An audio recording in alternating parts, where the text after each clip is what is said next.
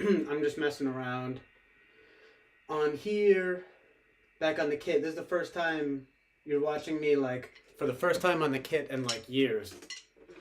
What's up, Hambone?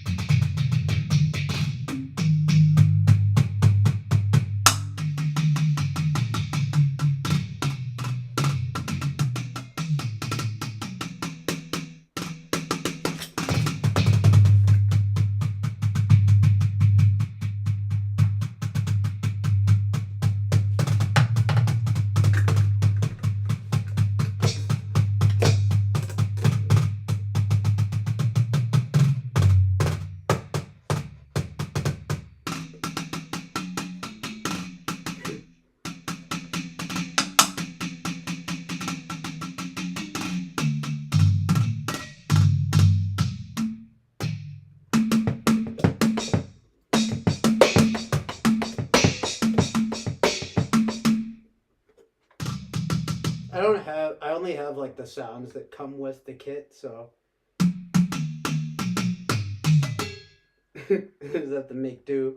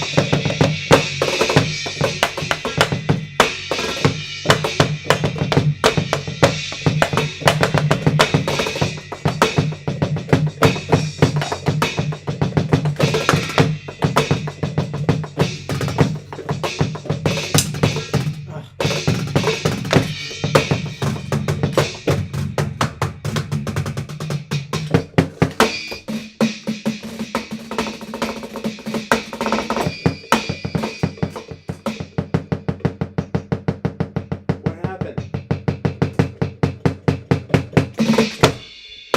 What just happened? Hold on.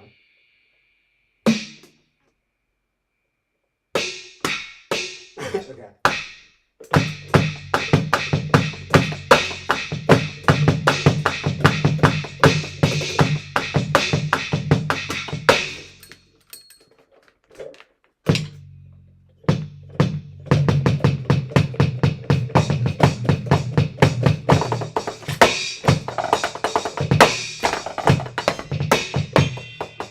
This one doesn't go loud enough.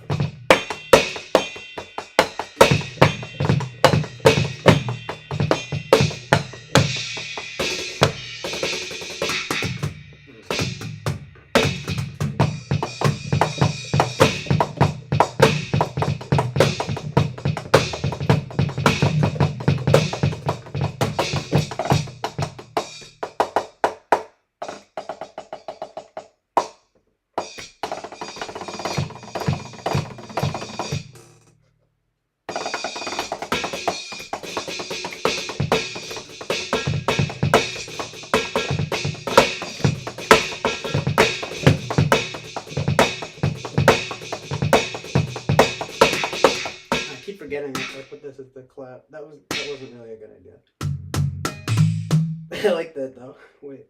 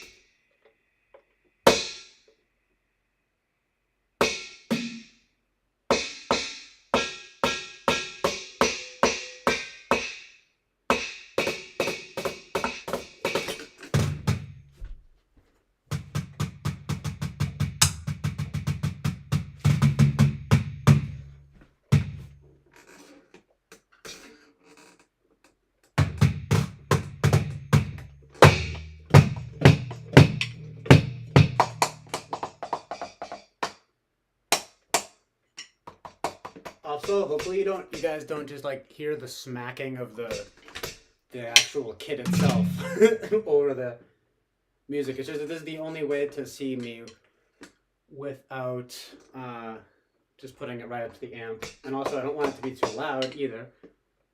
So,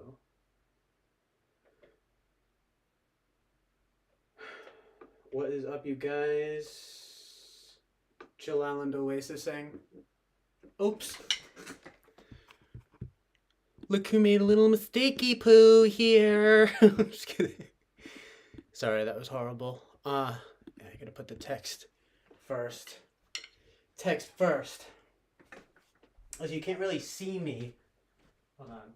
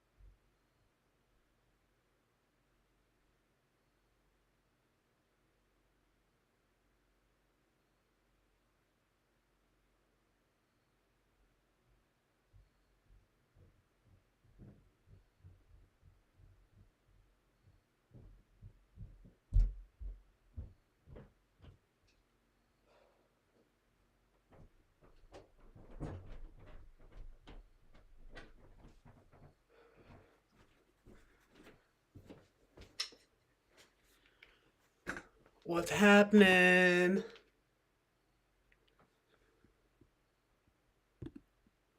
What's happening, gang?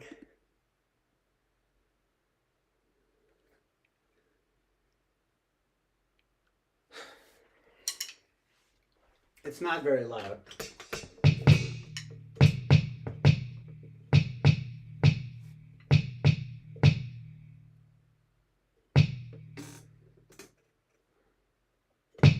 I mean, it's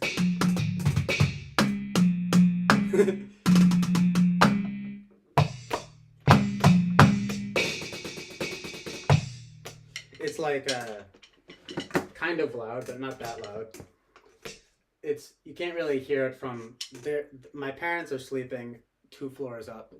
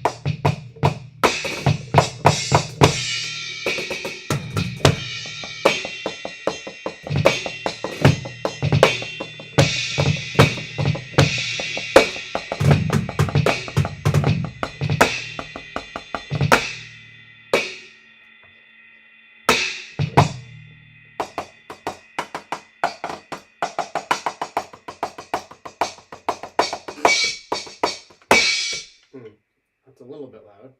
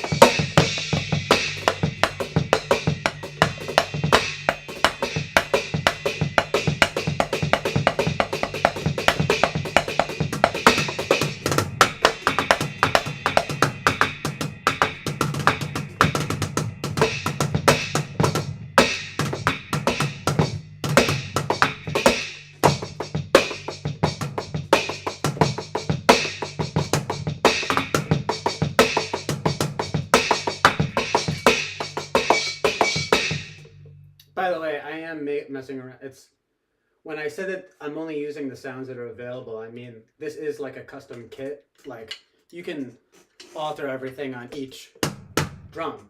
But you can only work with the ones that Roland gives you, which is a little bit annoying because I'd like to figure out some ways to get, you know, like a sound card or something on here.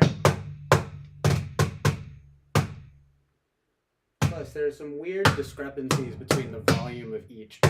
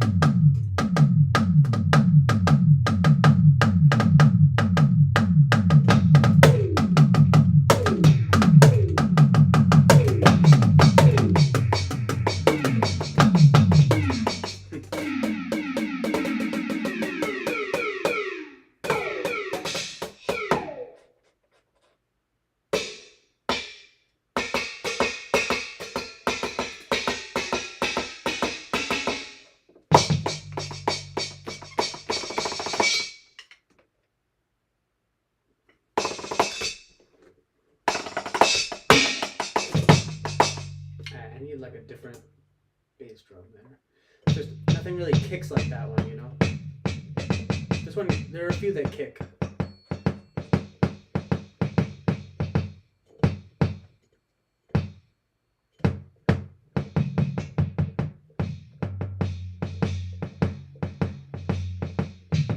Oh yeah, that's the one.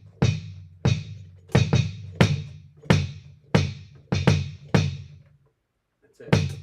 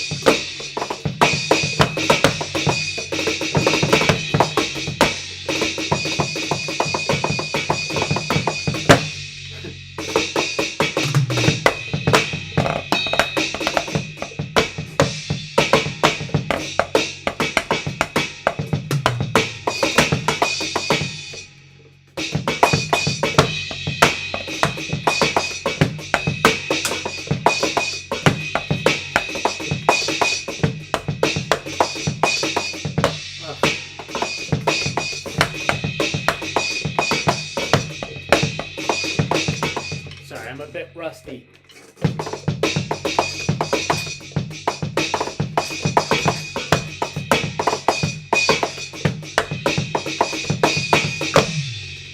Didn't mean to do that.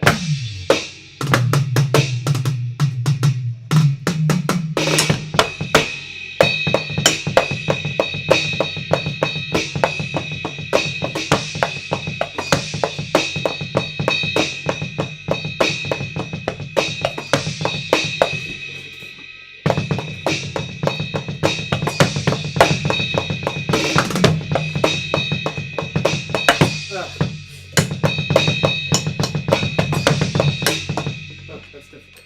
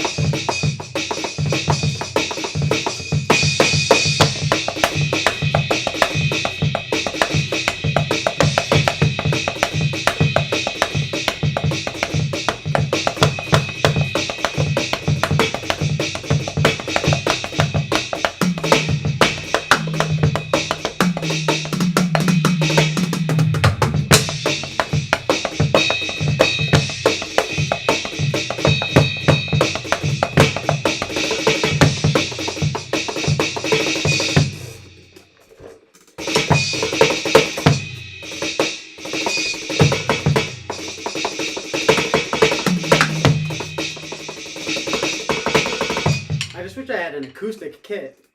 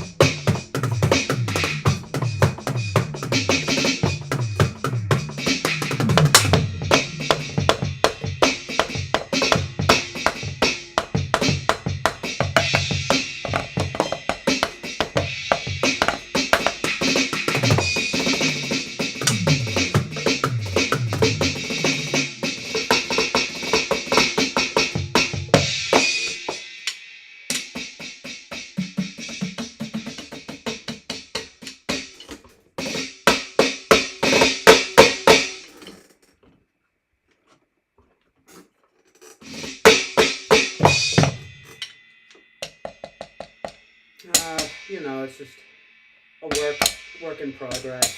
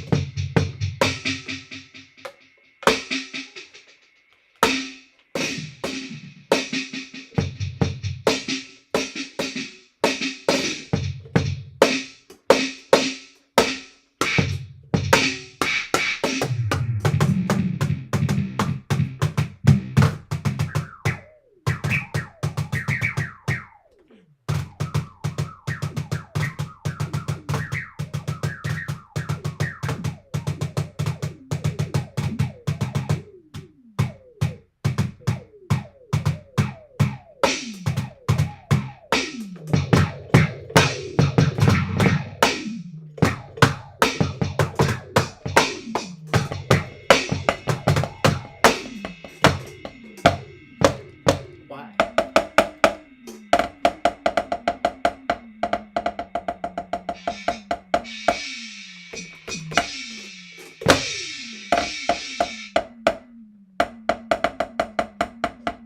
I don't understand.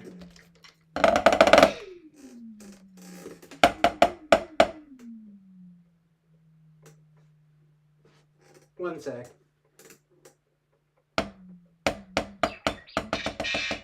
Okay, so it works out.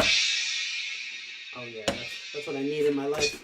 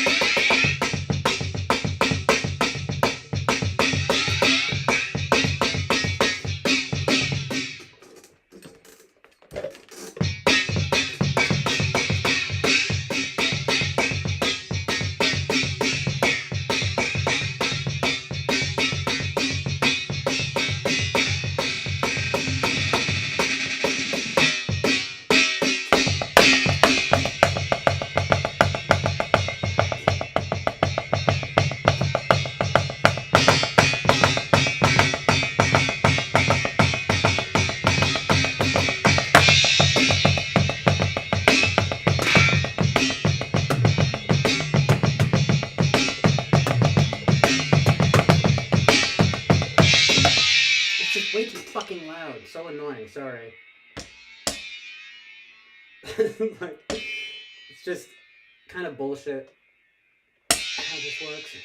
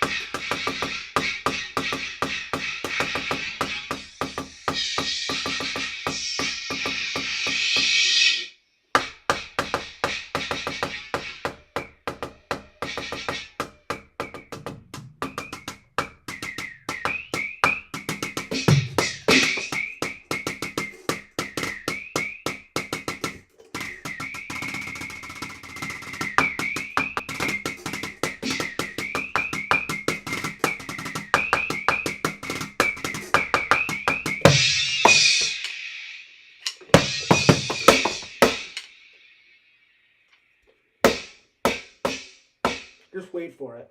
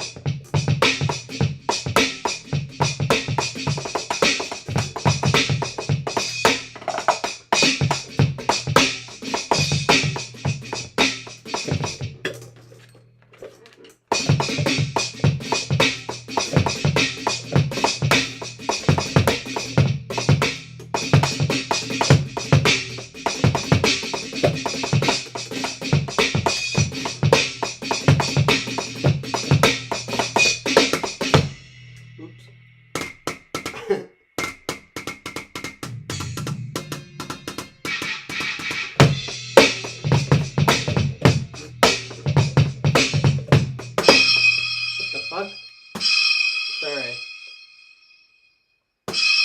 Oh, stop.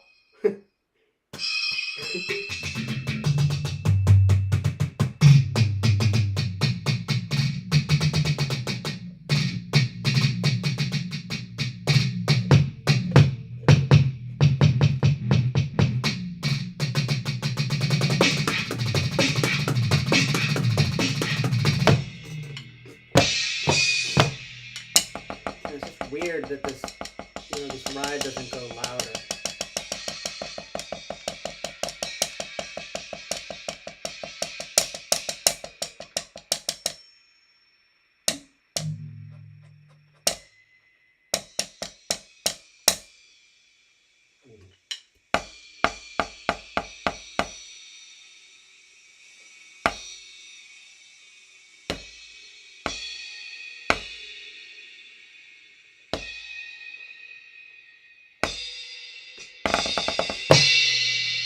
It's like, okay, but then that one just like decides to be loud.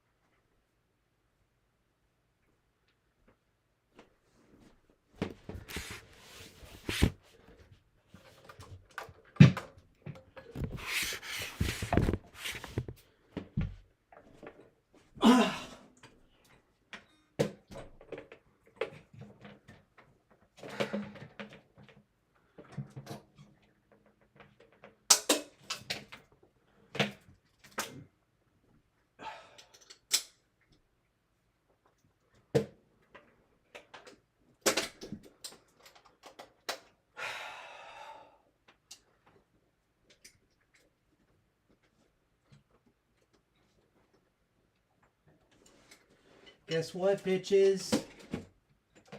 The party doesn't stop.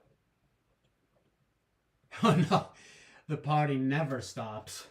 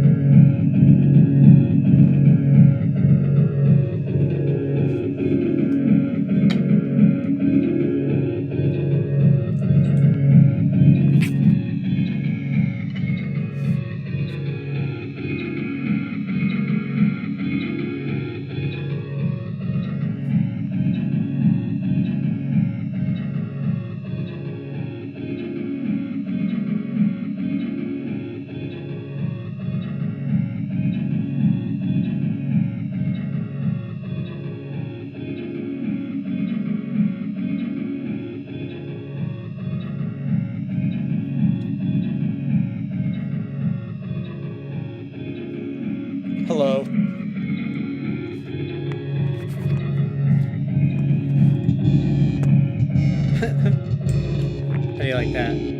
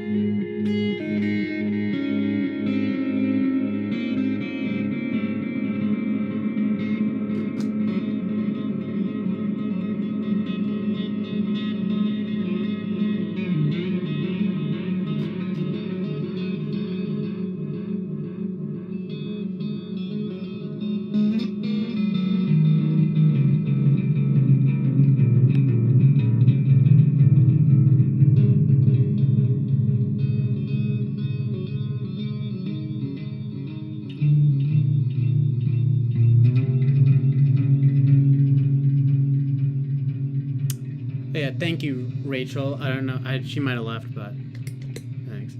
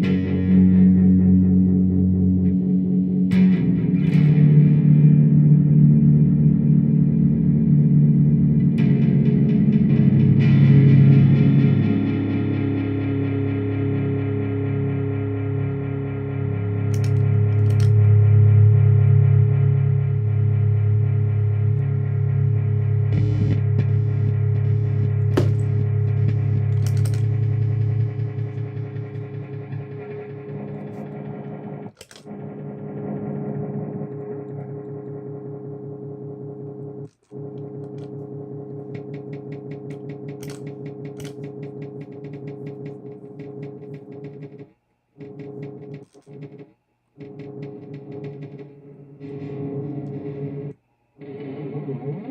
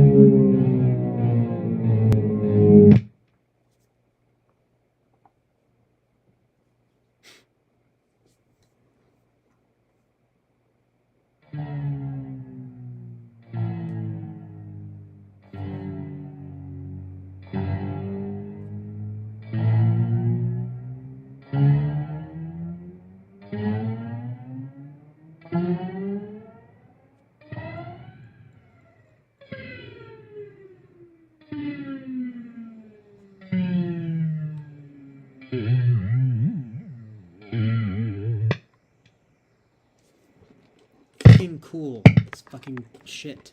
Piece of fucking shit.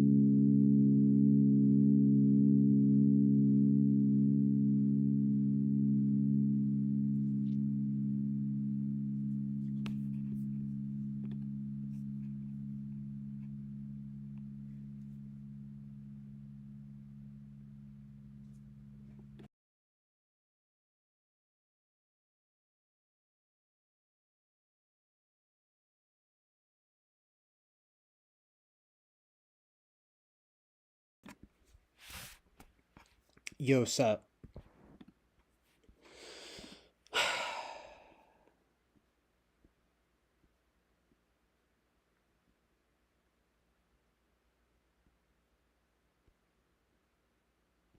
Fucking.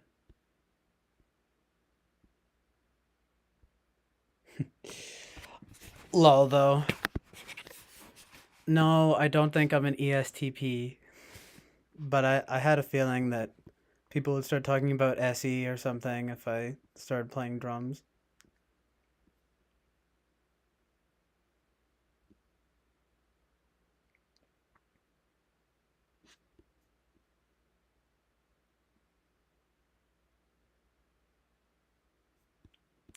Um,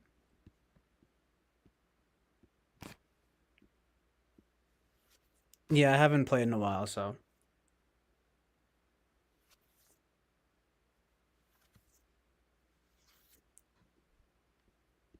But I didn't want to play with I didn't want to play with a guitar track or anything.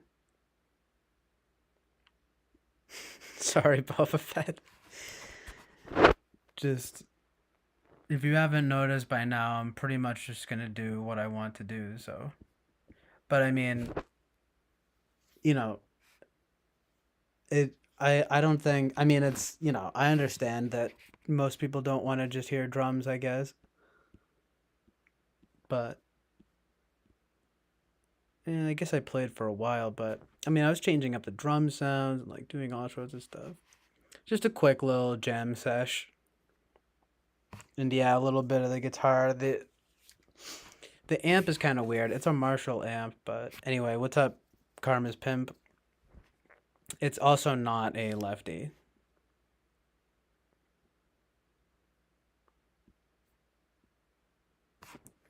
But yeah, I should have gotten back to the chat and a little more. Maybe that would have kept people here. Um I was just getting in the zone real quick. Um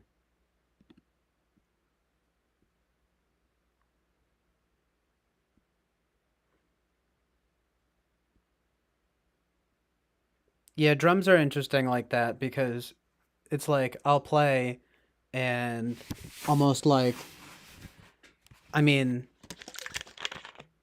I don't know. I get joy out of hearing it back. Um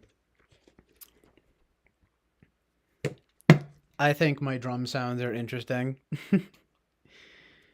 I guess I can't expect everyone to, but I never said I did, you know? Um but also I don't know why a metronome would help. I mean, anyway, it's like whatever. To be honest, I don't really look at drums as like a way of keeping a beat. I see them as a way of like painting with sound, and it's like pretty much how I approach every instrument. But it was good to just get back in the groove. No pun intended. Ha ha ha ha ha ha. Also, it is a Stratocaster, but it's a Stratocaster Squire.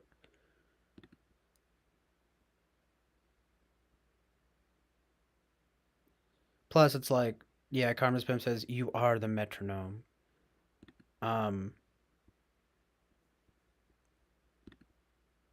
or I don't know if you were literally saying you are the metronome as a drummer, but I thought you were saying kind of like you are the metronome. It's like, yeah, why would I want to play with a metronome? That's like cheating. And it sounds bad. But yeah, fuck you, Boba Fett. I know I need more practice. Whatever, but no, like I mean, it is what it is. Most people don't just want to hear drums. I get it, but I like to try to push the boundaries. Like I want I it's like people should you should be able to like want to hear me just play drums, you know what I mean?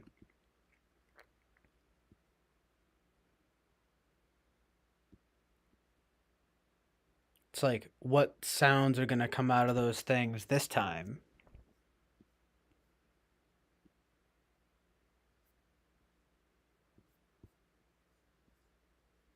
Charles Swim says both. Lamau's Pope is still here. I don't know. I also don't know why Leaf Trimmer doesn't come here anymore. R.I.P. I kind of wish he did because we agree about a lot of things. Um, and it would be nice to have that kind of like support. But on the other hand, it's not like he's ever been super diplomatic or anything. So it's not like no offense to him, but it's not like I would expect him to, be the ambassador of changing everyone's hearts and minds and souls. But I just don't know. Well, I mean, I shouldn't say that because it's like, but I'm just saying, like, no one ever, like, you get more, what do you mean? That whole thing. You get more bees with honey than vinegar, you know?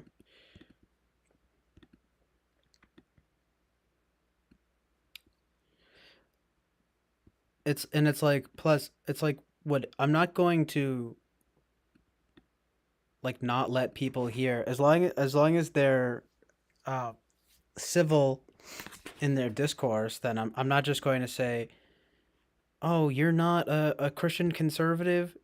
Get the heck out of here. You're banned and reported." You know. So I don't know what he expects, but I don't want to put words in his mouth because I mean, last I checked, he did get a job and all that, but something tells me he just doesn't really want to mingle with the heathens or something like that. You know. I really I don't know. And he had asked me if I wanted to like talk to him on like Kick. I'm like, why can't you just be a normal person and talk to me on some like normal thing? I'm not down. He was like, you said you would do anything or whatever, and I'm just like, all right. I mean, I should have just responded. I didn't mean to just like ignore him, but it's like the chat's here. It's all here. Watch though, we're gonna summon him. He's gonna appear and he's gonna be like, "Hey, don't really appreciate you mentioning me, but okay," or like whatever.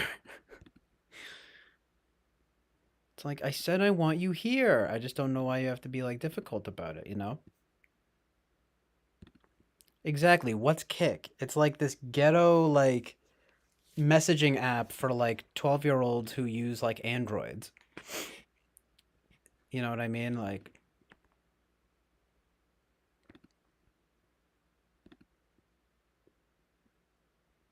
no, I don't think it's I'm not saying it's a religion thing. I'm just saying I'm saying it is a person thing. Like I'm saying like if what is he shouldn't expect like the goal of this stream ultimately has always been to like have a pretty diverse like group of people in order to most accurately mine for truth and reality, you know? It's like the more the merrier. Too bad no one comes on here though. It really sucks. I don't know what I have to do. But to be honest, I'm not really going to change much.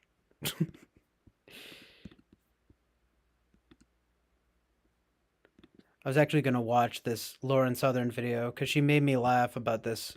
The beginning was pretty funny. Uh,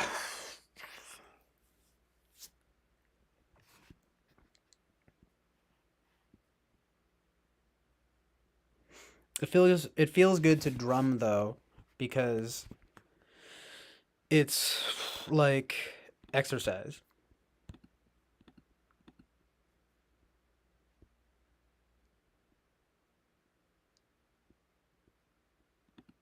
Also, I was kind of lolling at how it looks like John Mouse is like reaching for Lauren Southern here, reaching for her boobs. I'm just kidding, but literally, so funny.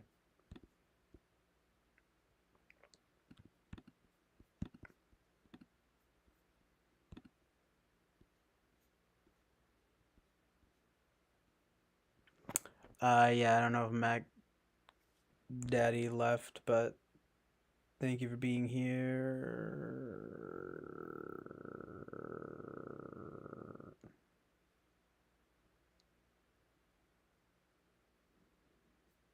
But lol though, Boba Fett at some of that stuff, like FINE type stuff. It's what it is, man. It's like, I'm not budging on this stuff, but it's, I promise variety.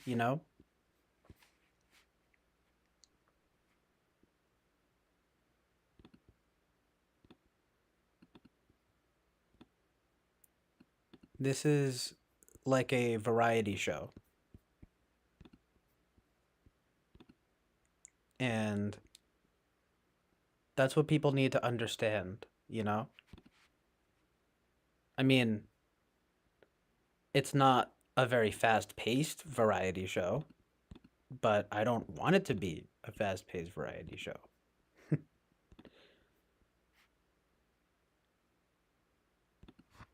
I want to go from, activity to activity at my own leisure. And it's only been 2 hours. I mean, I guess that's fairly long for like most people, but you guys know I mean, I can stream for a while. I probably won't stream too long tonight, but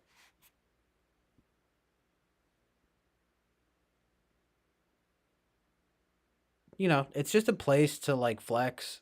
it's just it's it's a place to like perform, and it's a place to have conversations with people. That's all I want, you know? And if that's not enough, then I just won't stream anymore. How do you like that? I don't like it. He must be an ISTJ. Yeah. It's like, no, my FE is pretty good. No, no, my NE is pretty good. My FE is pretty good. Like, it's just people seem baffled by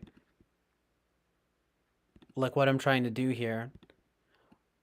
I didn't realize that people demanded such like material, you know?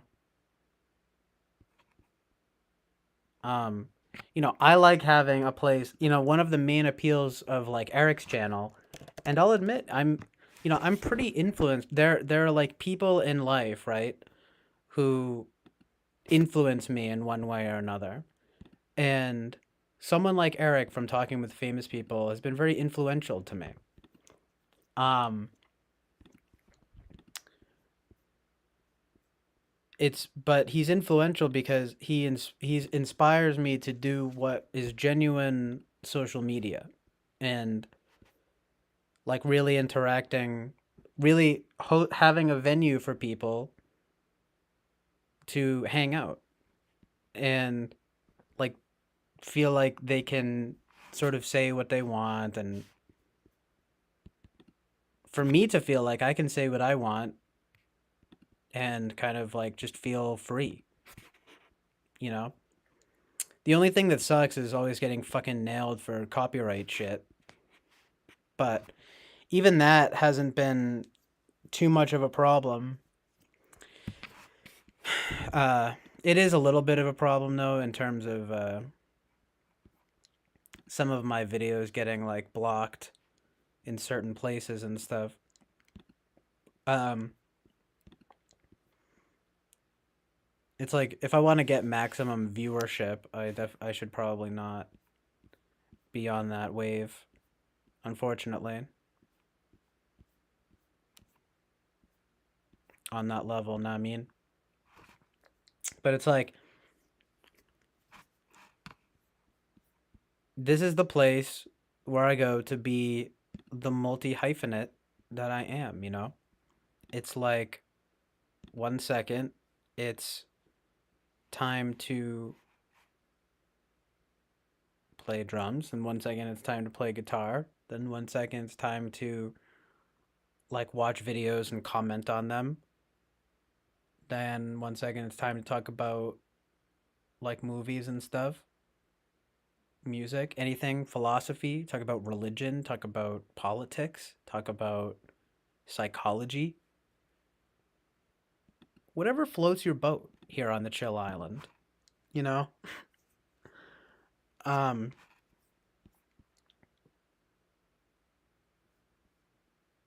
and I mean, if people are just such sheep that they need me to like guide the ship, so to speak, I mean, I'll do it within reason, but I'm not really interested in having this like super structuralized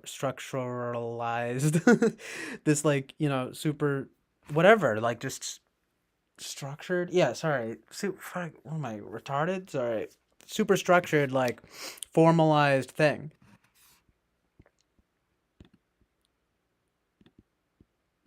And then just like rants, just like opinions, thoughts and feelings.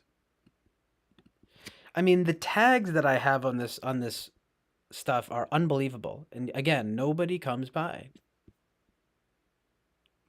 It's like, don't you guys want this? I think I'm ahead of my time. I think that's the problem. I think that what I'm doing here in some ways is the future. But for some reason, whenever you do anything in life that is sort of forward thinking in a genuine way, people resist it because it's like Plato's cave. People don't want to leave the matrix. They feel safe in the matrix. They just want someone to tell them what to think, somewhere to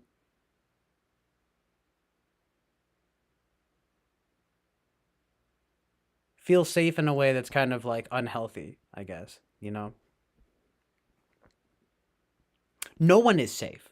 No, I'm just kidding, but no, it's funny because I actually on there's part of me that wants this to be like a safe space, and then part of me that wants to say like, fuck your safe space. This is like where we go to speak our truths. Commerce Pimp says, honestly, we should have just banned the INTJs from the very beginning. Boba Fett says, lol, why? Christmas says, I'm just speaking truth and reality. Nobody else won't even admit out loud, Boba. Boba says, I mean, I don't know if it's a type thing. Uh, but I'll tell you, I'd like diversity around here. Whatever that means. I want a Hindu like guy over here, a black guy from the projects over here, uh, kind of like middle-aged white bald man over here, a super hot blonde babe over here, uh some sort of like uh maybe like a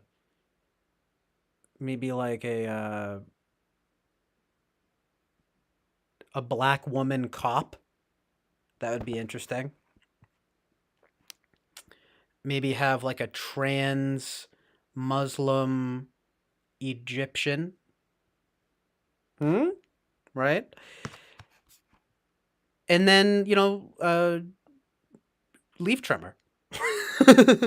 That's like the kind of that's what I'm trying to do here, you know? Uh no government officials allowed though. Period. And no fake triggers. Know what I'm saying? No phonies. On some catcher in the rye shit, know what I'm saying? Matrix is an okay metaphor for political stuff, but the whole simulation thing falls short. Dude, fuck simulation theory. Dude, everyone is literally willing to just like yeah, that makes sense, but whoa, anything from the Bible is just crazy. These people are crazy. Right. But let's get into the like simulation theory that makes it so everyone can just fucking kill each other, and like not care. 'Cause it's a simulation. Anything goes in the simulation. I'm sorry though. I guess that's not very hashtag ENFP and hashtag hilarious of me, I guess I'm supposed to be like a fucking dumbass, like social justice warrior and just keep it light and keep it fun for everyone, Because it's not about truth and reality. It's about fun and light and and fun and nothingness, you know? And partying until you die of fucking liver failure. Partying until you are found overdosed in a Los Angeles motel. No, people don't like that, and they're like, CJ, you couldn't be these types because you're too like sort of conservative. You're too you actually you see merit in Christianity. You must be you're an ISTJ. You must be, you know. That's the only explanation.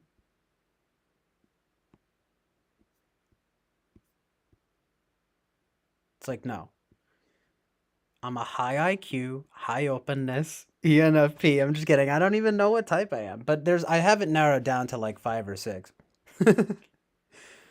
um Hey, look, don't mind me. I don't mind the ENTP label, If that means that I have objective logic, you know what I'm saying?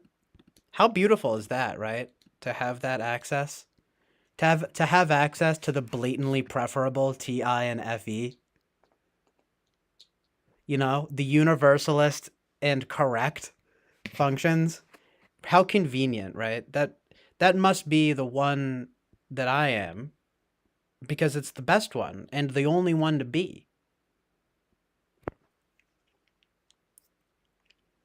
And I mean, if you're going to have FITE, then you better be an INTJ. So that you can get hung up on bullshit and try to debate with the TIFE people and both of y'all can just not budge at all. You know what I mean? And then there's also this whole thing that nobody seems to want to discuss, which is how type is basically fake and a waste of time. All right, well, I should say typology is basically fake and a waste of time. Um, but I'm not gonna throw the baby out with the bathwater there. I mean, it's definitely a useful tool.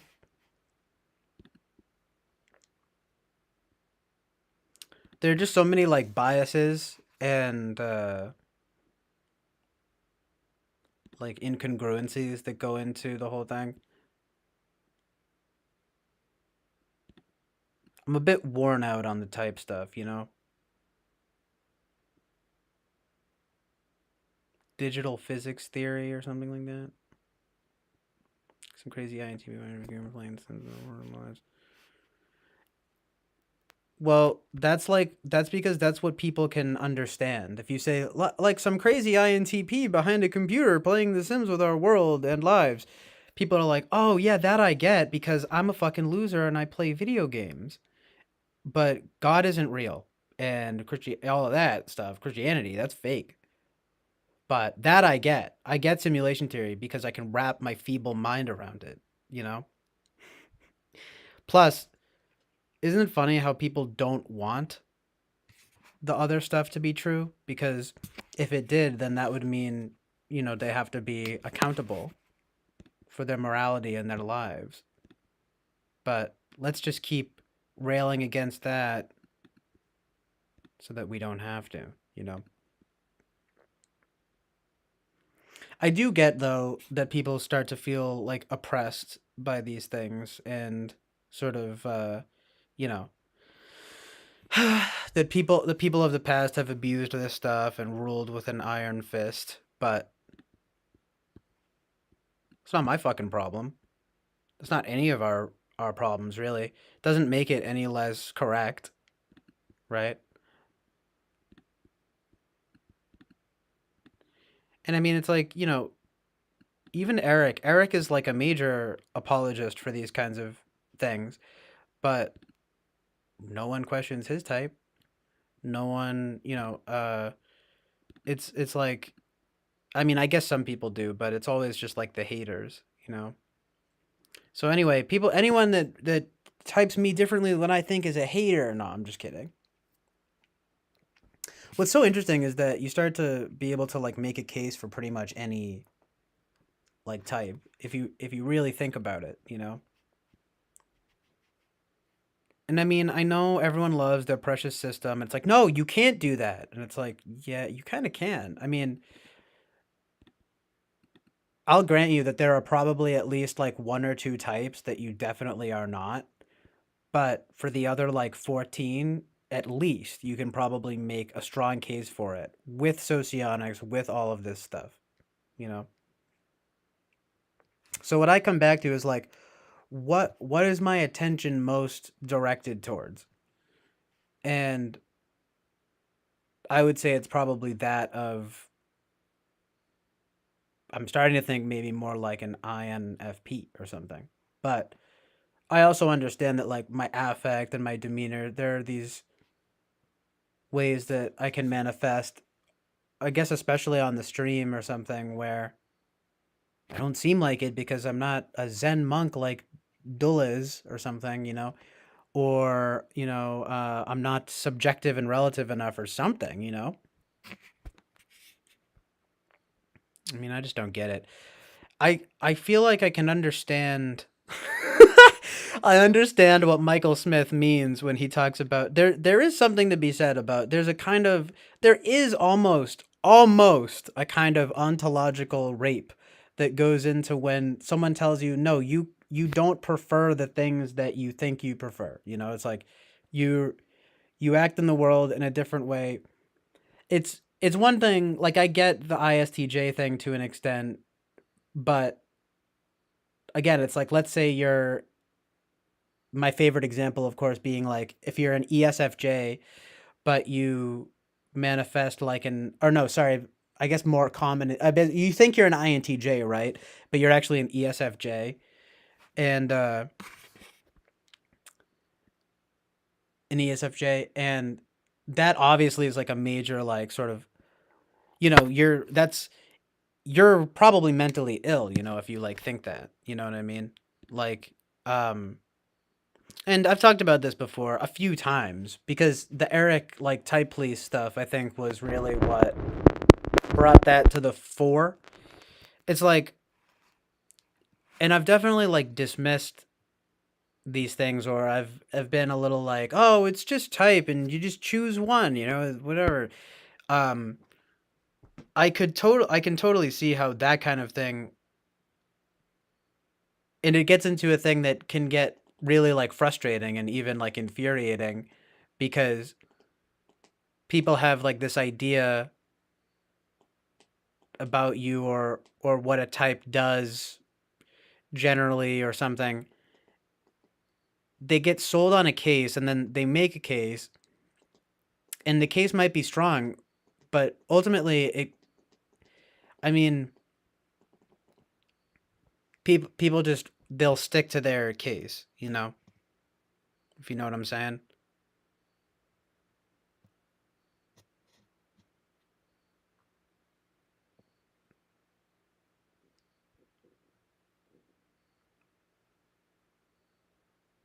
Melting zero. I think that it only really happens if you want it to happen. Um, like I mean, I see what you're saying, and there are things about it that I don't know. Like when you really collapse it enough, as you're saying, like, um, but it's kind of like, for example, like you can do so-called FI stuff for, like, I mean, I don't know. I'm not gonna. I really don't feel like getting into it. I think you kind of have to want to make it super binary like that, because I mean, I see it, the directionality of the thing. Um, like FI and FE, right? They're clearly going in two different directions, but that means something different to me than it does to you, apparently, to other people, to how they've done it. In my mind, you aren't you can't be dealing with other people's feelings, or rather you can be. Sorry, let me think for a second.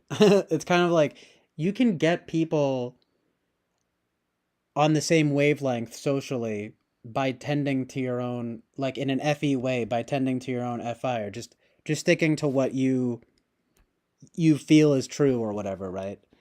Um and you'll be able to do that, but you don't have to be like mindful of the FE to do that. Um there is like a directionality thing, but for another thing too, of course, being, it's like TI versus TE. Like TI just sort of means one thing to me and one thing to someone else. Like, because to me, it's like, right, clearly that's like the system of the thing, and the TE is like the actual outcome of it. But a lot of TI users, especially, they kind of want to have their cake and eat it too and say, like, no, it's both. And it's like, no, it's not both. That's why there's a question of, that's why they're supposed to all be useful, and like, you know um there is no like hierarchy, you know what I mean, of like which one is better than the other.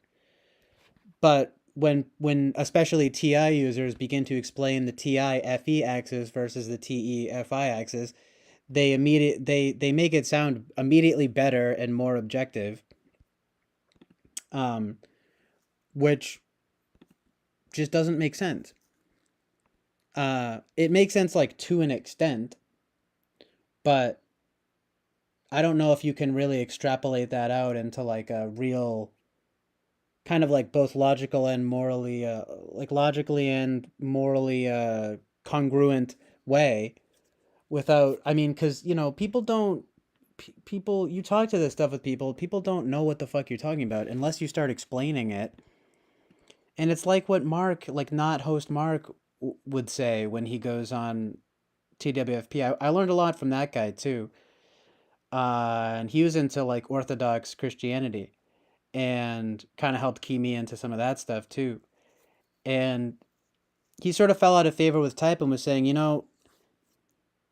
for example, one thing he would say about both of the about typology and especially Enneagram was that it basically puts spells on people. So you become like under the spell of you know of these ideas and these systems.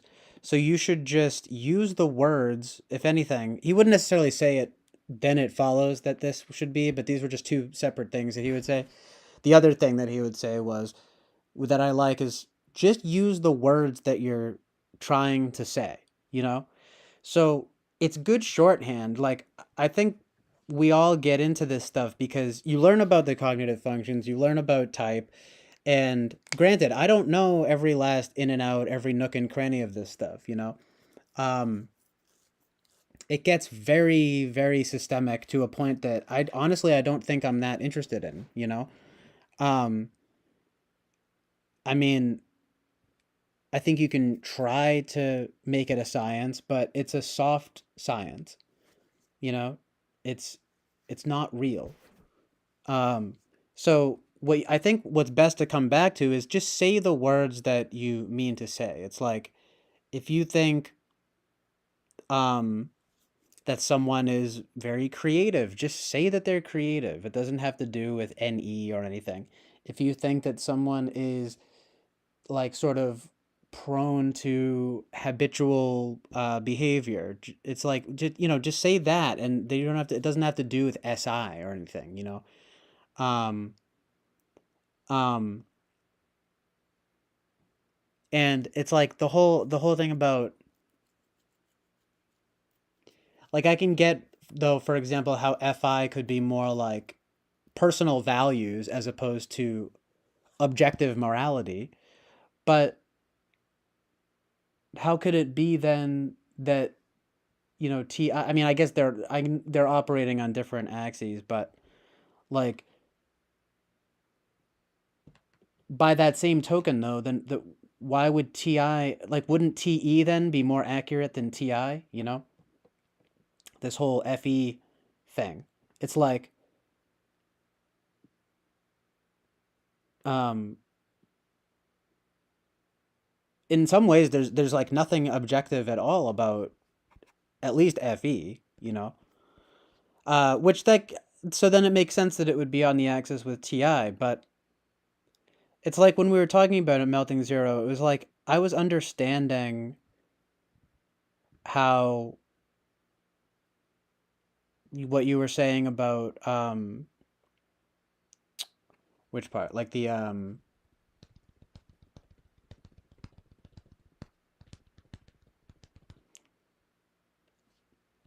I mean, have I said anything that is really that offensive? I mean, you know, these are most of my knowledge about type comes from Eric and from that guy Mark, from people that come around here, from stuff that I've read online. Um, I've read Socionics, um, but I don't know every last bit of it. But as much as I do think that it's relevant and like a tool that should be used, it is sort of magical in a way, you know?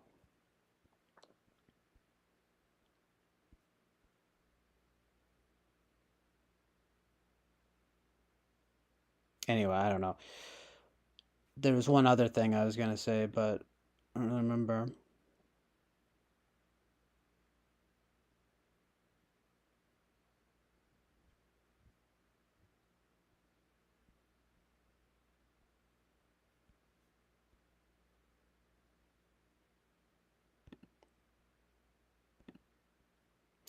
Well, I mean, I don't want to like sow any discord, but like melting zero, when I went on um Eric's stream and I brought up the ISTJ thing, he was like, "You're very clearly not an ISTJ, and anyone that's saying that is completely like ill-informed about typology." But I literally said, I was like, "Well," and mind you, I only said it twice. I wasn't like, "Yeah, melting zeros," blah, blah, blah, blah. You know, I wasn't talking about you really, because you're not the first person that said that. In fact, Jonathan has said that ISTJ typing, and I've talked to him probably more than anybody else on here so far. And then you told me that someone else, that Jake Fortis said that too. But anyway, like, but I said, I'm like, melting zero says that you're like the best in the game, and he didn't even acknowledge that, you know. It's like how could he be getting it wrong if you're or rather, you know what I mean? It's like how it's like you're saying that someone is woefully misguided about this. I'm not trying to sow discord, but you're basically he was basically saying that you're woefully misguided about typology, but at the same time, you say you've gotten most of your information from Eric and that he's like the best in the game, you know? So it's like, it just to me shows this kind of like, inherent, like, everyone's just got these different ideas about it. And it's like, I guess it's kind of like frustrating, you know? And then, I mean, it's like people in the chat, and then it's like, oh, you think this. And then I'm like, okay, good, because these are more like congruent with my ideas about things. It's like, no, your NE is really good. No, your FE is really good. And it's like, yeah, exactly, because that's congruent with like what I've like figured. But, um, I mean, and I even said, I was like, no, it's not like it's ridiculous to think that I could be ISTJ, and then Eric is like, no, the thing is that it is ridiculous. So it's like, and it's like just because someone tells you you're a type doesn't mean you are, blah blah. It's like I know that, but um, and also I guess it's not like you exactly gave me too much of a case. You had just said it at the end of a conversation, but I knew where that was going as soon as you started questioning me about like my NE and stuff. But like I knew as soon as you were asking me about my NE, I was like, this guy's gonna think I'm an ISTJ, not because of it. You could call it intuition or whatever, but it's whatever that is. But then once I forget what it was. I think, well, you said, oh, I'd like to, talk to you about typology. And I'm like, okay. So I don't like think of anything. But as soon as it was NE questions, I knew that it was going to be something about like me being like the opposite of my type or something, being like an ISTJ or something. And lo and behold, it was. I knew it. Um, but I also don't think it's entirely like misguided. It's just that if I go on and it's just everyone has different ideas about me. Everyone has different ideas about what I'm like presenting.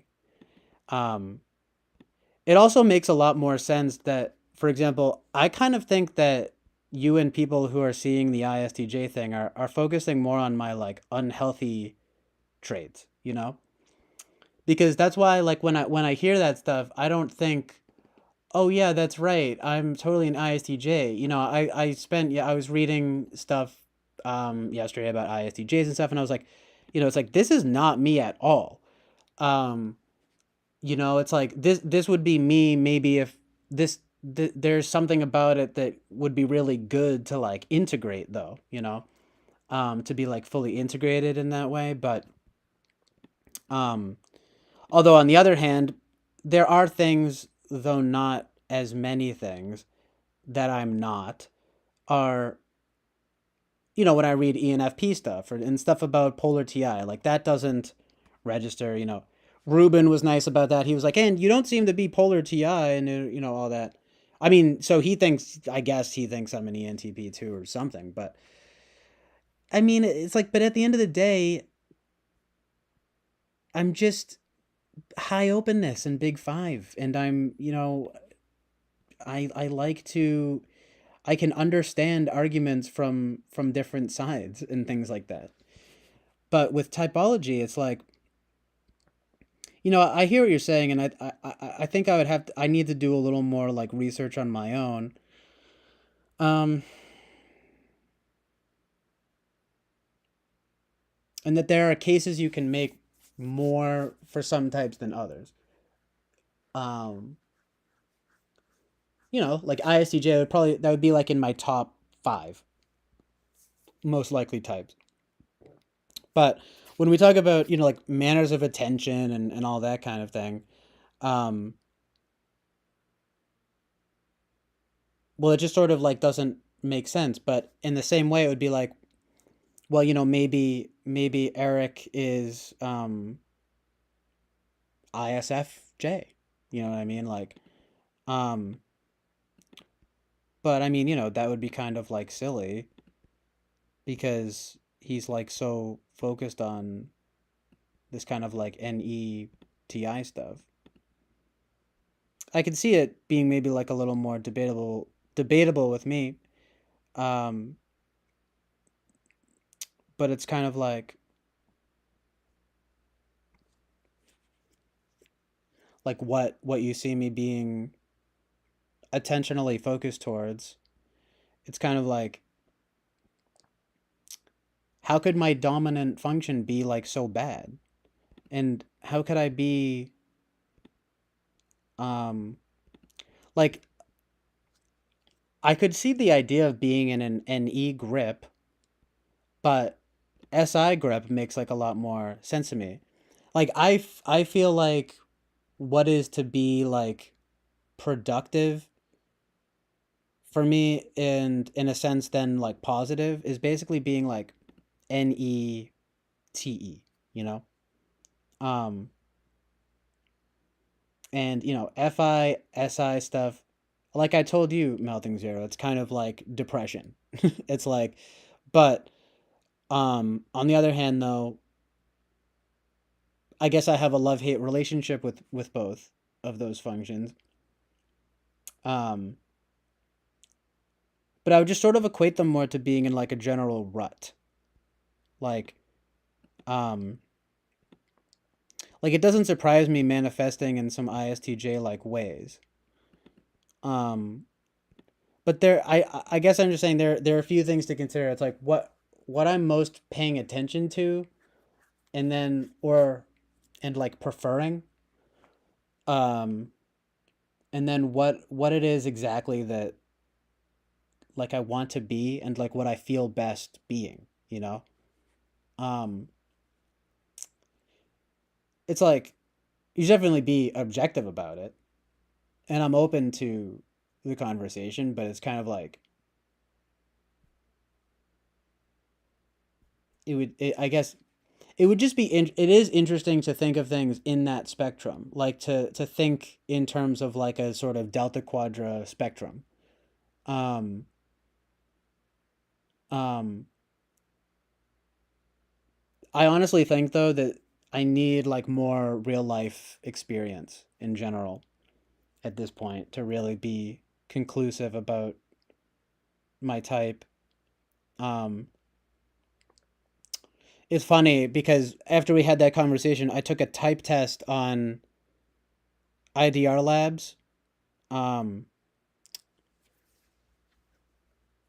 and I took it twice, and I actually got ESTJ. But then I took the 16 personalities test again, and for the first time ever, instead of ENFP, I got INFP. And I thought that was hysterical. I'm like, here we go again. I'm like, okay, I'm in the Delta Quadra, but I could also see in the IDR Labs test, I was sort of being like, kind of like, almost in a way OCD about. I'm like, because I know that these things are better, that like objective logic and things like that are better than subjective emotion, right? On the other end of things. Um it's like in just in terms of like achieving truth and reality or whatever, right? But um is it exactly what I always like live by? Like, no, I guess not, because it's like, how could you, like human beings are not objectively logical, you know?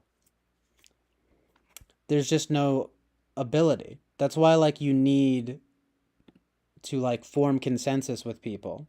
Even if your like ultimate beliefs maybe like differ, or even in a sense if your logic differs, you need that kind of like consensus about a lot of things.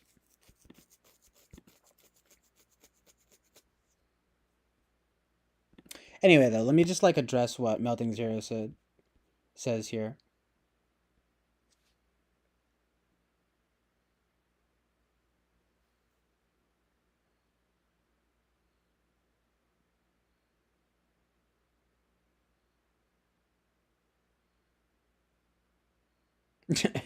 I am laughing though at what Karma's Pim said. He's like, to get someone to dismiss typology, get a bunch of people to type from ISTJ. I mean, I do think that ISTJ is probably like a woefully misunderstood type. Um, in some ways, they're kind of badass. I'm reading about them. I'm like, oh wow, there's a lot of like soldiers. A lot of they're very like, steadfast, kind of even sometimes noble people. But it's like,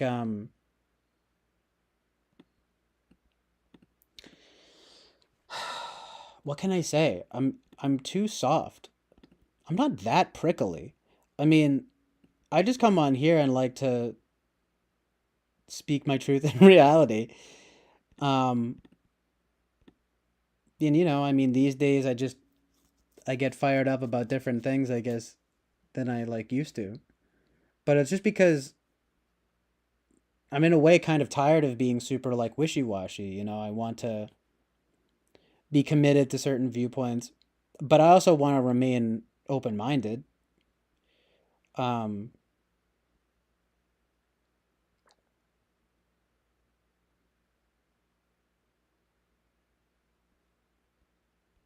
yeah, but and true, that might be why I need to do like a full typing with Eric. I don't think it's just at a glance though. I mean, but it is sort of interesting that people even get this impression to begin with. I mean, I'm not. And also, by the way, I don't. Anyway, I don't know if I'm not trying to misrepresent anyone. It's just sort of like there is a kind of magical element to it where it's like, and like definite preferences. I mean, preferences in terms of what types you want to be and like what functions are better. What I, you know, but Mellinger did say, well, first of all, he said, um, so he says like, I don't feel like I'm focusing on. I mean, about your unhealthy traits. I love FI3. It's like the best FI position I know. When I like when the knowledge functions are welded together in 1 through 8. TU tool is also cool. And a lot of time, NE4 is way nicer to experience and dabble with than NE1. I mean, there's some to this whole developing your weaker functions. I mean, that's why, yeah, it's like that's why it's interesting to consider, It's definitely like on this like spectrum. Says my stance is fuck whatever that website is saying about ISTJs. I'm not coming from there.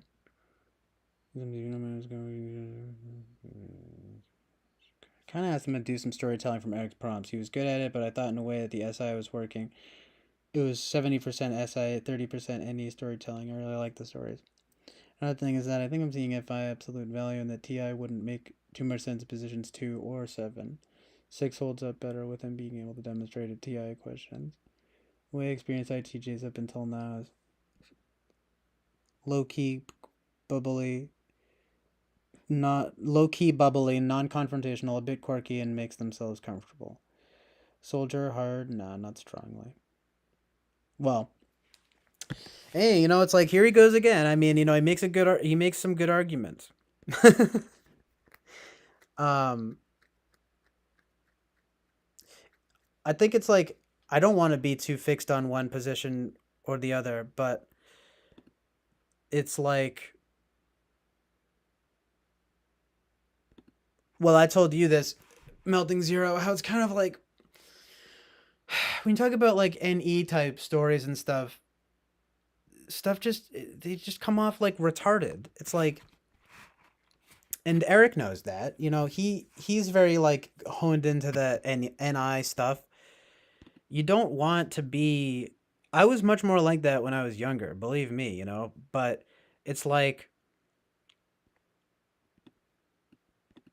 but I like learned that like being funny is like more than being random, and like being smart is more than being, you know, open. You know what I mean? Or like whatever, like being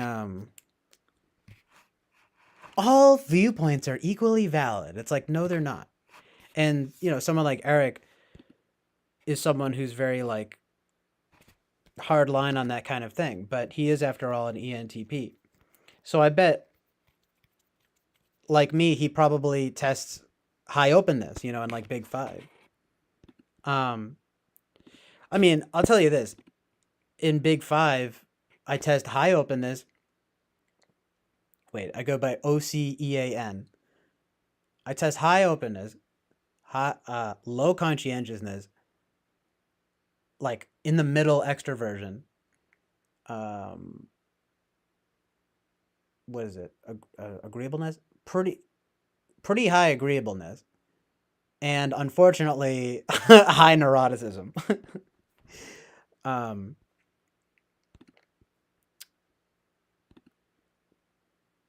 but yeah, Karma's Pimp says, "I wish it was recorded so we can watch it." Lol, the Big Five. Lol. Why you don't like the Big Five? I mean, Jordan Peterson, right? The authority on psychology, right? No, he is like he's a big five shill.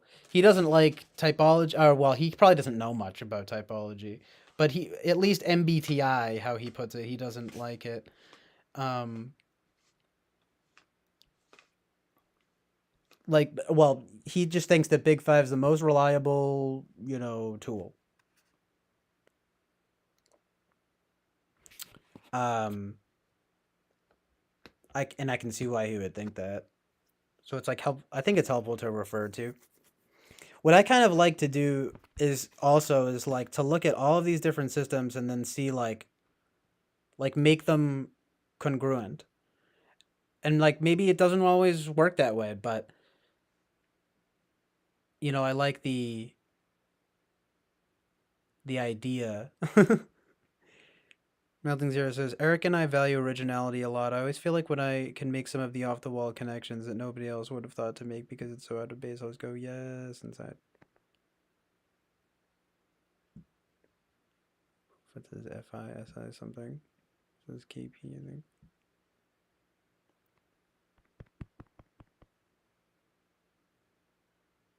These concepts are all too ambiguous. Um,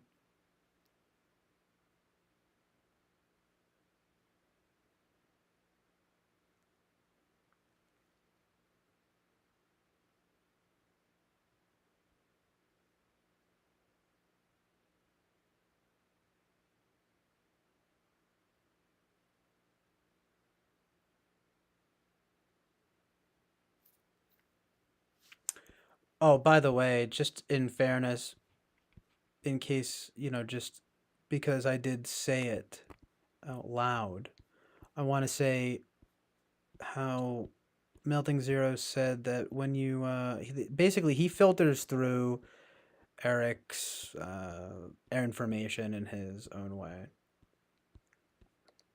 But see, even that, it's like, well, how can you do that? Everyone has a different idea about this stuff. Then, you know, um, I think there's something to be said about the intuitive language of all this. I mean, um, I feel like though the more that I've seen that I get into it, the more than like it like breaks down a little bit. But on the other hand, I don't want to like confuse that with being proven wrong about certain things. Um like in other words, it's like if like my conception of something about a cognitive function or a type is objectively wrong, it's like I want to know that it's objectively wrong, but in some ways I almost feel like I've known everything that there is to know about each since the day I learned about them. It's like everyone has like why over explain it. And I'm the king of over explaining, so I am not trying to be, reductive or anything like um um but like for example, how is FI subjective emotion and TI is objective logic? I think it should be the TI is subjective logic. Because in that sense, right, isn't it actually subject to conditions?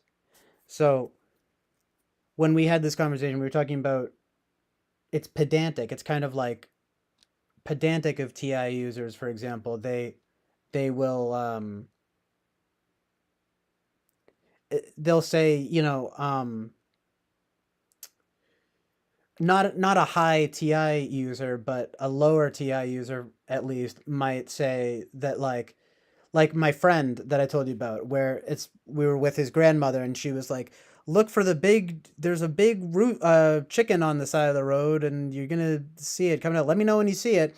And I was like, "Oh, there it is!" when we saw it. And then my other friend, who is probably like an ISFJ or maybe an ISTJ, but probably an ISFJ for this example, to he probably it's what he types, and he's like a male nurse now too, so I don't know.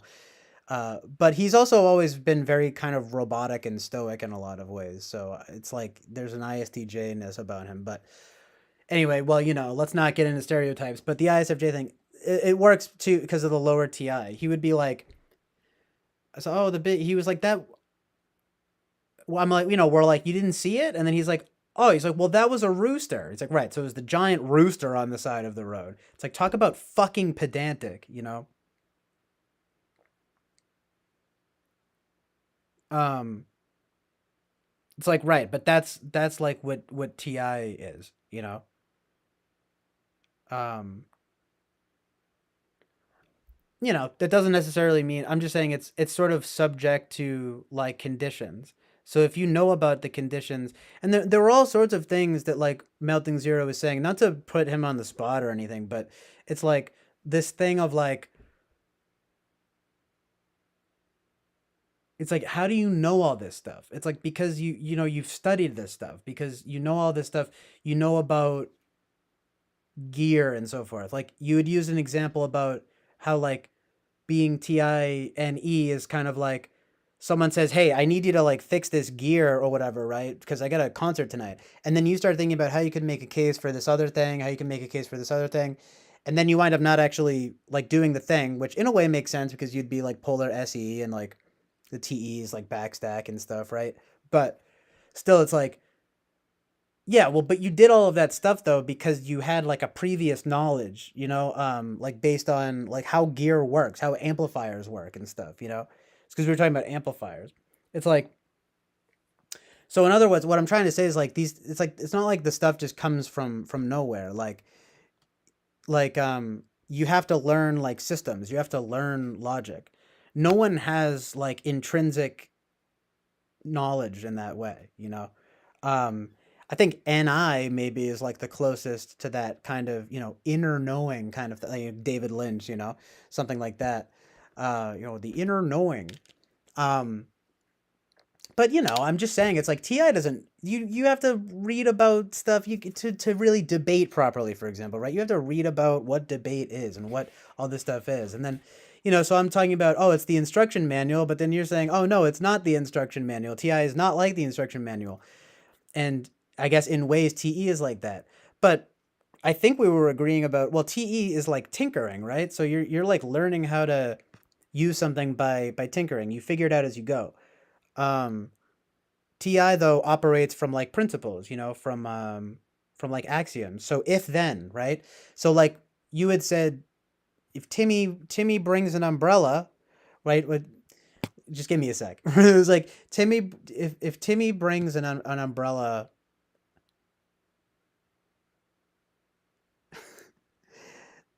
forgive me, I'm stumbling, but it's kind of like, Timmy brings an umbrella outside. If Timmy brings an outside, if fucking Timmy, sorry, if Timmy brings an umbrella outside, then it is raining.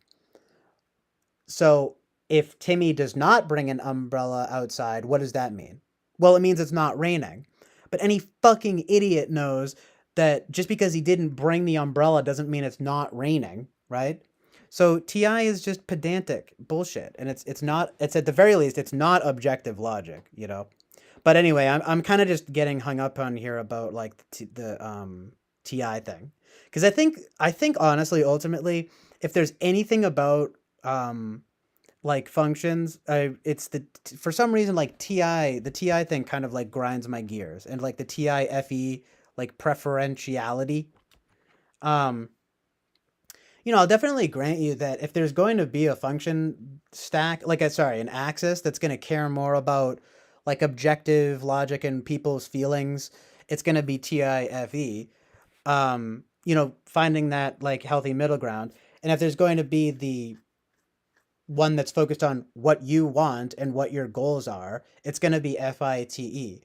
But again, literally, I'm not even going to, it's not any idiot, any smart person, or any person who's like remotely interested in like, in ironically, right, objective logic is going to prefer being the T. So, well, I'm the TIFE user because the FITE, that's barbaric, right? That's barbaric, right? That's how primitive cavemen behave.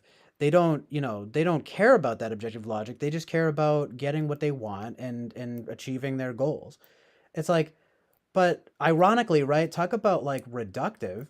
It's like, no, TE cares about the outcome of a logical system, and FI cares about what the origin of feeling is, um although I will grant you that I don't think FI is necessarily morality in that sense, but it's it's like inherently where I think like morality comes from, though, because you don't have morality because people say something is good or bad or evil, right? You have morality because you kind of have, again, like an inner knowing of what these things are. So, I mean, so, and like, and again, also, it's like a lot of these things, they go outside. Even you had said this. We were talking about that. Things go outside of type. Things get into pathology. Um, whether it be something like with me, right, dealing with like OCD or, and like anxiety and depression and things like that, or anyone, because you had said, the stuff with anxiety that can manifest in all different ways, and it's definitely something to consider in both directions of whichever, pro type or anti type, But I'm just saying, like, well, pro typology, anti typology. Um, any everyone would say that. Like, it's like you got to pay attention to that, to the extenuating factors. But what was I gonna say? The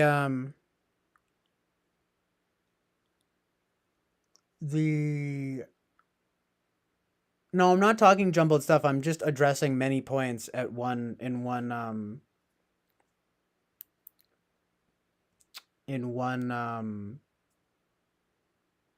like sentence.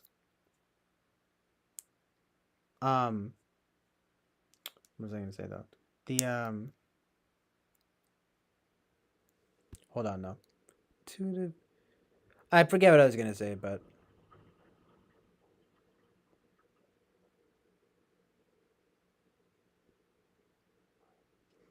no, I mean the intuitive language of typology. Like you know. Says, okay, well, you said that it doesn't make sense that Eric thinks I'm stupid for my ISTJ assumption when I go by just him, and I just wanted to make a case that isn't exclusive.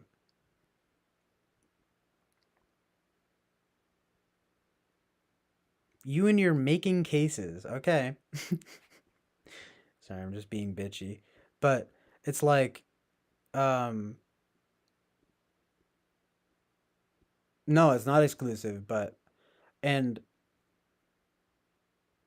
I just mean to say exactly what you said, which is like you're filtering like information through, um, in your own way, which you should. I mean, oh right, so I was gonna say like, right, something is not like you have an inner knowing, but you do need like consensus in that kind of FE. You have an FI inner knowing about what is moral, but then you do have to like seek the FE stuff, because it's kind of like, well, are psychopaths low FI or low FE? It's like, well, not necessarily. They're just psychopaths. You know what I mean? But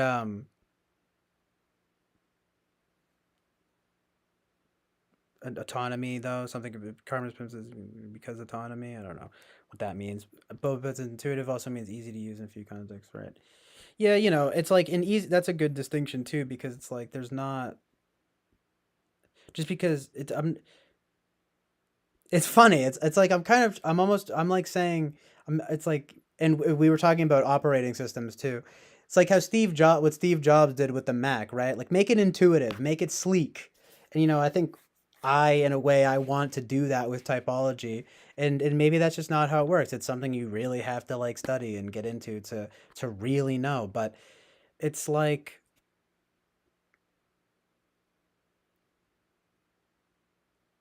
why not? Why do that? I mean, you could.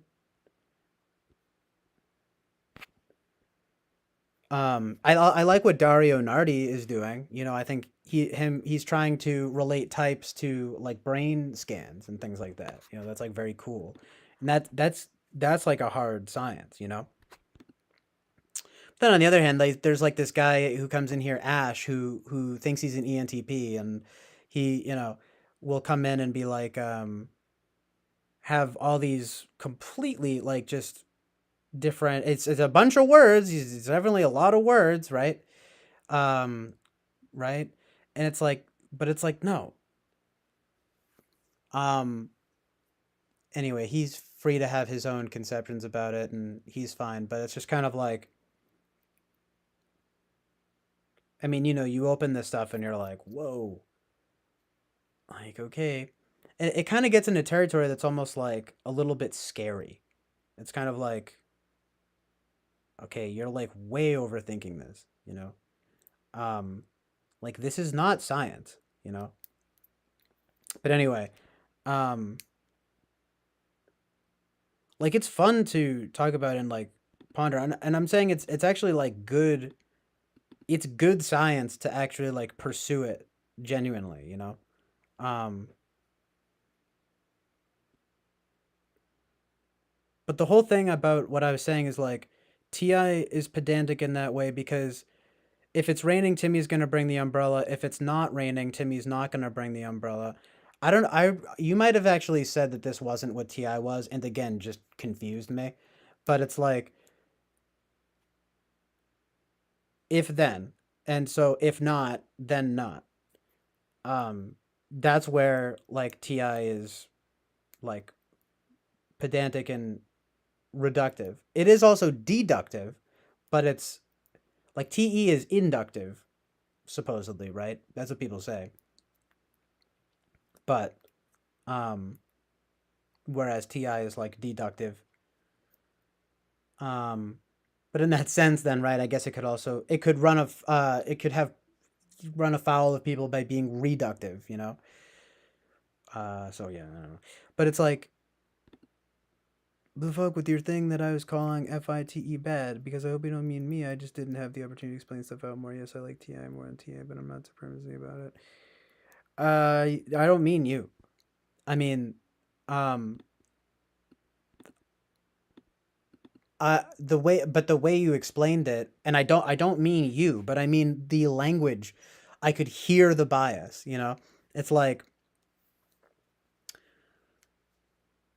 I forget exactly what you said, but it was like TIFE is about the objective truth and the objective emotion, right, or whatever, like the social consensus. But then FI and TE is about basically just getting what you want, and it's like, um, wow. Well, I know which one I would choose. The one about objective truth and emotion.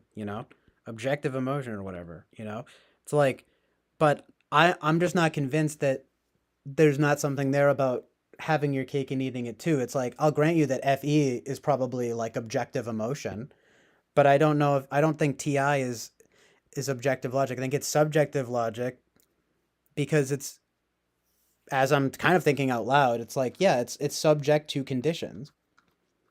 It's just that they're helpful. To be honest, I think I'm just a little bit confused. Because it's like, because then I'll say, oh, okay, so TI is like an axiom then. It's like a law. And it's like, then you'll be like, no, it's not a law. It's something else.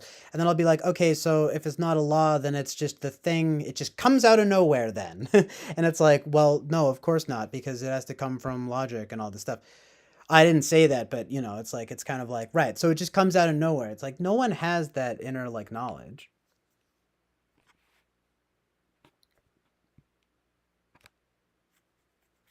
I mean, my games are going weird and stupid. I don't think it's better than one other times too. I don't think you're, being. I didn't think there was supremacy, but it's like, and Karma Spinball also says, I think you're way off on FE and FI. You think what I said was off? I mean, maybe. Um, I think you're way off. Blah, blah, blah, the cases thing. No, I'm not saying it's. I'm not saying it's weird and stupid. I'm just saying like, I mean, um,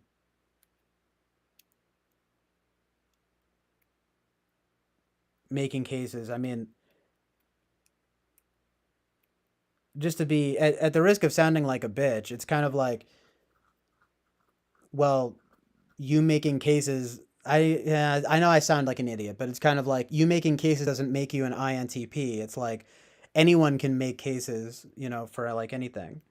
Um, you know what I mean? It's like you're very like adept at it though. So I don't really question your type in that way, but you know what I mean. I mean, you haven't really given me any reason to yet. So, but it's kind of like, you know, but hey, it's like that's just like what you do. It's not bad. I'm just saying that's what like comes to mind, just me being a bitch about the type thing, it's like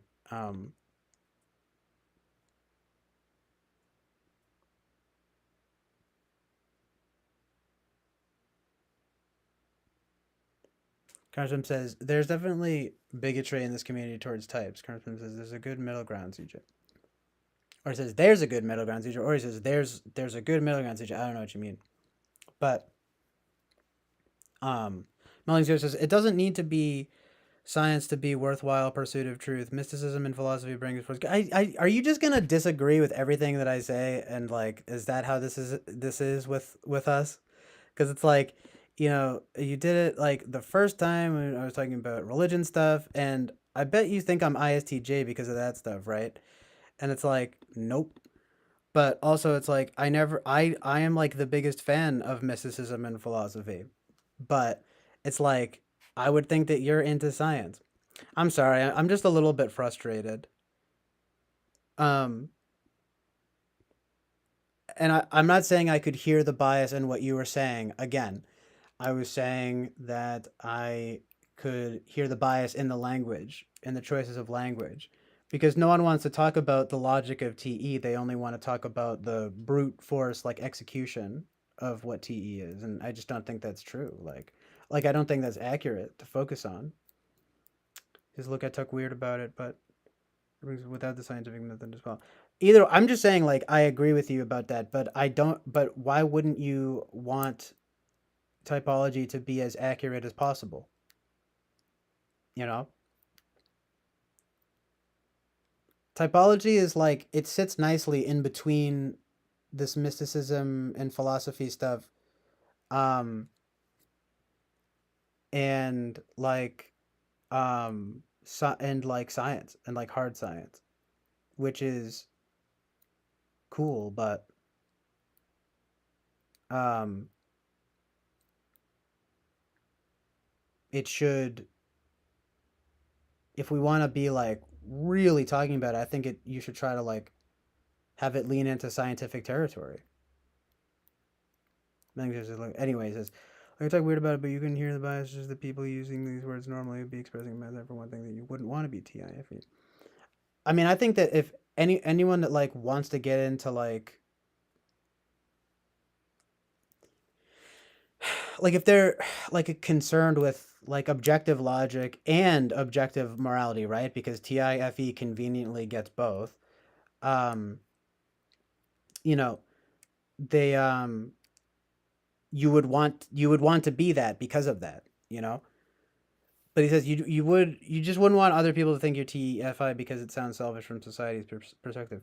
Yeah, but it's not just society's perspective. It's like the perspective of like even how you would like explained it. Like so apparently it's from typology's perspective.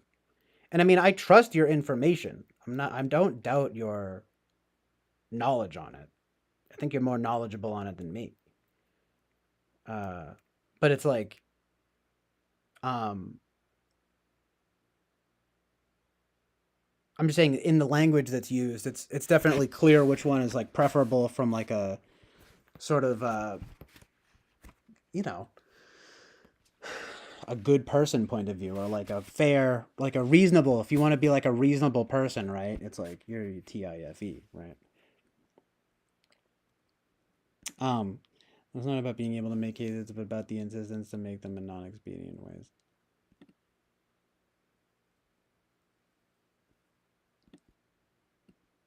What does that mean to make cases in non-expedient ways? Why would you want to make a case in a way that's not expedient? That would be TE, I guess, would be being expedient. But now I feel like you're just going to say, no, it's not TE. Because, I mean, TE is efficiency, right? But, he says, what the fuck? No, I don't think you're ISTJ because of that stuff. Why are you trying to game me that way?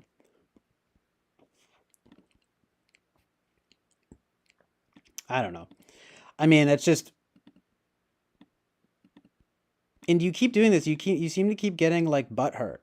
Like you said this, you were butthurt when I talked about the religion stuff, which made me think that you were probably gonna feel this way. And then, and I'm not trying to game you in any way. You've been very like fair about these things. I don't think I'm not accusing Melting Zero of or you of being like intellectually dishonest or disingenuous or something like, you know. Um, But it's like there's that, and then you were nice about it after. Okay, I definitely want to say that, and I think you're a nice guy. Like he said this, he said he was like, I'm sorry, I didn't mean to come in guns blazing or whatever, and I was like, oh no, it's cool. And Peter was like, no, you were good, and like it was fine, but you did kind of. It seemed like you got your feathers ruffled a bit, and then it's like now it seems like you're getting your feathers ruffled again. It's like and so I'll drop it on sense. But I mean, okay. I mean, I actually think this is a domain though where it would be good to make it as hard of a science as possible. When you guys talk religion, we didn't really get into religion, but well, yeah. I mean, um, but like he said something about morality. He didn't think that there was like objective morality or something like that. But then again, he was nice. He kind of was like I wasn't trying to come at it from like an abrasive perspective or something.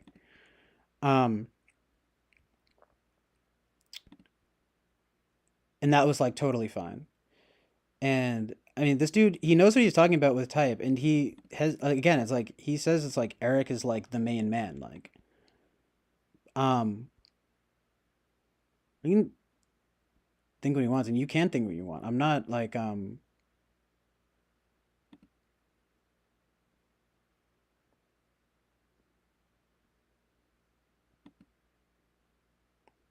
maybe you have some hot takes about typology that like other people don't, and that's cool, man. But doesn't it kind of like lend a little bit of you know subjectivity to the thing? Like we definitely ought to have consensus on this stuff.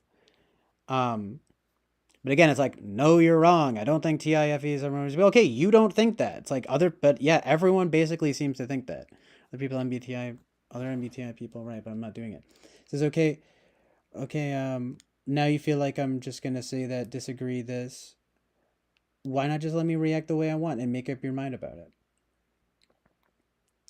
That's fine, but I don't want to get into this thing where it's like, I mean, hey, well, hey, you know what? Feel free, just yeah, say whatever you want. I just, you know, like I mean, and fair enough. He says I don't feel accused. It's more that I'm feeling like you're not taking me seriously about the words I'm saying. I mean, it's like funny that you would say that. Hey, maybe it's because I'm polar FE, right? No, but it's like funny you would say that though because I wouldn't for a million years think that you were thinking that I'm not taking you seriously about the words I'm saying. It's like if that's how it's coming off, it's kind of funny because it's actually because I'm taking you seriously about the words that I'm saying that I'm like even talking about this, Sincerely, I start like crying. But it's like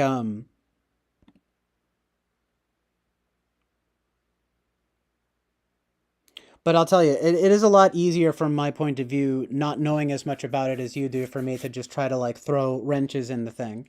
And I do have the advantage of being on the stream right now. Like he says this too. Karma's Pimp says morality is certainly objective, right? Exactly, but you know, Melting Zero says, yeah, well, it is probably a problem when I'm on the stream instead of talking one on one that I get my feathers ruffled. Yeah, but anyway, it's like I'll try my best to sort of make sure, like, I want to make sure everyone feels like heard. I take you seriously. I take everyone who comes on here seriously. I don't. There isn't really anyone that comes on here where I'm like, I can't even take what they're saying seriously. You know. Um.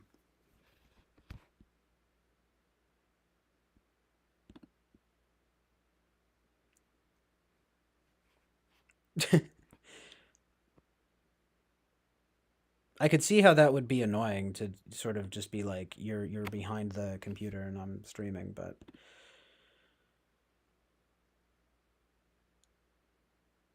you know, we can talk separately on Discord or something. Karma Swim says consensus on what though? Like I can agree someone who only knows Chinese can't communicate with someone who only speaks English.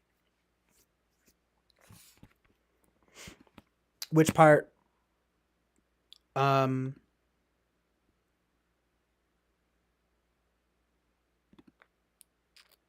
like which part about consensus? Cuz like I was talking about right now like logical consensus about typology. Mouthing Zero says, I'll say this. I'm doing a bad job almost always for people to understand what I exactly mean. Um, no, I mean, you're doing the best you can, Mouthing Zero. I don't think you're bad at explaining anything. I mean, but Carmen Swim says, it's much easier on your end, CJ Lol. I do have the advantage, but look, guys, if you don't like it, fuck off. I'm just kidding, but like, I mean, what are you supposed to do? This is my stream. Like, this is I and to be honest, I benefit from being able to talk in this way because you have to listen. I'm just kidding, but no, because honestly, what it is that I can express myself as fully as possible so that you don't miss anything. Like, um, but if it's like, you know, too frustrating, then I understand, but then why would you even want to come on the stream, you know?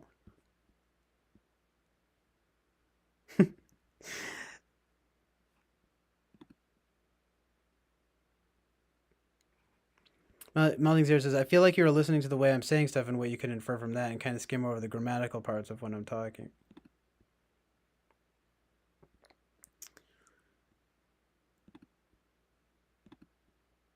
It's like, uh, there might be things that I'm like, not. Do you mean right now?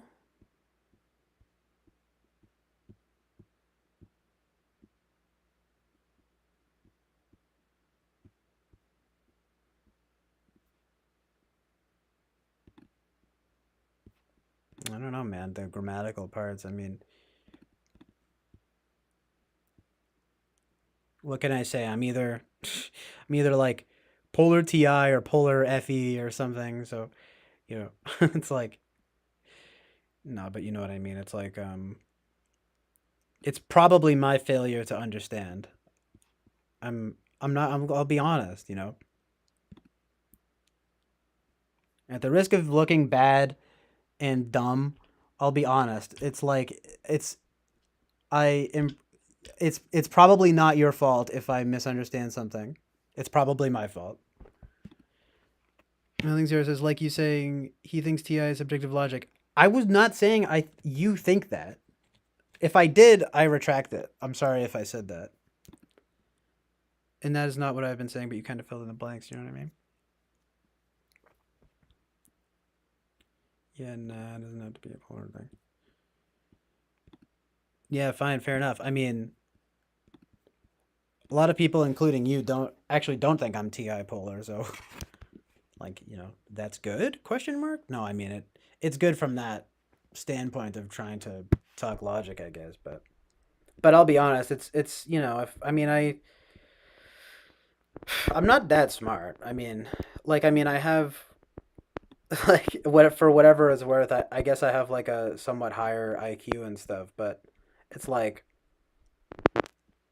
I'm prone to misunderstanding. My like language, I'm where I like excel at, I think, is like in language and stuff, and just like getting general senses about like, and working with so-called intuition and feeling and stuff. Again, just my own like take on it, but like when it gets into the ST stuff, it's more like the NF stuff. But when I get into like the ST stuff, primarily the S stuff and not as much the T stuff. From what I know about it, I probably don't know as much as Melting Zero. No, I'm just kidding. But literally, him and like a lot of people. But um, I would say then I might start running into like more trouble because I might just not be processing it properly or something, Because it's like Melting Zero says, oh, "Okay, now I was wrong about what you have been saying, lol." I don't know. Yeah, okay, right. It's like right. Finally, we concede on that. No, it's cool, man. Karma Spam says, "What do you think Ti is, MZ?" Well, I'd like to. I do want to know that. We were getting at it, but I would really like to hear it in like a concise kind of like way, a non-expedient way, as you put it. Um, he says objective evaluation of things that have open source access to everyone, like logical operators, grammatical language. Well, the thing about language is definitely like congruent with what Eric says, and we were talking about that, how you get almost like neatly packaged arguments that way. I mean, logical operators though, I kind of have to look up what that means. Like a logical connective, a logical constant. That makes sense. But it just seems to me that the constant though has to be, when I'm looking here at the Wikipedia, it says a logical connective is similar to, but not equivalent to, a syntax commonly used in programming language called a conditional operator. See, but I'm like, but it's like by your own admission, isn't TI conditional? By Eric, everyone says this, that it's conditional. So how can it be both like objective and conditional?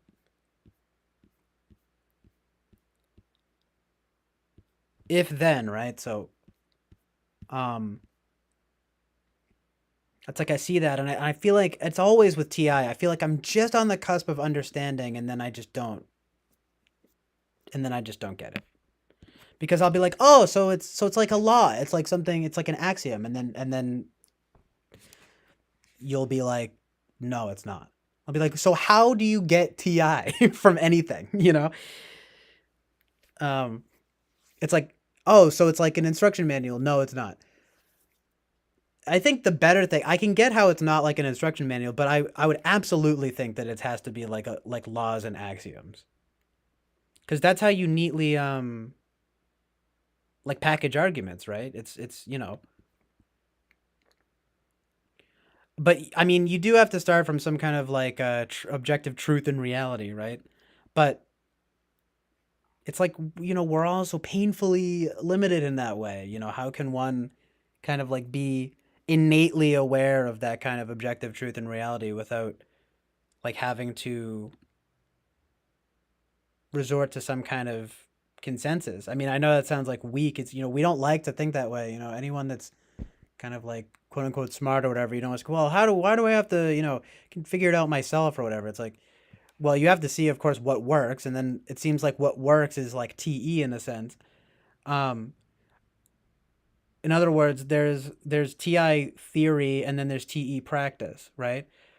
But I have a feeling that Melding Zero will say no, it's not like that way, and it's like, why? How is it not that way? Because you're saying, well, you break these things down and it's very clear like binaries between these things, and I'm like, totally right, and that's why we should be pursuing this as like a science, but TI can't just be everything. You know what I mean?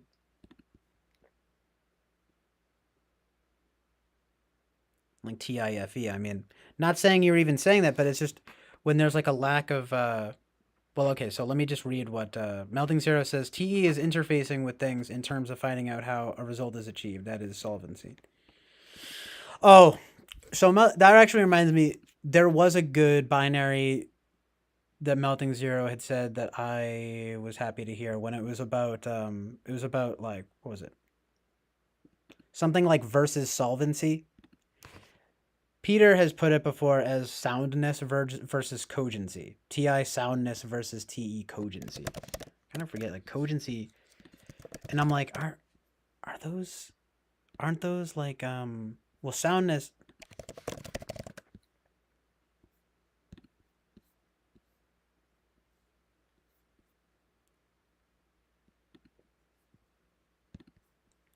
Before I get into the definitions of that stuff, I would like to just like hear what Melting Zero has to say.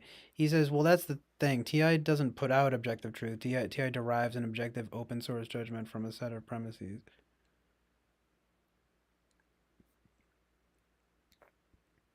But whether the premises are true and how much you can do with logical operators, these are your limits. There's no knowledge to the functions. Integrity versus solvency. Thank you. So it's like an argument that can hold up over time, right? Like that's what makes something have integrity. There's like TI integrity.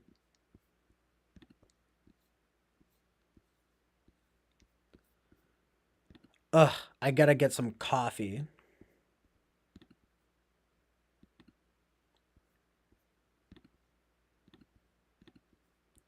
Anyway, I will say this, just in case anyone doesn't get the vibe by now. Melting Zero definitely knows his shit. He knows more than me about this stuff.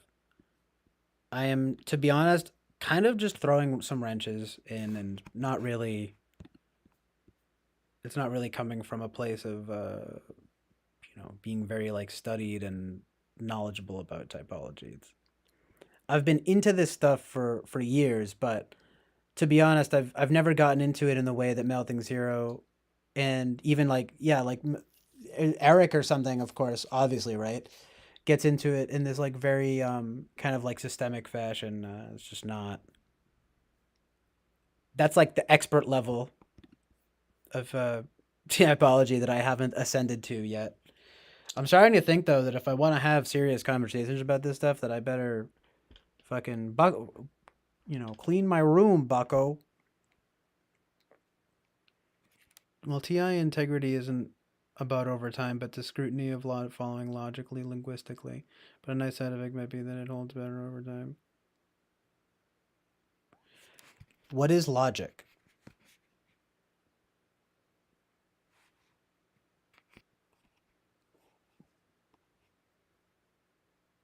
Like, I get what you mean by scrutiny of following linguistically, but what does that mean to follow logically?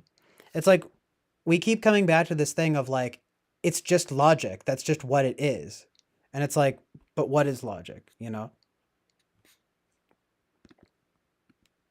I'm genuinely asking too, by the way. That's not like a loaded question. Because to be honest, sometimes I don't even know what logic is. I have an idea of what logic is, but it's to be honest, it's a little less clear than like emotion, you know? To me, like emotion is easy to understand. Logic is difficult to understand. Not difficult to understand, but difficult to really know what that means. It's like when someone has logic for doing something, right?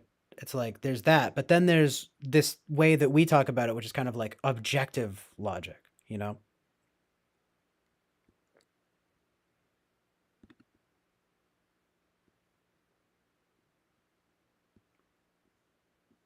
And it's just like, what does that mean?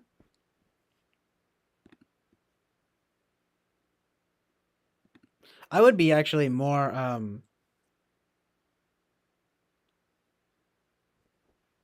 actually I'm not really sure about that, but like when we talk about objective morality, I feel like I get what that is and I can wrap my head around that. When we talk about objective logic, I start to get a little fuzzy, and I'm like, I like the sound of that and I know what that means, but then it starts to break down upon explanation because it seems to differ so much from what, for example, these so-called TI users think. It's like,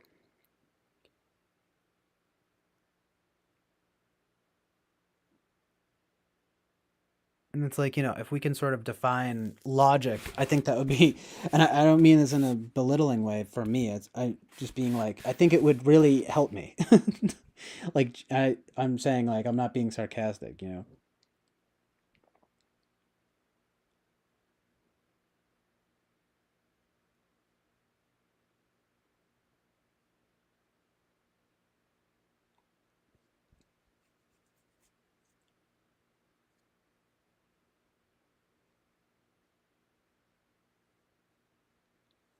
Like, to give an example, it's kind of like, okay, 2 plus 2 equals 4, obviously.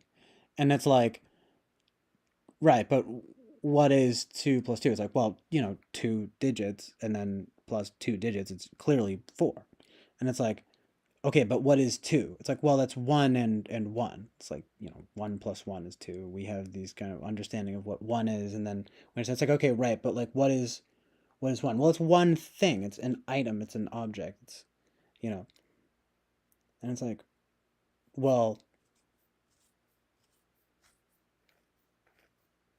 is it infinity? You know what I mean? Like, it's like, no, it's not. It's one, because that's just like objective logic.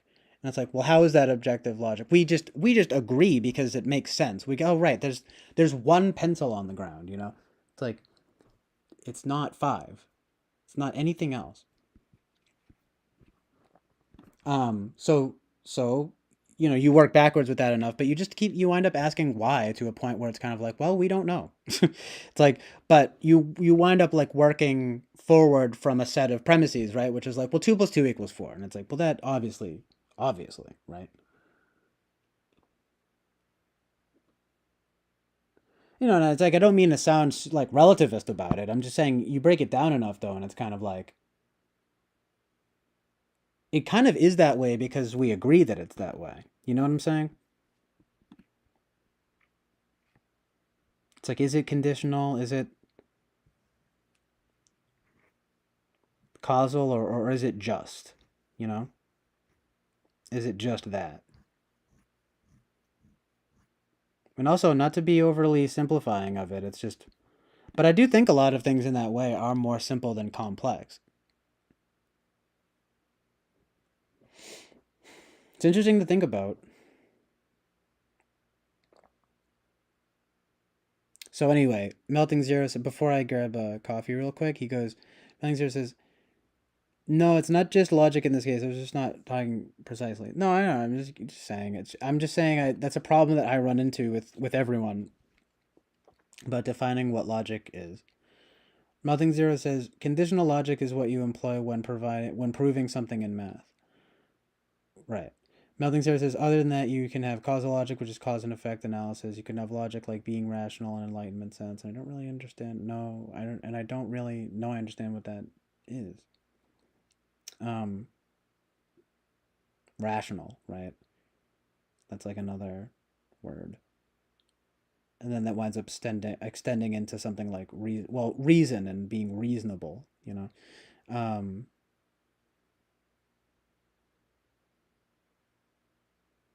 You don't think that TIFE is about being reasonable, though? I mean, I would think that that would be the reasonable functions, and then TEFI would be like it's not reasonable. It's much more like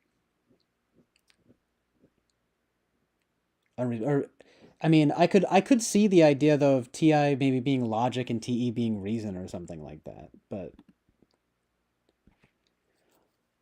logic. It's logic is such a strong word. You know.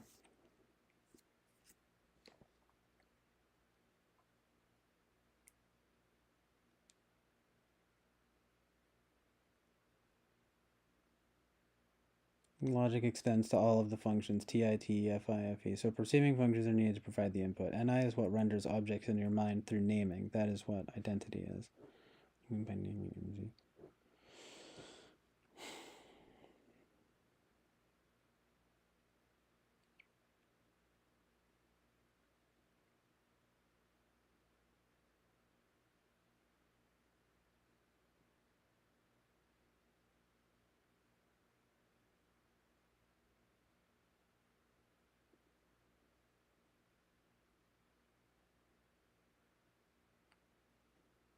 Well,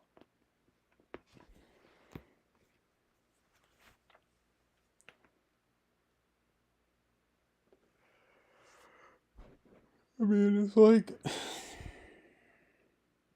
so there are different kinds of logic, but we don't know what logic is. It's the nameless, elusive thing that comes from what we basically understand to be kind of being intelligent or reasonable, basically trying to be objective. When we try to be objective about something, that we wind up having logic to the situation.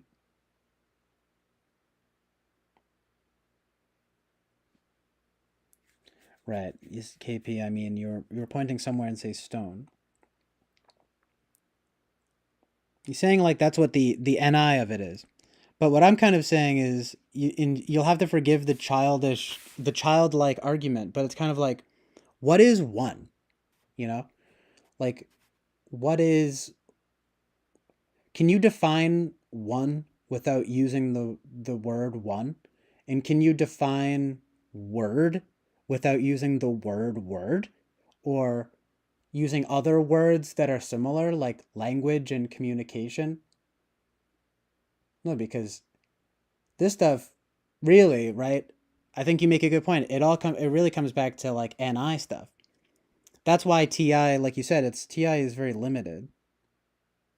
I agree that we don't know what logic is. It's very loaded. To understand what logic is, to understand brain operations that psychology does not yet see through. Well, I mean, well, I like that, we agree on that. He says, go get your coffee, winging emoji. Yeah, right. Well, good timing, bro. I do appreciate the conversation. Hold on one sec. I gotta get my waves going.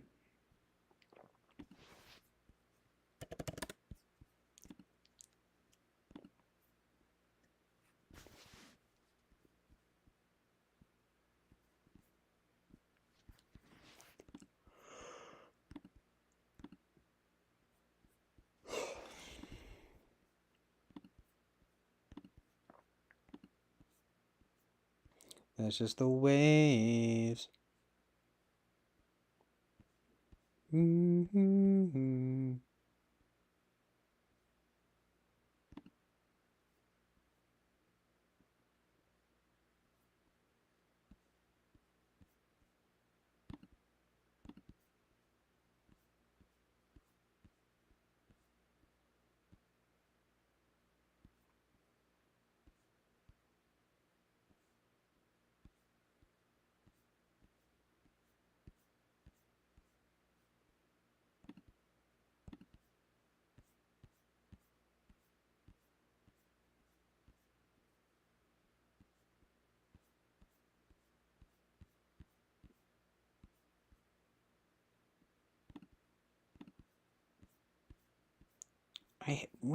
Hold on. It's like my tranquility. Yeah, there it is.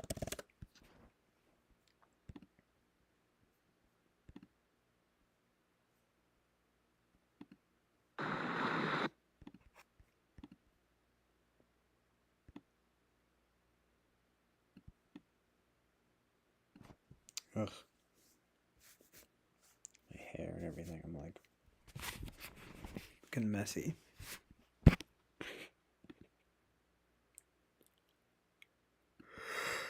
Okay, enjoy the waves. It's a little loud.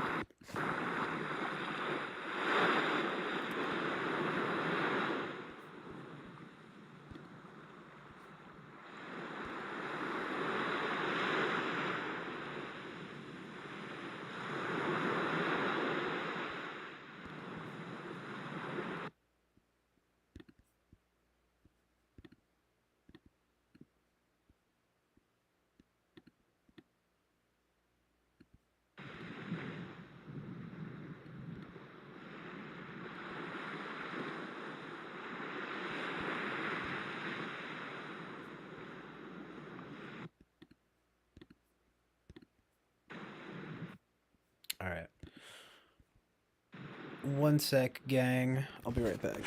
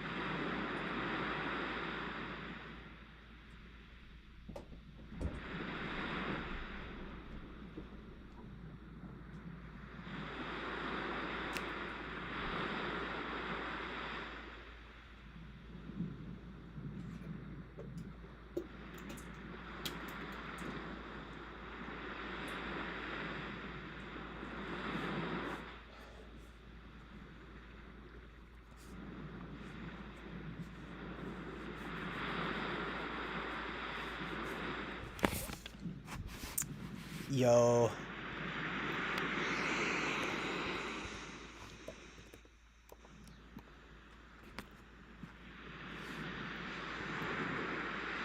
I'm back in the New York groove.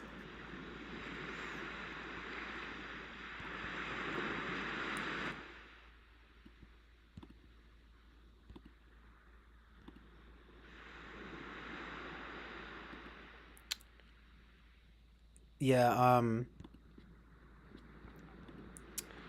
just to kind of like put a cap on that conversation and kind of have you melting zero and kind of everyone understand where my feely feels are coming from on this. It's like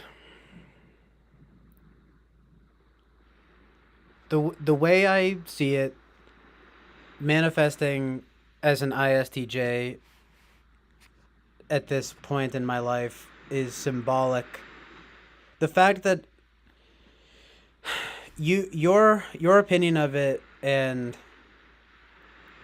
so far there are, to my knowledge, 3 and maybe 4 people who think that, but handfuls of other people who think that it's not that ISTJ. And I think it's more reasonable to think ISTJ among others, but I see as more symbolic of like unhealthy behaviors manifesting as symbolic of who I actually am. It's something to consider, and I do think that I probably exist somewhere in that kind of like Delta Quadra spectrum.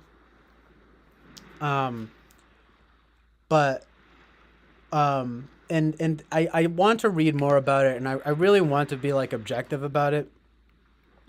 But first of all, there are lots of things that don't make sense about it, and I'm kind of done talking about it, but it's like there are lots of things that don't make sense about it, but there's also like an inherent negativity to me about it because it seems to say something like uh, you're fucked forever. Like you you have like become this thing that you're not. Like you manifest to people like congratulations CJ, you did it. Now people think you're an ISTJ because you were just so fucking rigid and you know OCD, it's taken over your life. You fucking you've become a lot more, you know, conservative, become a lot more Christian, which these things are good, but it's like on the other hand though, and then there are the things where I look at ISTJ and I think these are things that I'd like to be. These are things that I'd almost like aspire to be. But they're not what I am now.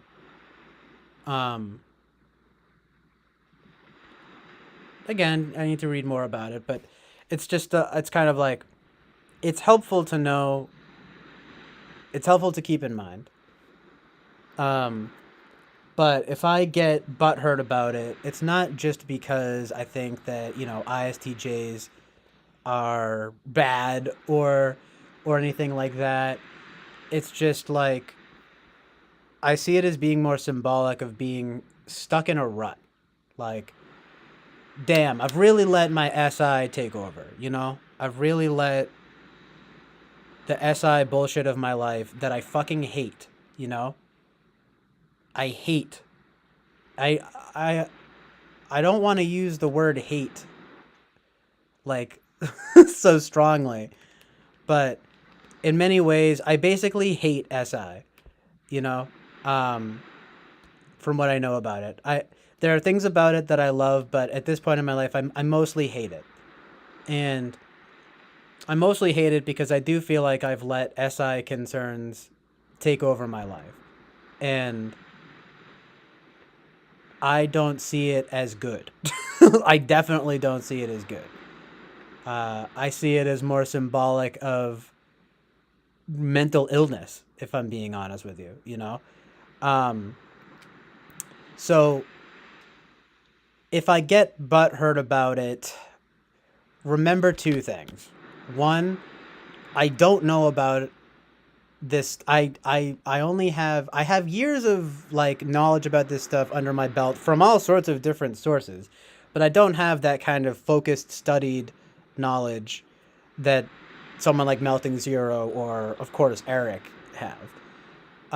So that's the first thing, and then second of all, just remember that when I hear ISTJ, my mind goes to like how I am in this like unhealthy, depressed like state, and how I don't want to be that. Uh, Although I can imagine a future where maybe I'm supposed to be that. You know what I mean? Like and because I see those traits as being like aspirational. You know, I want to be good at SI. I want to be good at TE. You know, but as it stands, I'm not good at those things, and SI especially gives me a lot of trouble. SE gives me a lot of trouble too. Um, I think I'm decent with TI and decent with TE, but I feel as though I've spent so much time. I mean, there's one thing, there's being unnatural with certain things, but then there's also just how I've lived my life up until now. And it's like when I think of the NF functions, I think of like what I'm good at. What I like prefer, what I'm good at. Um so it's like when you come in with ISTJ, I'm thinking, okay, well that's not radically different, and I'm not stupid. I can see why you would see that, and I can see why it would be possible, you know? Um but what I'm thinking is like, damn, I must be like really fucked up. I must be a really fucked up ISTJ. And then I'm also thinking, oh, even if I am an ISTJ, and even if I am a fucked up ISTJ, there's still like the problem of that, like I'm manifesting as that in the first place. It's a question of like, is that my true nature? Am I backwards in that way where I'm acting more like an ENFP or something like that, and that's the problem? Or is it the other way around? Well, it just seems to me that it would be more like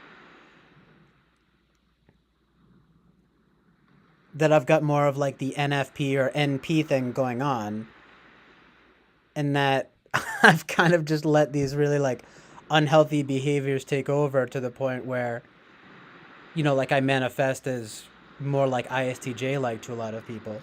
And in some ways that's intentional, and in other ways that's unintentional. Like I want to appear competent. I'm not saying that NPs don't appear competent, especially NTPs. Right? We know how that game goes, right? They're the most competent, right? No, but you know what I mean. It's like Eric, right? I mean, logically speaking, of course, at the very least, he's very competent. Um, but it's. I feel myself. We talk about these things. I talk about all sorts of things where we get into a realm that almost makes me feel polar TI in some ways too, almost like embarrassingly so, because I start to feel like I'm reaching or like straining to like keep up, and I don't know, maybe it's just because it could be something just as dumb as how I smoke weed and how I'm a lot more slow, and I'm a lot more in that spirit, very like SI oriented, I'm kind of predictable in that way. I have like I've said, my anti-routine, but I have my routines in that way, uh, again, very love-hate relationship, but kind of mostly hate. And it's like, I would do well to integrate that. I would do well to look at it from this point of view, that, for example, that Melting Zero and a few others are um, explaining. And I don't think it's as far off as Eric has made it sound. I like when Eric and everyone, gives me the nice little, oh, because I felt really good about it last night. I'm like, oh, well, okay, it's still people in the minority that think that. Well, whatever. I shouldn't just put it off because I don't like it or something. And I should entertain the idea that to become fully integrated might look more like an ISTJ. But I definitely feel like happier when I'm like engaging in kind of like so-called NF realms and mostly like TE realms. Like I said, like NETE stuff. Um, and I don't know, maybe everyone kind of feels that way to some degree, at least with TE, because, and even like SE, right? You just kind of feel like yes, I'm engaging with the world, I'm being productive and positive. Um, but just something about the ISTJ thing, it's just, forgive me for being a little bit butthurt or something, because I see it as more symbolic of unhealthy behaviors and depression. It's like, and ultimately, like, I was gonna say something else. I'm sorry, I forget, but it's like just like what I'm paying most attention to, and then therefore what I think that I'm good at. And so anyway, I think what I was gonna say is, yeah, it's not radically different. Like it makes sense that people would think ISTJ.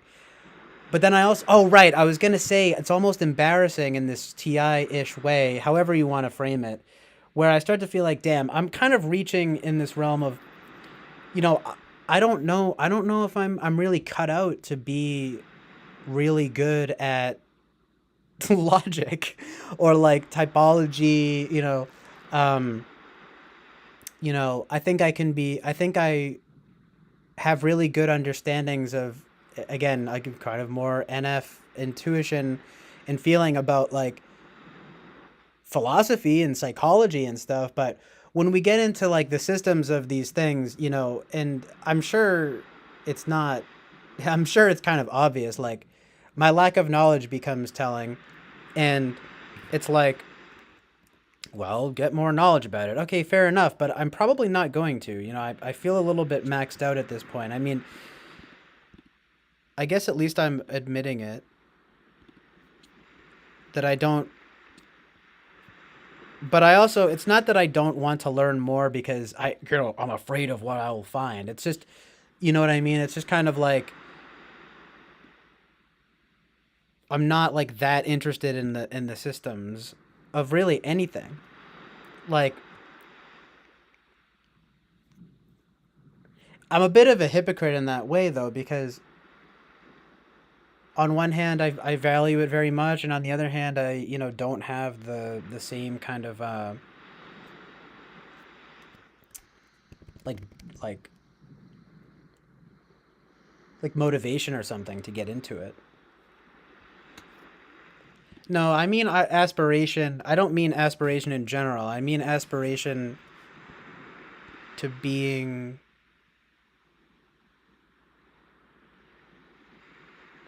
Well, anyway, hold on. You can see where you're coming. Well, anyway, I appreciate it, Melting Zero. He says, "Yeah, I can see where you're coming from." And Karma's Pimp says, "Well, first of all, Karma's Pimp says all fully independent." I don't know what you're talking about. Wait, MZ didn't say these unhealthy behaviors. I know. I'm just saying how I feel about it. Melting Zero says, "Yeah, I can see where you're coming from." Karma's Pimp says, "Eric made a short on ISCJ." Melting Zero says, "Yeah, KP, I think he's just telling his landscape. It doesn't sound like he means me." Yeah, no, I don't mean you, Melting Zero. Karma's Pimp says, "What exactly does SI Dom mean?" Melting Zero says, "You value feeling comfortable. You value things fitting in with your history and past experiences." Melting Zero says, "It makes sense that you would associate it that way. I can't blame you for not wanting to be an SI Dom when you tell it like that." Jordan Peterson knows we NTPs are on the top of the competence hierarchy. Lobster. Right. Concept says, "So do ISTJs like aspiration?" I still don't know why, CJ. Don't know why what. Karma's Pimp says, "What's the FE polar MZ?" Melting Zero says, "Yeah, damn, man. Yeah, it must be hard stuff to deal with ontologically. I think I appreciate you opening up, and I think you deserve a lot of respect." Well, I mean, thanks, bro. I'm not trying to... I do want to be real about it, and not try to frame it in some way of like, oh, I. I actually know better, and I mean, I think I know best about myself, but I also don't think that I know best about typology, and it's, ISTJ is still probably like top 5 possible types. In fact,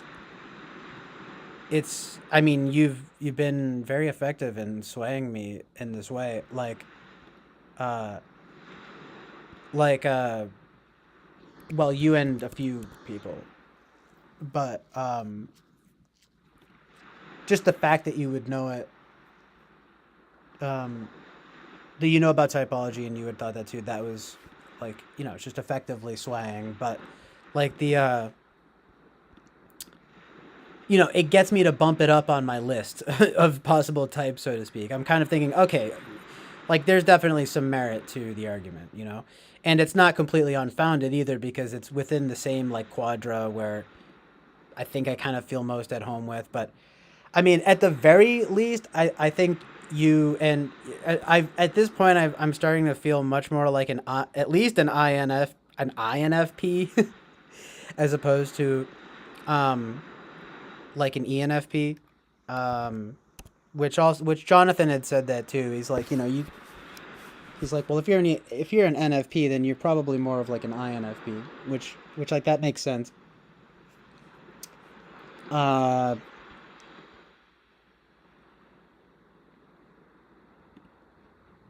So like it has me making some considerations, and I don't and I want to like keep this stuff in mind going forward, and just to be open about it. But I sort of like, I mean, I'll tell you one thing. I mean, I was very much an ENFP growing up, especially as a kid. I mean, just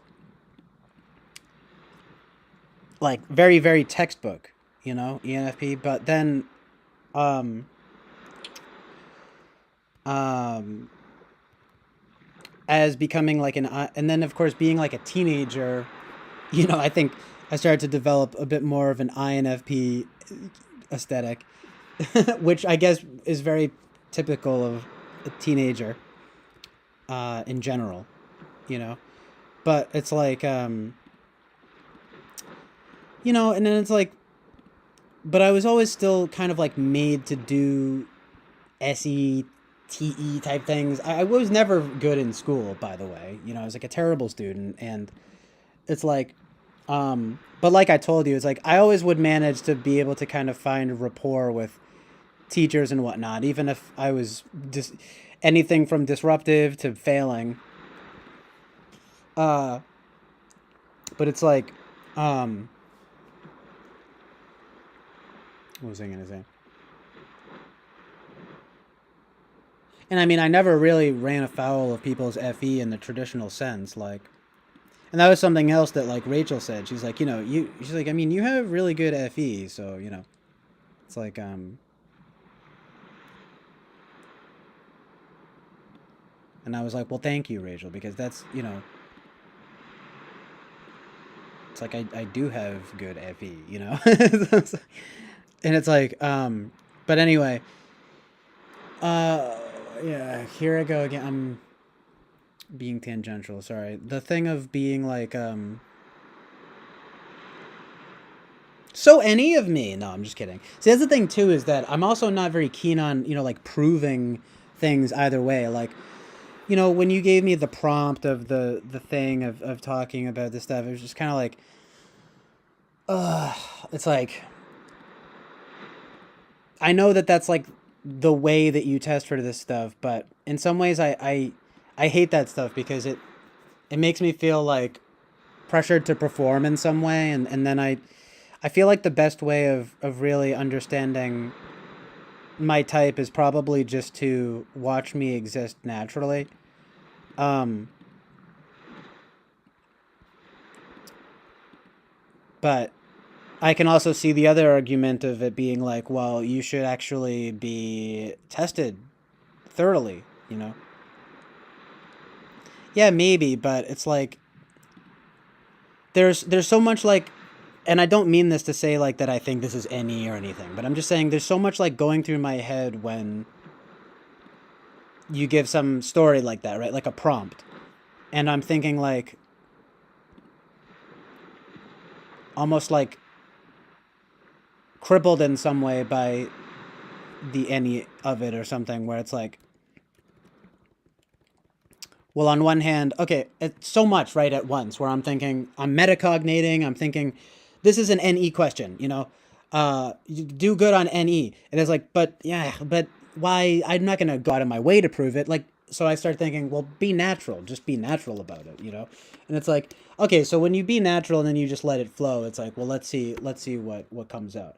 And, you know, it's like what comes out then in this case is not going to be like overtly NE. Like a lot of stuff that's overtly NE is often very like stupid. And you know, it's like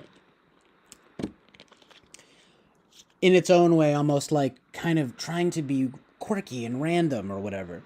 And I totally relate to how Eric explains it. It's like, no, you want to have like NI resonance and you want to have like all these things. I'm just too focused on quality, man, you know? No.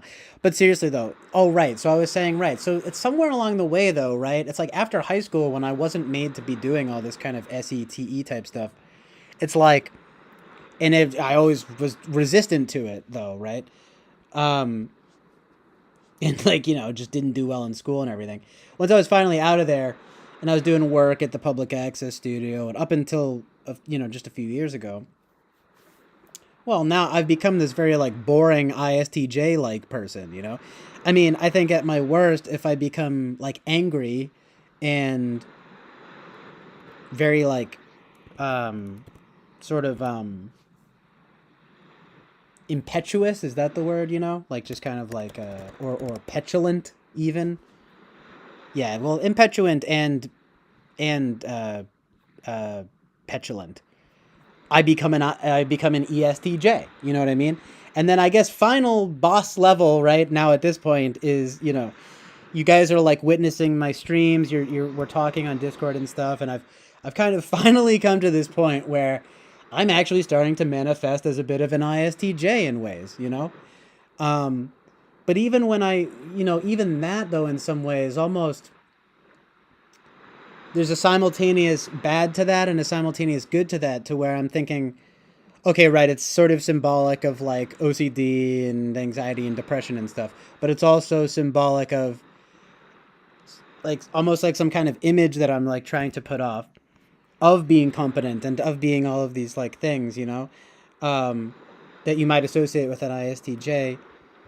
Um, I mean, and you know, you say it's not these things, but I'm just saying you rattle off the list, right? It's like, you know, I talk about he's like a conservative Christian. He's, you know, I'm really interested in objective logic and competence and stuff, and it's like yeah, that's so true, but it's also because I feel like I've also like run afoul of the problems of being a so-called NFP. Like, I'm just saying though that if you're going to go by like what stands over time, it's probably something more like an NFP or like maybe an ENTP, which like Eric thinks, but you know, um, and I guess this other guy Ruben, but like, um, now you know it's like hopefully in my rambling, it's you and anyone, you melting zero, and anyone can like understand what I'm kind of getting at here.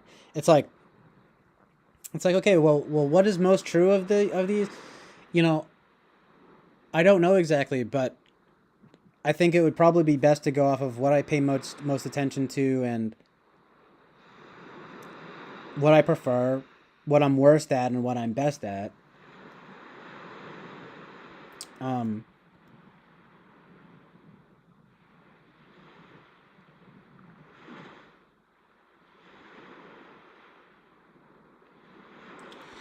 so it kind of has me at a bit of a crossroads, but I think it's pretty narrowed down at least to Delta Quadra. Anyway, Melting Zero says, and perhaps you would be better off not throwing yourself at typology. I mean, I'm willfully ignorant about a lot of stuff because I feel uncomfortable with going out there and taking it on. I think that the way I want to engage in finding out whether you're an ISTJ is in a frame that you will find out you're not a fuck up. Although you might find you have other strengths that you want. Yeah, I feel you. It says also it's typical for children to express more NE in spite of not being an NE user. It says true. All of these mental programs can skew a test result.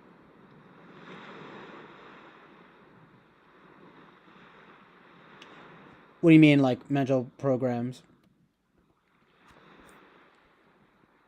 Oh, just kind of like knowing in advance what these things are gonna kind of like be. Yeah, it's tough. I mean, you have. I think you have the right idea of kind of. You should probably catch me a little off guard. Kind of. I think there's a way of, you type people probably best if maybe they don't even know they're being typed, which sounds bad and kind of like covert, but I think you probably know what I mean. Um, like I said, you say I'm gonna test your NE, and immediately I started thinking, I better be good at NE, but then I'm also thinking, oh well, no, I don't want to be good at it. I just want to be natural with it. So so then I'll like try to do that, but then on the other hand, I also want to be like, make it funny, make it like good or whatever. It's kind of like NI stuff, maybe, right? I guess make it NI resonant or something. I don't know. Like, so you just wind up focusing on these things that it just winds up like not being helpful. But anyway, it's funny because I've always had this incredibly weird like NESI axis thing of, because like even when being I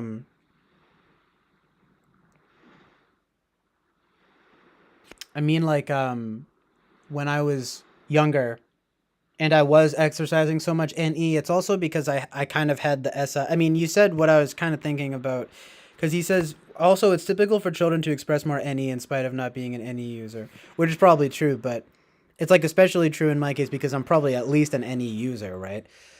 But I'm saying like there were even like kind of odd, quirky things I would do as a kid that were kind of SI, like like perfect example, right, of this weird NESI relationship I have. Like I would come up with lists, like, and I've always liked doing this thing of like lists, like very SI kind of stuff, but it would be of like made up band names and songs and stuff like that, or even maybe just real. It could be real songs and stuff that would be more like SI, but there was also NE stuff and like all making up words and like language and stuff and I'm not saying this stuff to just try to like flex about oh so creative, right? Whatever. I'm just saying what it is. Like, I started using the computer at like a very young age, and so I just type stuff and get into music and like I mean, it's just all these like typical kind of examples I could give on and on about being so NE. Whoa, but it's like I mean, you at least seem to have an idea about the ISTJ that's a little bit like nonconformist, which ironically, right? The conformist, haha, ISTJ, conformist, whatever. But it's like, because I think you're right that there's a lot more to them than that. Um, but again, yeah, I think I'm pretty much said everything there is to say on that. But I'm kind of saying it's funny though, because there's always been this strange balance. Like I'm either the most ISTJ ENFP or like the most ENFP ISTJ. Do you know what I mean? And like I guess either way, maybe I'm kind of unhealthy. So then I started thinking, okay, well, like what is really going on here? Well, then I must be like an INFP. But then people are kind of not feeling that one as much as like other types, I guess. And that's like, okay. I mean, um, but it all just gets a little bit like ridiculous to me because it's like, right. So I think that I could be an FI Dom and then meanwhile Eric thinks I'm an ENTP. It's like, what? And FI Polar. But then I go on, I mean, there's a general consensus going on where I feel sort of like comforted in knowing that I'm pretty like congruent with what I'm good at and what other people like see. It's just that ISTJ naturally, right? You kind of have to like reconfigure your understanding of what you're actually good at. And I can't help but take it as I don't mean to indict you Melting Zero or anyone, but I can't help but take it as not necessarily even like first of all like maybe a little bit insulting, but also more like a little bit like just depressing. and also not just depressing but symbolic of like depression and like mental illness and problems, like not being like a reflection of like my true self or something, like and just a kind of sadness at just like becoming like so rigid and SI centric, like just like letting this stuff kind of like take me over and become me. Like it's not how I want to be. Like I really want to be like almost like an explorer of some kind, but I feel like so hindered, you know? And it would be interesting to consider like, well, maybe I feel hindered because I'm not meant to do that, you know? So it's like it's definitely like a worthwhile consideration. But then I start to think, well, I must be meant to do it because I'm good at it and I feel good at it. I feel good doing it and everyone seems to think that I'm good at it, you know, these things. So um and these things, by these things I mean what we basically call stuff like NE stuff and to a lesser extent, I guess maybe, well, cause see, it's hard to comment on the other stuff, I guess, for people, but I want to say FE stuff, I guess, you know. Um, like I mean, you know, to some extent it's like FI, you know, then to some extent it's like basically TE. But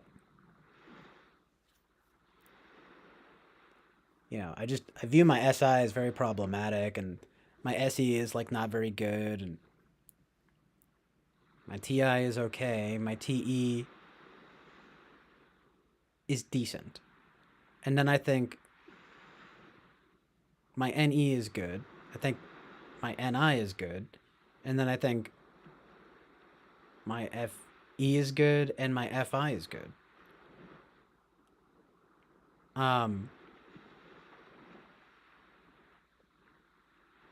and like the feedback that I tend to get is like generally congruent with this understanding that I have.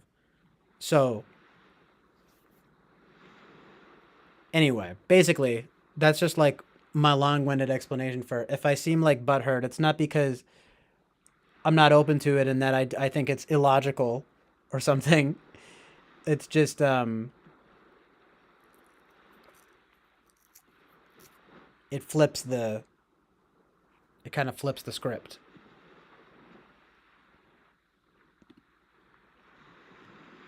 It makes one consider like what does it mean then for me to like be what uh like what I ought to be, you know what I mean?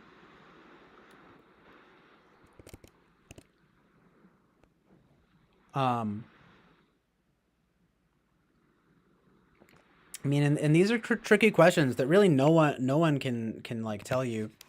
And I understand you're only giving your you know what you observe and you're well versed in typology and everything. Um, and furthermore, it's like you're not the only person who like thinks this way, but um, it's kind of like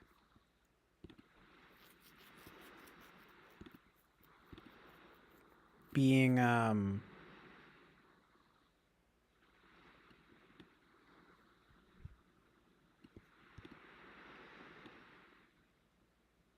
in some way like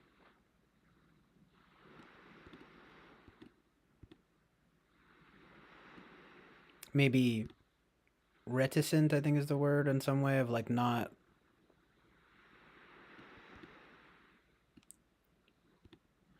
wanting to too radically alter like my conception of myself, because still it's like for one reason or another, like most people don't get ISTJ vibes from me, but some people do.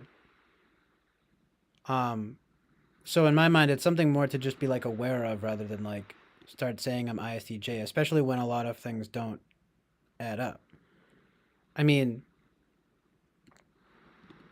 but there are things that do add up. It's just I'm sorry, I'm kind of talking in circles now, but it's a little bit like I have to kind of fall back though on like what I am good at, what I feel good doing, and like what is, I mean, helpful, what feels right. And I want my like list to load, my types list to load, because I can't seem to find it right now, but I might get an idea of, because to be honest, I think I'm without having the like a really astute knowledge of this stuff, I think I have a pretty good, like pretty objective list of possible types.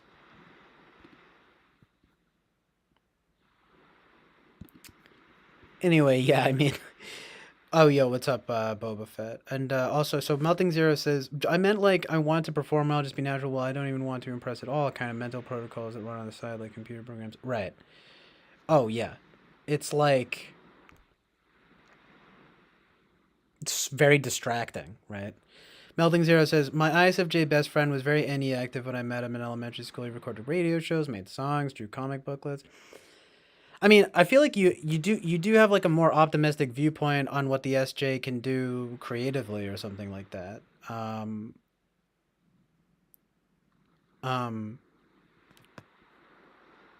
but in some ways, I almost feel like, well, in some ways, you're much more like strict about certain binaries. You're also somehow like not strict about certain binaries because the thing is that if you're talking about an ISFJ or an ISTJ, there's always going to be some kind of seeming like strain with that kind of NE stuff. Like I know ISTJs and I've talked to them and I've gotten along with them, people that were on the whereby, but they were always like the Squidward to my SpongeBob dude. Like they're like, and I think I told you about that kid I knew I didn't really get along with. He was probably some kind of IXTJ or something like that. I don't even know what type he was. He might have actually been an INTP. I'm not sure. Either way, though, I was young and immature and like you're kind of disruptive and not really like helpful in that way. Just I could be kind of annoying. Um, so, but still, it was very like telling and like the guy who I talked to on the whereby he just had this voice. He was kind of like yeah, like and it's just kind of like he literally like kind of sounded like Squidward. He was also, I mean, this was before I had kind of like gotten more into this stuff, but he was definitely very conservative Christian. Um, and I mean, I always felt like I felt where he was coming from, but that I was certainly like the ENFP to his ISTJ. And then there was another, you know what I mean? But it's like in another way though, I go on TWFP and stuff and I'm like, yeah, that's right. Fuck yeah, building me up. But I realize though that it's not like you're trying to like cut me down or like humble me. I'm just saying like if you know what I'm saying, it like sincerely it's helpful to know.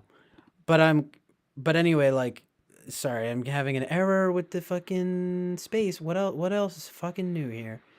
Um I was converging to a main point. Um oh also yeah, the creative thing, like I mean, it's a bunch of bullshit. I mean,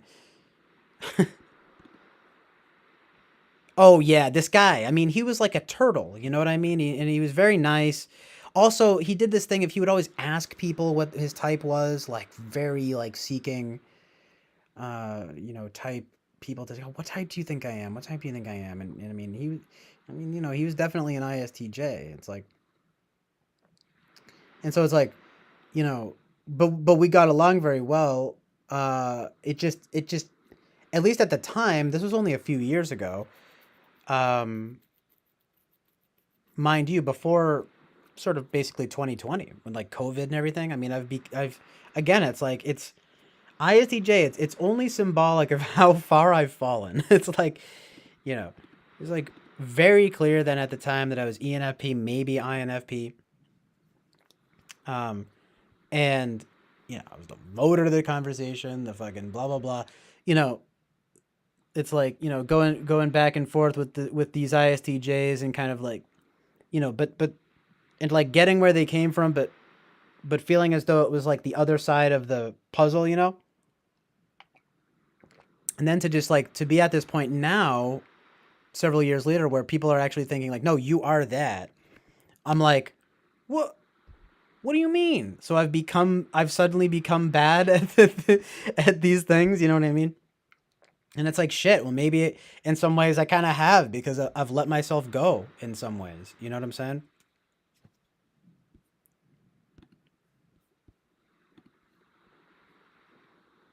Actually, it's almost the opposite. It's not that I've let myself go. It's that I've almost like constricted. You know, become this ISTJ. You know what I mean? I've hardened like my shell. You know, and to the point that it could even seem polar fe. It's like fuck me. You know, I like, you know, I don't really like identify with that at all. You know, it's like, but then there are these aspects where I do. It's just like, but like by and large, I don't, and I certainly like don't like want to like be perceived in that way. So anyway, yeah, it's like if it comes up, if you know, it seems like butthurt. It's like that's all of that is basically why. But it's certainly no excuse to not be like open to truth and reality, right? Now things are, you know, it's like it's that's what's most like important.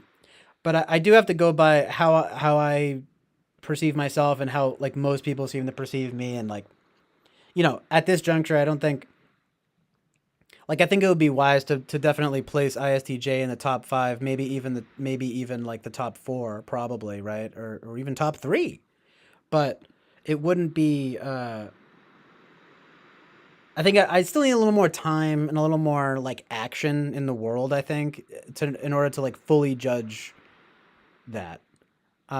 Because I think honestly, it would be like a bit of adjustment, a bit of an adjustment to like to really be like viewing myself in that way. You know, it would almost feel like starting from square one in some regards.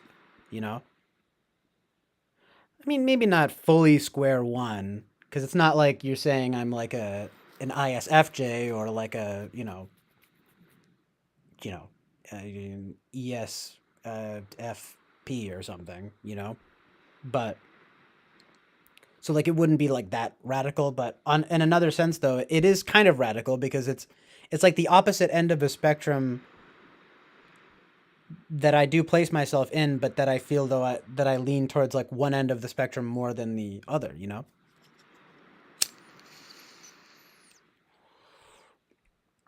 Anyway, it's reasonable. Whether or not it's like conducive to improvement, we'll see. It's I think it's good to consider. But right, I'm just like I'm not fully swayed on it being like final in that way. Because right, so melting says I always feel confident when somebody explains rather about her because then I don't feel like it's about me. Yeah, no, it's like there are some qualms about that I have with typology in general, but it is in essence there's a bit of like personal, like, you know, just personal stuff that kind of like appears. Um, I you know it's like I don't want I but I don't want it to blind me to being objective. Um, I mean, if anything, if I've learned problems with being so-called NFP or whatever, right? It's kind of like, well, let's just say Delta Quadra, right? Because they can all be that way. But it's like, in some ways, my like pursuit of objective logic and stuff like that comes from like understanding subjectivity and the limits of it and the problems with it, you know? Like my problem with a lot of so-called NFPs tends to come from this very like fact. I think they're just like way too subjectivist and relativist, and like they shoot themselves in the foot in that way because then they're not able to like engage in discourse in a way that's like actually like meaningful or like helpful, you know?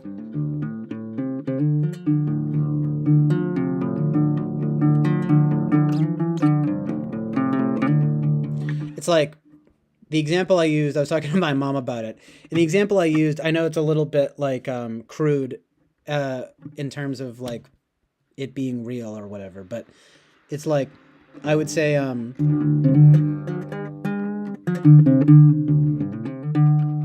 kind of like the ENFP is kind of like Black Lives Matter because I'm not black, right?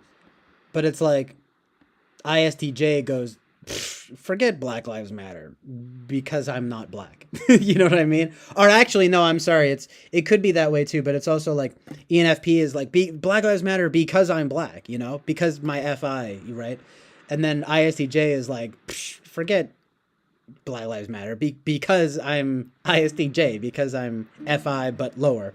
So I'm thinking, because it doesn't apply to me. It's like it's this going from like extremes of like this applies to me and then this doesn't apply to me.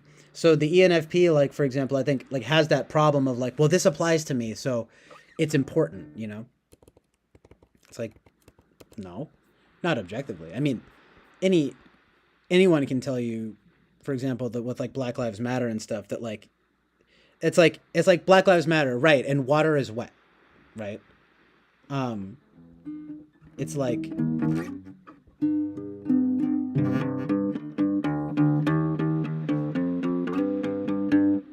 but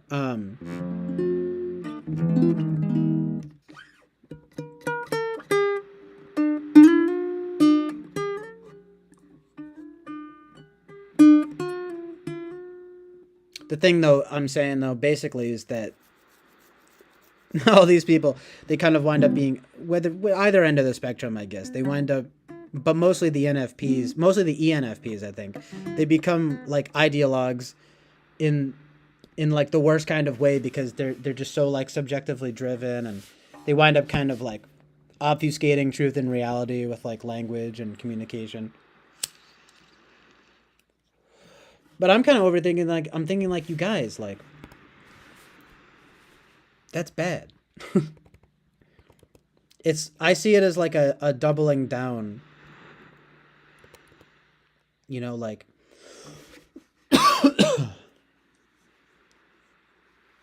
it's like, let's insist on identity politics because of my identity. It's like, oh, okay, so it's personal. It's like, well, at least admit that it's personal and don't try to make it like it's objective truth and reality, right? Because what I'm actually saying is like Black Lives Matter, for example, that slogan, like that is objective truth and reality, but a lot of the people that say it aren't talking about objective truth and reality. They're using it as like an ideology. They're using it to become an ideologue. It's like with feminism, right? Like the tenets of feminism, it's like, yeah, of course. This kind of brings to mind a video that I kind of wanted to show you guys that I guess I'm an ISTJ for it, but it's really a really pretty brilliant explanation of like woke culture from the perspective of this Christian woman who she must be like studied in seems like theology and like philosophy. And that's where you gotta go if you want to even have a real conversation about this stuff. But the video is called, but anyway, she's Catholic though. So, I mean, I was raised Catholic, but there's things about Catholicism that are weird that I don't like. I just brought this up in Gen X's stream. It's like, the Pope and the Vatican, I think, are very bizarre, if not even, potentially bad and evil. But at the very least, I mean, this video will have to do, because it definitely seemed to be some objective truth and reality, and I would like to see if you guys have any like qualms with it, because I was thinking like, yeah, no, this is it, like this is it right here, like this woman understands the truth, the vibe, the chill island of truth and reality vibe.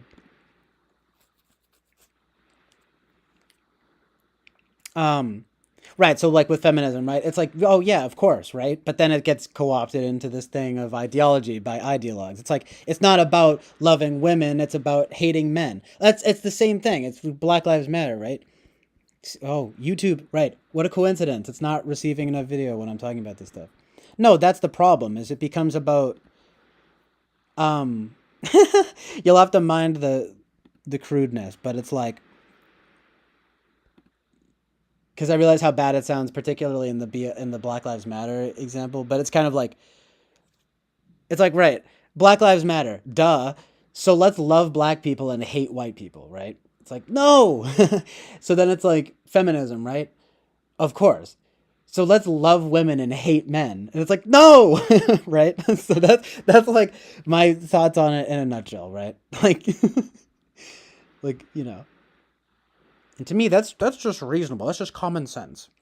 Because I'm an ISTJ. Hey, I'm telling you, there are things about ISTJ type vibes that I would like to be, you know.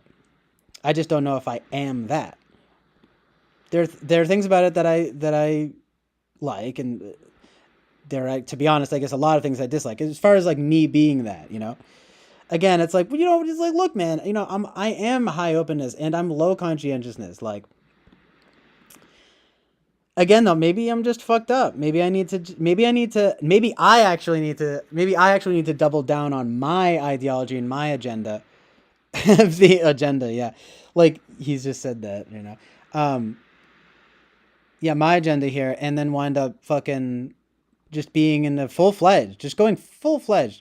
In a way, it's a little bit inspiring. It's like, fuck it. Let's just go full SITE on these bitches. I'm going to tell you guys this is the objective truth and reality, because this is what I saw. You know, this is what I feel. Fuck you. And polar FE, right? Fuck FE.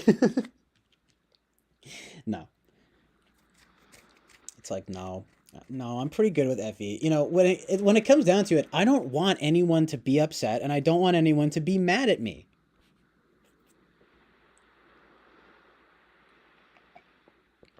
I don't want people to be FE upset, and I don't want people to FI be mad at me. That is to say, be mad at me, right? So, you know, in ways I wind up being wishy-washy on things, I guess. You know, although I am a hashtag woke centrist, right? Um, Maybe a little more right-leaning these days than others, but ultimately pretty centrist. Like, you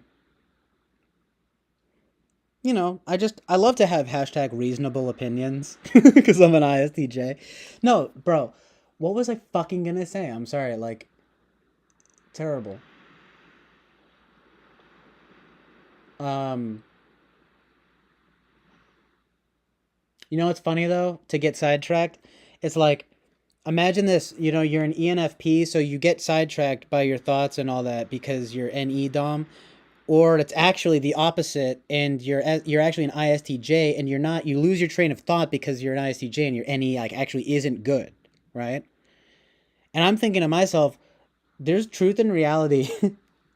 There's like truth and reality in both, at least for me, right? But see, it's this kind of thing that starts me questioning the entire like idea, you know, because I'm thinking like, well, if you can make a case, right? If you can melting zero make a case for this stuff, um, then boy howdy, I'm about to fucking have fun with that, right? We can all have fun with that. I think that's, in a way though, it's why this stuff is so fun and interesting. It's like, I start scratching my beard. I'm like, let me make a case for this thing. You know, it's like, I can do it. I mean, just earlier, I was playing the drums, and I knew someone was going to say something about SE, and then Rachel comes in and is like, maybe see it as an ESTP. And I'm over here to like, ESTP is like legitimately at the bottom of the list in terms of types I think I am. And I'm not saying that to say, oh, you know, Rachel, so dumb to say that. But it's like, but you know where that comes from. It's like, well, Eric thinks I'm ENTP. I can manifest as ENTP. So she's saying like, no, well, actually, look at that, though. There's a lot of SE going on here. So maybe he's ESTP. It's like, I totally get it, right? But on the other hand, it's like, yeah, but that's the least likely for me. And then furthermore, you know, you can make a case for it. Sure. Like, right. Let's make a case. Let's make a case for each type. And, you know, you can make a case for each type for everyone. But see, where I wind up getting to this thing of, I think basically it's like agreeing with Melting Zero in this way of being like, and certainly someone like Eric and all these people, it's like, yeah, but making a case for this is much less likely than this, right? You know, this is more likely than this. Like, so I say let's fucking get some truth and reality out of the situation. On one hand, I'm saying that, and on the other hand, I'm also saying I'm fucking done with typology, because I don't like that some of you think I'm an ISTJ. I'm gonna throw my toys. I pick up my toys and go home, because I'm a petulant princess. No, but a princess like Eric. You know. Also, I will say. Oh, right. The thing about being a kid, it's like the NE playing. It's like you're allowing yourself to play, and in some ways I do that innately, but then in some other ways I'm almost like, well, let's allow myself to do that right now. It's almost like this conversation, right? I feel like I'm engaged in some way that's like, whether it's my idea of NE or not, it's something like, I'm restrained right now. Like, you know, I'm constraining my reality. I'm constraining it because I'm not able to fully pursue the so-called NE tangents. You know, I want to be like free, you know? But then that also gets me thinking, well, then maybe that's because I'm ISTJ. Maybe that's because I need to incorporate that NE more in some way. Feel me, dogs? But there's a case to be made for either. That's what's fucked. Because I'm thinking, yeah, but on the other hand, I really need to get my SI together. Like, no one in my life would tell me that I'm good with SI. You read a thing of SI to people that are like close to me, and they'll be like, yeah, you're terrible at these things. But then I go online and I talk to you guys. People are saying all sorts of things. It's generally within a similar realm, but basically, you know, a few different types.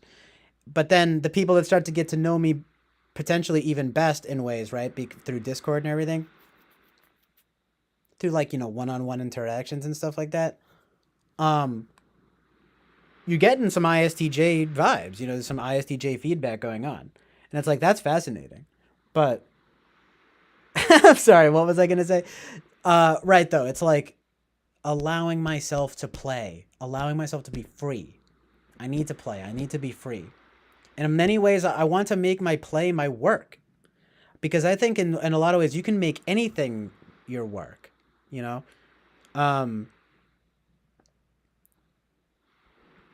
Sometimes I think, well, I don't want to remove the... It's this whole school of thought about you should make your hobbies you keep your hobbies as your hobbies, and you know, and have your work be work. Like that's like how my ESFJ like mom, you know, again, is probably ESFJ mom. She's almost definitely an ESFJ though. Like she's one of these people where it's like, oh yeah, you're an ESFJ. But like, right, it could be the nature of the type. They're a little more easier to spot, but it's like FESI, far as I can tell, it's like, yes, right? She's using that stuff all the time. And with NE, she's very like, she goes to word games and stuff. She likes Mad Libs and, you know, it's like stuff like that. And it's like, isn't that totally part and parcel, right? It's like, boom, and you like those word game stuff. Oh, you're totally right. You're seeking TI and stuff because you're not as good with that stuff. And it's like, but in a way you are, you know, maybe you have a love-hate relationship with it. Because, right, it constrains the FE. So it's like, well, let's not go too hard, right? Like, let's not get too TI about it, because then you're just going to, whoa, you know? But it's like, what was I going to say? Shit. It's like ESFJ mom, right? She's all like, you know, keep your hobbies, keep your work, your work. And I'm over here like, my play is my life, and I want to make my play my work. And in that way, I guess make my work my play.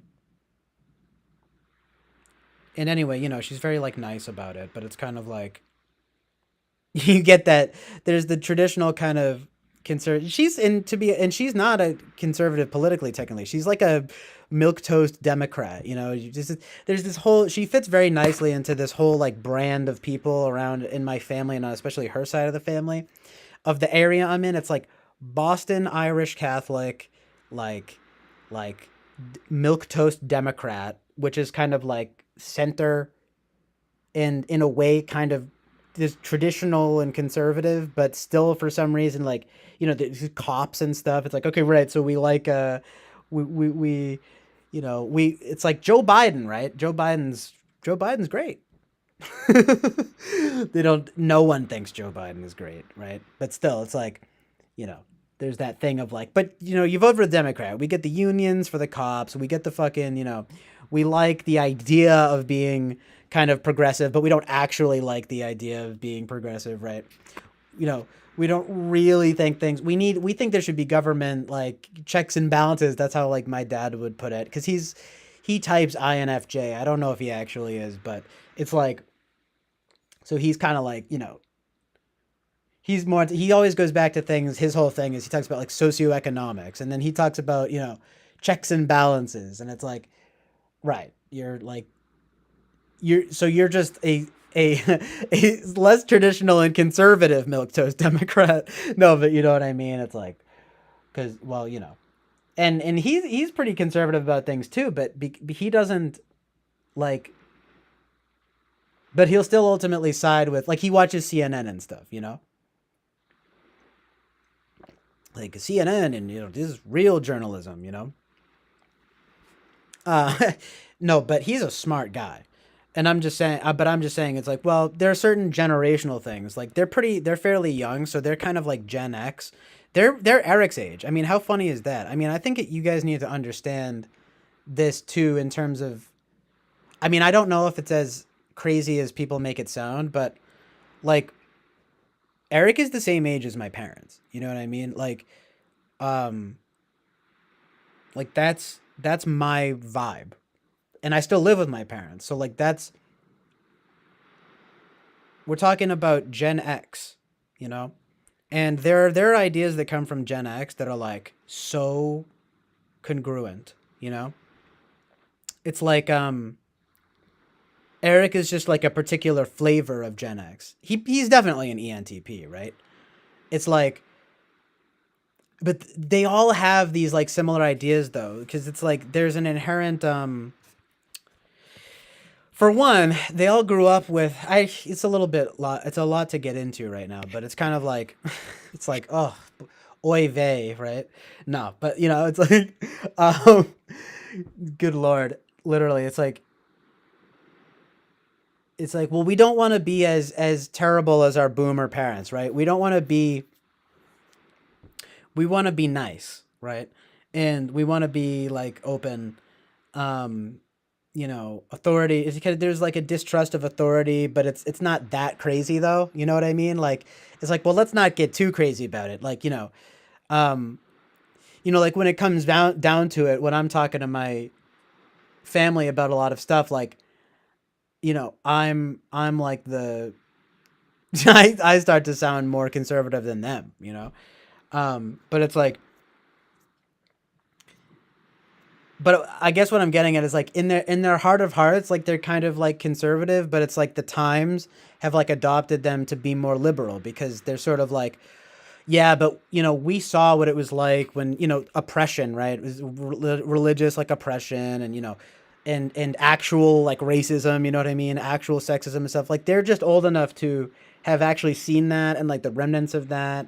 And so they're kind of like, right, but soft. There's a soft heartedness, you know what I mean? Um, but it's kind of like a well placed soft heartedness, if you know what I'm saying. Like, it's kind of like, but it's also in essence, it's like, well, they can't help being that way because they were raised by asshole boomer people, Um, I see it from all these people. Um, is Gen X closer to? I mean, he might be closer to. Well, he's probably like 40 or something. I don't know how old he is. And then like Winston's mom. I know it's not polite to guess a lady's age. I'm not really sure, but I think she's probably around that age too. Probably around 42. I'm not really sure. So I don't know if that's quite Gen X, but it's funny though, right? How they kind of lean in that same similar kind of direction. It's like, a well-placed soft-heartedness, a well-placed like sort of liberalism, because it's like in some sense they can't help but be liberal, you know? And it's like they're actually pretty conservative about a lot of things, but they're for all intents and purposes liberal because they do ultimately side a little bit more with one side of the aisle, you know? Because it's like to them, right? It's like the left is still ultimately going to be the side of kind of like freedom, the side of the people who are, um, for lack of a better word, like the freaks. You know what I mean? And even geeks. You know what I mean? Like speaking of freaks and geeks, that's actually funny because they make the young Republican girl look kind of bad, like she's like a cheerleader, you know. Um, and she doesn't think the movie The Jerk is funny. Oh, I mean, it's like, look, The Jerk is a decent movie. It's pretty funny, but they overhype that movie. Like, you know, people, it's like, really, it's not that great. Isn't that just so me, right? It's like I'm none of them. I'm none of you fuckers, and all of you fuckers. That's kind of my Enneagram 9, you know. Anyway, sorry, I'm reading what you guys are saying here.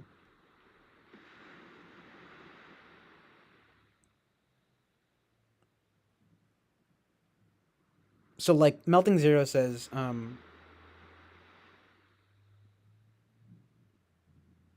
oh well, if people once said that you're an any dom and then that you're an any four, that does give that impression. Yeah, okay. See, the thing is like with Melting Zero that's good is that he's not just talking like nonsense. So that's why I would even say to Eric, like, I mean, hey, look, this guy, not only does he go off of what you say, but he knows what he's talking about. So I'd like to see. It's like, you know, how do you rectify that, right?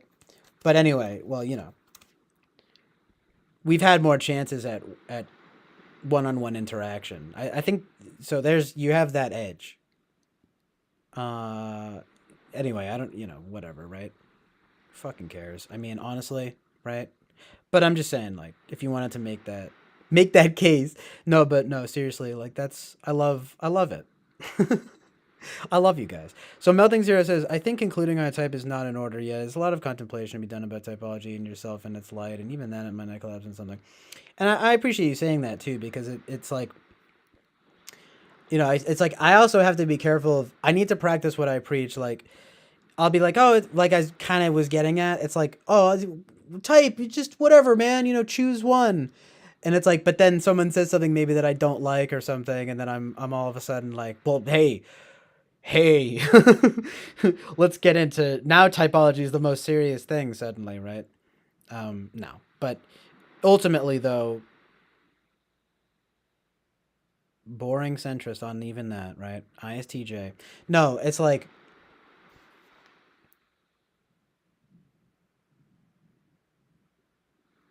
rectifying people's different ideas of on typology for one.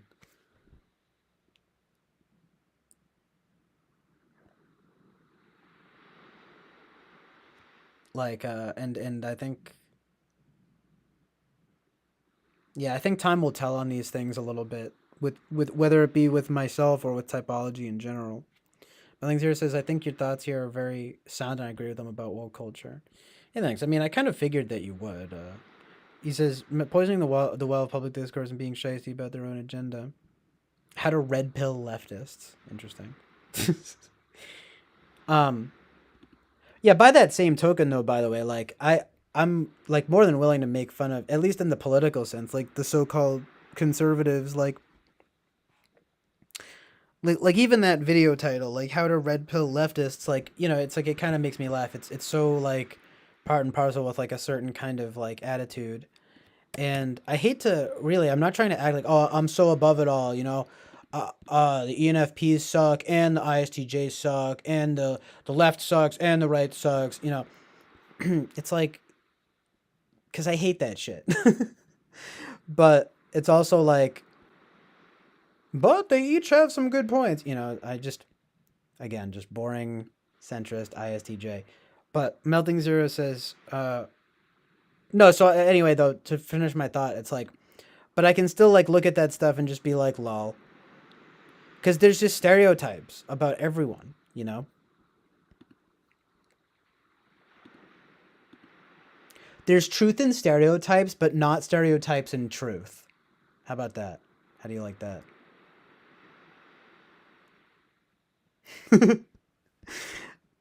um, I goofy laughed at that. Melting Zero says, "Get in, loser. We're going manipulating some emotions." Says, "Honey, you can call me the case maker." Melting Zero says, "No, CJ's toys, right? I always just visit your place to play with your toys from your rich parents." I don't know if you. I know you're joking, but it's like my parents are not rich, but we're definitely like maybe upper middle class. They like to say middle class, but it's like, let's be real. The middle class is. But to be fair, it's like my dad just like works for Comcast. He's not like a cable guy though. He works for like the corporate side. He works for like the newsletter. He writes the newsletters to people and stuff. And he mostly works since COVID. He just works from home. He just has tons of conference calls and meetings with people. Um, it's so called what is it? Employee communications. So, and meanwhile, my mom is a home care nurse. So she goes to like different houses and takes care of people. But she works for patients. She has cases actually. She makes cases. Whoa. It's the it's your ESFJ opposite too, right? That's what they do. No, no. But it's funny though, because that would be Melting Zero's duel and the INTP, right? The ESFJ is the complete other side of it, right? I mean, I can't even imagine being like a nerd. The stuff she has to deal with, it's like the disgust. My precious prince. My disgust sensitivity. I'm like, nah, man. You know, conservative over here. No, but you know, I guess you know, a Christian conservative. I wonder though, like what, um, like I'm just thinking though, there's this shirt. So like I searched because it's kind of like embarrassing because I'm like because like what it turns out is that I'm basically a straight white conservative Christian male. And then there's a fucking shirt. Wait, I need to actually like put it up. It was like True Patriot Supply Co. White straight conservative male. How else can I piss you off today? And it's like, well, obviously that's so fucking funny and like cringy to like wear that, right? Like that's just dumb. And it's like,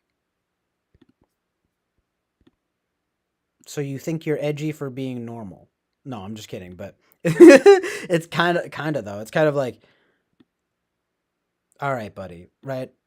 I cringe at that as much as I cringe at like Black Lives Matter or whatever, you know? Look at this. It's like, look at this guy over here. Oh, oh.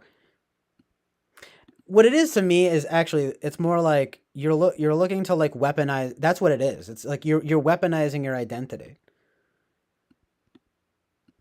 It's so ironic. It's like so in your own way basically you think that by being these things you think you're like different.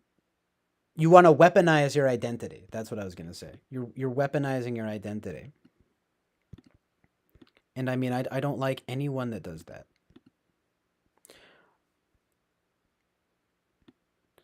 And but it's like just like with anything.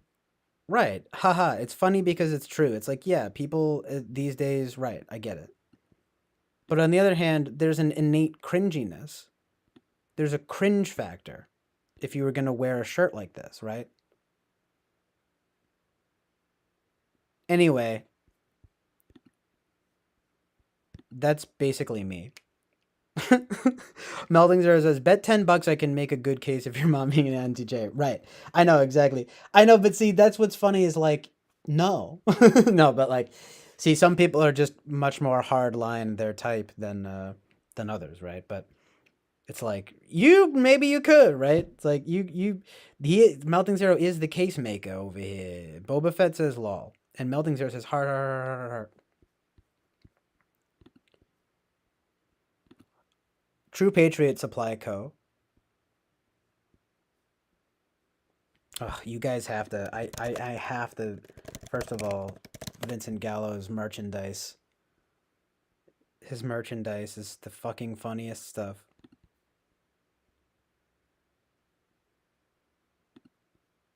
I'll be honest too, like maybe something that I should point out a little more in the interest of like authenticity.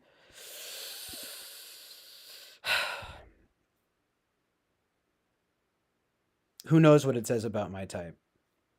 I don't necessarily think it makes me more of an ENFP or whatever, but it might, kinda, because it's like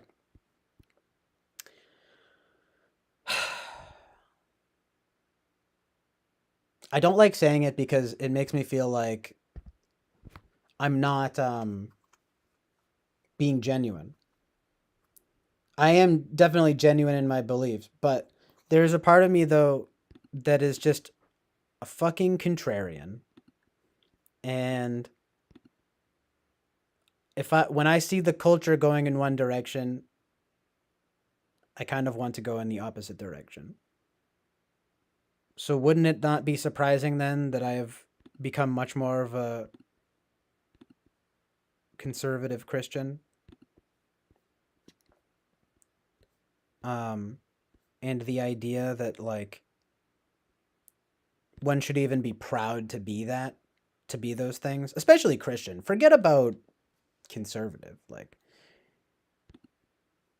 it's like you should be proud of being Christian, and you should be proud of really anyone these days being religious in any way other than being a Satanist or to a much lesser extent like an atheist, and to a much lesser extent an anti-theist.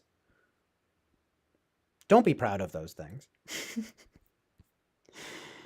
But and also don't be proud of being Muslim. No, I'm just kidding. No, I'm joking. I'm saying though, honestly though, I have like more respect these days for that kind of like dedication.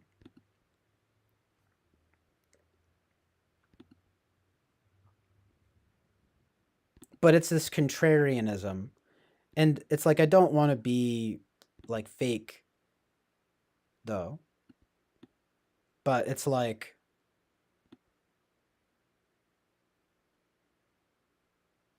if I felt like it were the other way around and then there was some sort of that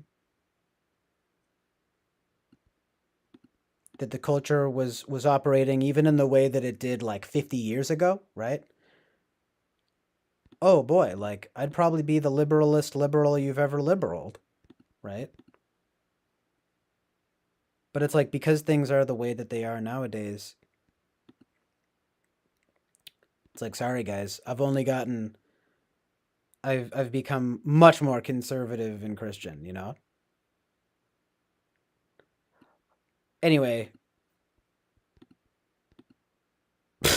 anyway, Engane Tier, what's up, man? Um, Christianity has respectable values. Exactly. It's like, what do you mean? I mean, it's like, and I don't even have a. It's like, it's not this like discriminatory thing of like, oh, you're not Christian. It's like, I'm saying I have a respect for like religiosity in general, especially Christianity. That's my bias. But it's also like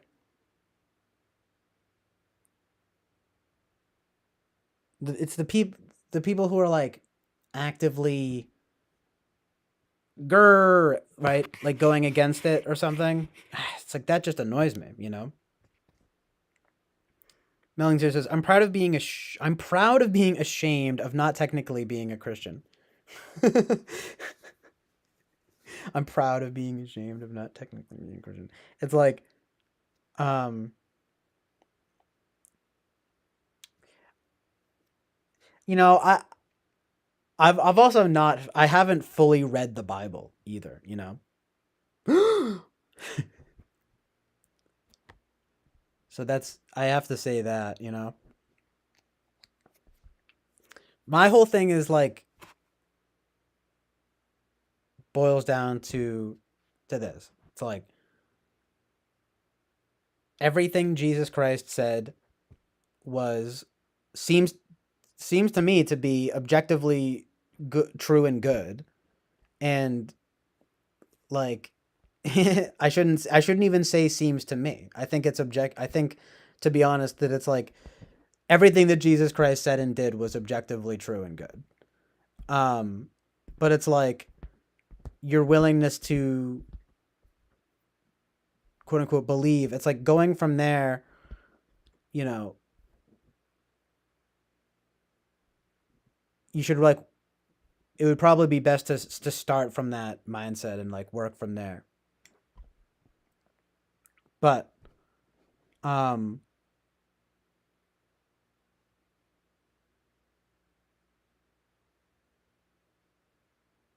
it's kind of just like consider the truths and realities, right? But it doesn't also like, but by the same token, it's like I'm not saying like the thing, you guys, I know how it is. People get crazy. You start talking about Jesus, and people are like, oh, oh. But like seriously though, like it's like Jesus Christ would not have been a like conquistador. You know what I mean? It's like there's not. It's like he would lead by example. It's not by force, right? Um, and that's what makes Christianity the best religion, because it's like because it's like people co-opt it in the name of things that are actually anti-Christian. Like, Christianity is perfect. It's like, yeah, I mean, it's a branch ultimately of Judaism, but of course, it's funny how, ism is like a set of beliefs, and like iti is something that like evokes like quality, you know? Like you're and it's like there's just something so objectively good and true about it. But I'm not trying to like push it on anyone, and I'm not and it's like, I mean, I realize that by nature of, well, you're streaming and blah blah blah blah blah blah. Well, if someone hears what I'm saying and is you know what, I want to give this Christianity a shot. It's like, well, that's nice, that's great, right? Uh, but it's like no one's saying you have to, and that's like, and again, it kind of just points back to why it's so great, because it's like no one. If you're really Christian, you're not supposed to do that, like be forceful in that way. Like it's one thing to be like an evangelist, but it's like, again, it's another thing. You need to go, like, people go to watch you preach. It's like the thing with people who go out in the streets and do that stuff, especially, we all know the stereotype of the crazy guy who's like on the side of the road with the cardboard, and it's like, Jesus, you're gonna blah, blah, blah, blah. It's like, well, first of all, okay, that guy's crazy. Okay, he's not in touch with truth and reality. And second of all, he seems to think that by shouting Bible verses at you, that's going to change your mind, that's rational discourse, and that's, it's like, no. So people just need to get their fucking heads straight. No, I'm just kidding. It's like, sorry to curse, right? So bad. But literally, it's like, um, you know, that guy, the schizophrenic, right? Who's on the side of the road doing that, who's, they're, you should feel bad for them, because they're confused in their truth and reality, and they were shook. There's so much truth and reality in religion and Christianity especially, that it's like and they're not equipped to deal with it, and like, honestly, maybe most people aren't. And it's like, but there's also I mean, I'm getting a little carried away, but it's kind of like they were broken by the truth and reality. It's like, don't listen to them. It's like, right, that's who your average Christian or whatever, right? It's like, no. That's a crazy person who got their world rattled by Christianity or something. Or no, not even that.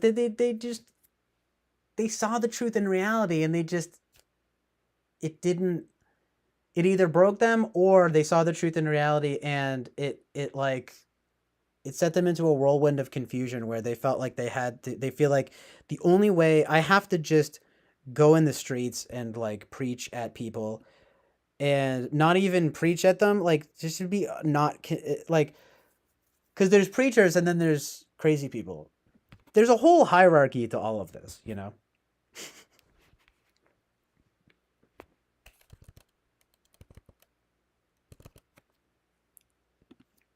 See, I think what it is though is that with religion and Christianity, you wind up there's the call, right? There's like the call to preach, and I think that probably explains why, you know, you don't so often hear about the crazy atheist on the street, right?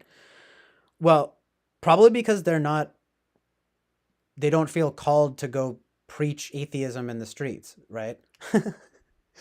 But with religion and Christianity, people there's a like a call to that, and it's it's of course it's like it's true and good, but people get confused in that, and they think, oh, I'm going to go preach in the streets because it's true and good. It's like, no, not you. No, I'm just kidding. And not, hey, look, who am I, right? But we all know that whole like stereotype, and it's just dumb. But I'm saying you don't see the crazy atheists as much though, probably because they're not called in that way. So they just die alone and miserable on their own. I guess at least they're not forcing anything on anybody, right? Oh. But still, see, mind you, the religion and Christianity thing, it's like you're not called to force it on people. It's like you're called to like preach the word of God, and you listen. That's why you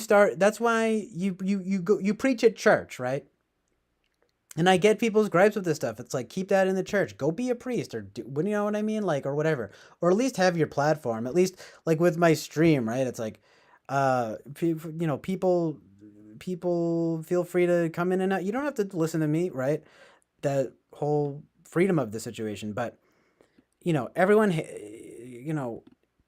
and especially if they're like if they're an actual preacher, people hate that person, sadly, right? More than they do the crazy guy. But in a sense, there's a rightness in their being annoyed by it. There's not a rightness in hating them, but it's there's a rightness in the annoyance, and especially because there's a sort of like ironic egotism in it, like it's like, you know um it's such a tragic back and forth, it's like, because there's always the guys like shouting Bible verses and stuff at the gay pride parades, and it's like, who do you think you're convincing, and then there's the gay pride parades themselves, and it's like, who do you think you're convincing? Both of you shut the fuck up. It's like, go have your gayness by yourself, and then go start a church, go preach in church, you know what I mean?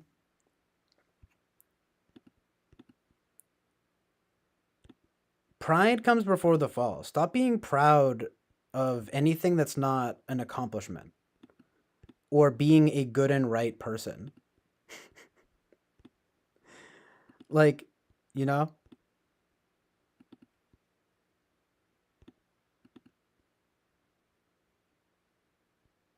But I'll tell you this, be proud of your religion, especially Christianity, because nowadays that's not considered okay, which means it's good. And it's funny how that works, because it's the reason it's not considered good is because it actually forces one to have an objective morality. Um, there's this quote though that I like. Frank Turek brought it up in the debate with Christopher Hitchens. I was watching two of those recently that were pretty good, and he was saying it's like Christianity. The whole thing is that you don't need Christianity to know morality. It's written on your heart. That's what he said, and I like that. It's like, isn't that so true?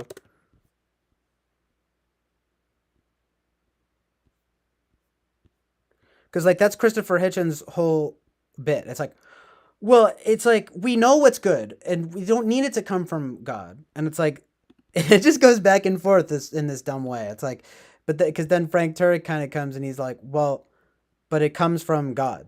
It's like it's written on your heart. You know, it's we all have that. That's why you don't need it, if you know what I mean. But you are it. Like, you know, he was saying it's like, you know, Christopher Hitchens would have made a great sort of like Christian prophet, right? But he's just chosen to take this view of it. And it does ultimately wind up coming back to he's like, well, God, it's like, well, not only do I not think God is real, but God is mean. It's like, if there is a God, God is mean. And I don't like this mean man God.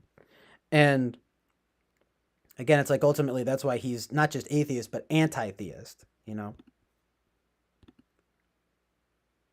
But man, it's crazy. It's like Frank Turek, you know, it's like he's willing to, he's like, well, if you could show me all of this proof in this certain way, then it would definitely get me um, to consider theism, you know? And then he's like, but then Christopher Hitchens is like, there's nothing. He's basically like, he literally, in so many words, says, you're not, um, I won't be swayed. Like, I will never be swayed. And it's like, okay, so you're just closed minded then, you know? And that's what people say. He is closed minded. And also, he was a horrible drunk, and I'm pretty sure he died from being a horrible drunk. It's like, interesting how that works, right? He's definitely he's a smart guy, and I think he honestly, I think he so badly wants morality and like for people to like have morality. Like I get what he's saying, you know, but guys, I'm sorry. It's like Frank Turek. You know, I know people don't quote unquote like it, but it's like, um, he demolishes that argument. It's the whole thing. It's like, yeah, it's written on your heart. You don't need. It's this whole thing of like, I guess it's sort of hard to explain, but it's kind of like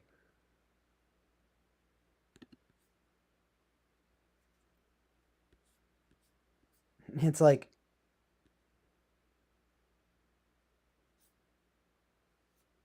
I have to think about it a little bit, but it's kind of I'm pulling a Jordan Peterson. Well, I'd have to think about that a little bit, but it's kind of like I'm almost tempted to say it's like you don't need Christianity. You're already a Christian. You know what I mean?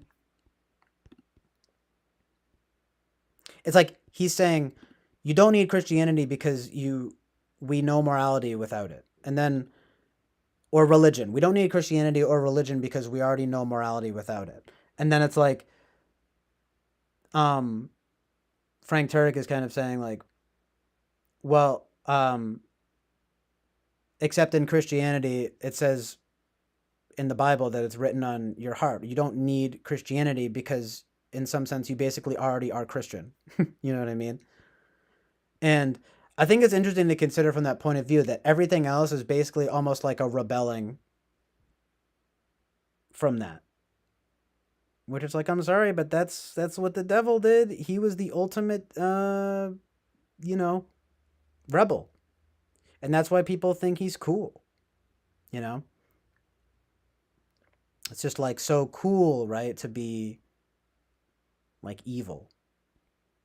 It's like, no. It's cool to be good. And everyone knows that. But we've lost sight of it. Because it's like we've just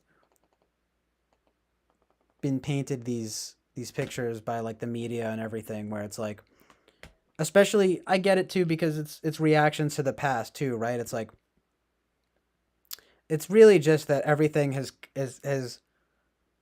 I always call it like we're in an era of overcompensation, right? So it's like instead of just being like chill island Oasis about everything, people are like, no, religion has been abused, and so therefore I am anti-religion. And then people are like, no. White people have abused being white people, so I'm against white people. Men have abused being men, so I'm against men. Um, you know, um, I mean, like, you know, um, like, it's like, um, well, and that's basically it. No, but all it's like, hashtag all lives matter. No, I'm just kidding, but um, all white men are evil. Did you guys know that? No, but what is the thing? It's like it's kind of like anyone it's like priests have abused their power. Like I don't trust priests. Like I hate priests or like whatever, It's like the list goes on. It's like doctors, teachers, lawyers, even the government. I'm not very like pro government per se, but that's because of people. Religion is abused. It's the same thing as religion.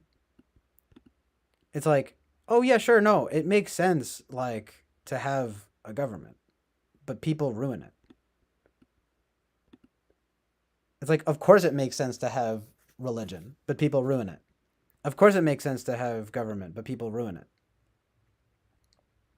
Tell you one thing though, one is more right than the other. Psst, it's religion.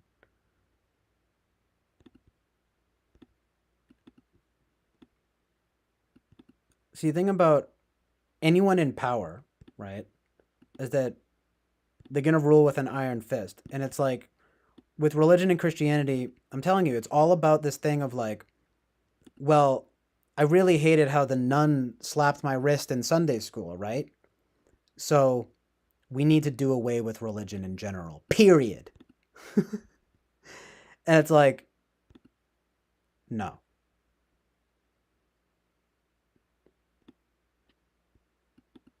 No. I really want to play you guys this one video from this woman just to get you guys' thoughts on it because she sums it up better than this is like one of the best summaries I've ever seen of this kind of thing. And I really wish more people were here to see it. But I mean, because to be honest, I'm not trying to soapbox too much and like shill in any one direction, even though I think it's a good direction to shill and it's like the best. But it's also like I understand that people are like, yeah, okay, it's like we get it, and and I do want to like I'm not trying to I my whole thing here is like encouraging like free thought and everything. So good morning, everyone. My name is. Right though, I know this like sketch. I'm not playing that right now, but it's like, um, um, sorry, no offense, Boba Fett, but what is this other thing? But Angantier says, thing about modern politics is everyone swapped sides. In an essence, you basically have summarized the problem. Right, this is the same video. You're like, oops, you just really love that video. No, I'm just kidding, but um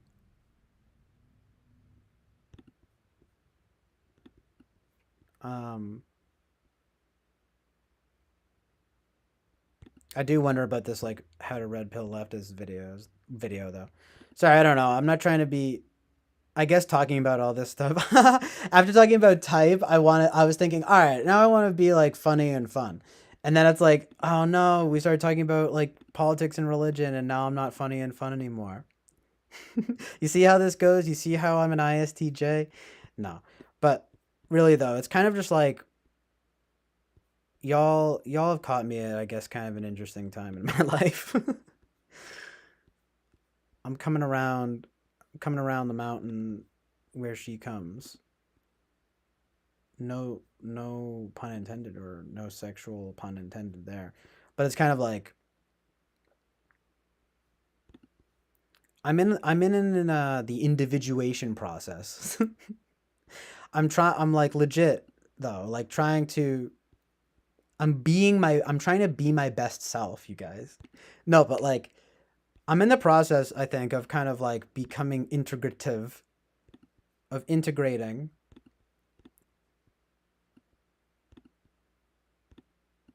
I'm trying to break out of the cocoon and to become the beautiful butterfly that I am, you guys. You know?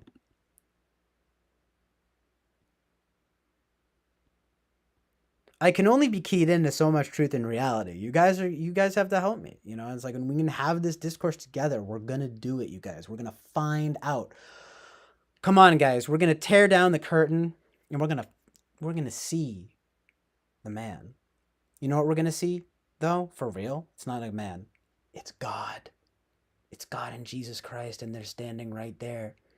And they're going, hi. Yeah, it's true. It's true. No, so check it. Check this out, though. So, I mean, look.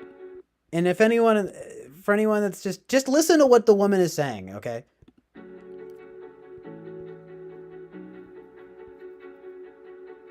Although, again, this isn't exactly funny or anything, so I feel like it's 20 minutes, too. Do I really want to play this right now?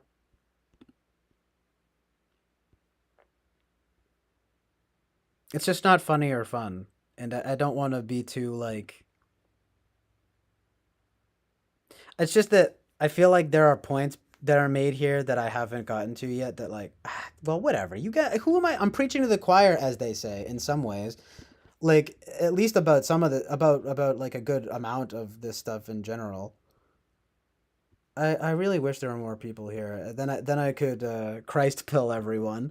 No, but literally. So anyway, Boba Fett says the left and the West is so over the top. Even regular boring conservatives seem quote unquote edgy. Mr. Reagan is about as boring as they get. Do you mean like Reagan? Like Ronald Reagan? Anyway, I'm gonna subscribe to True Patriot Supply Co.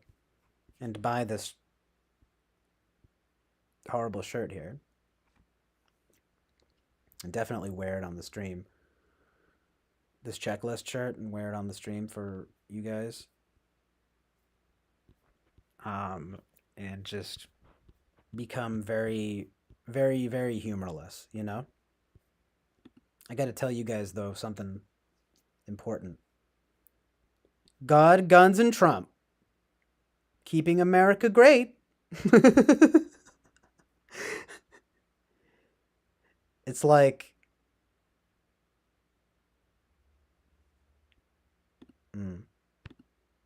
I'm getting it in turquoise, though. I like that they have turquoise. It's a nice color. You know, it's like this whole thing. It's like you have to be congruent. And it's like, and they just want you to go congruent. Joe Biden hates America. Did you know that? I didn't know it until I read this shirt. Fuck Biden. And fuck you for voting for him. That's sad and scary. That's funny as fuck. Buck Biden.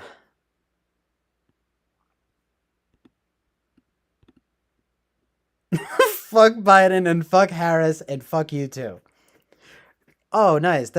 This must be a really reasonable, totally sociable person that's wearing this shirt, you know? Like social person. Not antisocial, but social. I'm getting it in pink. In wearing it to be gender bending. I'm just to be an ENFP bundle of contradictions and just wear this conservative shirt, but it's pink, so it's rebelling. Everything it's gonna be it's contrarian rebellion, nothing congruent, nothing constant. No, but seriously, it's like this is just as inflammatory as the other side. It's just that it's just like more funny though, and I like it more.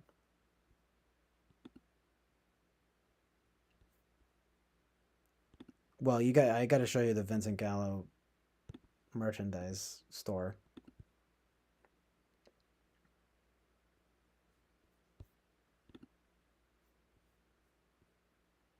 The YouTuber guy, make Biden alive again, right? It's like, that's funny. So yeah, who is this Reagan? Regan.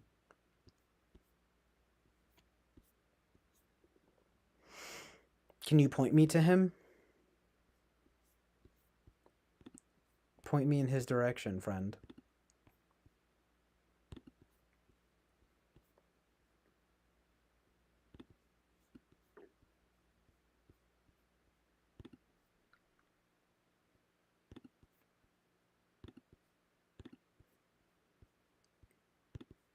So I'll just like start this for now.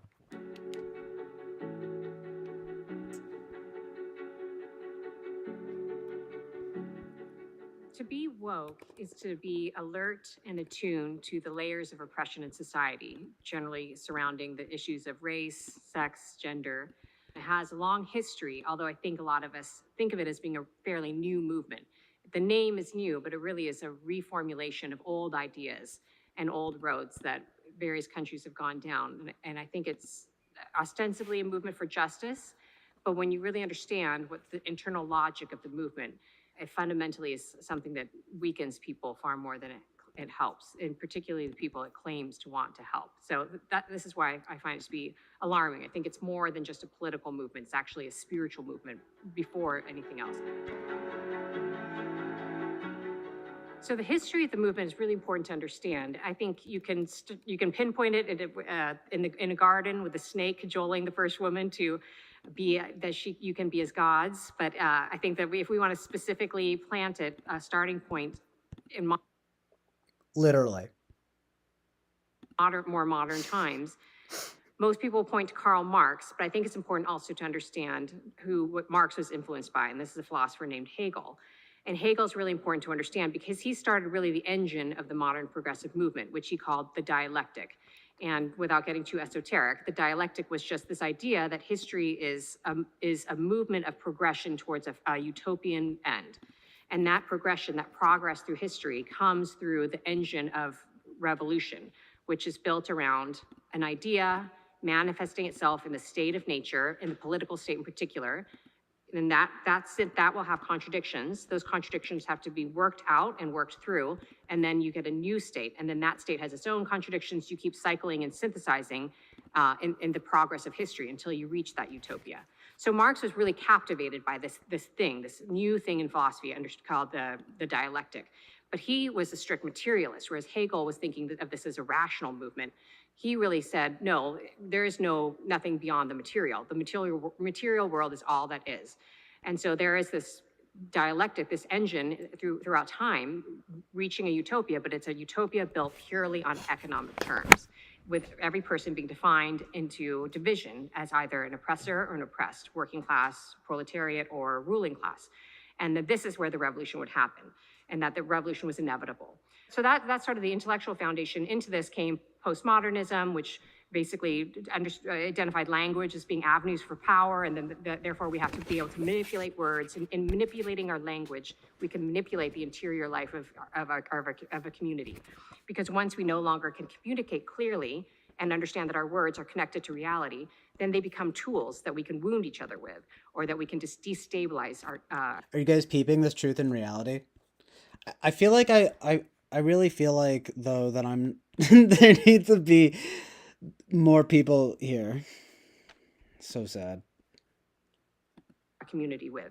And then intersectionality came and further centered the oppressive identity. And this is when we really had the birth of identity politics. But yeah, peep late the 80s, language. early 90s. And it really crystallized something in the movement. The presuppositions are all built on Hegel, Marx, Freudianism, and the Frankfurt School. And this is what we see now. This is the march through history, the progression into future utopia that is constantly supposed to be working itself out in time, with rejection of everything that came before it, is the culmination of all of those presuppositions into now.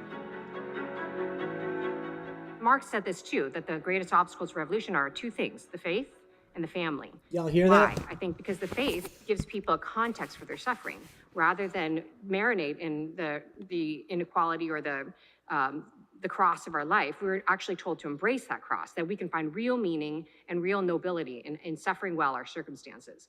But no revolution is born out of people suffering well their circumstances. A revolution is born out of people who are enraged by their circumstances and feel inadequate and helpless to transcend them.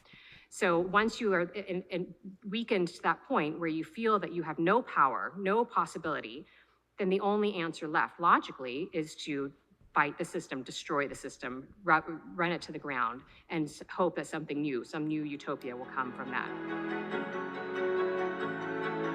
Oh, yeah. I think the average student at a college, music. university, or even, your nice woke Aunt Susan or your neighbor down the street, they are not steeped in Hegel. They don't consider themselves Marxists. And this is part of where the confusion lies, is that it's ostensibly a movement just for justice. And who doesn't want justice? It's a movement that wants to fight racism. Every good-willed, normal, reasonable person wants to fight racism. So there are all of these very, deeply actually Christian claims. Christians are supposed to be people of justice, supposed to be people who are fighting against injustice. And I think that the reality that most people would consider themselves Marxist, but have adopted so many of the conclusions of this movement is just a sign of how pervasive and how ubiquitous the movement has become. It's the water in which we swim, it's the air that we breathe, it's in our movies, it's in our stories, it's in the way we frame narratives, it's in media, it's in politics, it's in the academy, rampantly so. And so Literally facts and reality. All of these things coalesce to create a default Sorry, I meant to say literally truth and reality. way of thinking, a filter upon which we see the world without even realizing that we're necessarily looking through a filter at all. In some ways, it's sort of spin off the old C.S. Lewis book, The Screwtape Letters, wherein he had that famous line that the greatest power of the devil is that he can convince you he doesn't exist. And therefore, you're at his mercy and beholden to his power in a way that you might not have been should you be able to identify what was happening. And I think in some ways, the woke movement is similar to that with regard to its presuppositions. That the greatest power, this filter, this ideological filter has over us is that we don't realize that we're looking through a filter at all. And we just think that this is the way that you see reality. Is it Christian to be woke? So there are Quote certain unquote ways woke? which I think that we can say that It's like- most of the people we know who are being caught up in this movement, including, a lot of Christians, I talked to a lot of Catholics and Christians who I'm just asking you feel guys, smiley that, heart. well, Christ would have fought side by side with people for racial justice, or he would have fought against, lecherous men and for women who want to be, to feel that they have true dignity and aren't instruments of someone else's pleasure. Absolutely. There's nothing those are true Christian precepts, and Christ would have certainly been on the side of justice. It's like, yeah, but don't get too crazy with that nonsense there, But the thing that ideology does is it's really a true to form ideology in that it takes partial truths and totalizes them.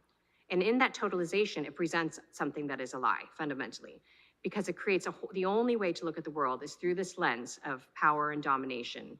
And what it does is it fundamentally defines a human person differently than what the Christian vision of what a human person is.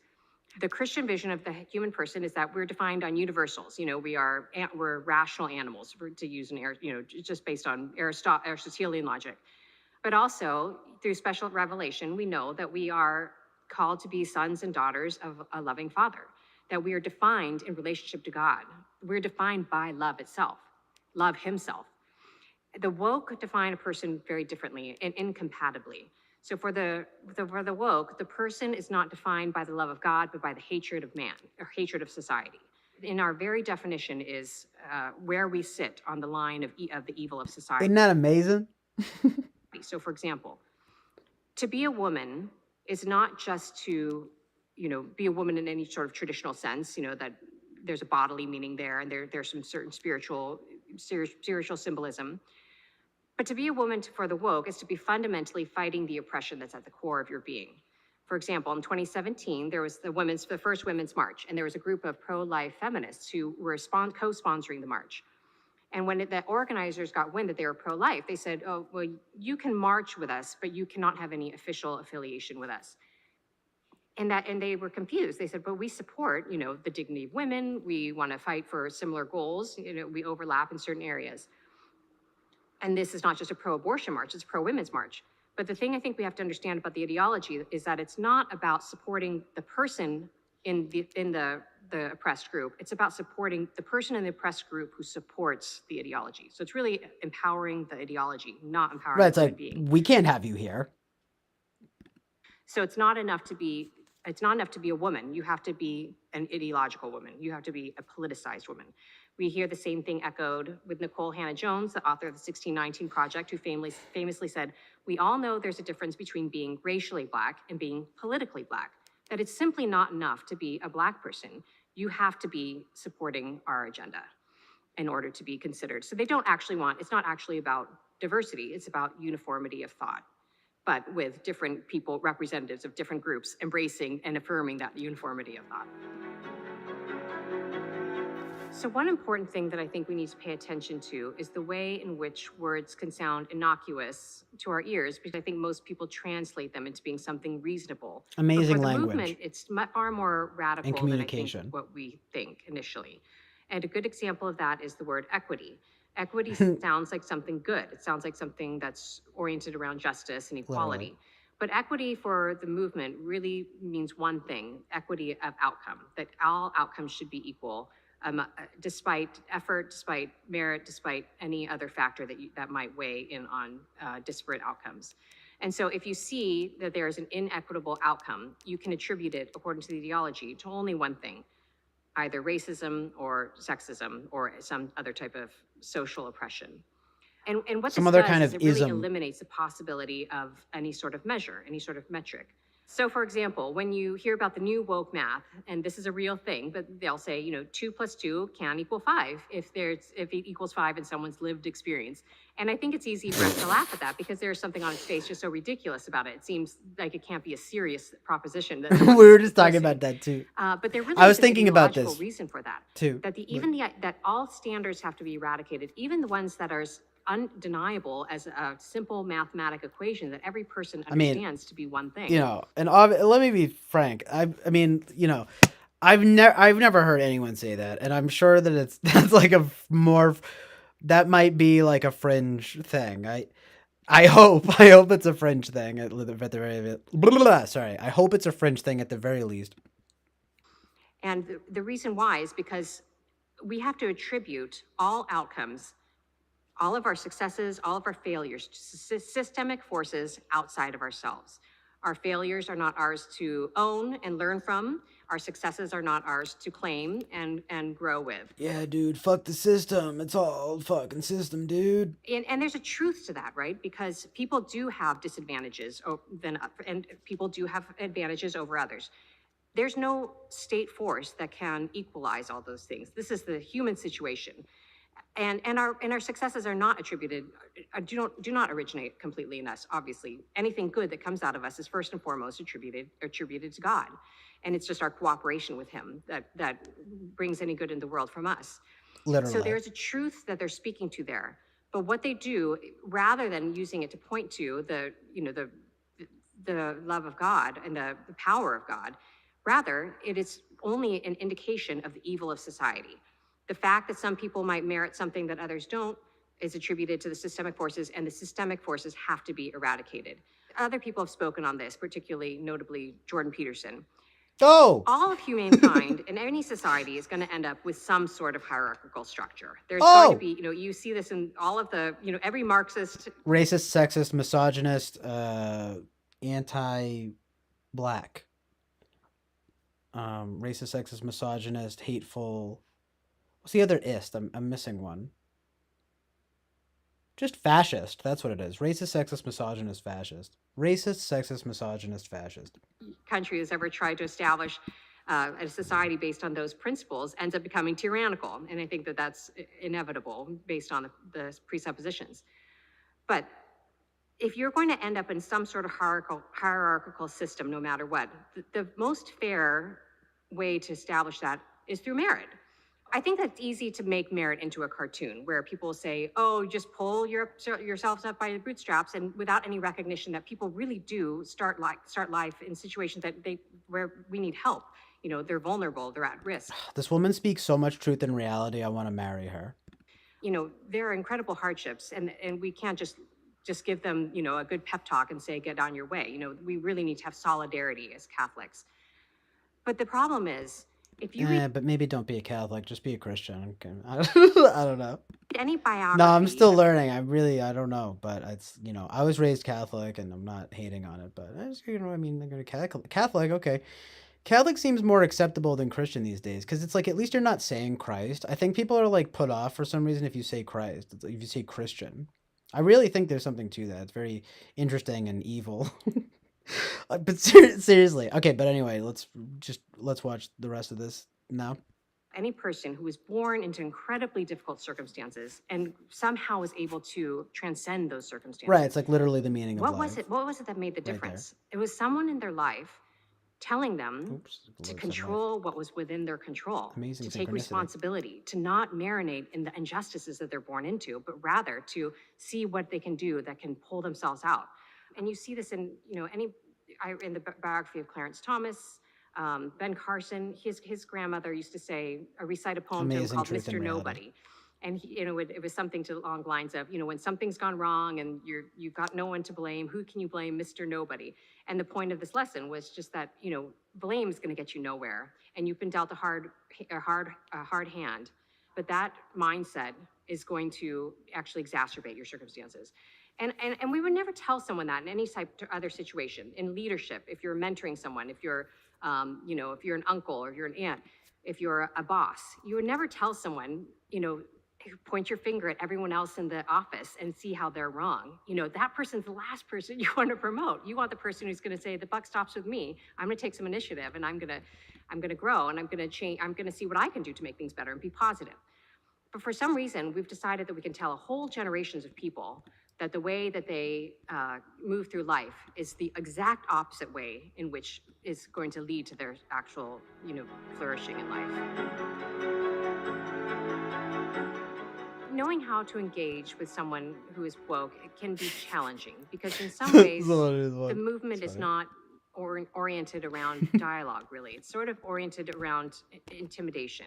There's a lot of manipulation that happens with language, and I think it's important to know when it's not going to be a fruitful conversation, and you want to just say, I love you, let's not enter and let's not go down this road. So there's a certain amount of prudence that comes into the equation. Is this a person that I can actually have a dialogue with? And if it's not, then it can only create more division and more tension to try to do something that's really not a task that this combination of people are up for. But there will be other people, I think, who are It's just more don't open bother. to having a real conversation and with whom we might feel like this is something worthwhile to talk about. So I talk to parents a lot who are saying, my kids came home and they're woke now. They're woke challenging now. me, and, I think it's important to know that this is in some ways a phase. It could be just a phase. It could not be. It could be something that they really adopt lifelong. I'm scared of woke. And I think that there are of real being woke woke. ideologues out there. I who want to are, be asleep. No, I'm just kidding. fully See, that's how they do embrace- it. Fully embrace the movement. But there's also That's how they do it. It's like, well, if you're not woke, then you're asleep. It's like, no. You need to be awake, not woke. That's what they say here. It's very good. I think it's important to know that this is in Wait, some way what did I might feel like this Okay. is something worthwhile to talk about. you go. So I talk to parents a lot who are saying, my kids came home and they're woke now and they're challenging me. And I think it's important to know that this is in some ways a phase. It could be just a phase. It could not be. It could be something that they really adopt lifelong. And I think that there are real woke ideologues out there who are, have fully embraced the movement. But there's also a lot of people who are just parroting a script that that's been handed to them.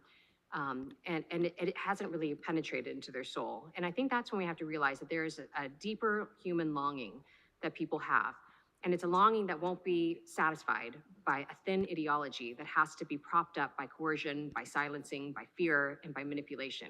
Amazing It's a truth longing and that can only reality. be fulfilled by the fullness of truth, a willingness to embrace the truth no matter where it Amazing leads you. synchronicity. Scientific truth, philosophical truth, theological truth, and most of all, the truth of who we are in relationship to a loving God and loving Father.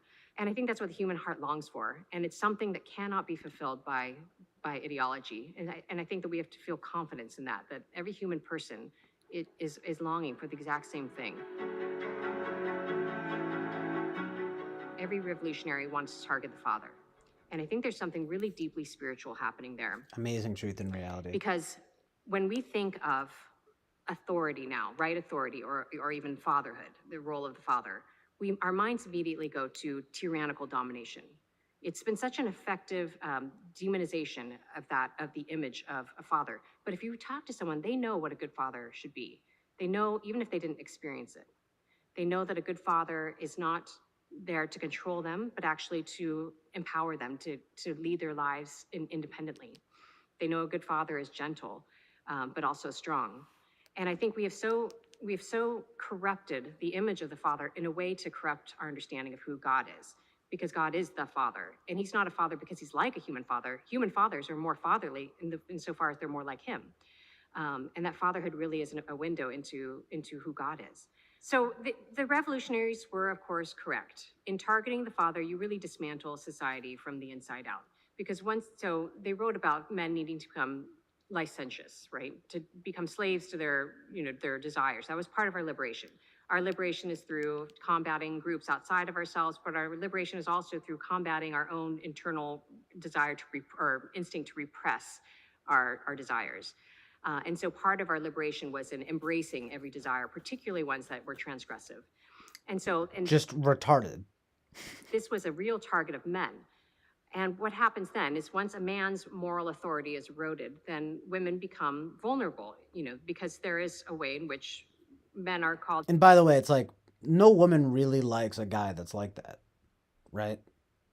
Amazing truth and reality. To be providers and protectors.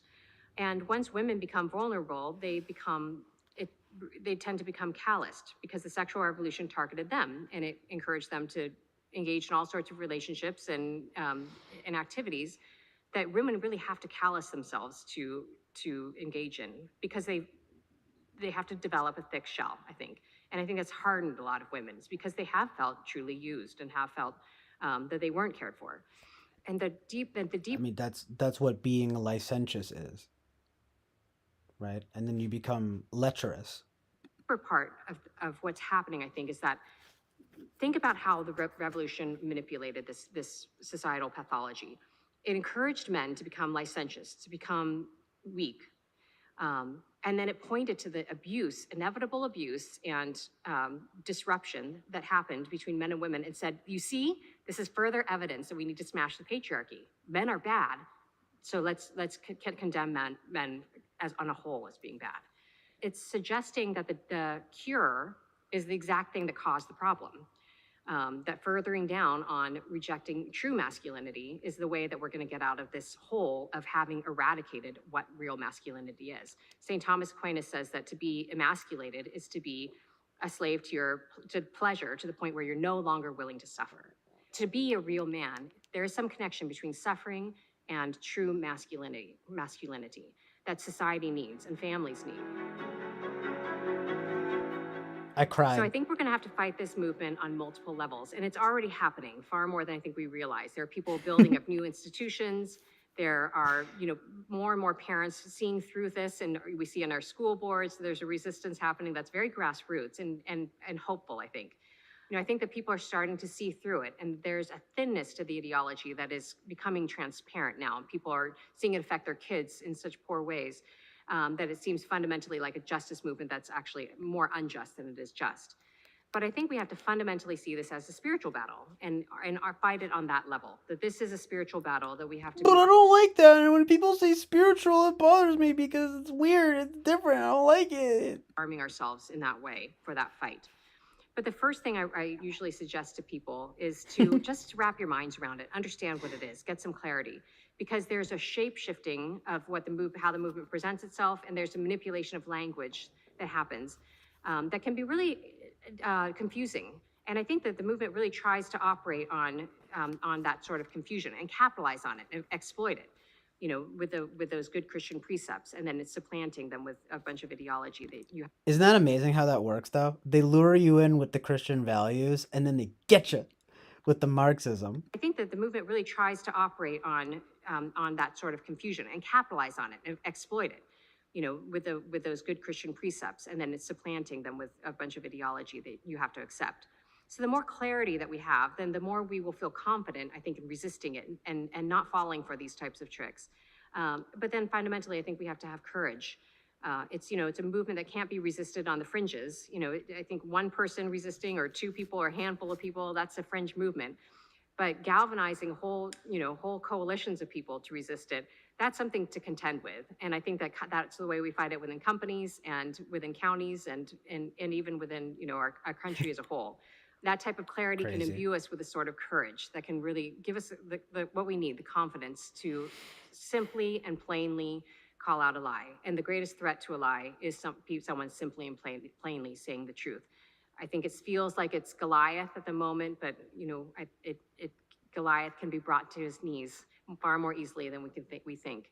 And so I think that can give us a lot of hope in this fight.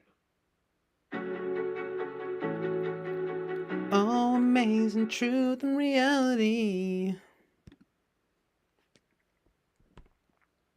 Bear your cross. Literal truth. Yeah, I meant to say something before. I meant to say instead of amazing truth to in reality, I meant to say like this is literally true, and then say amazing truth in reality.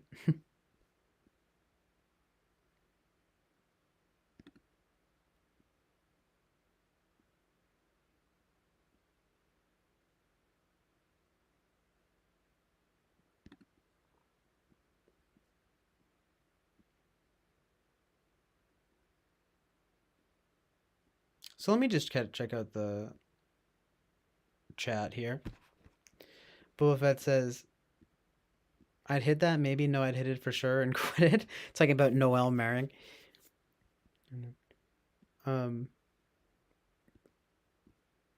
She's pretty. I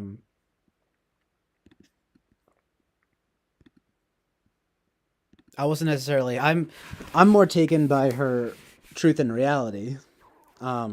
Everything she says in that video is just like crystal clear water and like music to my ears. I mean, it's like she literally. It's like when you hear like a symphony or like a machine gun just firing at the bullseye of every single target. You know, it's just kind of like it's kind of like oh it's like so it's ambient ASMR to me.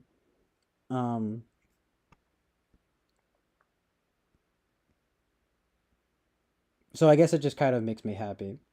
But well, if it says you guys seen Atonement, I first of all, Angantier says Hegel is trash, convoluted nonsense. Same with Freud. Boba Fett says, "You guys seen Atonement?" And I need to see that movie. It's big. What a word, right? And it's a religious Christian word, but also that movie. I wonder. It's fun. It's just amazing truth and reality that you thought of that movie because I've been meaning to watch it for that title alone, but I know it's about like a rape case or something like that. It's like an old in the old times. It's like in the 1800s or something, right? And it's like a rape case. And I wonder though, is it good? I mean, I assume it's good if you asked. I don't know. Do you think it's good? Is there amazing truth and reality to it? Sorry, I meant to say, is it definitely a really good movie? And here says Marx was a spoiled brat. Right, the materialism thing, I think, is where he got messed up in the head. Boba Fett says, when atheists co-opt God and follow up with accusing others of peddling partial truths, sideways face. Boba Fett says, wait, steamroll the whole lot. And Angantyr says, they hate work. They do. And I don't claim to like work or anything. But...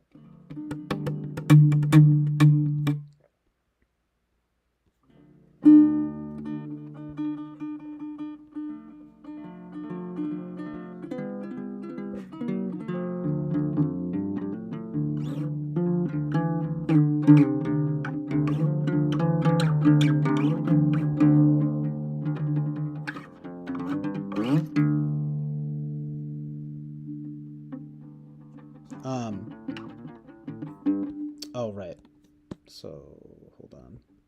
I was going to say something else, but I forget what I was going to say. Oh, right. It's this, like, trailer for that. I'll check that out. Um, Roof is way it seemed like Benzo Man. That was a song. This woman's getting tons of dopamine. Has thinking of her reward in heaven. What makes you say that hateful bit of nonsense that she's thinking about her reward in heaven? Like, it's like people don't just say this stuff because they think they're gonna go to heaven or something, you know?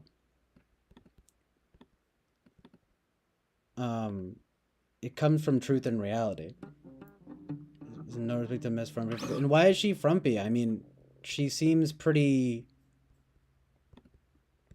She doesn't seem frumpy. She seems well put together. And this is not just a pro-abortion Maybe a march, it's little pro-women's bit march. prim and But the proper, thing I think we but have to understand about the hierarchical system, no matter what, script that they've been handed, it's hard. you know, it's kind of like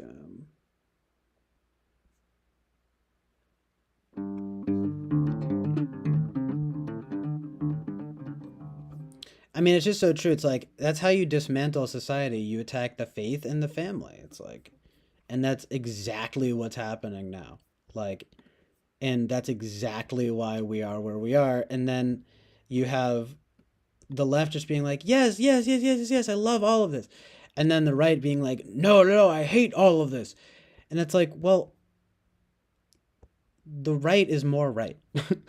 But the left, it's all like well-intentioned. It's just the well-intentioned road to hell. You guys are asking for things to get bad. And then it will inevitably escalate. And right, let's just destroy everything. And it's like, no, if we're going to get to some kind of utopia, it's going to be through construction, not destruction. Which, by the way, is a godly concept. Construction. What is constructive? What is creative? It's all related to God. That's why it's like such a gift, you know? But you have to find that balance, though, between like freedom and responsibility, as always. Just because you can doesn't mean you should.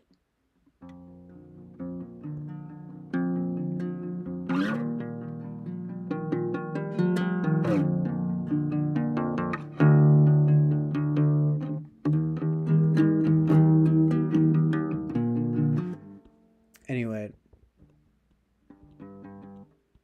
I don't know how that was weak sauce shit. I mean, unless you just reject the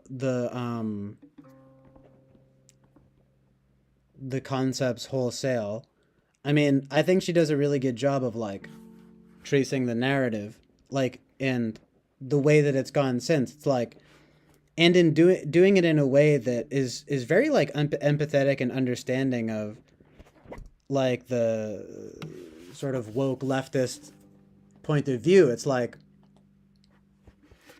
it's just well-intentioned destructiveness.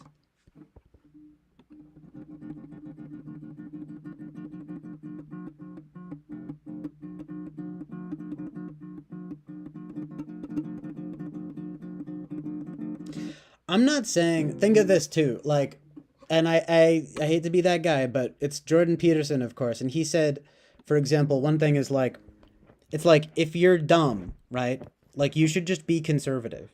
And that's not people saying, it's not, he's like, and I'm not saying, I'm not saying that conservative people are dumb, but it just makes more sense if you're dumb to just be conservative. Because, see, what the mistake that you guys make, Winston's mom and Jonathan Basanti, are like, you're attributing reason and like logic to all these people that is just not there. Like, when I talk to you guys, you're much more reasonable than a lot of the people that actively fight against this stuff.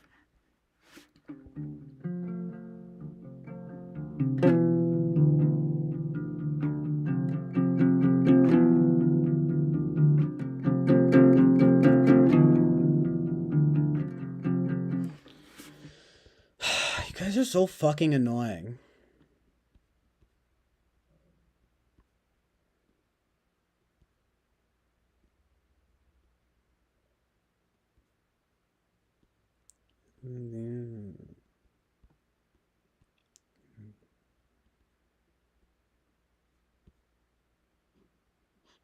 Ingantier says they don't want to create things. They just want to steal. Hence, they always try to change the classics. Look how they're ruining Lord of the Rings.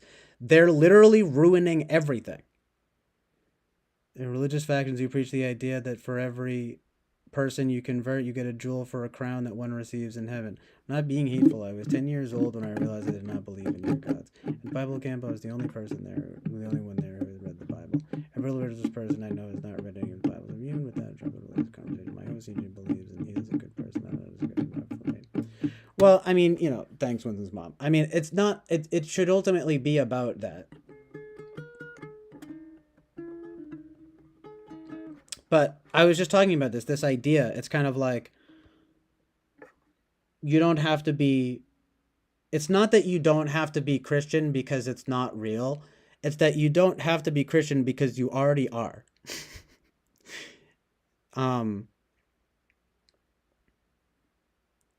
It's like,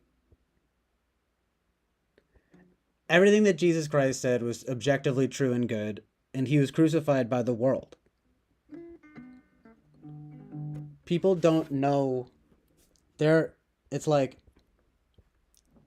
what is rejected winds up ultimately being that, sadly.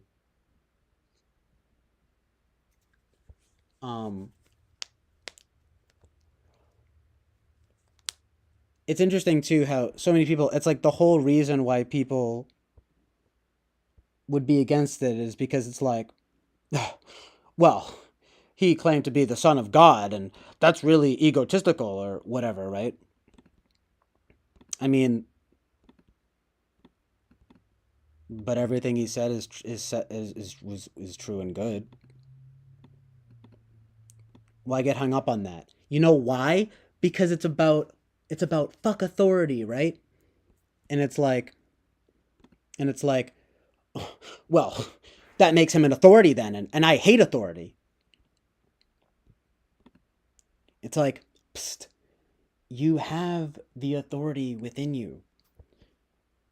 This morality, right? This objective morality is written on your heart, as it is said in Christianity. And it's like, so you don't need Christianity or religion to be a good person. But it sure helps, and a lot of people do need it. I mean, look, do you guys look around? Do you really think times are much better now? And I mean, look, there are ways that things are a lot like better now. But it's all to do with like technology and convenience and like consumption and like the ability to just be able to be lazy, to be able to like put that which should be done today onto tomorrow. And I'm definitely guilty of all this stuff too. It's like, but I can definitely just recognize that it's not good. It's like,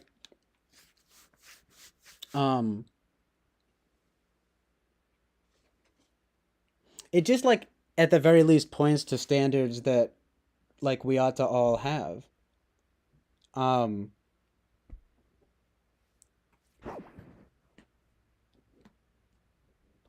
I feel that they ultimately wind up like converging much more than they wind up diverging.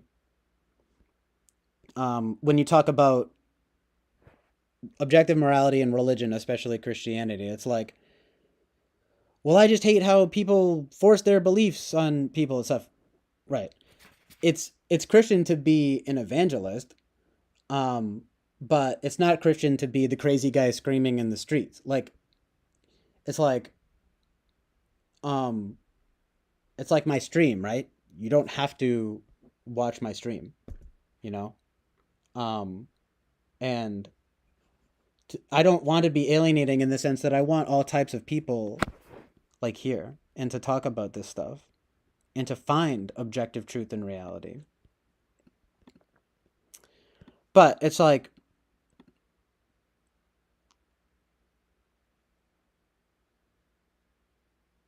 I found I have found though that a lot of like a lot of like not just being atheist but being anti-theist, like far left and like anti-theist types. Um there's no love there. It's all hate. It's all like it's it's like let's do away with it all. And it's not because of progression. Being a true progressive means to accept the wisdom of the past.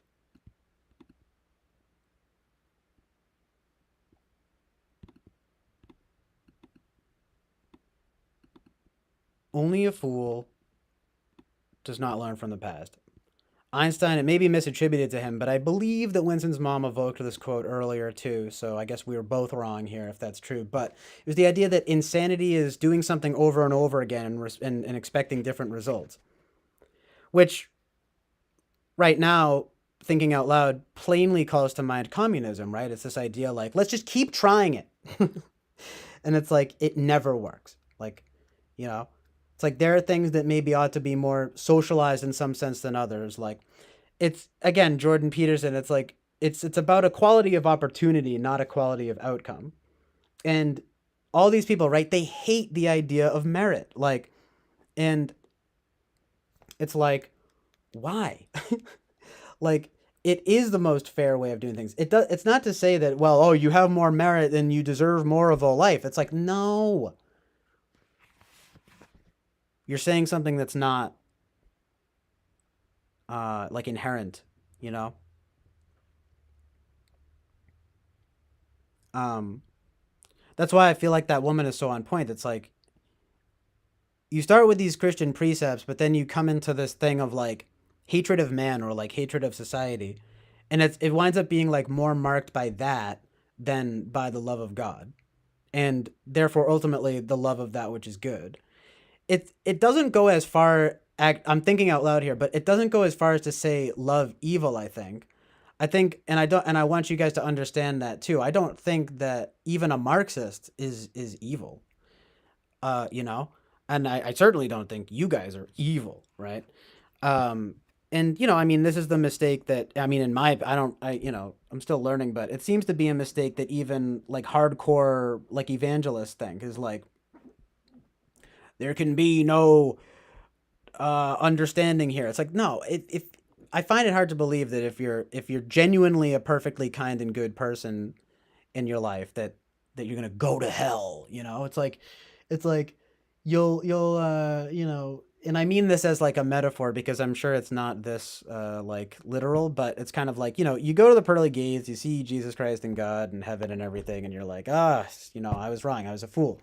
It's like, well, you know, maybe just a very smart fool, but it's like, you know, ultimately though, right, and you accept that, and it's like, oh man, it's like, well, good thing I was a kind and good person my whole life. You know what I mean? It's like, but it's like you're fucked if you're only fucked if you're good, if you're like good.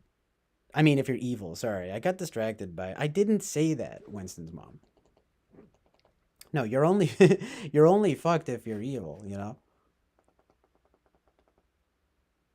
um so like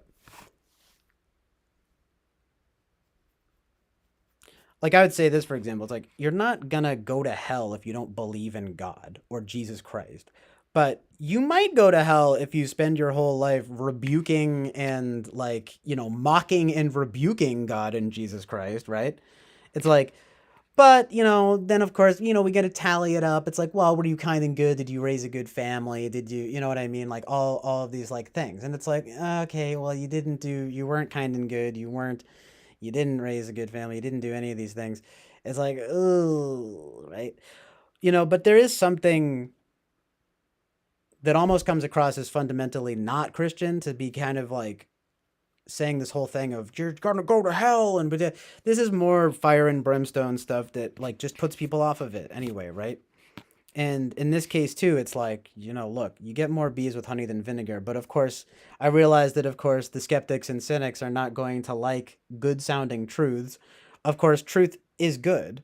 So it's like, I mean, let's just say it's not that all truths are good, like the inequities of life and, that slavery happened, the Holocaust happened, blah, blah, blah, blah, blah, blah, blah.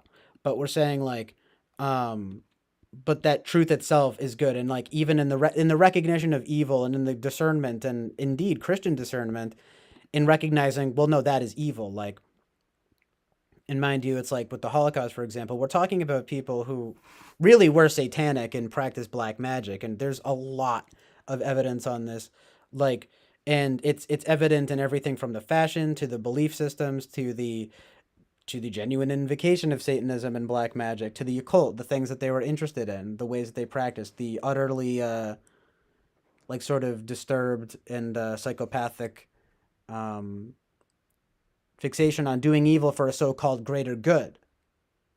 And like I've said before, you have to be completely completely fucked about being what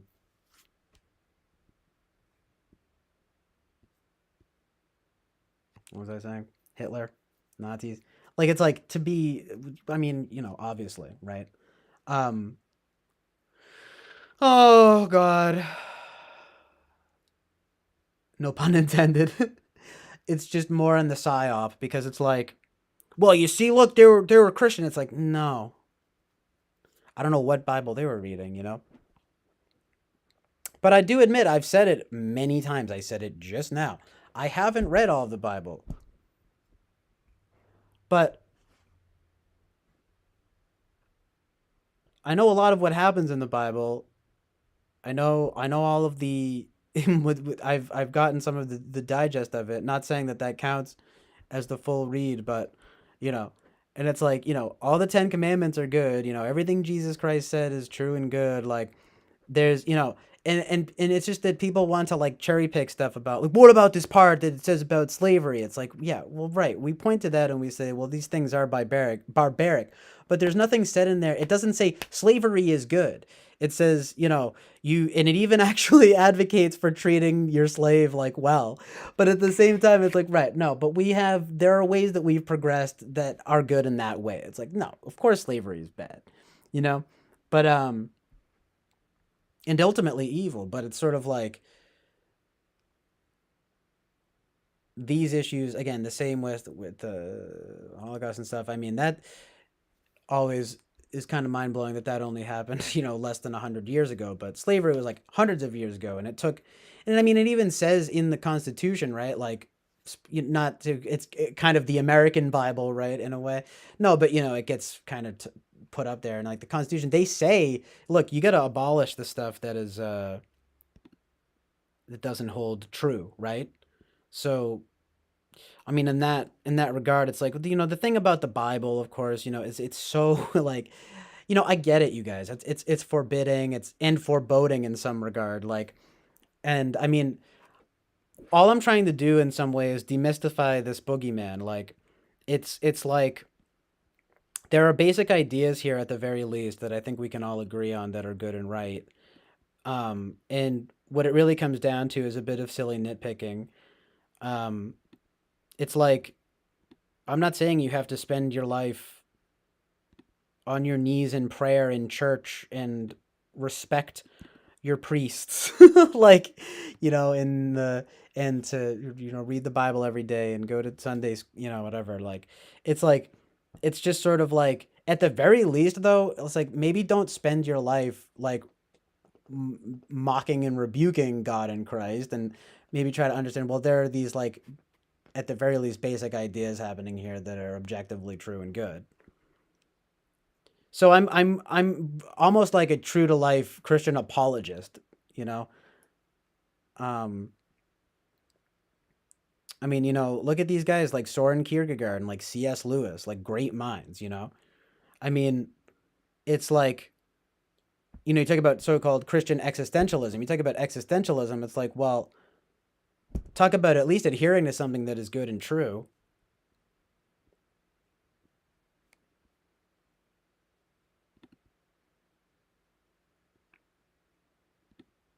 the Bible has changed over time. It's like, the different Bibles. There's different denominations of Christianity, there's different Bibles.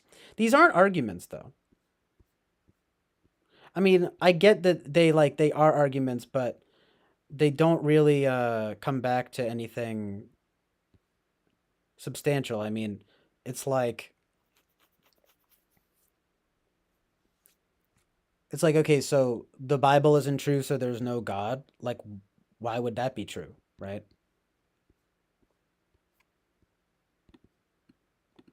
There's the whole like atheist supposition, I guess would be the word, of like, I just don't believe in one more God than you, right? Um, Good argument, right? Um, and it's like fine, right? Again, as long as you're a kind and good person. Just don't be surprised when you go to hell. No, I'm just kidding. No, it's like,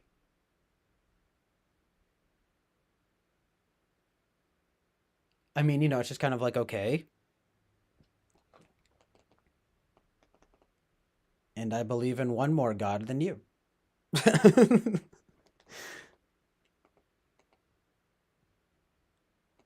like, touche. I mean, I remember Ricky Gervais going on. He's talking to Stephen Colbert, who's like a Catholic, apparently.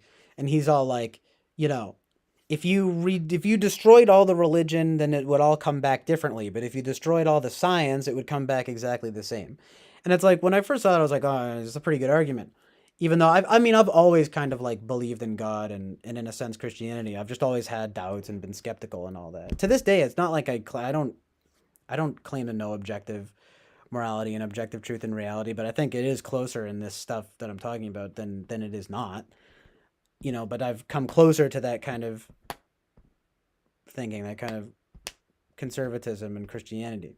But it's like, ultimately though, the thing about what was I gonna say? I was gonna say one last like just thing and then address the chat, and of course now I can't remember. But it's like, oh right, yes. Um it's like, yeah, of course. And I'm like, whoa, Ricky Gervais, he wow. And it's like, okay. But he literally is like just saying, it's like, what, I don't think that that's true. I think that would be differences, obviously, but in religion, but I think the basic moralities of it would not change, you know? And what we always come back to is this thing of like, well, where does this morality come from? I mean, it's like, of course there are these like biological impetuses, if that's a word, but it's like, but where do they come from and why? I mean, it's beneficial, for example, though, to have empathy, like, but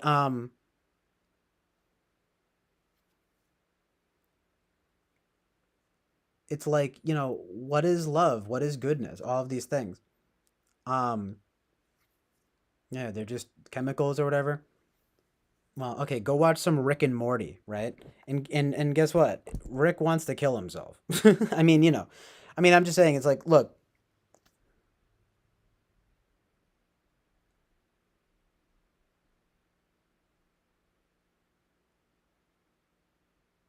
how do you define truth and reality? You know?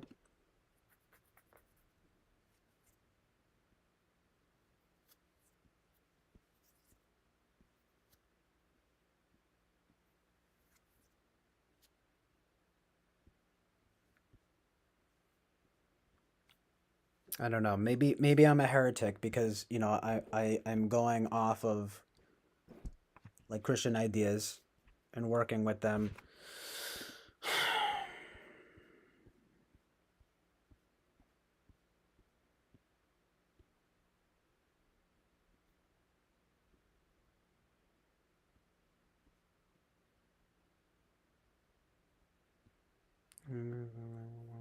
Sleep. See, the thing is that being woke is not to be awake.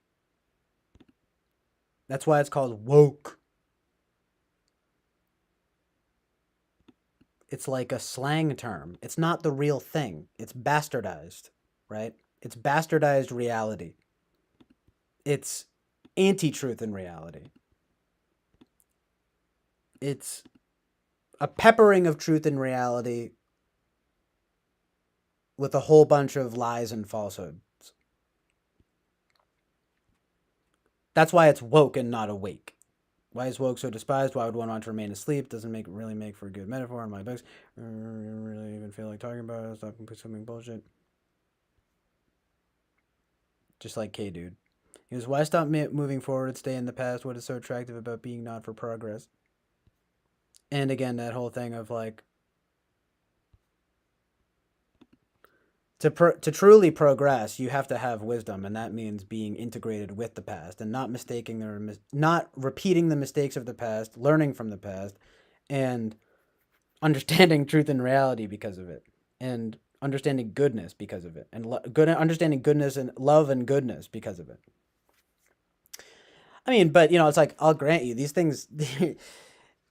What love and goodness? Fuck you. It's like you're again focusing on the sins of people, the evil of people, right? Because of their abuse of religion and their abuse of power more than anything. It's all about power, and that's what it's all about with these people.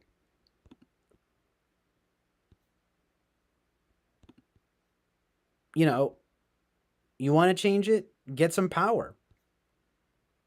Get some power to show people truth and reality. Although, guess what? Power seems to corrupt everyone. Power does seem to have some inherent evil to it. So I would say don't get powerful. Yeah, and like Vincent Gallo says, it's like become, you would think that you would have to be somewhat unpopular to actually be a true like advocate of change, or like a true to truly do great things.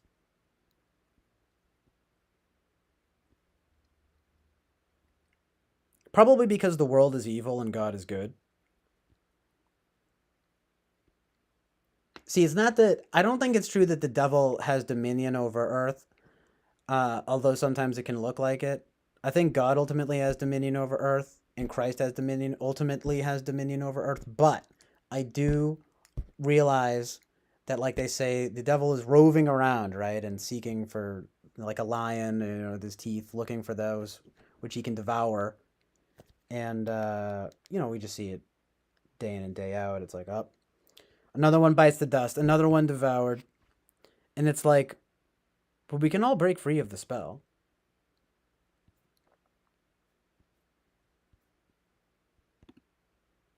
Just be committed to objective truth, objective reality, objective love, and objective goodness. We can figure out these things together, guys. It doesn't have to be us versus them mentalities.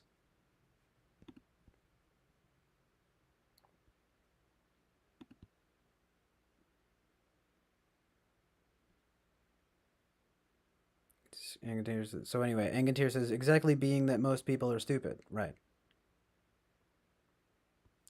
That's the other thing, by the way, is that it's not necessarily that most people are evil, but that most people are stupid, Oh, right, the thing about the world. Yeah, exactly. It's like, right, but he's roving around. It's like, give me a break. But there is this thing of like, I mean, it just explains why there's so much evil,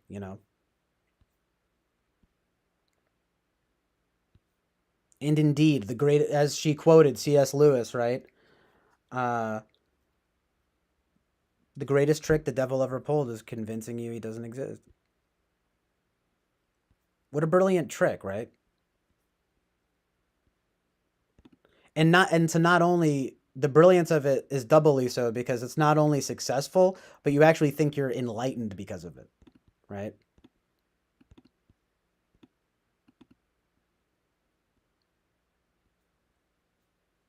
It's just such a totally false arrogance. Mind you, though, arrogance is rampant in all religious communities. For many people, it's the name of the game, and it's why people are so put off, and I don't blame them. But again, it's like, It doesn't disprove anything. Talking about how bad religious, like how, bad people in religious power have been in the past and how some people still are now is not an argument against God and or Christianity. Well, God and or Jesus Christ and or Christianity. I meant to say. I meant to say God, Jesus Christ, and or Christianity. I meant to say God, Jesus Christ, and or Christianity. But Winston's mom says Carl Jung thought that people who are religious are more likely to think in terms of projection, follow their religious leaders, and the money is not about authority for me. I don't need authority. You're watching over me. I can hold myself morally accountable, and that is the life is all I have.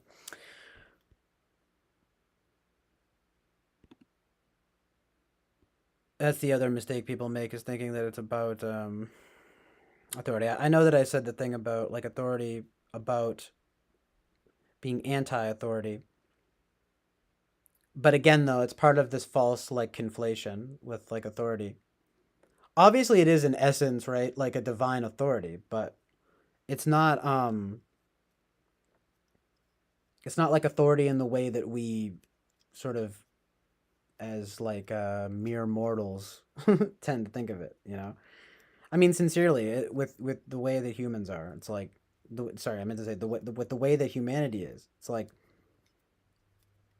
and that's why this like ideology has been so successful, right? It's like, look at the tyrannical, evil dictator father, right?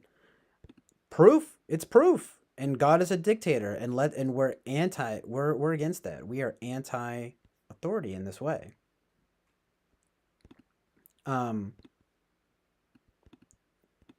But so begins the duping, right? The the luring in with truth and the switching with lies. Right, it's like, so let's marinate in our pain and sort of just destroy everything.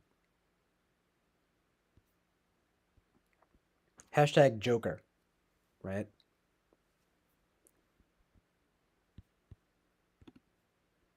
I mean, I realize that most people aren't on that Joker wave, but this is how you get it, you guys. And you guys want to wonder, like, oh, why are there more school shootings? And whoa, what's going on? What's going on with everyone? Well, it's because no one has anything anymore, right?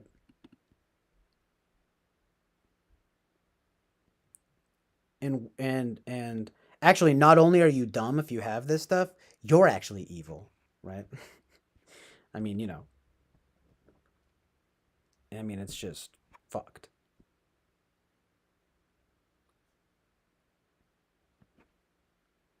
But anyway, it's the thing of like, it's not that religious people, it's not that you need authority. It's that you guys, the anti-religious people, are anti-authority. it's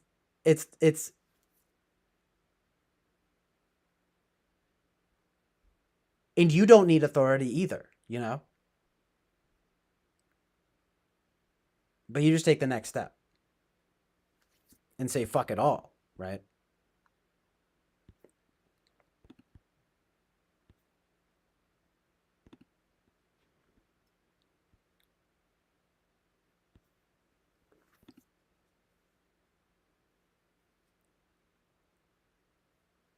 Not everyone wants authority, but everyone wants credibility, right? So, but the way to credibility in some ways, well, it's by merit, right? Which everyone hates. And how this woman is saying, again, it's like, you destroy that, what do you have? I mean, you get your merit. Anyone can do what I'm doing right now, for example. Anyone can get on stream and talk about anything,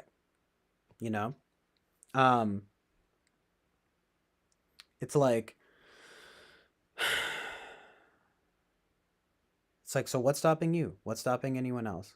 I mean, if it bothers you, if it's this thing of the loudest voices being the problem or whatever, it's like, then speak up.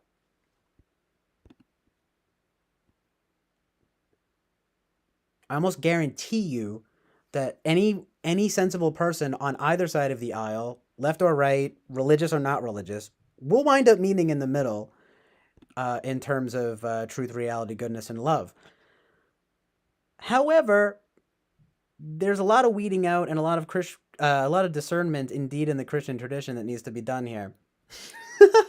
Literally, because that's how you're going to find the people that are actually down with the cause of true progressivism towards goodness, right? Towards God, right? No one wants to say that, right? And you don't want to say that.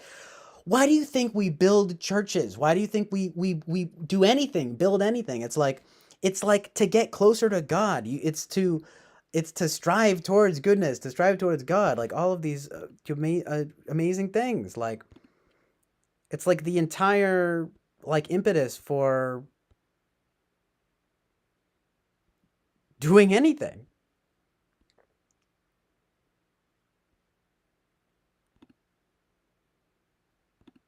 But I guess it's much more convenient to deny because, oh, you don't like it's this, I don't want to be told what to do. Well, no one wants to be told what to do. We are being told what to do, though, like you guys, then they'll be the first to say it too. It's like we don't have free will, for example. It's like, and how can God given free will? That's an oxymoron. It's like, no, it's more like you have free will, but don't expect God to be happy with every last decision you make, And this whole nonsensical thing of like, again, Rick and Morty behavior, right? It's like when Rick, he's like about to die in space or something, and he's like, and I think he prays really quick, and he says something. He says at least God. I don't know if he says anything about Jesus Christ, but he says like, "Oh, I forgive you." I mean, it's not I forgive you, but he's saying like, "I believe in you," right? God, it's God who's supposed to say, God and Jesus Christ who say, "I forgive you." But that's the whole idea, right? It's like, oh, you just atone at the end of your life, and then no, it doesn't work like that. And people need to stop using that as an argument because anyone that has actual sense knows that that's not how it works, And because then, of course, what does he do right after? He says, he survives, and then he goes, "Bah, F you, God," right? He flips the middle finger off to this guy, which is also ironic, right? How he winds up, he says, "F you, God," right? It's so symbolic, right? Even like, not unintentionally symbolic of how even in that moment he's railing against God, right? There's an anger towards God, a God that he presumably believes exists by saying "f you" to him, right? So I meant to say to him.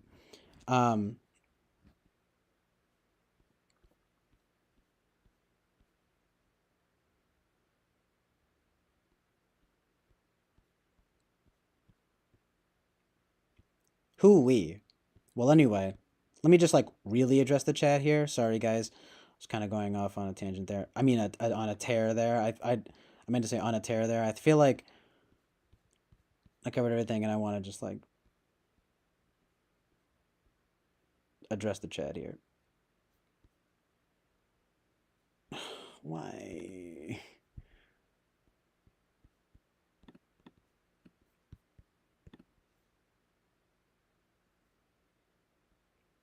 Wait, this just appeared.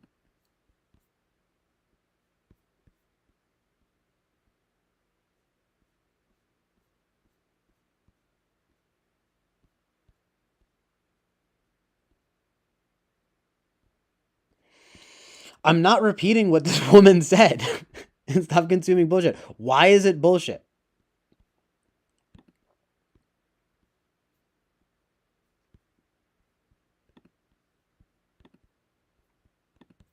Why is it bullshit other than that you don't like it?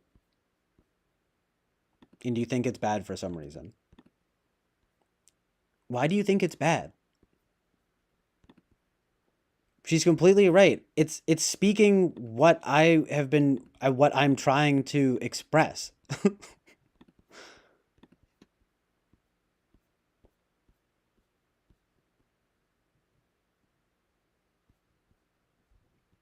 you know, just in a very like coherent and cogent way.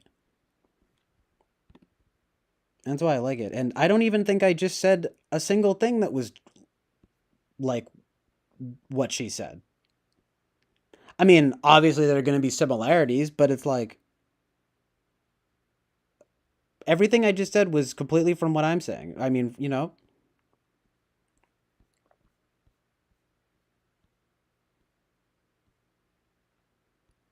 I mean, I'm just saying if I was really repeating what she was saying, it would be much more like, yes, and the Frankfurt School and all this stuff. It's like, no, I don't.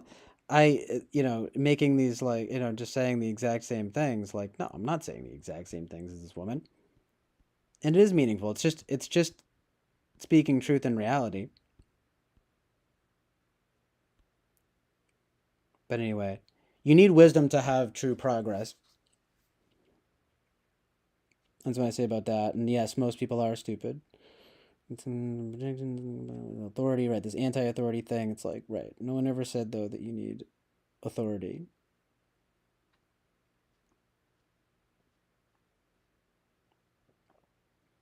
Just because you don't need an authority watching over you doesn't mean there is not one. But, you know, to be honest, I don't think that that's what this should all be about. It's not about scaremongering or fearmongering. It is ultimately about truth, reality, love, and goodness. And that's what we ought to strive for. And it's like,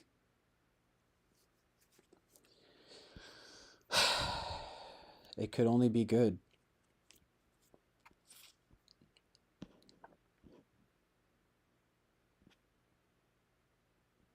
Angantir says, they're scared of pain, but no pain, no gain. Lack of masculine teachers. Indeed. And I understand, you know.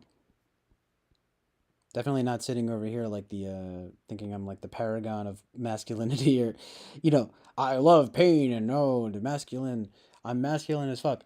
It's like, no. But I should definitely be more like that. It's something to strive towards, you know.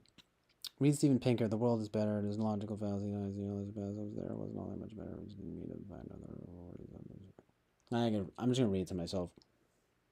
Actually, sorry, I guess I know you guys like to have stuff like what you say read out loud. It's kind of a lot to, well, for the sake of like catching up right now, I just want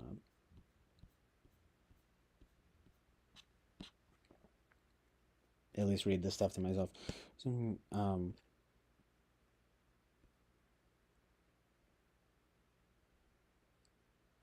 something thinking of this is feelings, language, or arrows. Do you want to put all thinking with all feeling? No, but, and not to be obfuscatory, but it's like, what is thinking? What is feeling?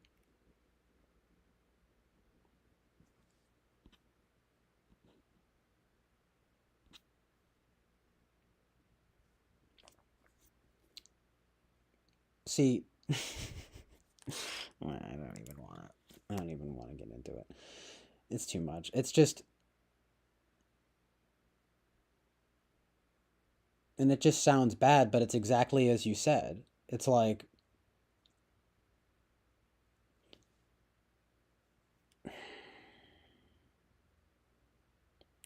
being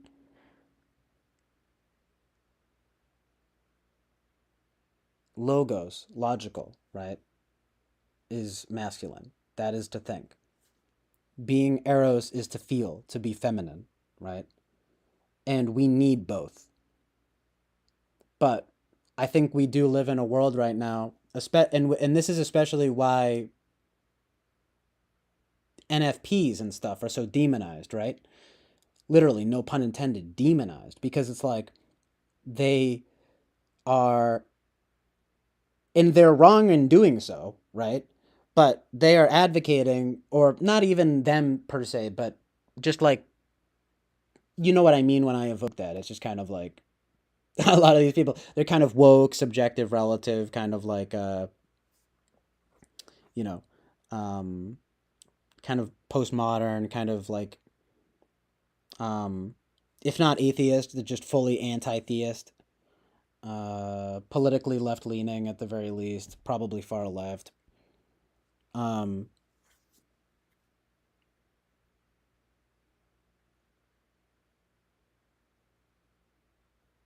know, just like communist types and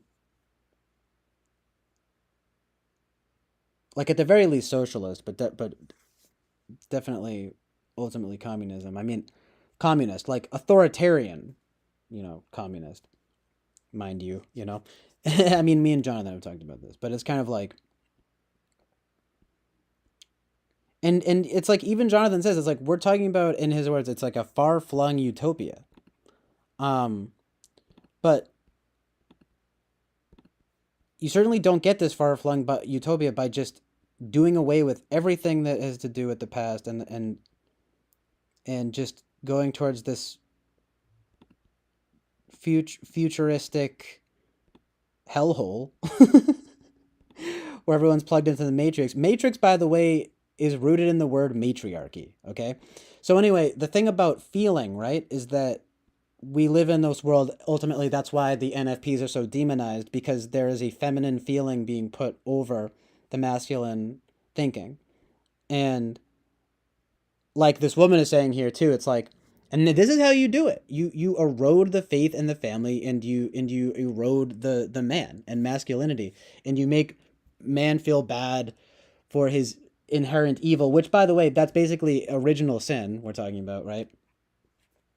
It's like, instead of actually doing something about it, you just feel bad. You whip yourself, and then you tell other people they should be whipping themselves. See, this is the problem that religious people get into, though, too, is of that problem.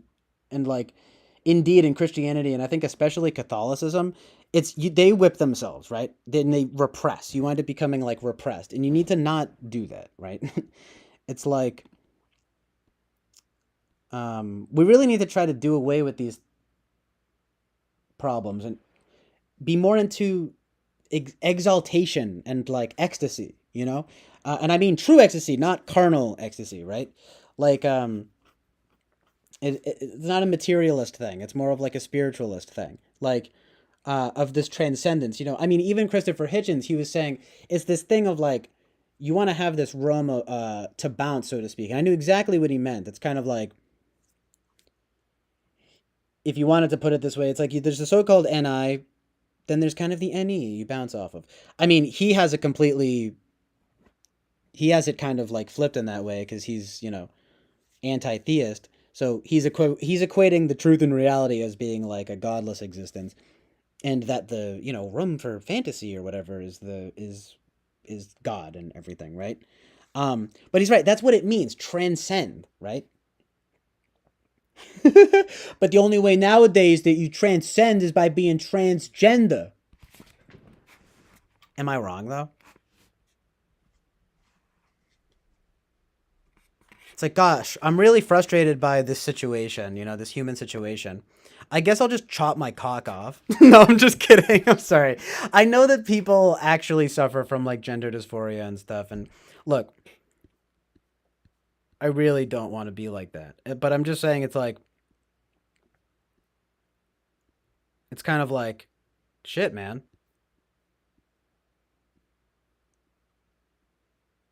I guess if there's only a way, you know, there's transcend, right? Transgression. Like this woman was saying, it's like, you know, it's like, right, the only way forward is to transgress. That's not, you know, that's the thing, by the way. That's the whole thing, is that it's not being progressive, okay?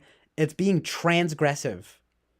You're not moving forward, you're moving sideways, if not backwards.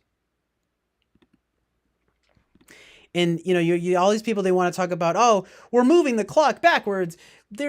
We're leaving abortion up to the states. Whoa, women are about to be on a farm or something. It's like, no. I mean, not unless true evil prevails, you know?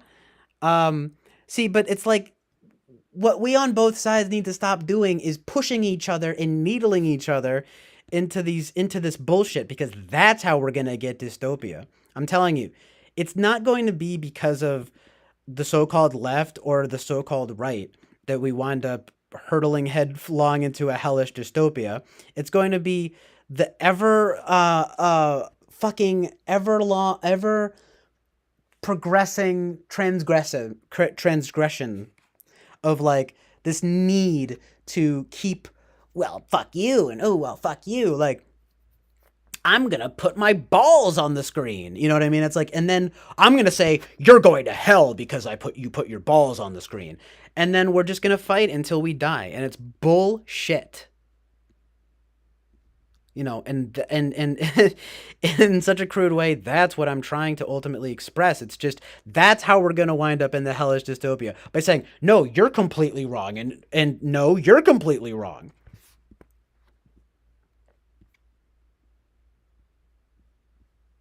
No.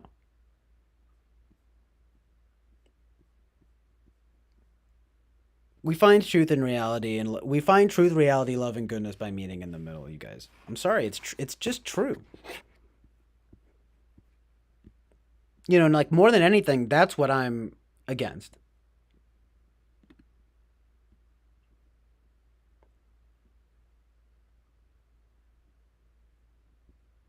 And it's like, look, I'm biased. I mean, if I grew up in a different part of the world, if I grew up in different circumstances, I probably would feel differently.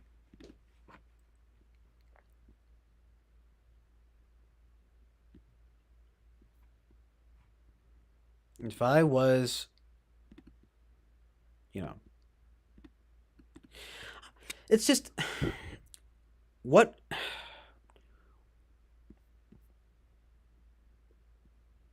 of course it's helpful to, you got to be real about the situation. But blaming, and I am repeating what you know what the woman said here, though ultimately it's like, but it's so true. It's like blame gets you nowhere. Like, I mean, that isn't to say there isn't a sort of blame that should come. It's, these are things though that in my, they seem to be like intuitive, and I find it kind of like dumb to keep like debating, you know. But nonetheless, it seems to be necessary.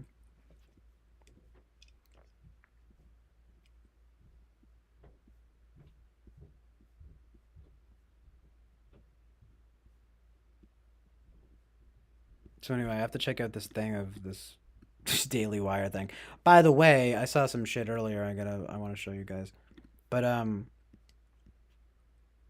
you guys will like it because it's against the right. No, literally. But like, Winston's mom says, "Wait, TJ, I thought you said you were only fucked if you were evil. I thought Jesus could forgive us." Right. That was, I addressed that in the name of God. Who's God? Which God again? I only want to forgive my evil. Right. Carl Sagan wrote a book called The Demon Haunted World. Look for the devil in the details. Yeah. The woke mentality is very solipsistic. Right. So I would drop it. I will. It just makes me a bit crazy to hear people lump everyone of some everything ideology into one big group who agrees on the everything of something. Yeah. Oh, by the way, I don't think that you're communist. Oh, sorry, I missed a few things. I intended to say the definition of insanity is doing the same thing over and over again and expecting different results. We've tried both religion and communism in varying forms. Didn't work then. Why will it work now? The world is less religious overall. The world is less religious, and yet things are probably worse. See, do you think all atheists are communists? Do you know that I'm not a communist, correct? Right, you do know that I'm not a communist, correct? Right, yeah. That wasn't what I was trying to say, and I don't remember what I was saying. I also don't think that, and I know that you're not a communist. What was this lull? What's this? Right, so I'll check that out. He says, "Wait, DJ, I thought you said you were going to find your email. I thought you." Oh, yeah, okay, I read this stuff. Okay, so there are rules for slavery in those chapters. It's clear that slavery was allowed and explained in tradition. You can't wish away what those Bibles wrote because men wrote those Bibles. Well, we know that men wrote those Bibles. You know, it's the eyewitness testimonies, right, of all these like different men. Um, in order to sort of gather a consensus on what the story is, you know. Um,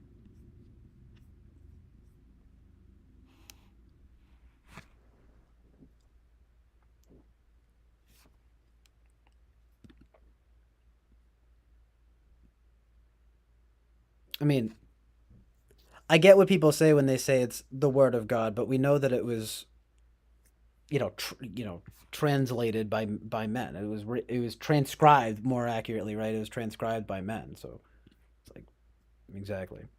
Amazing truth in reality. Angantir says they live in their own bubble, so they try to virtue signal, but end up outing themselves. They do what they accuse others of. Yeah, and of course, this is where where they kind of project. You can follow the politics. Winston says you can follow the politics in the Bibles that were published. Look at the King James. Right. Yes.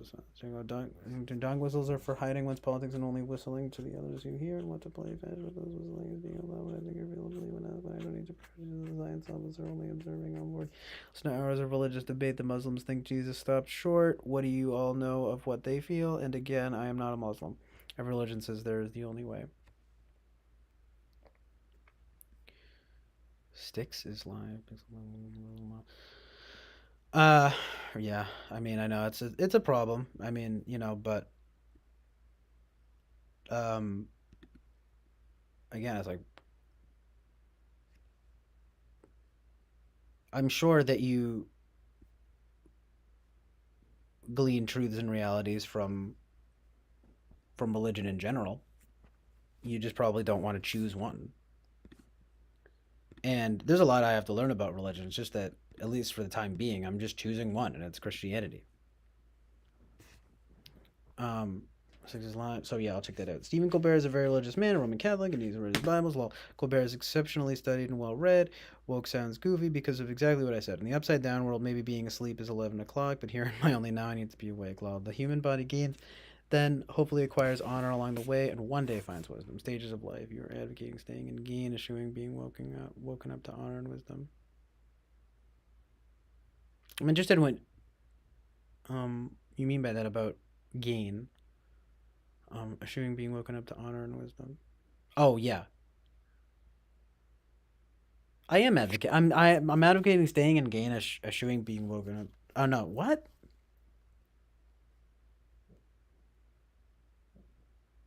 No, you gain honor. I'm saying gain honor and wisdom.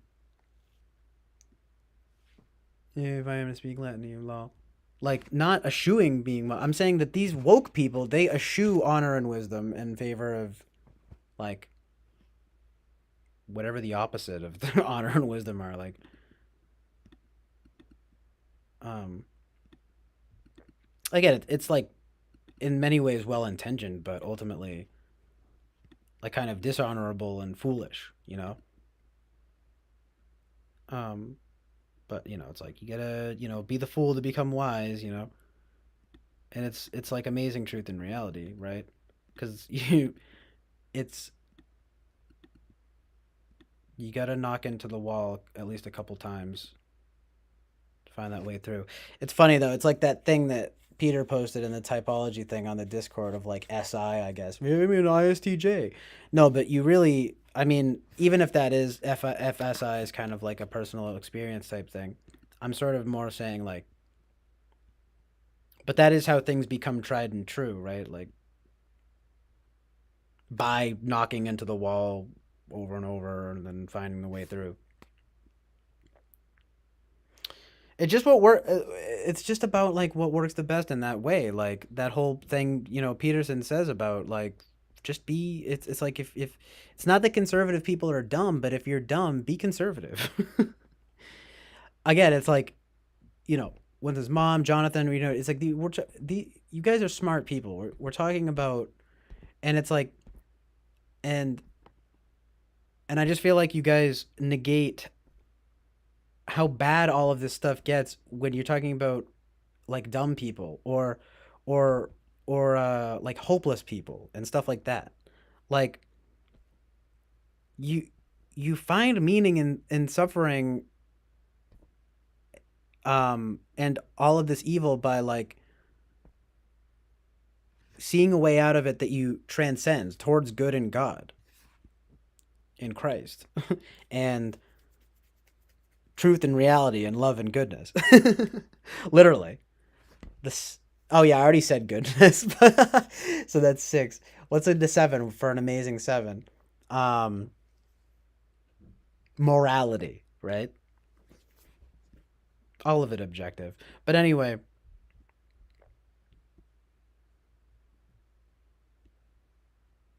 can finally speak Latin, you lol. Wisdom in the Kabbalah comes in around the age of 42 after a few shame shivers along the way. Experiences are self-actualization. Some people are born wiser than others, and some never achieve or look for the wisdom. Some acquire the wisdom of the ages. For me, believing in a God is saying I turn my life over to following an authority figure who will be comforting if I need it, and later forgive my human sins. So I'll just chill on my island. I probably should apologize to CJ again now, lol. People usually don't like a nice lady to be a thinker. I feel they usually want me to be only nice, not nice in the NICE. Pascal's wager is about placing your bets on a god. Are you familiar with this philosophical question? Yeah, and it's like basically you should just believe in God, like right? It's like yeah, basically it's like you might as well. It can only be good, literally, like literally good in God, but still, right? So, but you said earlier, I know you said it doesn't grok, but yeah, ultimately though, right? It's like whatever that means. I mean, why that doesn't why what don't you like about Pascal's wager? Angantier says we live in a society, right? When someone says the Joker represents our trickster, Jordan Peterson talks about this in this map's meaning in the movies. This Joker is represented by spirit conscious animal. Witches uses a familiar like a cat as their moral conscience, like right, like whatever that is. Why? Because religion is big money. The church is big business with big tax breaks. See, again, it's just the media. It's like you see all these shows, by the way, about like televangelists and stuff. You guys notice that? How there's like 20 shows now about that? And what do you think that is? What do you think that is? It's to make religion, especially Christianity, look bad. It's highlighting a truth in reality, but again, giving a little bit of truth in reality and then giving a bunch of lies and falsehood.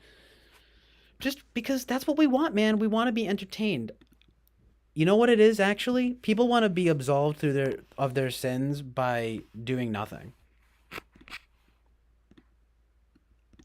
But however you want to slice it, it's going to take work. And again, it's this thing of like no one wants to work. I get it. And I know this stuff. It's like, but you got to plant seeds to reap fruit. Indeed. But right. Then Jonathan said his bullshit. You're gonna continue back and forth, but he did say if you want to go back and forth. Hold on.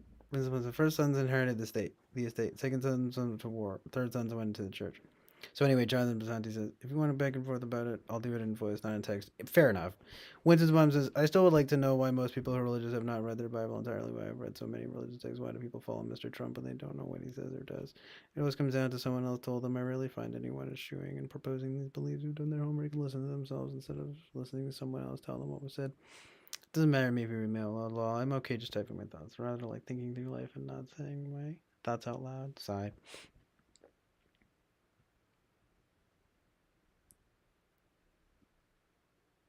The animus is the opposite. Gender role entire self.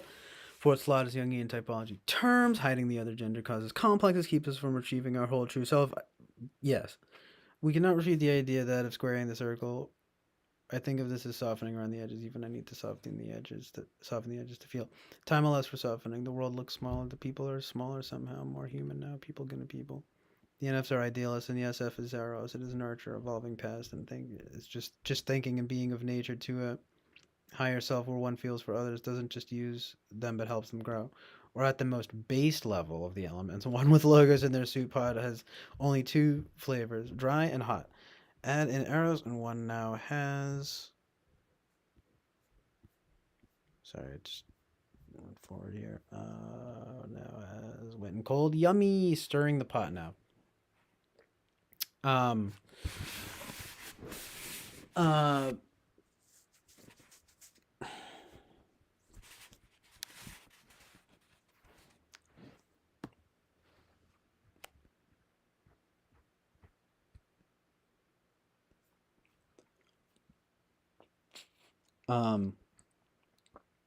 Just like I'm trying to comprehend what you're saying about that, but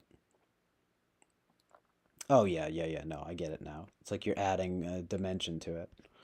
Sure thing, you know? You gotta be integrated in that way.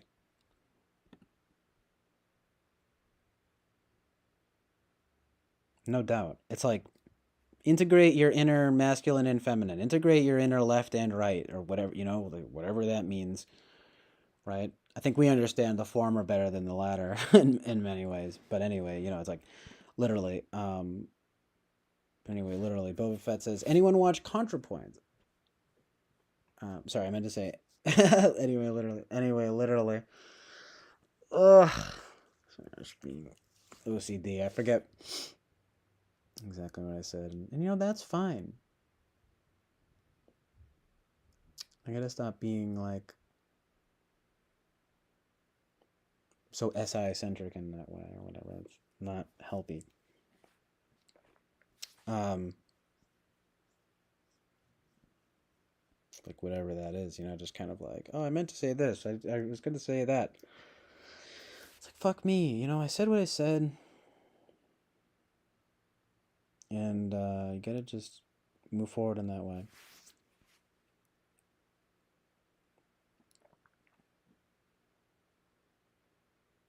Boba Fett says, anyone yeah, so I don't remember what I was gonna say. Fuck it.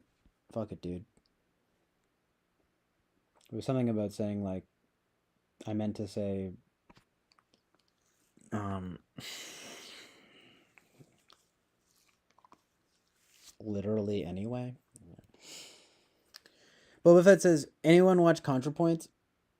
I used to, but then I kind of like, I got a little bit tired of her shtick, and she always posted like really long videos, and like the way that she was dressing up became like more and more garish, and like the videos are always really long.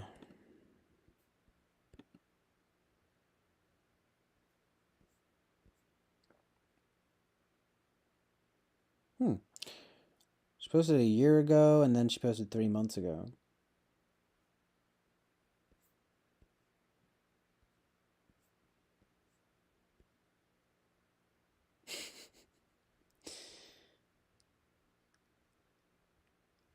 I'll tell you, I love Tiffany Tumbles. In fact, I have a trans crush on Tiffany Tumbles instead of of the original ContraPoints.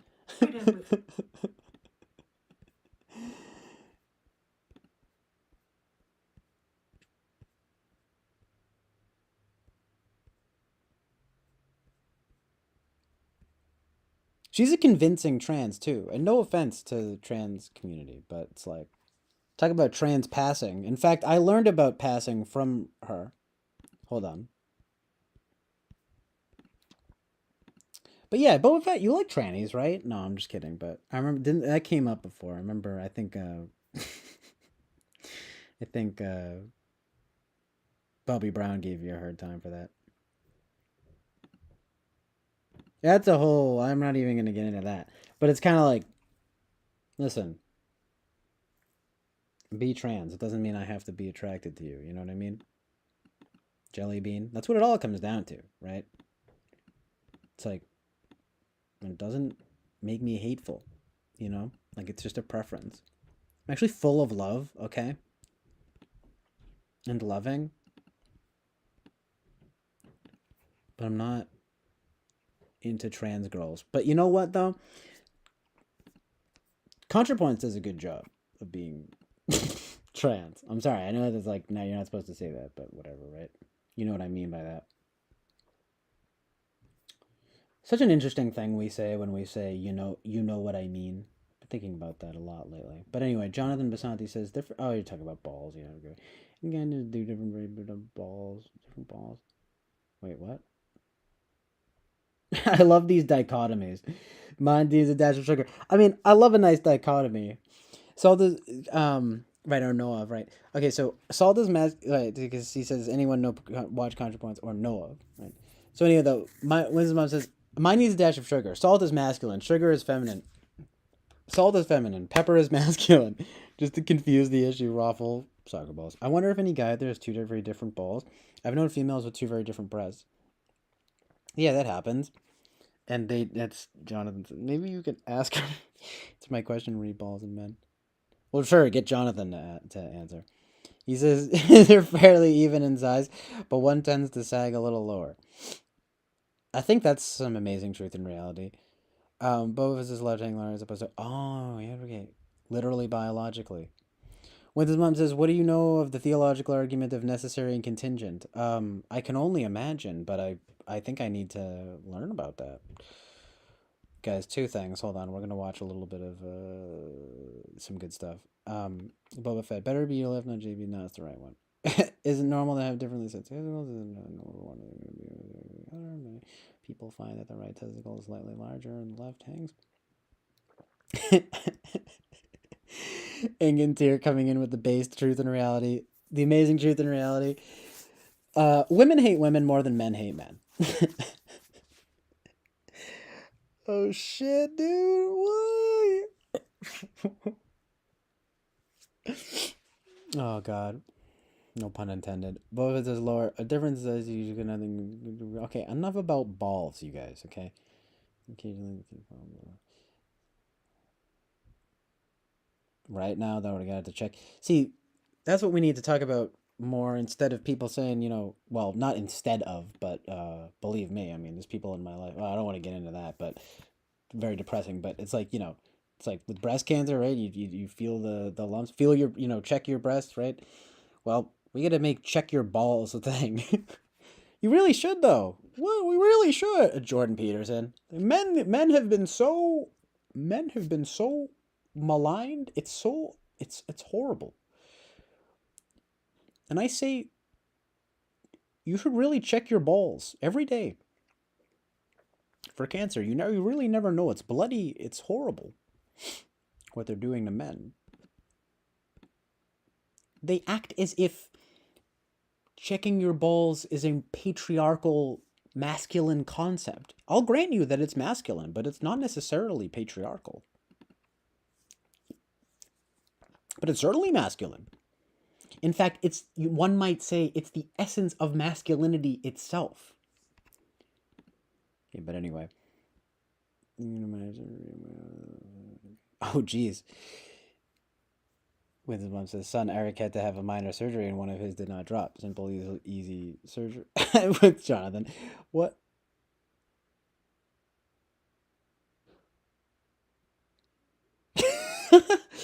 The thing about the balls. I'm like, my God. Okay, so anyway. When his mom says, good, does another sentence. Son Eric had to have a minor surgery when one of his did not drop. Simple, easy surgery, and I thought of other sons in third world countries who would not have that option. Yeah, I know that's like sad. That's sad. Not the. I mean, that's good that your son got surgery, but that's sad for the third world countries who do not have that option. But that says, "Oh dear, glad he's okay now." Exactly. When his mom says, "Oh, he's right." Oh no, my testicle changed shape. It's a square now. My balls are trapezoid shaped. Is this normal?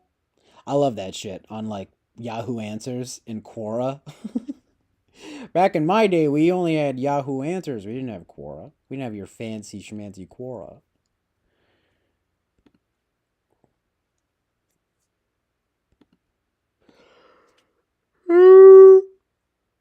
Quora is hilarious. It'll just be like, my balls are trapezoid shaped. Should I be worried? Top answer, yes. When's mom says, yeah. Anyway, amazing synchronicity. When's mom says, yes, he's fine. Son Eric is a classic ITP, probably the original form. He's a stoic. No, our relationship is not one sex. Willing to pay. We're still trying for Vegas one day. He can pay his little balls off there. But this is lol. He just says, I've got a beer. That's the ticket. Charles Carroll says in Million Dollar Extreme. So funny.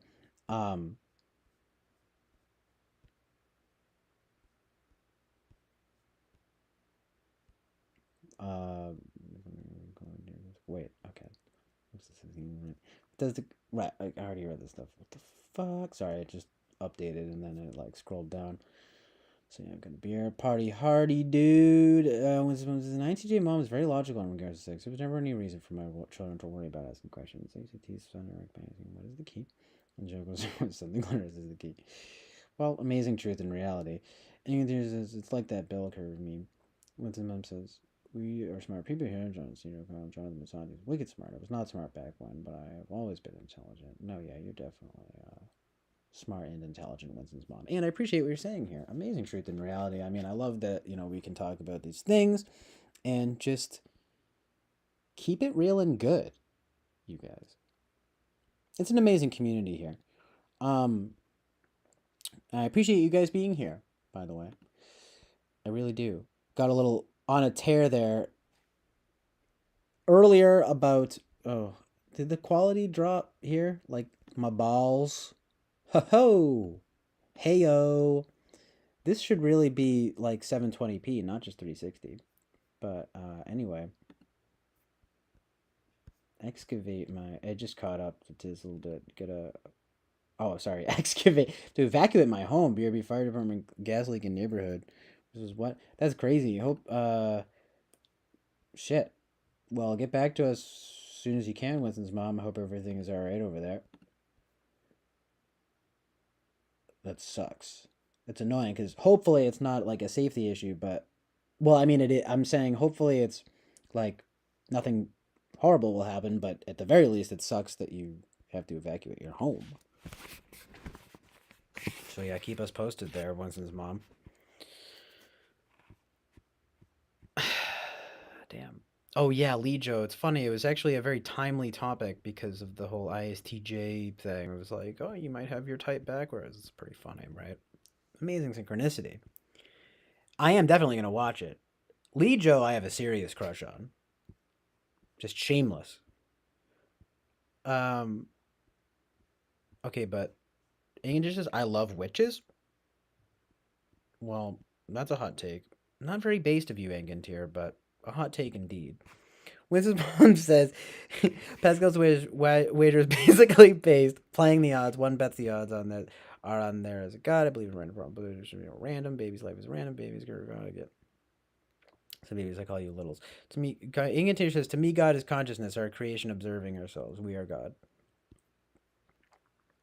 Well, I mean, it's like we are part of God. Winston's mom says, do you have you seen the movie Bell Book and Candle? Kim Novak bewitches Jimmy Stewart and Pie Wackett was familiar. Oh wow, might need to check that out. I like them both in Vertigo very much. That's like one of my favorite movies of all time. Pie Wackett was familiar. I don't know Pie Wackett though. Pie Wackett was familiar. And that I am amazing truth and reality. Frequency, energy, vibrations, atom, or atom, as above, so below. I know, right? I always think of that, the atom thing. Atom equals atom, right? I'm like, look at the truth and reality here. Like Alex Jones getting up, jumping up and down about it. LOL, literally me RN. Smiley face heart. 100 star eyes emoji. 100 emoji. Angantir says no. The women I'm drawn to. Oh right. I see. Right, it sucks when you're drawn to witches. Well, because then you're gonna fall under their spells. It's only logical. It's like that which follows. Ingantir says, my frequency... Okay, so Boba Fett says, now I am become death, the destroyer of worlds. I never really understood, what's the deal with... Why does he say, I am become death, you know? Why does he have to put it like that? Why is he trying to be so unique, you know? It's not proper grammar, okay? Or whatever, proper, yeah, I guess grammar, I don't know. Fuck you. I can't be, again, it's this thing, it's like, I can't be so, quote unquote, sort of like ISTJ thorough all the time. It's like, it's not healthy. It's not, I'm not playing to my best skills, like. Who knows though? Maybe I am. Maybe I'm gonna watch the Lejo video and find that I do have my type backwards. Help me, Lijo. Lijo? I think we talked about that. I think it might actually be Lijo. I'm sorry, Lijo. I love you. Just kidding, but kind of though. Teehee. So anyway, ANG2's my frequency is currently 420 hertz. Amazing Truth in Reality. Boba Fett says I think it has the ISF performer. It? What are you talking about? ContraPoints? I don't know. That's funny.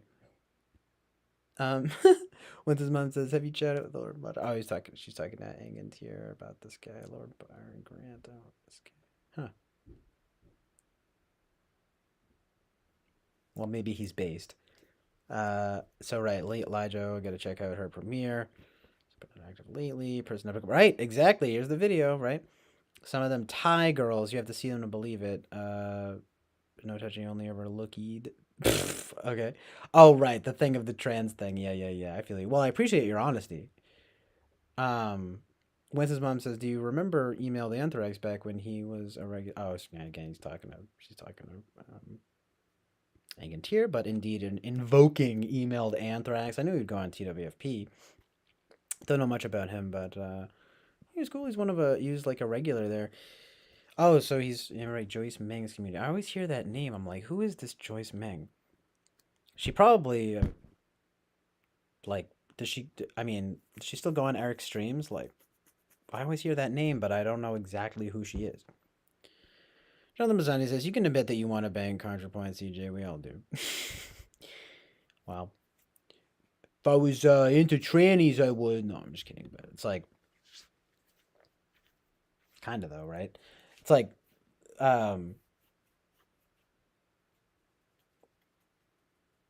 she's an impressive trans girl. I'll say that much. She did a bang up job.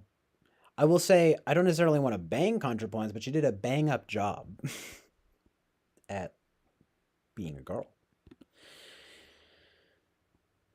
Again, I'm sorry, trans people. I'm not trying to be mean or anything. It's like, okay, I'm just trying to be funny. I'm sorry. I'm stumbling.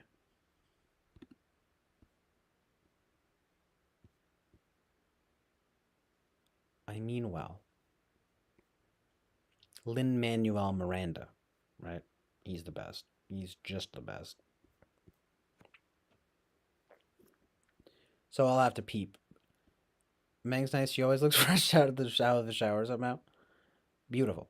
Ingrid says, "I'm so don't really participate in the live chats. And get your balls to the walls." Ryan doesn't win his mom with this stuff. So Boba Fett says Elijah rarely has anything interesting to say. She's kind of hot anyway. Someone that got an old bit of her doing music video once. Yeah, that was very funny. That I think it was Fly Guy. That video was very funny. That was very ESFP of her, right? Right. So claims she doesn't have the INTJ because INTJs can't have fun. Obviously, yeah. I don't think that. I mean, but you couldn't get more stereotypical ESFP than that. But on the other hand, it's like, well, that doesn't necessarily mean she's not an INTJ. But it is very funny. Right. So Lol claims she doesn't have the INTJ because INTJs have. Oh yeah, can't have fun. Obviously. Check out this article here.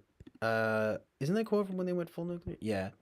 It's Lijo, I think she pretty. It is Agentir. Lijo, easy on the eyes. Yo, wish she. I'm finally caught up here, you guys. Whoa! Congratulations to me, Lijo, easy on the eye. Yo, that rhymes, kinda. Wish she ditched those nerd glasses. I love the glasses, dude. I think the glasses are sexy. But anyway, he says Leaf couldn't get enough of my Thailand story. Lol, I'm too heathen for him. Yeah. Well, you're pretty keyed into truths and realities.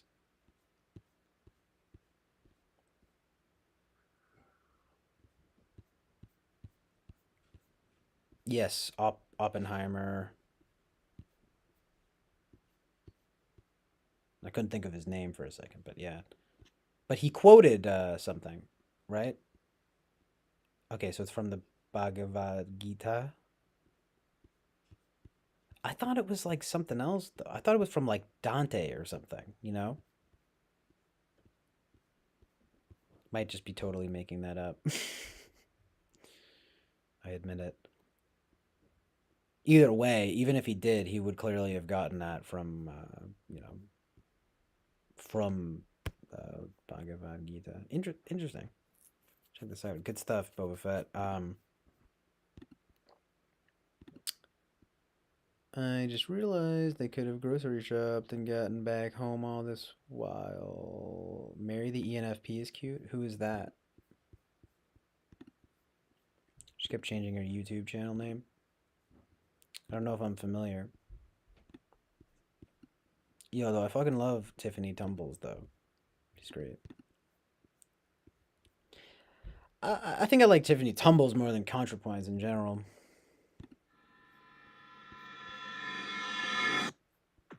Hi guys, it's me, Tiffany Tumbles, transgender YouTube sensation. Oh yeah, by the way, it's Blair White.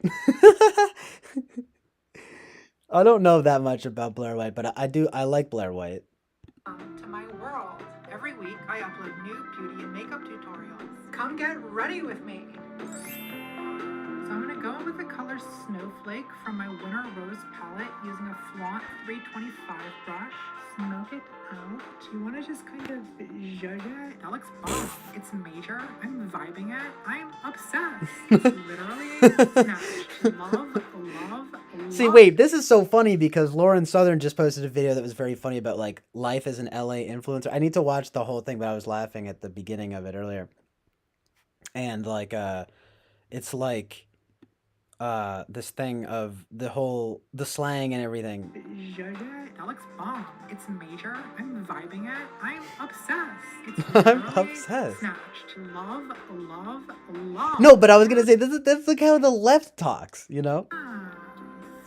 Already less than a minute in and you're wrong, ContraPoints. Okay. No, I'm just kidding. In 2018 though, I don't know. This was in 2018. So Living maybe, for it. Sure. Oh my I'm living God. for it. I think I glued my No, eye. it got worse than that though. It's like, uh-oh, one eye symbolism. I have to show you guys something funny, by the way. Fuck. But I'm not just a pretty face.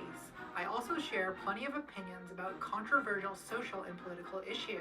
Even though I'm trans, I refuse to be a victim because I prefer to take control of my own life, which is why I support our president, Donald J. Trump. Make traps gay again. Bye.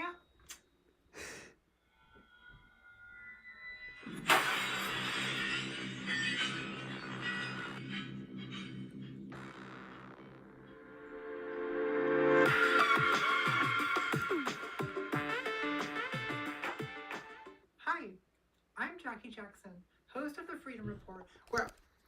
I'm sorry, why does my studio look like a Japanese drag queen redecorated in Italian bordello? It's hard to move past it. Anyway, tonight my guests are two transgender YouTubers from opposite ends of the political spectrum, but I've brought them here together to engage in a rational, free-thinking debate about a timeless question.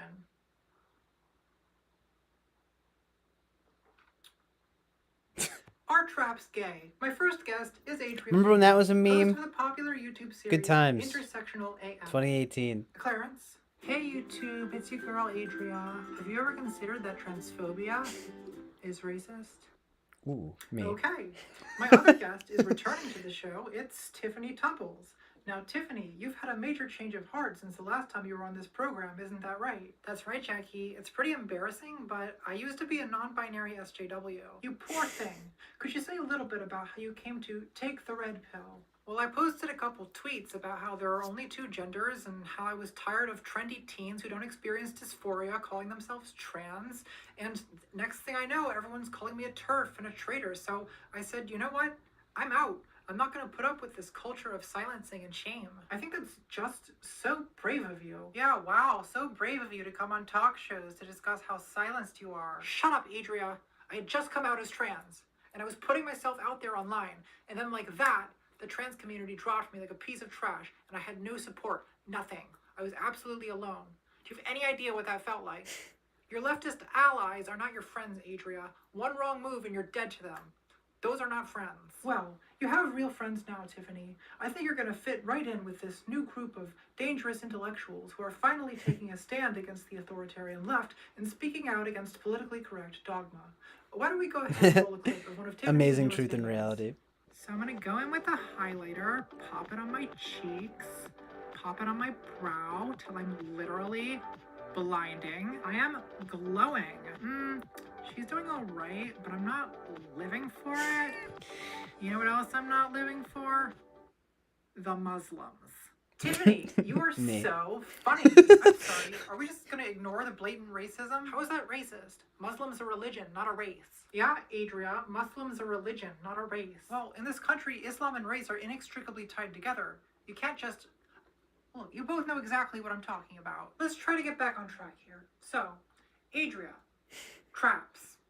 Are they? No, I don't know what you're talking Look, about. there's Can you so many explain things further? wrong with the question that the only way to answer it is to deconstruct it. First of all, what are traps? Are they trans women? Because if you're Ugh, you calling see, this trans is what women they do. They traps, then you're deconstruct directly everything, playing you into know? the It's lie like, that ugh. trans are race. Just Just answer the you both know question. exactly what I'm talking about. Let's try to get back on track here. So, Adria, traps. Are they gay? Look, there's so many things wrong with the question that the only way to answer it is to deconstruct it. First of all, what are traps? Are they trans women? Because if you're calling trans women traps, then you're directly playing into the lie that trans women are tricking or trapping men. A lie that reinforces the mentality that causes men to murder us. Well, I don't think trap is necessarily a trans woman. What about anime? Okay, so the word trap was invented by English-speaking anime fans. The Japanese word is otokonoko, which just means a male crossdresser. There's no implication of tricking men. But the word trap is sometimes used in English as a slur against trans women. So when you tell us that's not what it means, you're gaslighting the shit out of us, because we've all heard it used as a slur. Adria, you don't get to speak for all trans women. We're not all offended all the time. I actually happen to identify as a trap. Yeah, Adria, she identifies as a trap. Well, she's in the second place. Yeah, And Adria. Tiffany, that's pretty reckless. She identifies as a Doesn't trap. it bother you at all that if some guy murders you, his defense is gonna be, well, she was a trap, I was tricked. And you'll have contributed to that way of thinking. Well, what do you care, Adria? No one's gonna be trapped by you anyway. Ooh, spicy. The fuck did you just say? I said, no shade, but you don't really look like a woman. Jackie, are you gonna allow your guest to talk to me like this? Well, Tiffany, you could stand to be a little nicer. Look, dragging bitches is what I do. Facts over feels, hunty. Well, Adria, don't you think she has a bit of a point? Like, if you want to be taken seriously, you could put a little more effort in. I mean, what is this, a men's shirt? How are you going to attract men with that? I'm not trying to attract men. I'm a lesbian. I'm sorry, maybe this is a stupid question, but how can you be a trans woman and a lesbian? Well, I'm a woman, and I like women. I don't know about that. Sounds debatable. I'm sorry. I didn't realize when I agreed to do this show that I was signing up for the transphobia special. Transphobia? Well, Adria, I think that's very unfair. I mean, I've invited 2 trans women to be on my program, and I'll have you know that one of my best friends happens to be a gay man. And what could be transphobic about that? See, Adria, you're the reason why everyone hates trans people. You're obnoxious and offended by everything, and everyone feels like they have to tread on eggshells around you. Thank you, Tiffany. See, you're one of the good ones. You're a good trans. Is this You're what you good want to do tran. with your life, Tiffany? Be the lapdog of people like this? No. I want to actually work toward the acceptance of trans people by being patient and agreeable and by looking the part and not by screeching transphobia at everyone who doesn't meet your impossible standard of wokeness. And you're going to do that by identifying as a trap, huh? Just keep reinforcing and excusing bigotry until it magically goes away. Well, does it occur to you, Tiffany, that you're not gaining acceptance for anyone but yourself, and the only reason you're accepted is that you don't challenge the status quo? I'm sorry, I need to interrupt this exchange of ideas because I feel like we're just getting hung up on terminology. Look, Adria, if you don't like the word trap, we just won't use the word trap. The real question is it gay to be attracted to trans women? It is if you're a woman. No, I mean for men.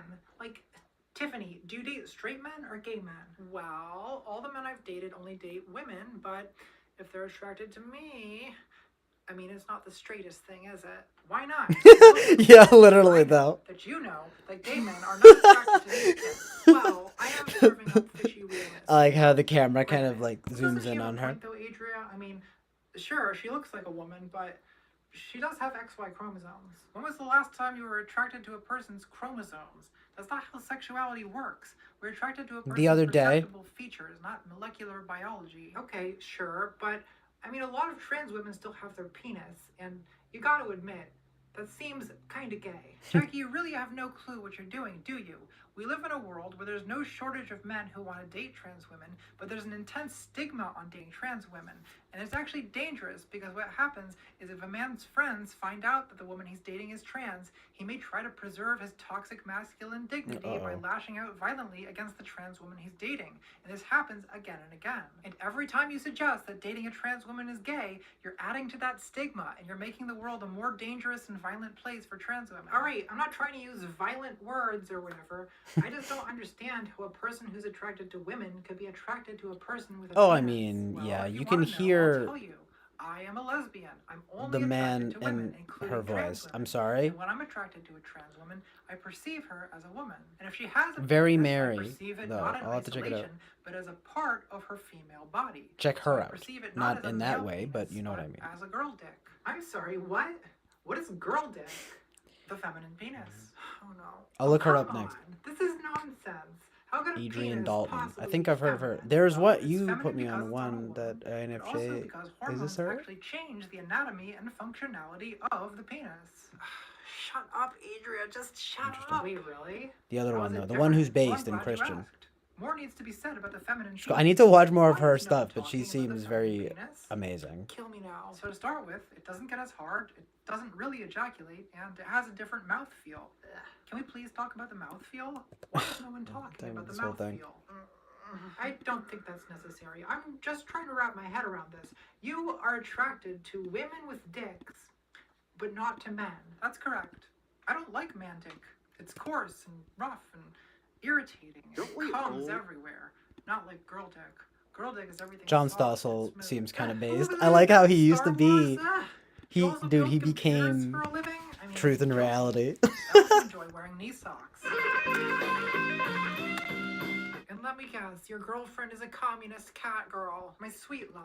Wait, you're dating that crazy Antifa cat? Well, we're in the same polycule. I don't know what that means. And I'm not like prejudiced or anything, but I'm just not sold on this idea of trans lesbianism. Like, if you're born male and you're attracted to women, how is it not just heterosexuality? Well, my girlfriend is also trans, so if you follow your logic to its conclusion, okay, so you're a woman who was born a man and you like women, but you're dating a woman, so woman who has a penis. You are a female penis that used to be a male penis.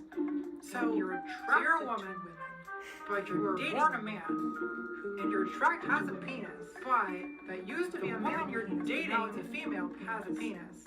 So that means you are gay, but you're gay in the opposite way as the kind of gay that you were born. I can go over it with you again after the show if you need some extra time to figure it out. Why am I constantly surrounded by homosexuals? Adria, just stop talking.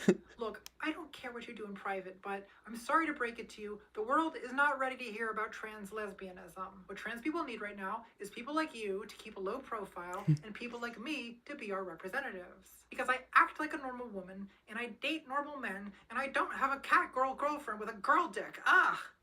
Also, I look fucking gorgeous. I'm sorry, but that matters. Well, you look just fine, but let's not get arrogant, sweetheart. You're not Blair White. She said Blair White. So that's not a fair comparison. That's But what are you hilarious. having done? I'm gonna lower my hairline, shave some bone off my jaw, reshape my brow, get some lip injections, maybe Botox Oh, on my jeez. forehead. Oh, and I'm gonna fix my nose, obviously. What's wrong with your nose?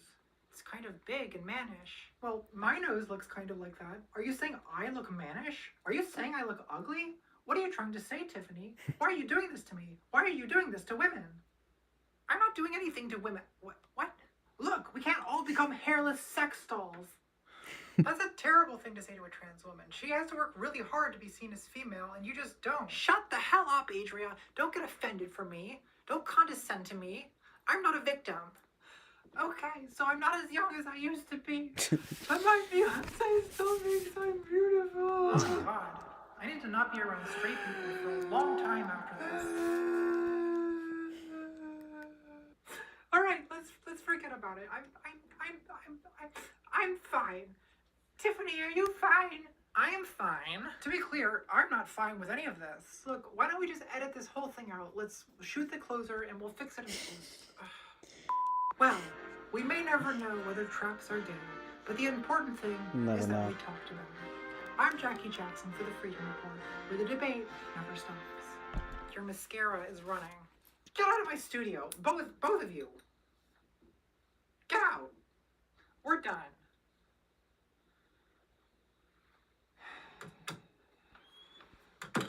And just keep checking. I'm like, how much longer is this? Hi, Nick. Yeah, I'm finished. Well, it was a No shit offense show. to ContraPoints. No, Adria was fine. She was cringe as fuck the whole time. Let's have her back. Tiffany was the problem. She kept veering off message and she got emotional. Yeah, don't invite her back. Get Blair next time. And the week after, can we get Kanye West? We can't get Kanye. Get Candace Owens. Nice. All those what have people you are done great. to my studio?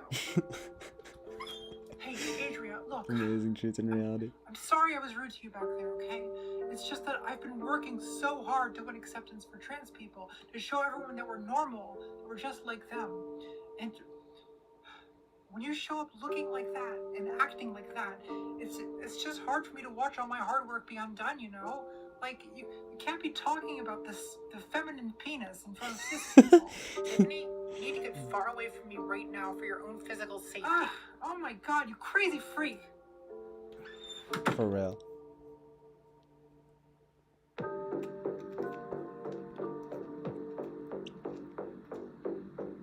It's like walking the street.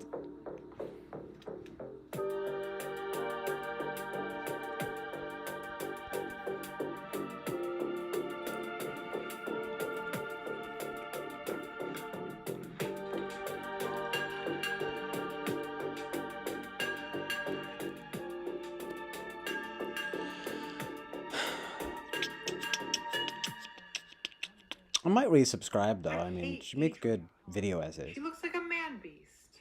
Society needs to stop enabling these ridiculous delusions. This hun.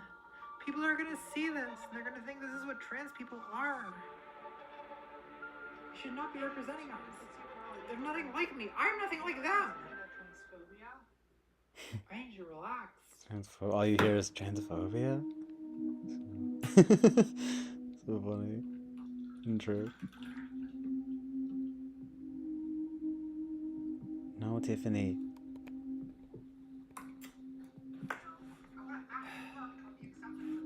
Well, it's up. I look good, but Adria's fucking everything up. Alright, what are they saying?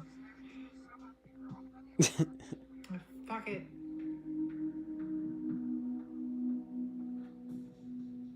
Ooh. Okay,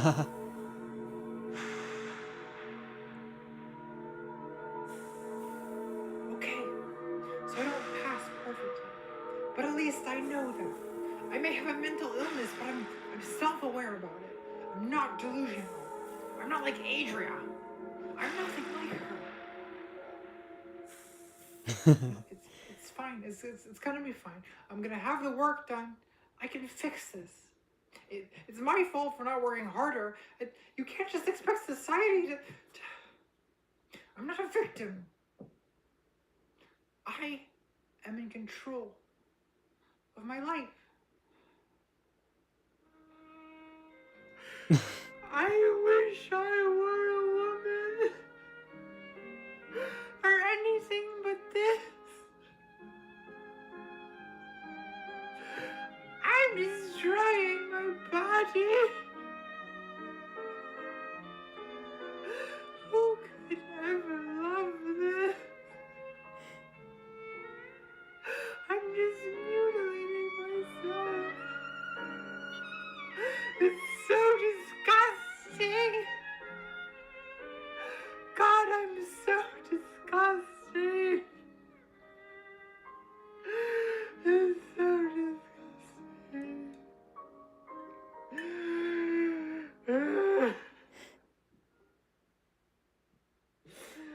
I'm just sitting to get another drink. I'm not a victim. And poor Tiffany. I am in complete control.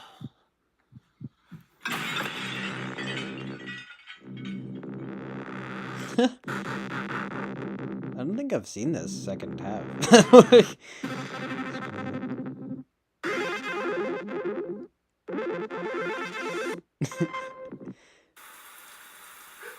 Amazing Truth and Reality.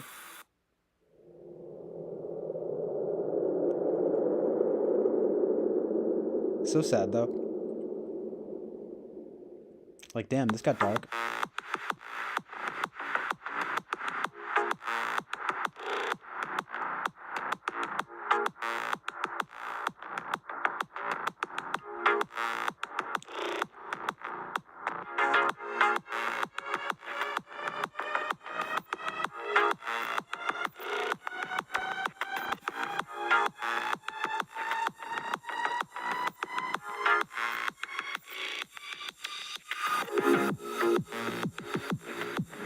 Power makeup tutorial time.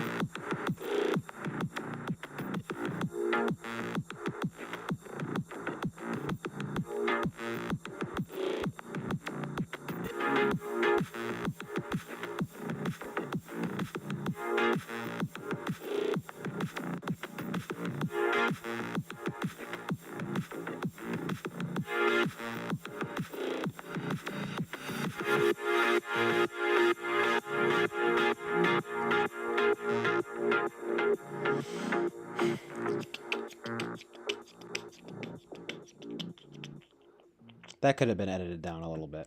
Hi guys, it's me, Tiffany Tumbles. Welcome to my world.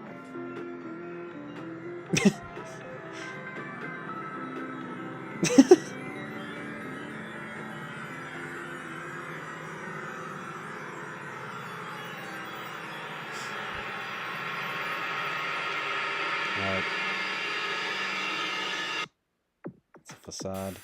You must think that you are so unique, trying to educate all the free, blissfully unaware of how crude, heard before, bigoted and plain rude.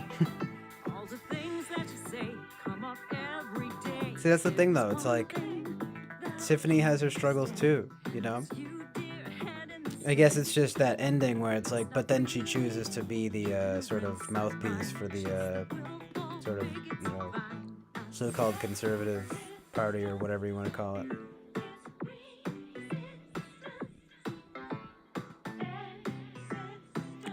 Yeah, and she did used to be an alcoholic. Very sad and true. Seeing that.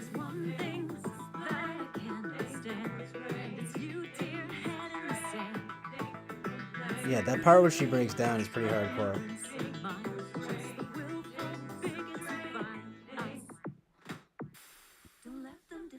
Well done, though.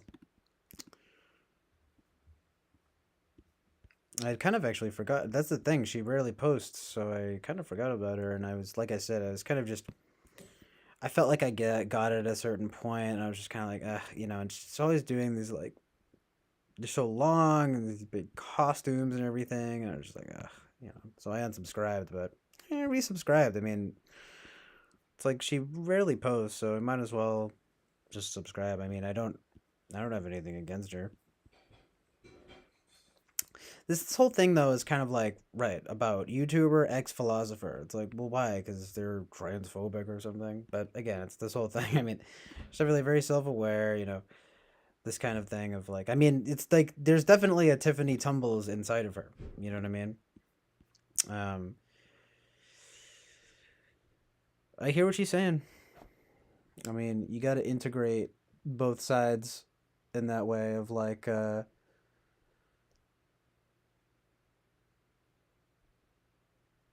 kind of in that way of left and right and whatever you want to call it. I mean, yeah, so very merry though.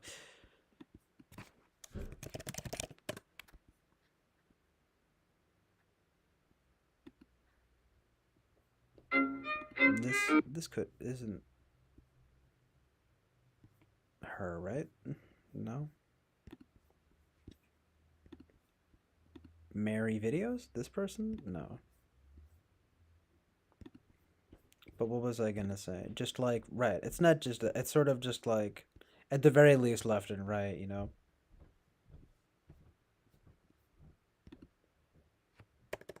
It's like, otherwise, what do you have? You just have good and evil. You know, it's kind of like, again, it's this whole thing of like, you can be good in any way that you are, but you do have to, like, not necessarily, for lack of a better explanation, basically, you do have to kind of like try to be good. You know what I mean? That's like the work and effort that people are so against, but it's really something worth doing. It's like the thing worth doing. Um, the problem with someone like Tiffany Tumbles, right? That character is that it's like she kind of is stuck in this cycle of like repression and maybe even guilt, right? There's something to be said about that, especially when we talk about religion and everything, right? And I've said this, it's like that's why it's another part of why I'm not sure about Catholicism in many ways, because it's like they suffer with that so much, and then it kind of comes out in these very unflattering ways, right? Kind of winds up being evil as opposed to good. So, you know. Yeah, what is this though? This John Fetterman guy? What?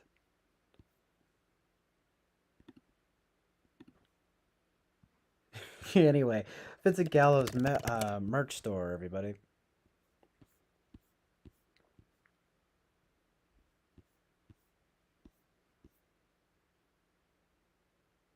Noelle Merring, though, I don't care. I don't care what you guys say. This woman is based, and she knows what she's talking about. I mean, either way, in that one video, she did an excellent job of summarizing the narrative.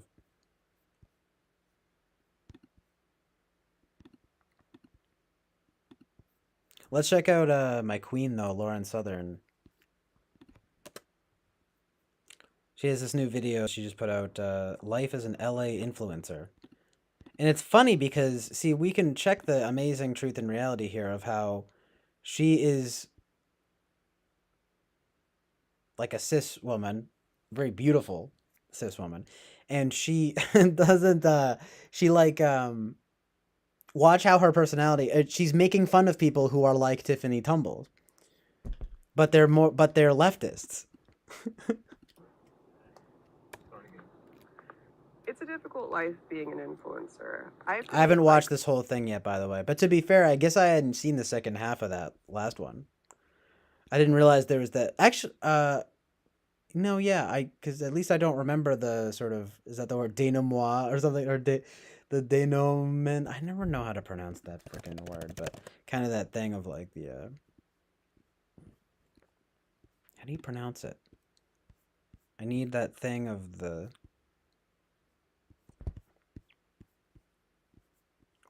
Hold on. I'm using it right. I just don't know how to pronounce it. Oh. Denouement. Denouement. Okay, thank you, Google lady. Yeah,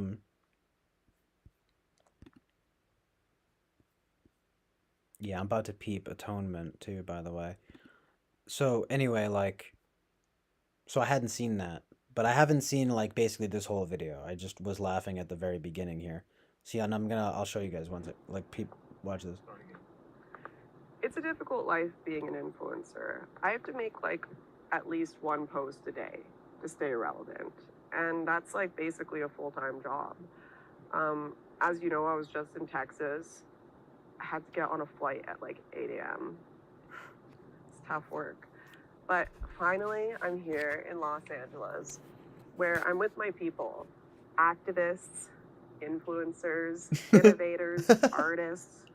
And it's just so beautiful to be in a place that's been run by Democrats since 1988 and actually gives a shit about fucking human life. That part was what killed me, was because that's how these people all fucking talk.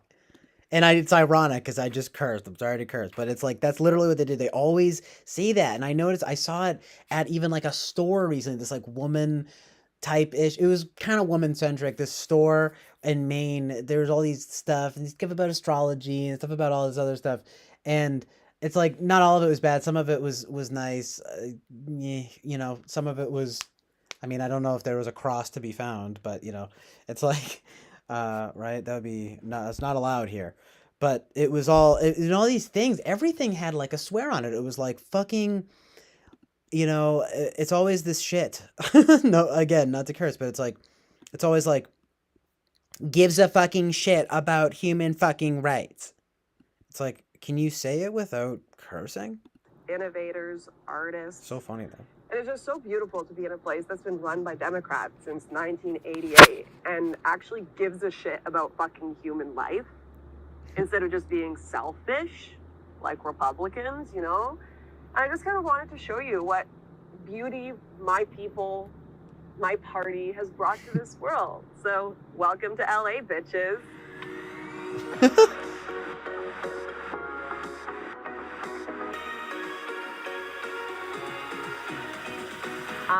A lot of Republicans live such materialistic lives dependent on capitalism, but these people have a carbon print of nearly oh fuck, man, we're about to get real. They're not Oh damaging no. the environment at all.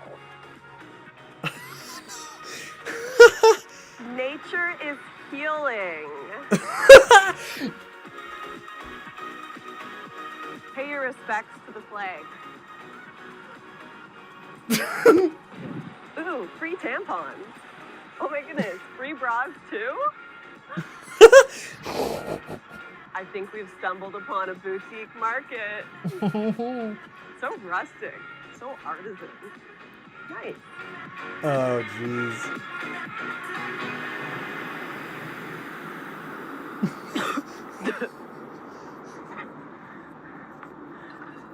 I love the natural smells in LA. Let's put some beats on. John, are you recording? I'm stepping in shit. We have to leave immediately. It's all shit. It's all poop. We're getting out of here. Ew. We're covered. It's all poop. That's horrible. Oh, fuck. Yes, the artisan market may have been full of poop. But that's why we've got the lovely LA rivers to clean our shoes in. Ooh, there's a lot of black people here. Not that there's a problem with that, not at all. It's just, you know, I don't think we should get out of the car. Because I don't want to gentrify the area. I love black people so much. And it breaks my heart that I can't get out of the car or I'll be colonizing the area. You get that? Do people know I like black people now? These are what we call tiny homes. Small, innovative, eco-friendly. We love these. Hello. Here in LA, What? That person that just walked by though? Eco-friendly. We love these. Hello. Here in LA. It's like a guy. It's like a. Oh no, guys. It's like a guy that's just like wearing like a dress. They have become extremely popular with people who are looking for a greener future. Many people don't know this, but Los Hashtag Angeles... not a true trans. But literally though, it's like, dude. Extremely popular with Hashtag Tiffany Tumbles was right. people who are looking for a greener future. You guys know what I mean. Many people don't know. Oh my god. They have become... Sorry, I couldn't. Here... Hello. Hello. Here in LA, they have become... Hello. Here in LA, they have become extremely popular with people who are looking for a greener future. Many people don't know this, but Los Angeles has been very innovative in the green energy initiative, creating transportation methods like Bird, where I can just pick this up, go for a ride, get where I need to go. Very little environmental waste. Oh, little artisan market. Hello. So beautiful.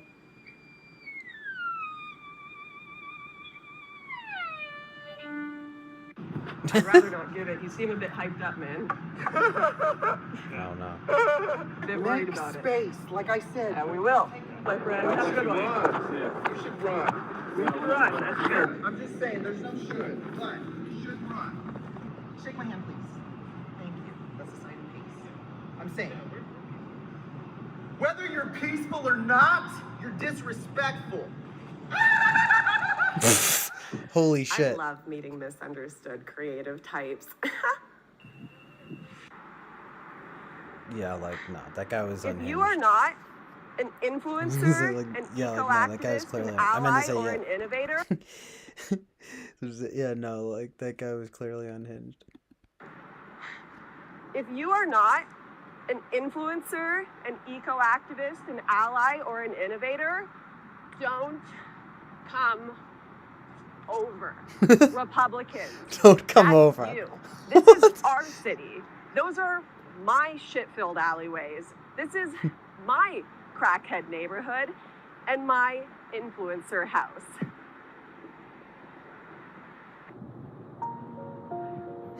People don't really understand how difficult it is to be an influencer. They think it's just taking photos, being extremely hot. There's a lot of weight on your shoulders when you have this much of a platform and when you're this fucking attractive. The world looks to you as to where the direction of politics, geopolitics, politics, and the things to do with politics should go. And that's a lot of weight on my shoulders, you know? Girls look at me to be an influence for what women, our bodies should look like. I've got to fight the stereotypes. It's like my job. It's It's my job alone as an influencer here in LA to fight those stereotypes. And it can be so hard to be a woman with such a fat ass and such a small waist. People don't understand. It's amazing. Stop filming me. Amazing. Once I've truth kind and of got the reality. like I really only edit like the colors and stuff when I use these apps. Yeah, You really, know, like, I like to keep my body pretty natural, so but that's what I'm trying to advocate, right? Being natural. So I'll kind of go to like the like I'll relight things a bit, or make it a bit softer or whatever, and then we'll save that photo here, and then I'll make sure to like put a motivational message here. Be yourself. Hashtag no makeup. So many judgmental people think it's not okay to have a body with curves. right? Like, Don't said no one let ever. These men, because it's probably men, you know, women never criticize women. These men Right, get exactly. you down. And then you have to remind them to like the photo, because like maybe their hand will slip and they'll forget that they have to fucking like my photo. Hit like ladies for feminism. You put a bit of pressure in there so they know if they don't hit like, then they're not a feminist, and I'll be able to get them canceled for coming to any venues or tryouts in LA. Smiles. What we should do about the environment, that's like our world. We could die. My makeup artist, my personal chef, my publicist, my nail lady, like they could all die if we don't fix what's going on with the planet. And that's why I'm so proud to be an influencer here in LA, here in Los Angeles, the city of angels, where all of this started. Right. The city Voting of- Democrat Wow. since How ironic. 88, you know? We haven't gone off the course since, and we can really see the efforts of that policy thriving here. Yeah, We so have it's truly amazing. returned to nature, community, love, openness, unlike the rest of America who want to be closed and be Although fucking she probably Republicans. went to like the poorest parts of LA. I mean, it's like clearly not every part of LA looks like this. Love, openness, unlike the rest of America who want to be closed and be fucking Republicans who deserve to die. We've decided to return to love, peace, and more human conditions.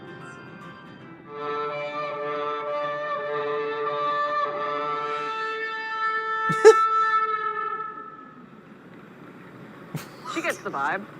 Yeah, exactly. She gets the vibe. So, right, literally. Amazing truth and reality.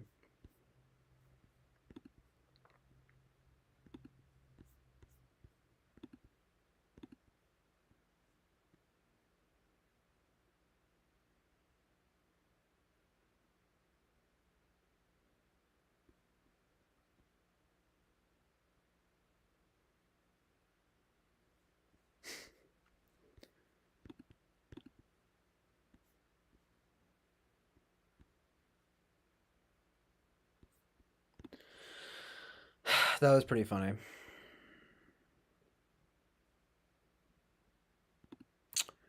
Hello, Winston's mom. Glad to hear it. She says, hello again, Gasly. Continue what it missed, but smoking couldn't light up anywhere for all the time. Right, and it just says LA's beautiful streets. Amazing truth and reality.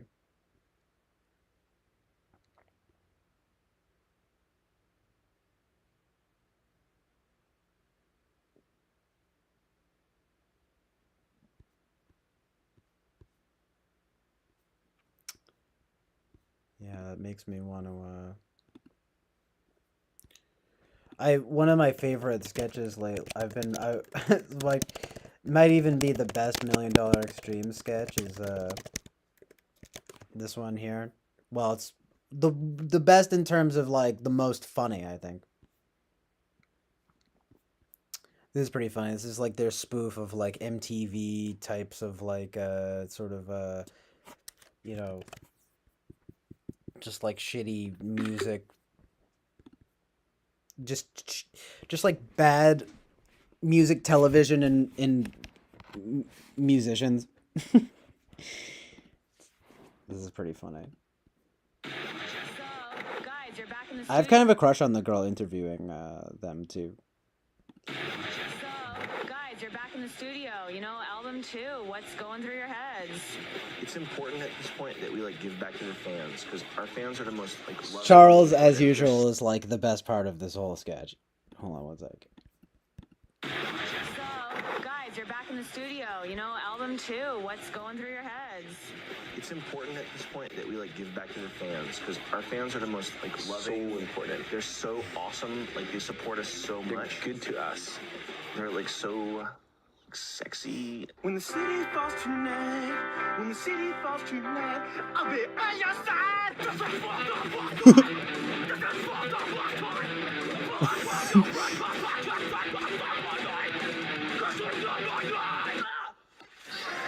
like the craziest gift a fan has ever given you? This girl Sarah, after a show, walked up to me, and she was probably like 14, and it was important. And she walked in right up to me, and she had her underwear in her mouth. She couldn't even talk. Oh my God. I'm sure that everyone out there wants to know who's available. Oh no. I eat girls' like right away. It's like, I don't even know why I subject myself to that. Like, you don't even know if a girl's got something. Like, what are you gonna, I don't know. It's just, when I was a kid, I was in a beauty pageant. Tell us about that. Hey, welcome back. We're scribbling with Cody. This part, though. Celibate. Why are you up there? I'm being a monkey. It's like fucking ridiculous. I was molested by a Dad, doctor Dad. for like 6 years when I was in a coma. It was like a female doctor. No, it wasn't. It was an old guy doctor. The thing is, it was like a hot, like blonde, 35-year-old doctor. She was like always giving me such good head. No. No. The police report said it was a 60-year-old Jewish guy. Wanted to work out with him, but I grabbed your hand. Cause if I see you looking at him, I'm gonna bust his teeth and put him in the ground. If your personality was a drink, you know, what would you be? I like to think of myself as a little bit of yoo-hoo. It's always something I loved as a kid, and everyone always got it for me. Like my parents got it for me when I was down in hell, daycare, for years. What is a yoo-hoo? Is that like chocolate? Yeah, it's like chocolate water. You don't know what a yoo-hoo is? I don't know. You dumb bitch. No. I was just kidding. You dumb fucking bitch. I'm just kidding. I'm just kidding.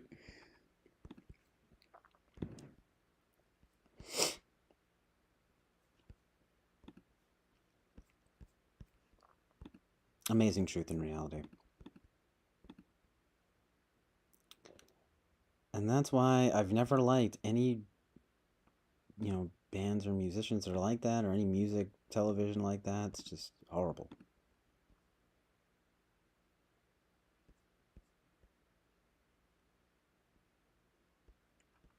I just could watch that, and a lot of stuff that they've made is just like, for the $1 Million Extreme has made, it just like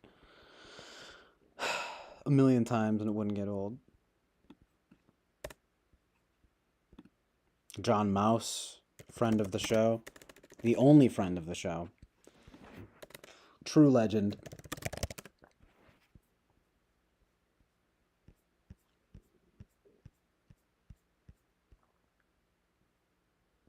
Seven days ago, John Mouse, synth pop genius, and then of course, $1 Million Extreme is mentioned. It's like he's a genius outside of that. We don't need to be invoking $1 Million Extreme with them all the time. You know what I mean?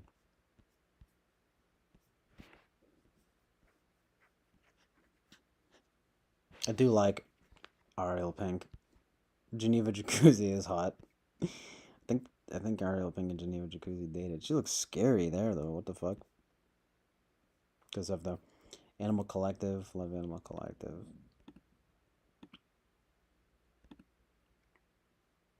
Marina, what the?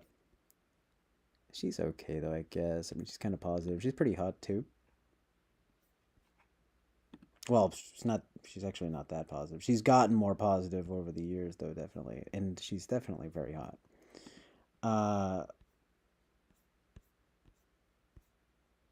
Behind the scenes, is this real? On Charles.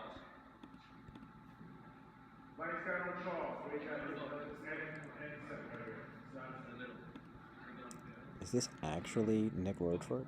Bring down Charles, please. I hate when people name their channels after people in a way that's like convincing. It's like, this could be this person. There we go. Here we go. And give me playback. Christ Band? What does that mean? That's awesome. He was actually screaming.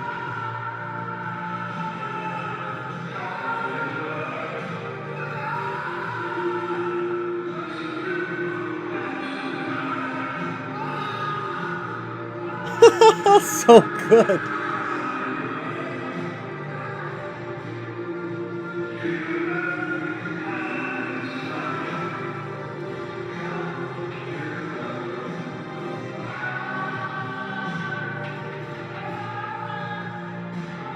That's the best.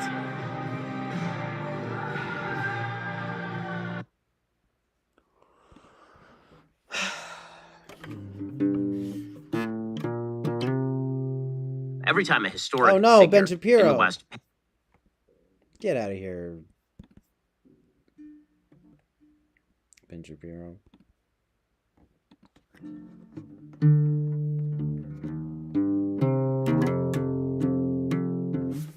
Wait. Ow.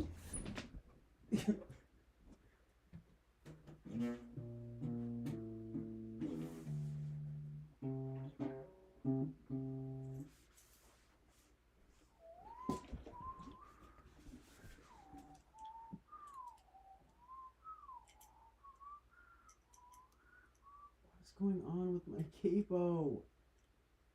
Fuck.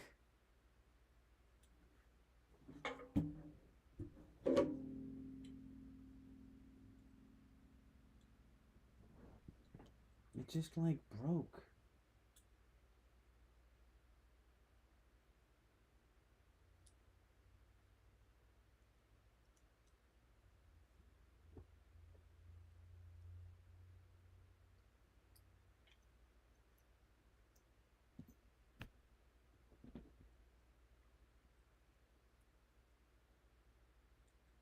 It just needs to be put back together, but I kind of don't.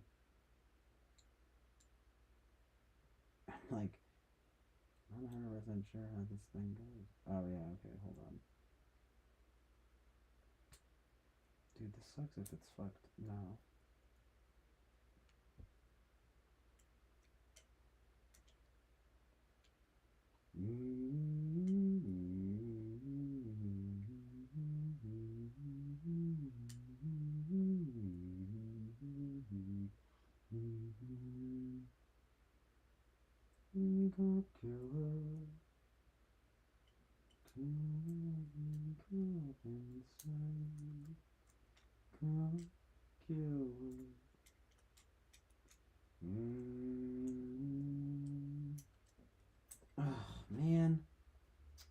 fucking bullshit.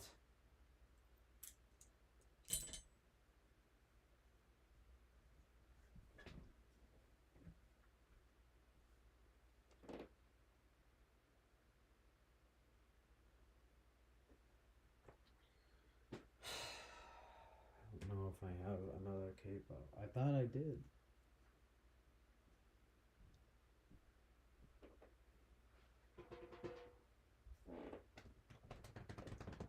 Well, maybe it's a sign to stop streaming. I don't know. Yeah, I didn't think that. I mean, I think he could be INTJ. I don't really see why not. I was just thinking about that too.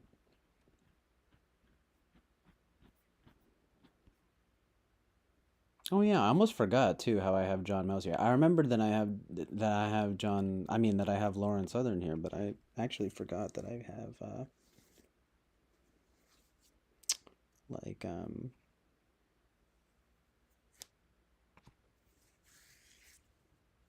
John Mouse here too. Only the best here on the Chill Island Oasis of Truth and Reality.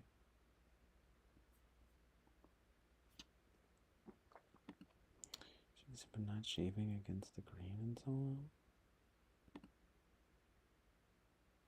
Interesting. Yeah. You know, I mean, he's generally pretty based, but look at this weirdness. This chick,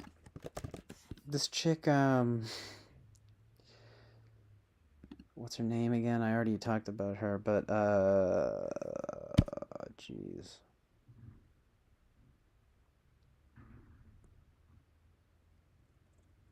Tiffany Tumbles, what's her name? I can't even remember. Brett Cooper, yeah. Look at this. She's doing this. She's posing this silly kind of like Can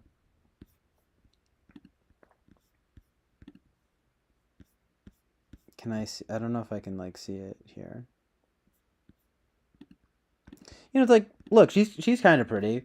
But oh yeah, here it is. It's like she's doing this Polaroid giveaway, and I'm looking at that top picture and I'm like, "Oh, that's weird. She's kind of doing the Illuminati thing."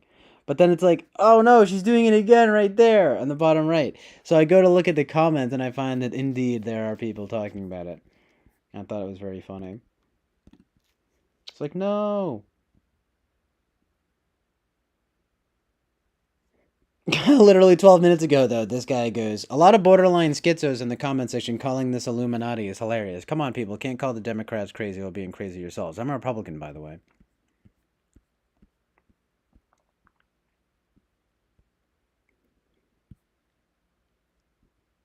Yeah, I do feel what some people are saying here. It's kind of like, it doesn't necessarily mean that, but it's still, like, suspicious.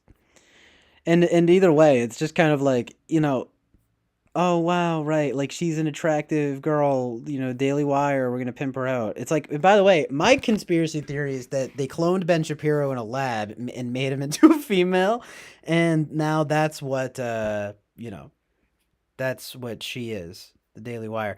By the way, you know, I love Vincent Gallo, but it's like, and I think it's like the best of the choices to come back for that movie that the Daily Wire made, but like Shut In, but it's like,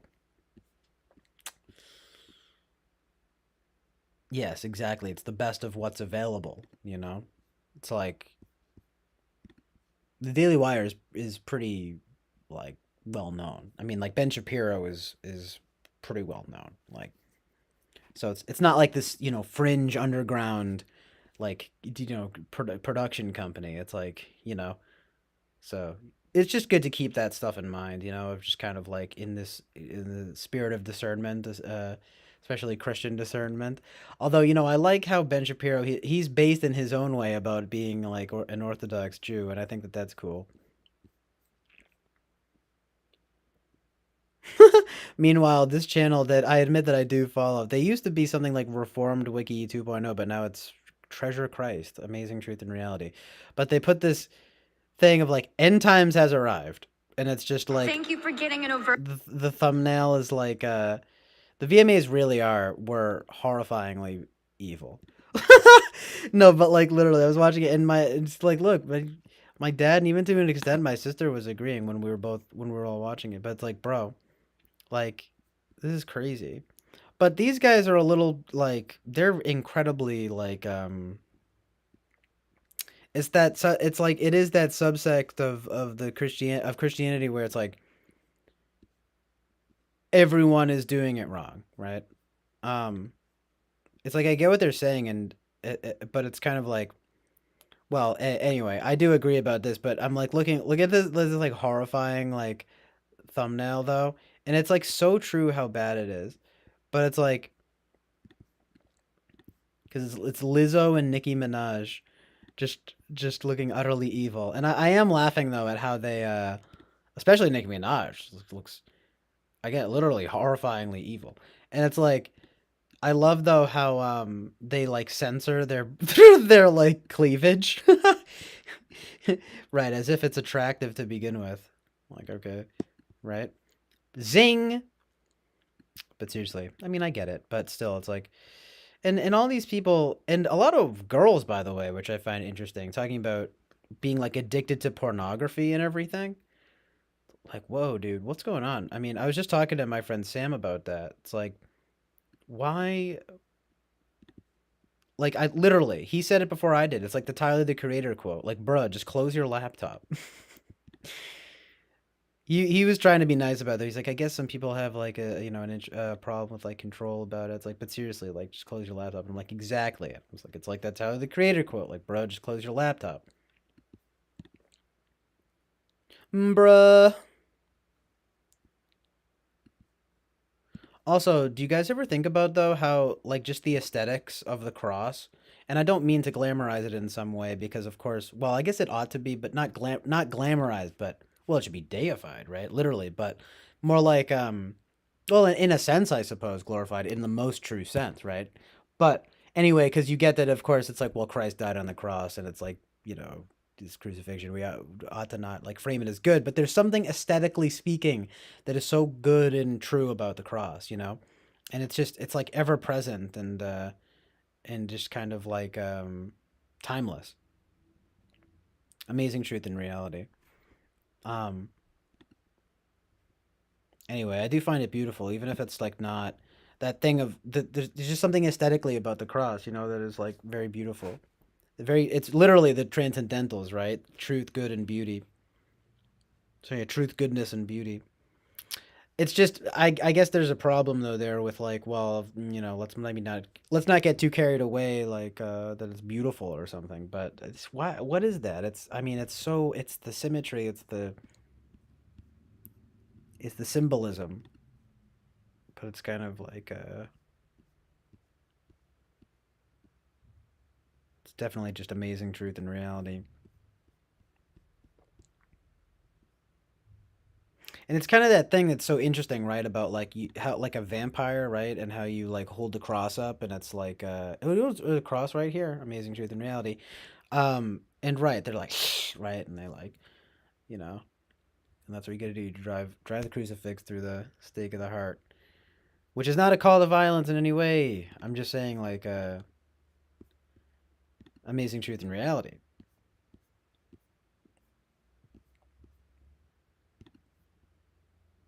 It's like, well, of course they shudder at the cross. They're literally evil. Atonement, though? Do you think you could do me a favor? Oh, yeah, it's James McAvoy. It's Saoirse Ronan, though! I forgot about that. Well, now I have to watch it. She was just like a kid, though, but still, it's like that thing of, she at least grew up to be very beautiful. I mean, she's beautiful, obviously, as a kid, but not in that way. Like, she's one of my big... I'm saying, like, she's, like, one of my big, like, crushes, Amazing Irish queen. I mean, it's like, what I meant to say is, she ultimately grew up to be one of my big crushes. Amazing Irish queen. This Alan Watts thing. I actually like Alan Watts. Of course, it's like, the benefit of living with no purpose. Alan Watts from After School 420K views. Right? Hashtag weed. 3 weeks ago. But see, it's like, but then it says Life Has No Purpose by Alan Watts. Like, okay. Either way, though, I like him, and you want to know what's interesting? I'm pretty sure if I have this correct, at the end of his life, he ultimately embraced Christianity. Amazing truth and reality. Just saying. That's very something to consider. I just want to make sure I have that right, though, before I move on here.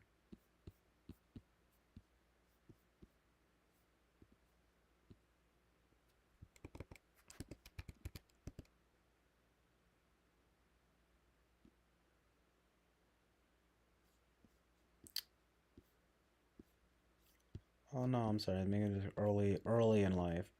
But then what happened in his later life, or death, and legacy, and everything? Well, I guess at the very least, he started off this way.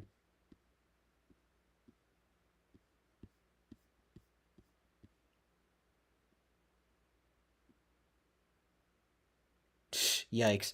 He started off that way, right? But he was a heavy smoker throughout his life, and in his later years, drank heavily. So it's actually the opposite. Rest in peace, literally, right? But, I mean, literally and figuratively. Rest in peace, Alan Watts. I was reading, though, at least IDR Labs has him typed as an ENFP. And then they also have Osho typed as an ENFP. I was thinking that's interesting. And I kind of want to get into Osho, but it's like, so I guess, I mean, he was ultimately Buddhist. I mean, Buddhism is at least one of the more, like, it's up there on the hierarchy of, like, amazing truth and reality religions. Just lower on the list, of course, from Christianity, which is number one. Christianity number one. Sorry, I meant to say Christianity number one. But no, wait. So Eugene Rose, who went on to be he's Seraphim Rose, dude. Look, amazing. Father Seraphim Rose. He later went on to become a noted Eastern Orthodox Christian hieromonk and controversial theologian within the Orthodox Church in America under the jurisdiction of the Russian Orthodox Church outside of Russia. Interesting. A fellow monastic priest published under the name Hieromonk Damascene produced a book entitled Christ, the Eternal Tao, in which the author draws parallels between the concept of the Tao in Chinese philosophy and the concept of the Logos in the classical Greek philosophy and Eastern Christian theology. Amazing truth and reality. Yeah,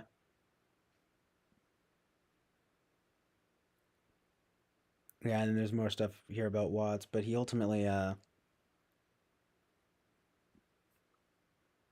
says Watts also studied written Chinese and practiced Chinese brush calligraphy with Hasegawa, as well as with some of the Chinese students who enrolled at the academy. While Watts was noted for an interest in Zen Buddhism, his reading and discussions delved into Vedanta. That's how you pronounce it. The new physics, cybernetics, semantics, process philosophy, natural history, and the anthropology of sexuality.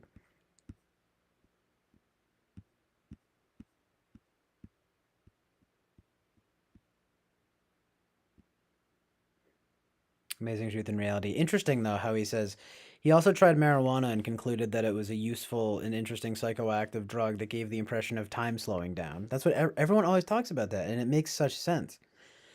Watts's books of the 60s reveal the influence of these chemical adventures on his outlook. He later said about psychedelic drug use, if you get the message, hang up the phone. For psychedelics, drugs are simply instruments like microscopes, telescopes, and telephones. The biologist does not sit with eye permanently glued to the microscope. He goes away and works on what he has seen. Amazing truth and reality.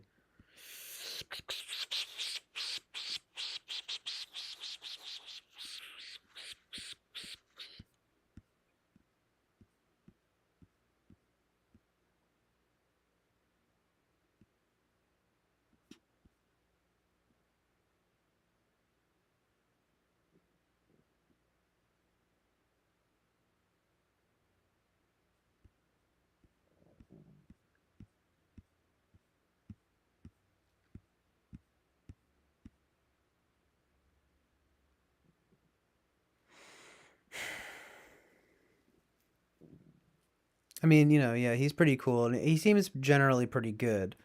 But it is kind of sad that ultimately he died.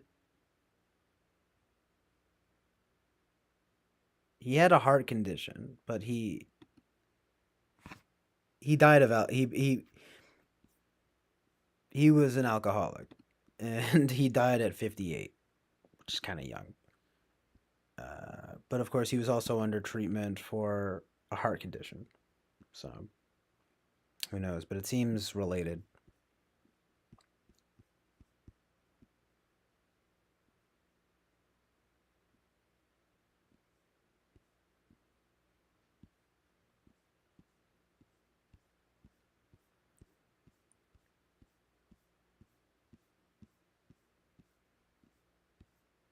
Just saying, you have to wonder, right? Like why that is.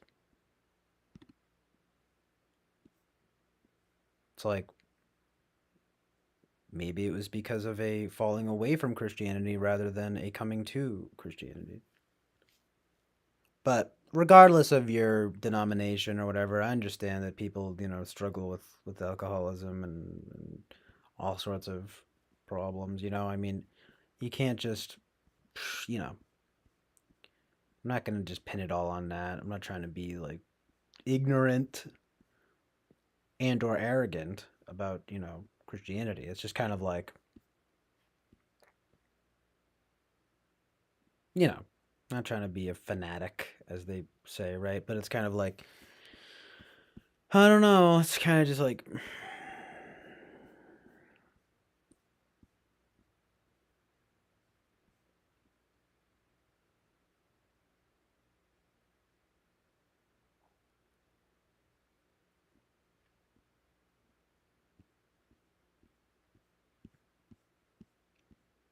it's like, why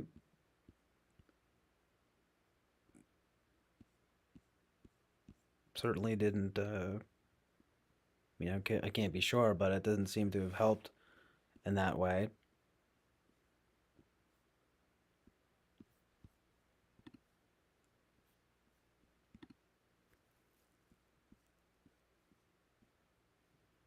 Odin, England here says Odin inspired me. I need to read more about Odin. Yeah. Dang, sorry, I missed a bunch of stuff in the chat here. My bad, you guys. I know I gotta stay attending to the chat. Is it me though? I was only reading this stuff for like a few minutes, right? Did time slow down because of marijuana or what? Did time speed up or slow down or whatever? No, but I guess it would be more like speeding up because it seemed quicker than it was. Because it might have been a little. They call it time dilation, but anyway, it's not what I haven't even smoked that much tonight. But anyway, I'm just saying like. Ultimately, though, I was away from this for a little bit here. Fuck it, dude, right? I'm trying to be on that Zen wave, though. I like Alan Watts. I definitely think he has some amazing truth in reality. I really want to get into Seraphim Rose, though. This guy seems very based, and very representative of amazing truth in reality. That's what I meant to say. Yeah, he seems like a good representative of of amazing truth in reality. And he seems like some amazing truth in reality.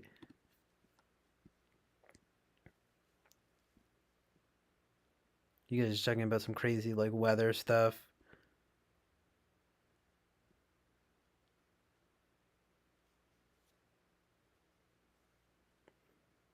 I mean, Ben Shapiro has a way of being prickly, I guess. It's this kind of thing that, I mean, I don't know that I'm really like that, but it's like some people seem to think I'm a little like that. It's like an ISTJ kind of thing. I mean, he's just, but I do like Ben Shapiro, but I don't. It's like, but I don't love Ben Shapiro. You know what I mean? I mean, I guess of course, who can say, well, like, to love, of course, is such a strong word. Blah blah blah. I just mean like I wouldn't say like, oh my god, I'm such a huge fan of Ben Shapiro. It's like he's like good at presenting what seem to be pretty like sound arguments that I agree with, but he's not like this expert in keeping with the name ISTJ or something like that, but this logistician or something or whatever, right? Is that I would think it's interesting though that they would call the ISTJ that because like that's not bad, right? I mean, to be a logistician, but it's probably it's like, well, it's not real logic because it's ISTJs and it's TEFI, not real logic, guys. Hashtag not real logic. A logistician. I don't want this. I want like the definition. The person who oversees the activities revolving around the movement of goods or people. Since the logistician is involved in purchasing, inventory management, and warehousing, the logistician is also directly involved in the movement of a range of consumer goods and military supplies.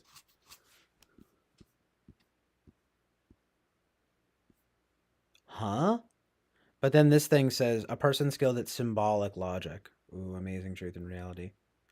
Ooh, amazing truth and reality.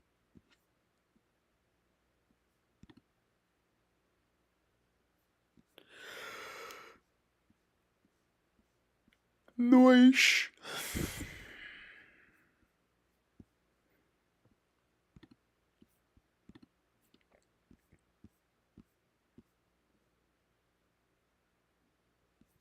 Odin, though. I was gonna correct myself on something, but now I forget again. I'm OCD about this bullshit. So that's what I'm trying to do. I'm trying to be on my Zen wave, guys. I'm Alan Watts in this trick yet.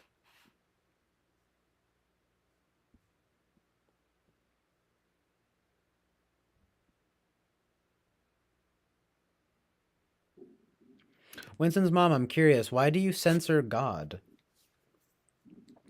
Are you of the, is that something, like, I mean, I think, isn't that what a lot of, like, Jewish people do, basically? They censor God. I mean, I get the idea of censoring God, but I thought you didn't, it's a reverence thing, though, and I thought you didn't believe in God, or, well, yeah, I thought you didn't believe in God. Could just be a respect thing or reverence. I mean, I appreciate it, but it's sort of like, I mean, I'm just curious as to why you do that. Just kind of weather stuff. I mean, crazy. Wants to. What's something is inevitable? What's going to turn to these traditions? Western audience. Watts is a Buddhist and they do not embrace God. It goes to the mind. Then I should Google that later.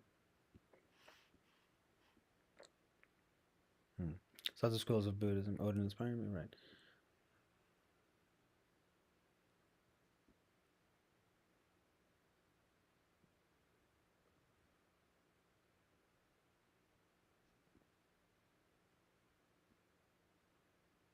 Sacrifice to himself in the pursuit of knowledge. Amazing truth and reality. Don't.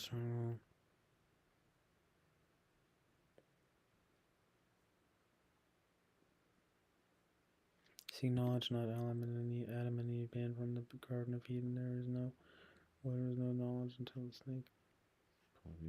Not. Amazing emoticons. The serpent represents a life force. The chi, Kundalini. Sinks it close to the ground and shed their skins, making them symbols of the underworld, rebirth, and immortality, and by extension of wisdom. And she says, lurking but watching direct. What do you mean by that? It's called logistics is the process. Well, right, it would be logistics, right? The logistics of the situation. So it's like, she says, logistics is the process of planning and executing the. Well, right, no, but that's not actual logistics. Of respect, T.J. O'Connell, for you and for the spiritual representation of a higher power. Well, I appreciate that. It makes me want to go. It makes me want to do that. You know, literally, how fitting. I'm saying, you know, amen. Not almost, and it's almost like namaste, right? No, but literally. No, literally, I was gonna say it's like namaste. I meant to say like namaste, amen, right? But I appreciate that. I don't even put it upon myself to censor that. You know, I mean, it's like you are. You know, I appreciate that. Very mindful in that way.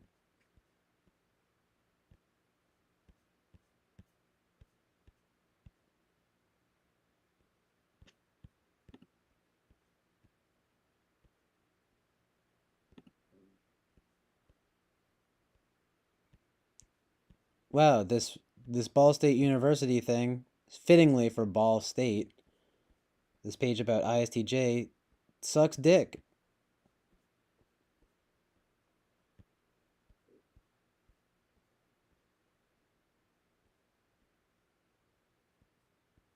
Take the test.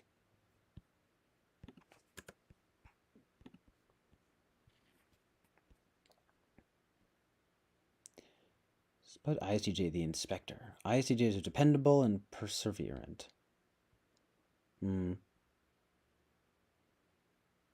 Depends on how you define dependable and perseverant. They're quiet, serious, responsible, loyal individuals who believe in time-honored laws and traditions. It's like, I mean, kinda. They possess a deep desire to promote security and peaceful living. Security, sure, security is good, but peaceful living is amazing truth in reality.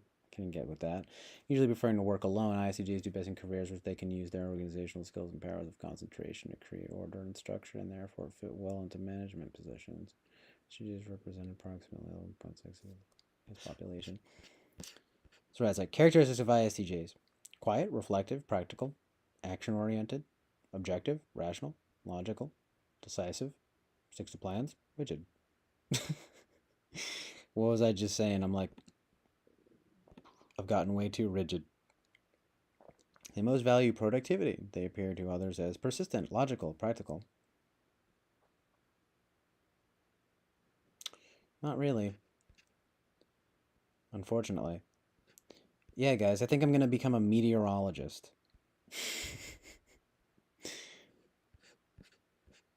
Like, look at all these things you can be, none of which you're interested in. And therefore, nothing you're good at. But you could major in accounting, right? Everyone's favorite thing to associate with ISTJ. You could be a dentist. Huh? I'm telling you, there's a million things here, though, and they're all shitty. Okay, I mean, journalism is here. I guess that's cool, right? You know, there's a...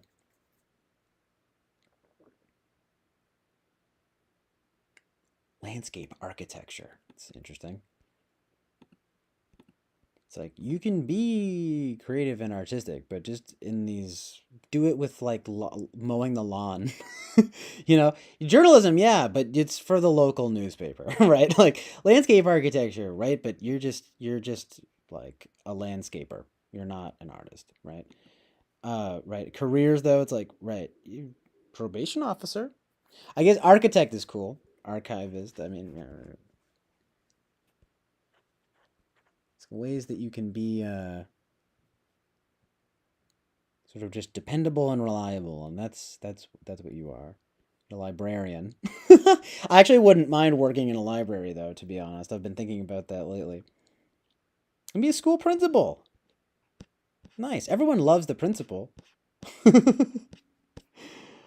at all these different types, though. Well, let's see, though. The ENFP, it's going to be like, creative, amazing artist who can do anything. Right. Majors, art, English. Oh, I guess English. I think English was there for ISTJ, too, though. Yeah, you could be in it. You can be English major. That's cool. I gotta see the rest, though. Don't tell me. If it says musician, I'm gonna freak out. You know what I mean? Like, look at that. ISTJ doesn't have that, but you know what ENFP has? Religious studies. Everything here is my interest. Like, art. Even child life specialist. You know, what? Like, that's a thing, right? It's just the blatantly better, right? English, right? Environmental design, whatever that means, right? Fashion merchandising, you can do whatever the hell you want. Graphic arts, management. I mean, it's like, you know, interior design, journalism. There's journalism, right? Journalism is one of the many things you can do. Media, right? There we go. That's one. That's good. Like health and physical education. Political science, right? Like what? Psychology. Like everything I'm interested in. Like religious studies. Sociology. Theater. Oh, yeah. No, okay. careers, right? Like chiropractor. That's different. Yeah, okay, well, it's like it doesn't... Oh, look! Careers! Musician! Fuck you. No.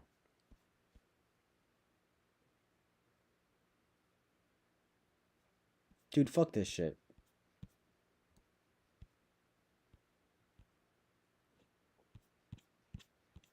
I'm more of an ENFP, like...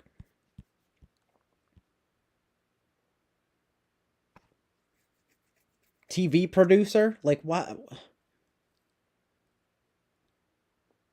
I mean, this is just Ball State University's thing. What do they say about INFP? I mean, I get it. I can't even... Almost, like, reading it almost is, like, making me mad. Again, I shouldn't be taking this so seriously, I guess, you know? It's just that I was so set on this one thing, and then it's like, now I'm kind of, like, questioning it.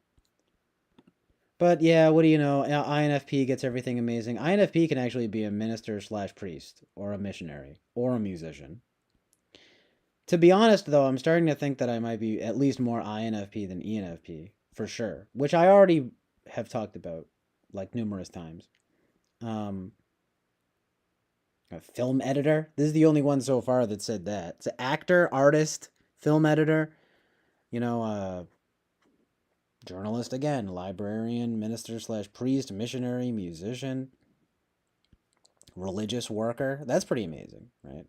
INFP. There's something about the INFP. By the way, speaking of which, I was seeing Soren Kierkegaard getting typed INFP, C.S. Lewis getting typed INFP. I mean, there's a definite kinship there. And let's see what it says for ESTJ. Let's just we'll just, you know, focus on the Delta Quadrant. Kind of be realistic about it. Be an ISTJ about it.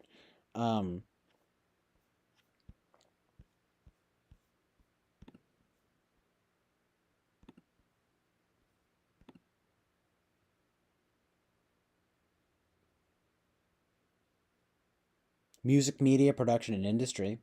That's interesting. Right, like not a musician, but music, media, production, and industry. You can do the boring part. Political science, okay. You know, religious studies, social work, okay. Careers. Oh, you can be a funeral director, dude. That's hilarious. No, I mean there are a few interesting things here. Clergy / minister, but that's hilarious. Funeral director. That's hilarious. Right. School principal and teacher. I was like, what?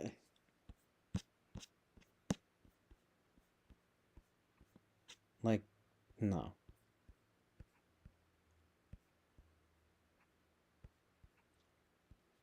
Let's see what let's see what it says for ENTP.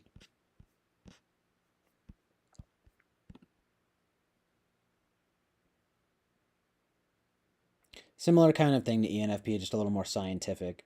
Their careers, to be fair, they don't say anything about. It's not very art oriented, but there is stuff. There is photographer specifically and producer specifically, which is interesting.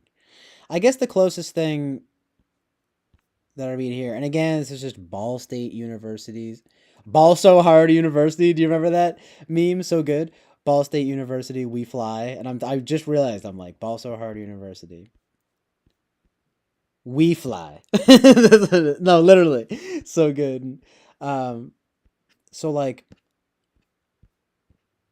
no, yeah, there's some good things here for ENTP. Just a little more clinical, I guess that makes sense. But I think the only thing I could see here with ISTJ was more like journalist or something like that I'd be interested in. Sons of bitches, ENFPs. Again, it's not even necessarily that I would want to be an ENFP because of polar TI and because of like everything from stereotypes to truths and realities about like just being that way. There's certainly a kind of like the world is your oyster type mentality that is so much like more like invigorating, you know, and like inspiring. Literally, fittingly for the ENFP inspirer, it's just very inspiring. But it's like yeah, it's like the only thing here with like, I mean, English Yeah, you're an ISTJ. You can do. I could major in English, and I could be a journalist. Fair enough. It's like that. Even that stuff would be like on the lowest rung of like what I want to do, and then the careers, of course. There's like nothing here that I would really want to do. I would be, I guess, a librarian for my life if I really wanted the truest, quietest life.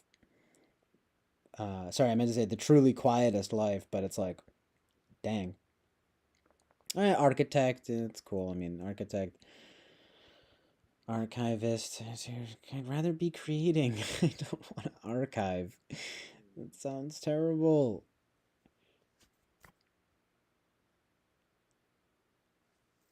I just want to create. Like, I mean, there's nothing here for that. It's like librarian. Like, yeah, sure, I'll be a librarian. It's chill. It's just this thing of like, oh, okay, so to just like resign myself to like being dead, more dead than I already am. It's like, in that sense, damned, doomed.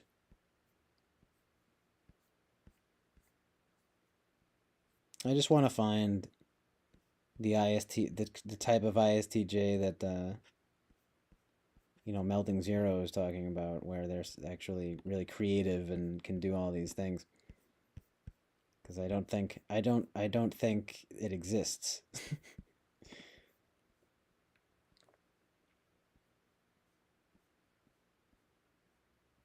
But anyway, let me just peep the vibe here. Sorry, there's a bit. I missed a bit here. Oh, yeah. But what's up, Melting Zero? I did want to address that. I knew you were here. I knew I mentioned you, and I knew you were here. Just say, hey, TM. It's funny, it's still going. Yeah, man, we're getting it. This is actually the longest stream I've done in a while, because we've been covering a lot of ground here tonight. Pretty good stream. Yeah, but there are things that are relatable. It kind of goes from claim. Like on a spectrum. What is this? Now, Scott Adams.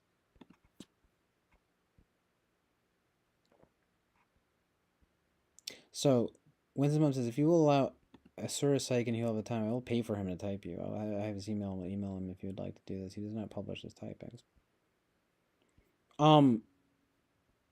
Maybe? I mean, I don't really want you to have to pay for him to type me. One thing that would be good, though, I think at this point I would probably like to at least do a real typing session with Eric. I think that might actually be beneficial.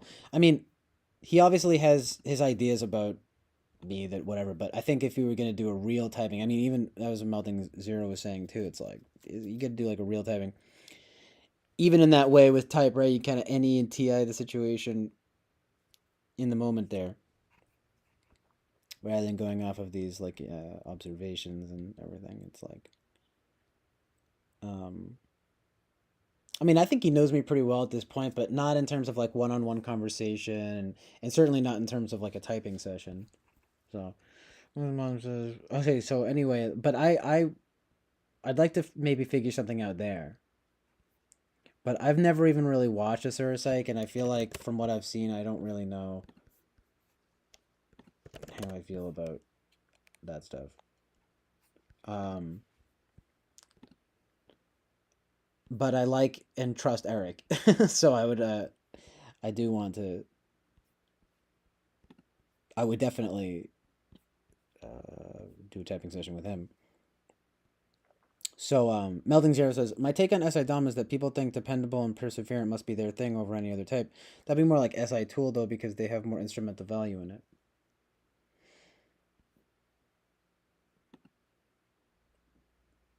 I mean, I see what you're saying. It's not like a... more like with the SI Dom, it's more of a way of being rather than a way of, like, achieving or something like that.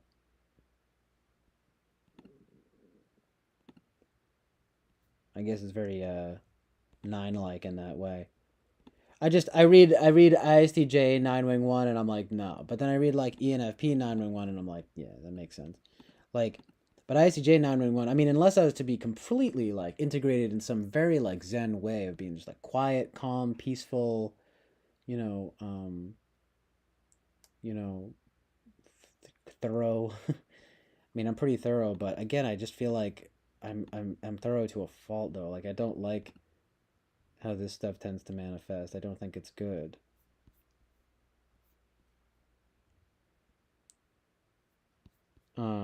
At least for me, I don't know. At least not at this juncture in my life. This is a Patreon page. It supports sessions, baby. Let's keep saying this. SSI sense, memory, perception, essentials, past, gather, present, future, rules and regulations, ever, focus, time, so law.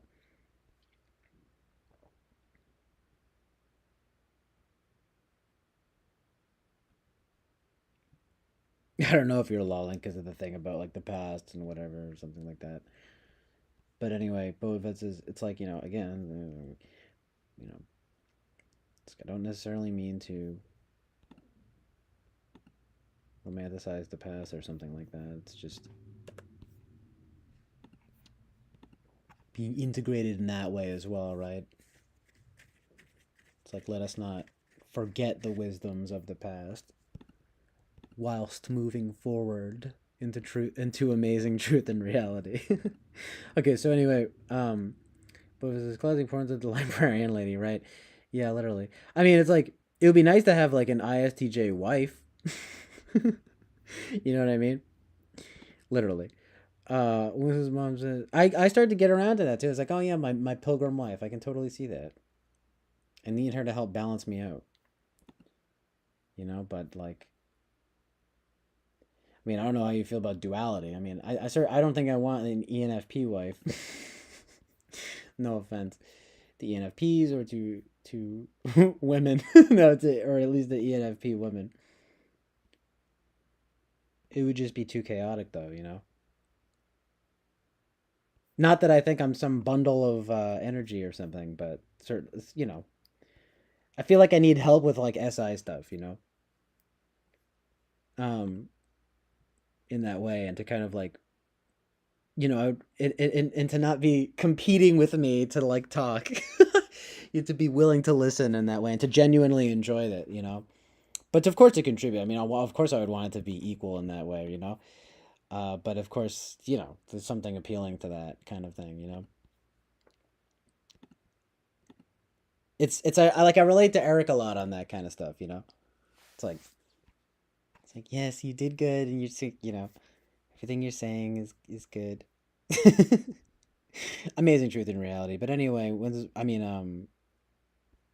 mom says, and yes, I think your take is very likely absolutely correct. If an SJ is beginning relate to SJ.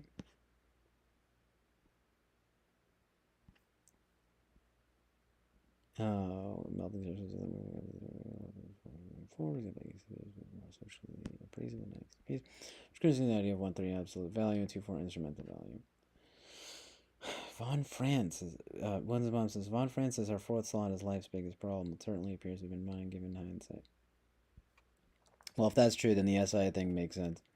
Of course, I guess I could see an argument for sort of any with what if type things with regarding like OCD stuff, but I feel like SI is more like in line with that kind of OCD stuff.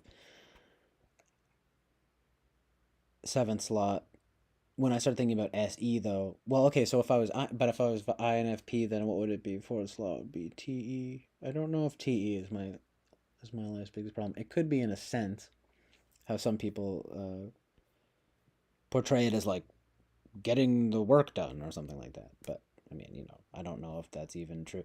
I mean, I think Melting Zero might actually agree with that though. The TE is more like getting the work done.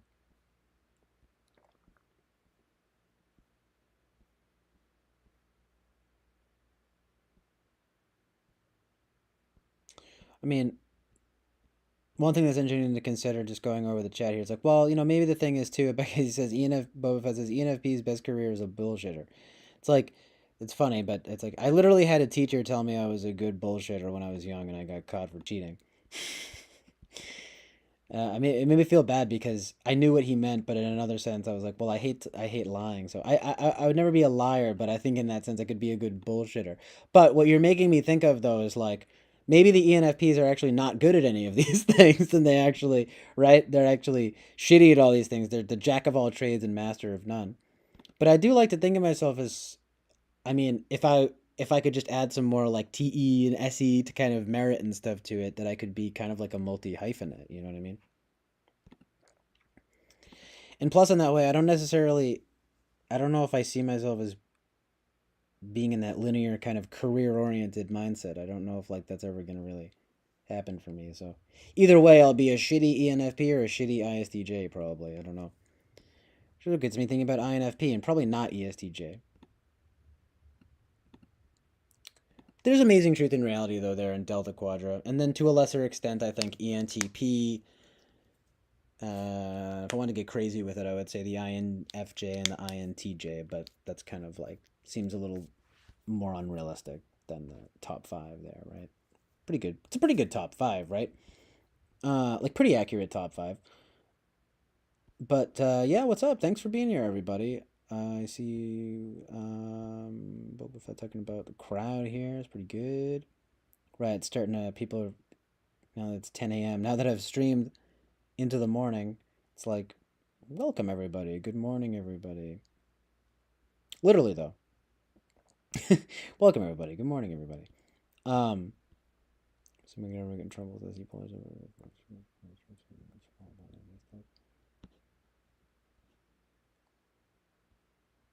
Maybe you're FE polar. Maybe you're actually INTJ. But interesting though about the 4th slot, you know. Eat that or give over. I mean,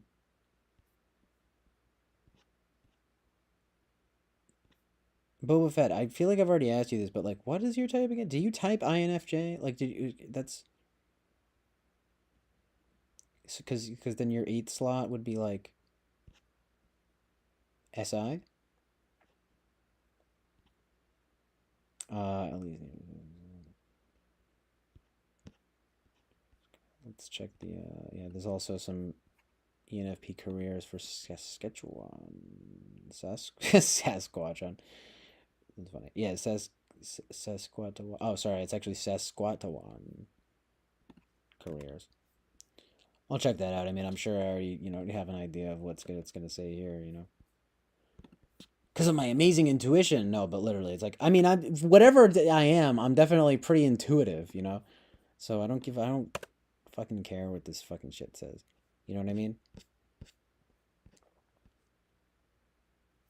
Oh, this is like the MBTI. This is like, MBTI registered. Well, I'll tell you this. This is pretty good. This seems like some pretty good stuff here.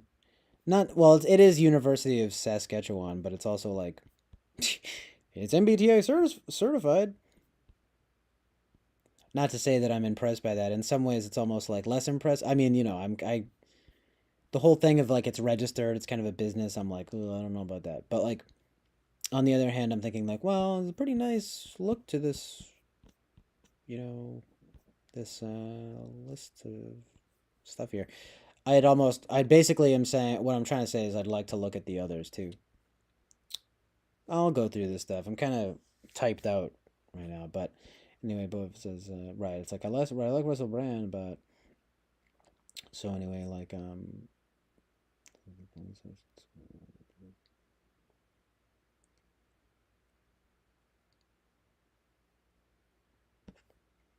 I find it depends on the situation in terms of quote unquote peopling well, and I do like that term peopling. I think you invented it, Winston's mom,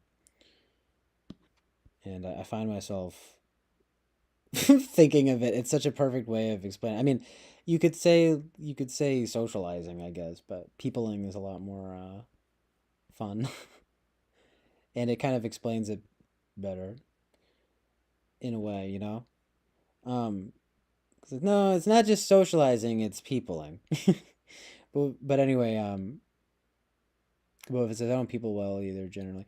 Like, yeah, for me, it definitely just depends on the situation. but I find myself pretty socially graceful. Those were the exact words too that like Eric and Rachel said. I felt very vindicated in that way. They're saying because those are the words I was thinking of. Like ISTJ, polar FE is like not socially graceful, right? But my idea of myself is being generally pretty socially graceful, and they said those exact words, and I was like, thank you, you know.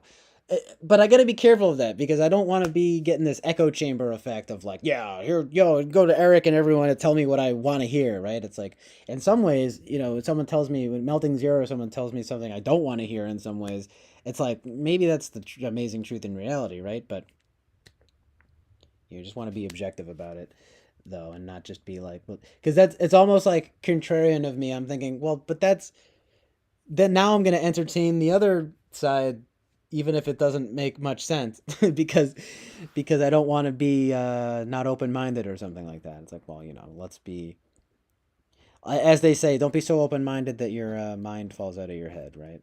But well, that your brain falls out of your head, right? The physical object. Can your mind fall out of your head? I think it's only your brain that can do that. Frank Turek vibes. He's just like, it's only your brain that can do that. I gotta like let the cat in though and get some coffee. But I feel that though, it's like the vibes are overwhelming most times IRL. It really depends on the people too.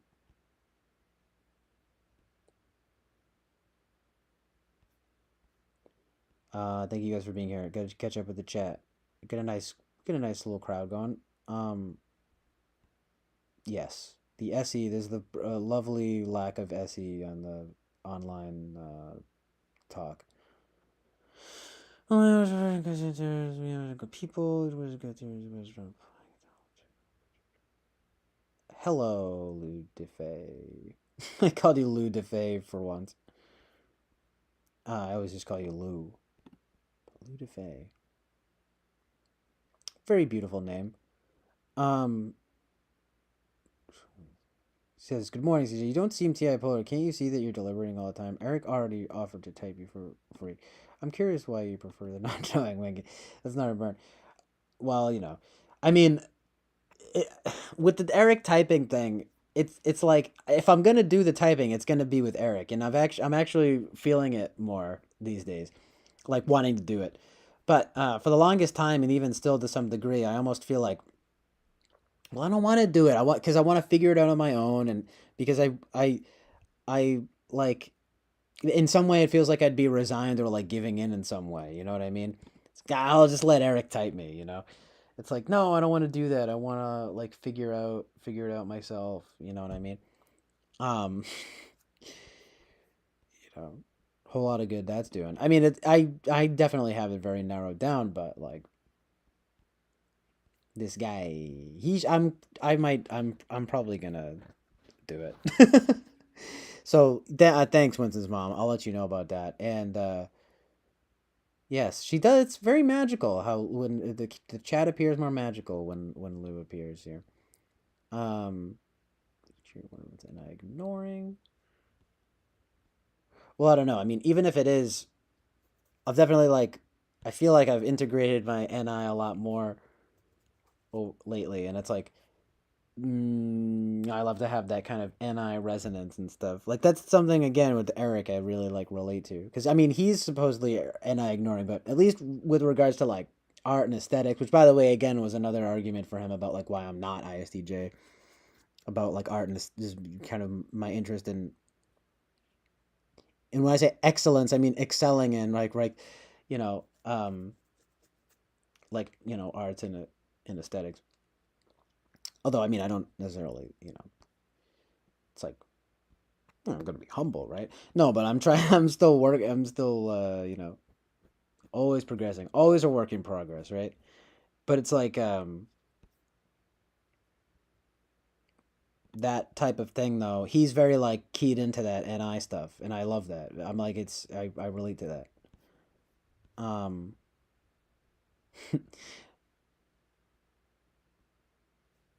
Just in terms of like amazing truth and reality, in terms of what good art and aesthetics are. So anyway,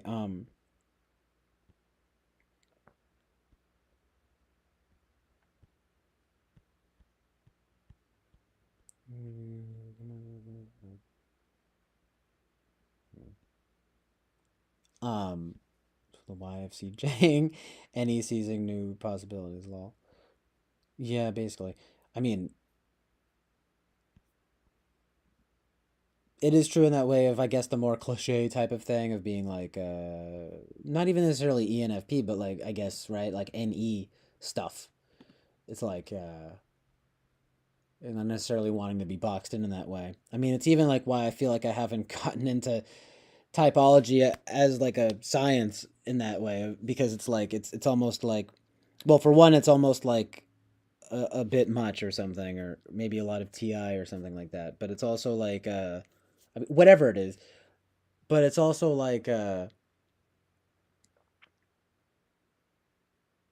then there's never more to learn, I guess, or something. Well, I guess maybe there always is something to learn, though, no matter how much you get into it. But I mean, it's just because I always feel like I'm always learning new stuff about this stuff, which I appreciate. I like that because it's exciting. Um,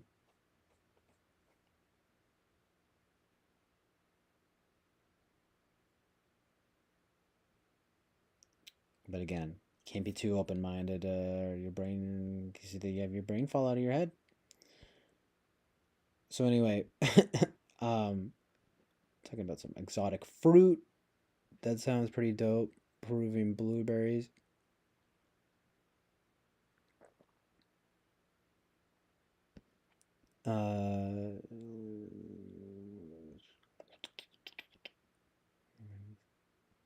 Chat, listen to the podcast too much.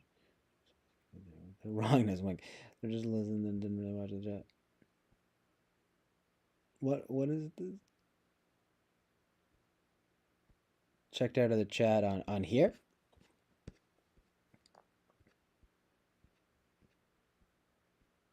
And like wrongness about what? That's funny. Melanie says, well, it's funny. I used that exact word earlier. Not that it necessarily means anything, but he says, INFPs report being in a rut a lot about deliberating about what they feel bad about in their life. But never get into the opposite axis end of figuring how to solve the circumstance. Well, it's like, that's why I feel INFP now. But it's like, there's not really,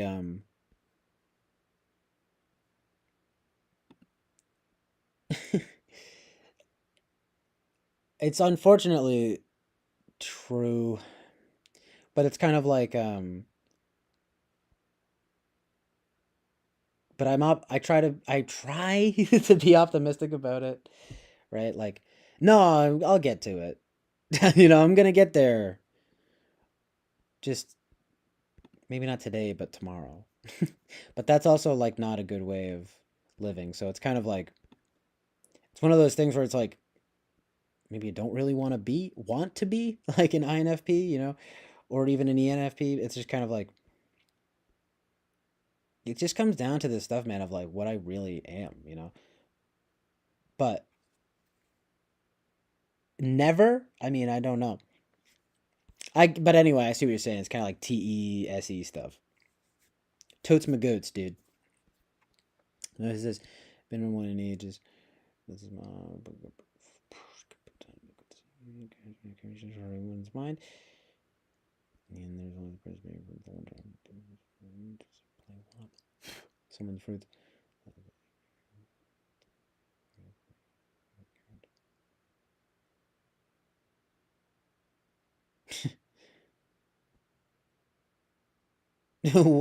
I'll in that spirit, I'll indulge you, Enton's mom. When exactly was your last date? I haven't had a date in a while. A date. It's like, get real, man. I'm chilling. I desperately need to start going out with girls though. So Melting Zeros, it says Saskatchewan is the actual name if I trust Google. Right, that's it. That's what I said. Exactly. Amazing truth and reality. It's like, right. Getting stuff done sits in the area where TE and SE appear alike, like they have a Venn diagram overlap when you already need to do or to start physically. You use SET figures it out for us. Yeah, absolutely, right? Um, I mean, it's like I I do have problems with these things. It's just fuck. You know, it's like, does that necessarily mean that I'm INFP or something? It's like, no, but it goes in the arguments pile. You know what I mean? The pro INFP arguments pile for sure. You know what I mean? But anyway, it's like in many ways it actually makes more sense than ENFP too, especially once you chuck polar TI out of there and put polar SE. But then you get this silly stuff of like, oh, but like, right, I'm playing the drums and stuff, so that means SE. I mean, does it really mean that? You know what I mean? I don't know. What do you think, Melting Zero? Please, Melting Zero, tell me the amazing truth and reality of my type and typology. No, but I mean, I'm actually curious though what you guys think about that. It seems a little bit like reductive, you know? Um, you gotta. I think what's best is probably just to pay attention to what is like preferred and what is good over time. Like good, what's good for you, what manifests as like good to other people, you know. Right. Well, you know what is good and true, of course, right? What is good and true to you, and what is good and true to other people. Exactly, amazing truth and reality. Sorry, I meant to say amazing truth and reality. So anyway, guys, I appreciate you being here. I'm kind of like enjoying the stream tonight. It's nice and fun. Lou says, "Oh yeah, you're talking about blueberries." 7. Stringo, try to check it down. Doinky doink.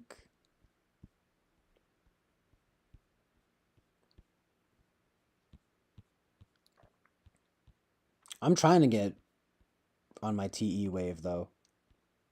You know? For real.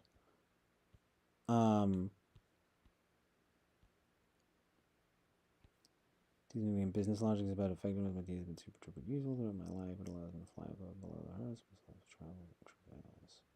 Oh right, okay, so yeah, have good luck at the store, Boba Fett. I salute you. You're a brave soldier. Okay, so like, right, this thing about the TE, exactly. It's like T is nicknamed business logic is about effectiveness. My T has been super duper useful throughout life. It also allows me to fly above and below the hertz, moves lives, travels, and travails. Yeah, I think it's raining out here for me too. It sounds like it. Here's some rain.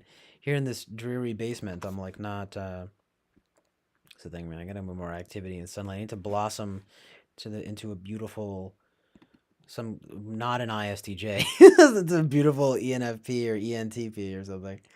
No, I don't know. Right? It's like, but actually, you know, there's a way in which that's also true of like needing, just regardless, needing to have like this just better SI and better SE. Absolutely. And like these are just like, these are the things that I can, based on my understanding, that I can tell you to be true. You know, the configuration of the slots and so forth, you know, you guys can, you know, kind of like help me decide that. But I can basically only tell you what seems to be, according to myself and others, what is good and true about me, and what is not so good and not so true about me, or rather, you know, what I kind of messed that up, but you know, kind of like being just more like what is true, I guess. Well, because what you're good at and what other people see that you're good at, and therefore determining from that what is true about your type. It's like, you know, you guys can help me do that, but I can tell you what I see to be what I and other people seem to see in me that I am good at, and then tell you, you know, ultimately from there what is true about that. But like, you know, as far as type goes, it's like, look, 16 types, you get a 1 in 16 chance. It is true what I say. It's like, choose one. Choose the one that makes the most sense. And yet again, it's like, unfortunately, I'm still kind of working on this. But it's because you guys have, you know, given me different ideas about it, And it's you guys' fault. So, no, I'm just kidding. It's like, but I mean, I'm. It's true, but also not. It's true, but also good. I'm not trying to frame it as like bad, but I also just got to be careful though, not to be like to just kind of be like no, like I guess like certain in some ways, right? Um, I guess I guess what always trips me up is that it's hard to be certain about this thing when it feels like again like I'm always learning new stuff about type, so everything is possible, right? Um, again though, it's just certain things are more possible than others. ISTJ is probably like top 5 possibilities for sure. Um, what has been most consistent though would seem to be more like an NFP, but like same quadra. And hey, look, it's possible ENTP. You're as many people seem to say like I'm not polar TI, so I'm starting to think maybe INFP. But there's something that I get how people don't see the same affect and demeanor, but I would say it's probably more possible. I mean, there's something to the Delta Quadra stuff that I definitely relate to the Delta Quadra. So I actually need to reread that stuff and make sure I relate with it. I think I do. I'm pretty sure I do. Last time I checked, I was like, "Oh my god, it's me!" Like, wow, Delta Quadra. So anyway,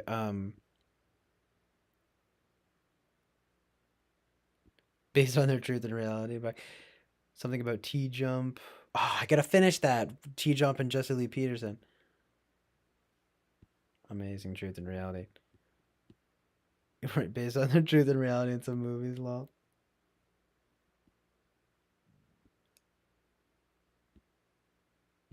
Nice. What's up, Mag Daddy? Talking German here. Oh, checking out the chat was on Jen's end stream last night. Yeah, now that was fun talking to him and talking to people on there. Man, me and Winston's mom, we were like, no, I love Winston's mom. It's like it always kind of stays. It stays civil, You guys are all very chill and real, chill reality. Um,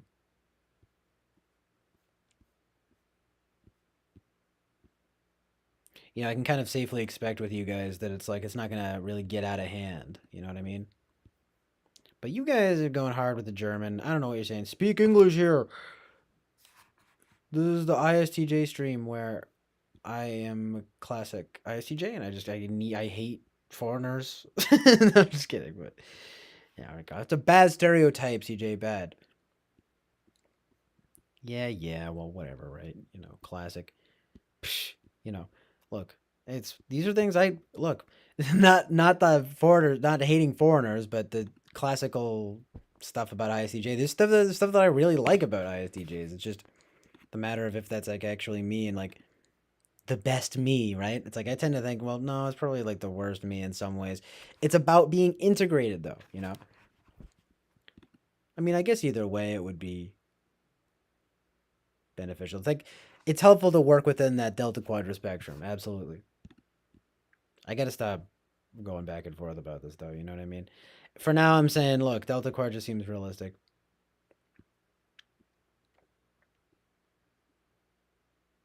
I'll show you guys my top. I will show you guys my top my ranking though in a second. If I can just find it real quick. Well, it's the thing of I'm like out of space and I got to get this right.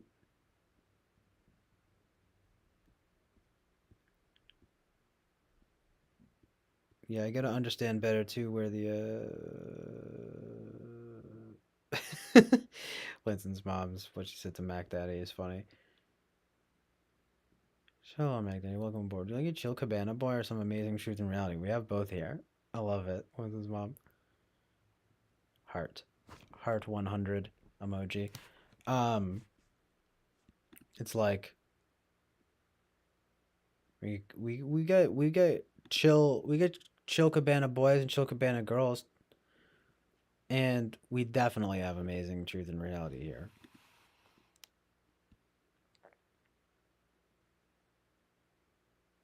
What's up, Mac Daddy? Talking Germany. Lijo though. You know what though? It would be very interesting to see what she has to say about this because, like I said, incredibly timely post video about having your type backwards. I was like, wow, amazing synchronicity. See, just the topic at the very least, right? It almost convinces me, right? But no, I mean, well, it definitely makes me think of. I'm like, ooh, oh, wow, kind of interesting, lending validity to the thing in a way, because that's how I work. Wherever that placement is, NI stuff, synchronicity stuff, I guess, I'm like, whoa, this means something, I guess, right? It's like, well, I mean, you know, maybe, maybe not. Yeah, I mean, the first thing that I thought that Leaf was maybe like an ESTJ because I always felt like he was forceful in a way that seemed more ESTJ. But I always figured, well, we definitely could jive because it's like same quadra, bro, right? But I'm just the more chill, like INFP-esque, whatever. You guys have me on this vibe where I feel like if I say that, I feel fake. I feel like I'm not, like, at least with INFP. At least with ENFP, I have that, well, I've said that for years and what, oh, you know, I don't think I'm polar TI, blah, blah, blah. But if I say INFP, I don't mean, it seems like you guys just, like, don't feel that vibe. But it's like, I'm not lying, you know? When I say this stuff, you know? Anyway, I'm not saying to go, well, no, it makes sense. Don't worry. I'm not asking anyone to, that isn't me like trying to bait people to say that you think I am or something. You can think what you want. But I'm just saying, I feel myself being like, you guys aren't buying it. Because I hate that thing. I mean, I hate when people do that, you know, but right, because I'm such a so-and-so type, like I do this. Subtle flex, humble flex. It's like, no, you don't. You phony. Right? You know, get a little like imposter syndrome or something. But it's like, someone once put it, you know, just trying on different hats. It would be interesting to think like, just a lot of amazing truth and reality. But right, he says, so Liquid Zulu, I actually don't think I'm familiar with, but the ENTP is in a game of debate. Do you enjoy the fencing, dueling game of debate? Well, I think I'll tell you this. I've gotten like way more into it over the years. I do think the thing that's stupid about it is when they do that like fast talking thing. It's like, well, how can I even understand your argument? That's dumb. The time thing is dumb. But debate itself, I think, is good. I mean, I certainly enjoy watching people debate. Participating in debate, I guess it kind of depends. I mean, it depends on how you kind of like qualify debate, like what qualifies as debate. Because it's not like I've ever had experience with like proper formalized debate. Certainly had my fair share of arguments, but I don't think that qualifies as debate. Certainly not. It was more like conflict. I think a debate is different in that way. You know, I mean, I think I get experience debating in ways with people like on here. You know, like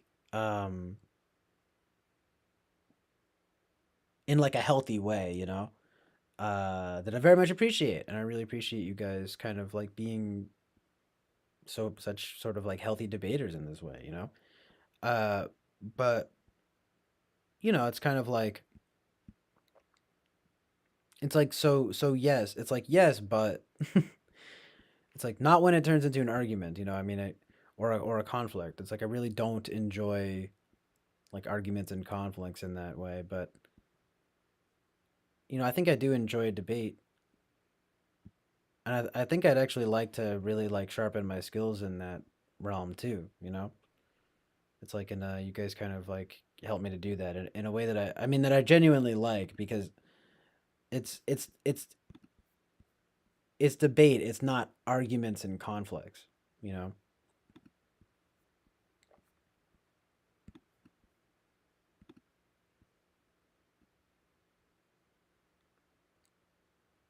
But right, it's like um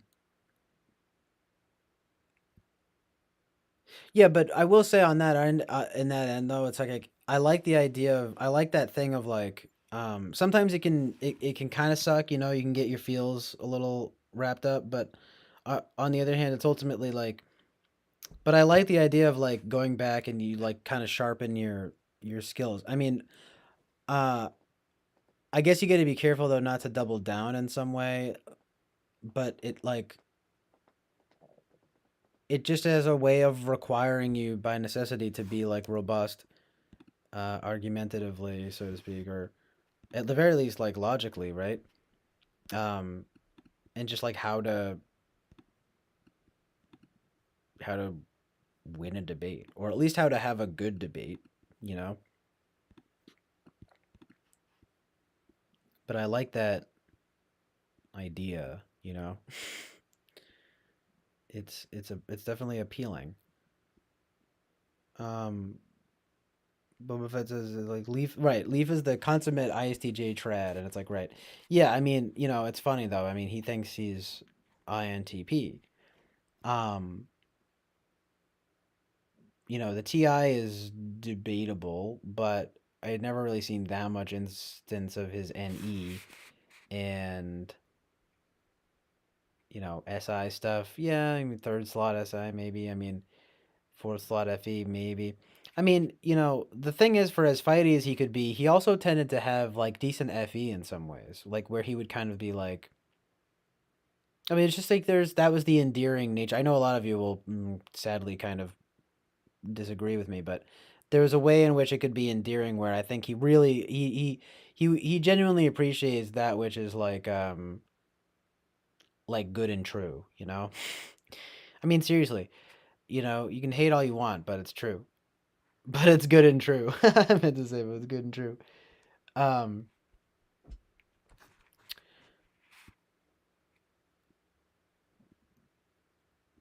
you know, it's kind of a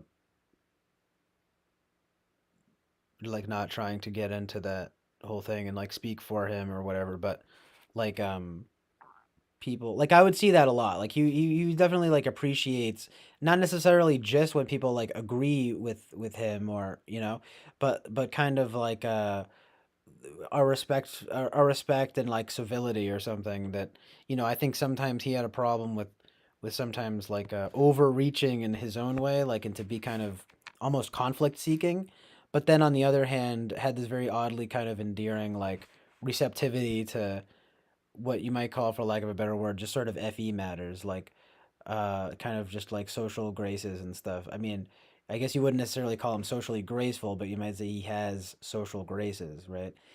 Um, which is like a nice. I mean, you know, it's just I'm not trying to backhanded compliment him. I'm just saying it's kind of like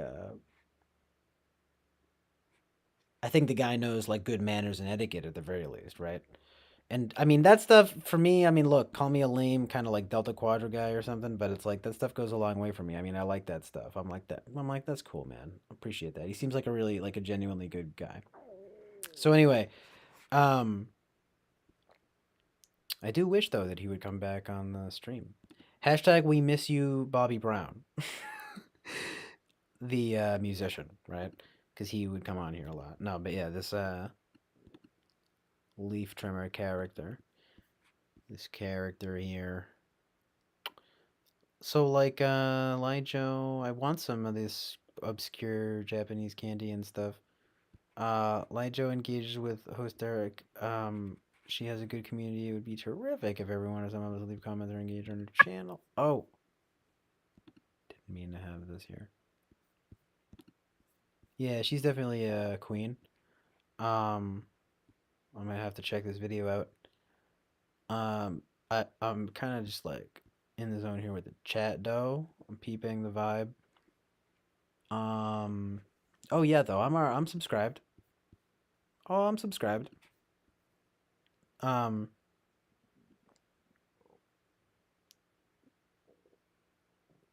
right, it shows up on like Eric's stream, like, right, yes. Japanese candy. I just love I do enjoy Japanese culture. um, like very much so, honestly. Jonathan Mazzandi says, question, how much experience do you have with Delta Quadrifogus? Which types are easiest and hardest to deal with and why?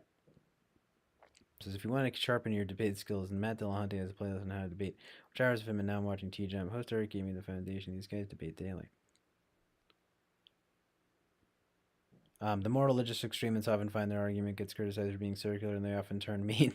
They go the Michael Smith road. Yeah, tip of my tongue is this Michael Smith, the infamous Michael Smith route. Right. It's like talk about kind of conflict seeking. But like Winston's mom says, not saying all. I'm trying to find the patterns here. Yeah, I gotta check this. I mean, you've been talking about Matt Dillahunty forever. I got into T-Jump. I actually like T-Jump because I like his way of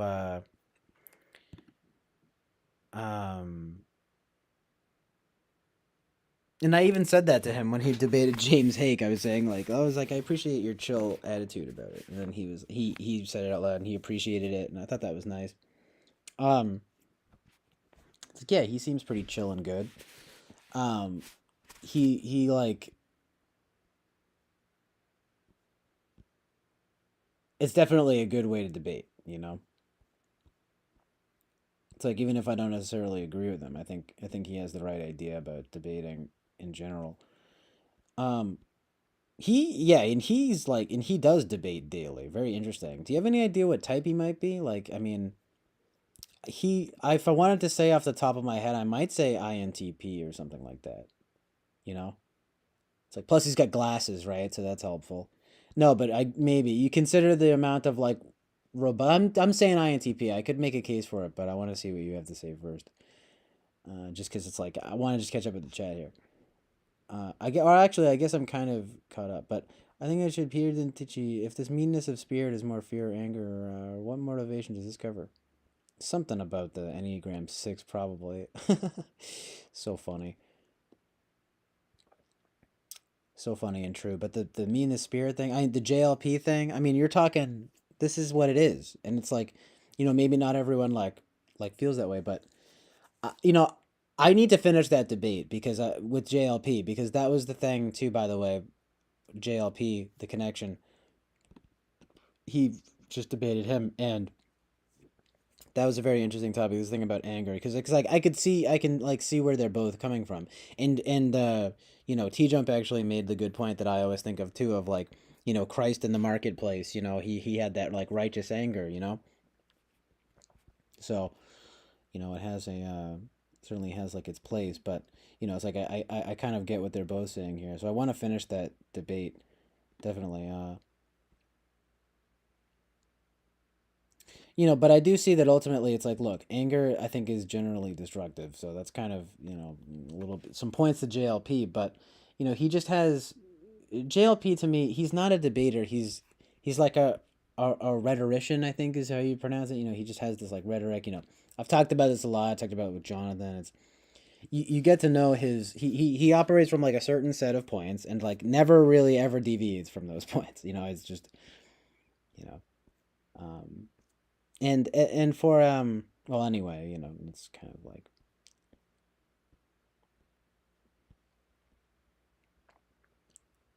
plus given that whole recent like scandal or whatever, I'm not even really like sure if I feel about JLP anymore.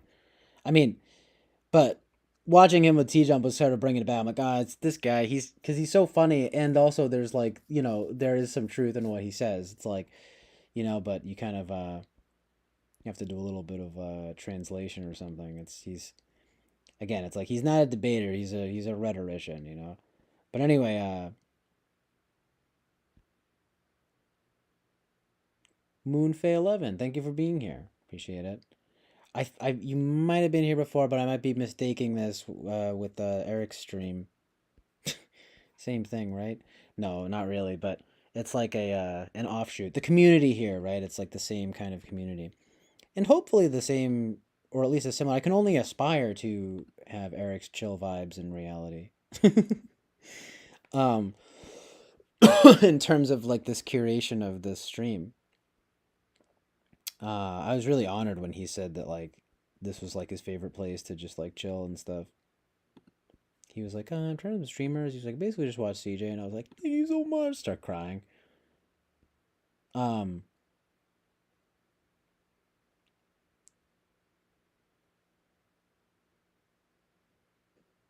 cashier girls are looking at you funny, Boba Fett, because they think you're sexy.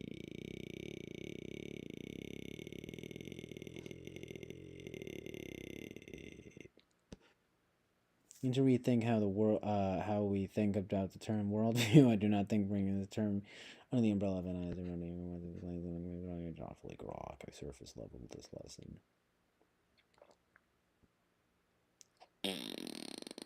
See, you went to the grocery store and you survived, dude. Good job.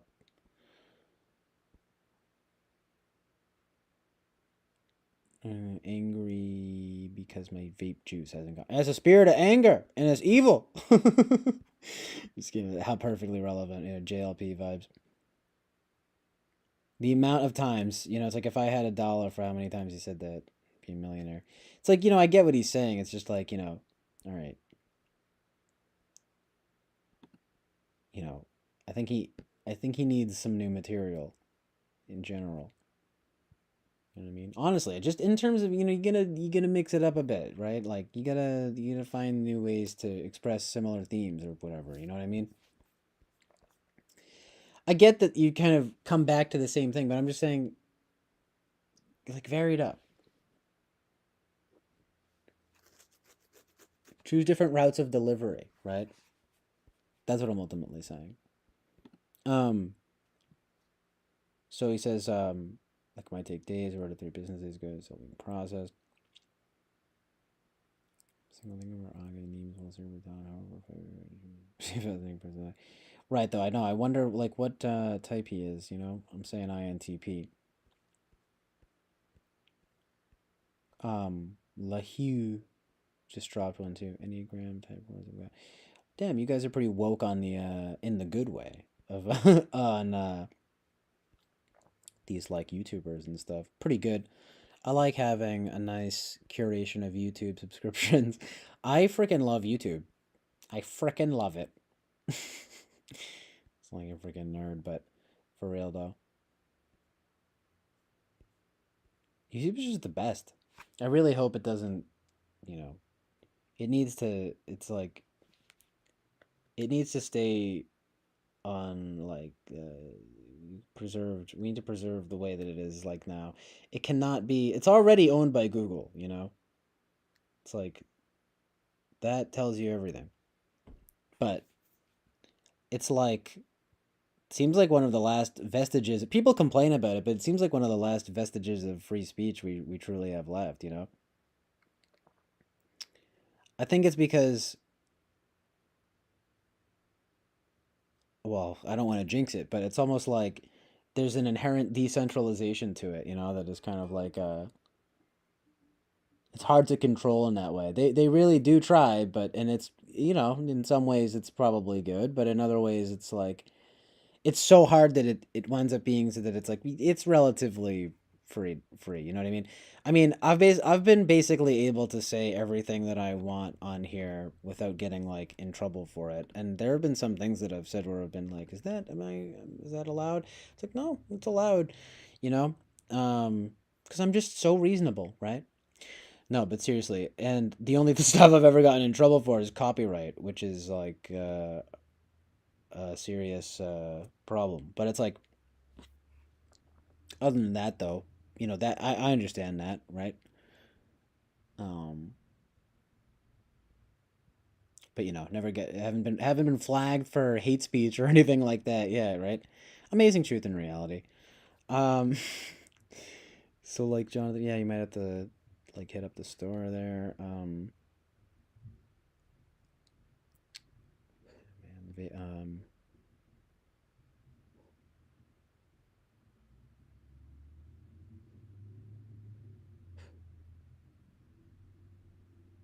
yeah, you thought you said you smoke.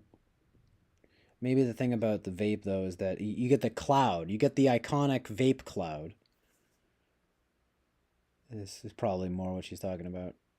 But cigarettes though, that shit that sticks with you. Like I gotta take a shower, you know.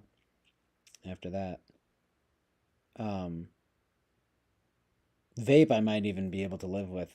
You know, not having a shower. It's like at least it smells like fruit and stuff. You know what I mean? Cigarettes are just awful. To be honest, I almost want to get into vaping as a way of just like, I guess satisfying the oral fixation or whatever, because it's like it's like I just smoke weed and drink coffee, but in some ways it's almost like if you just had like a vape, it would be like perfect. But, it's like, how about no vices, only virtues? Oh yeah, that was the thing that Melting Zero was getting on me, but fucking virtue and vice. Damn though, I gotta fix my capo. This sucks. 9/11 ruined everything. Oh yeah. 9/11 ruined everything.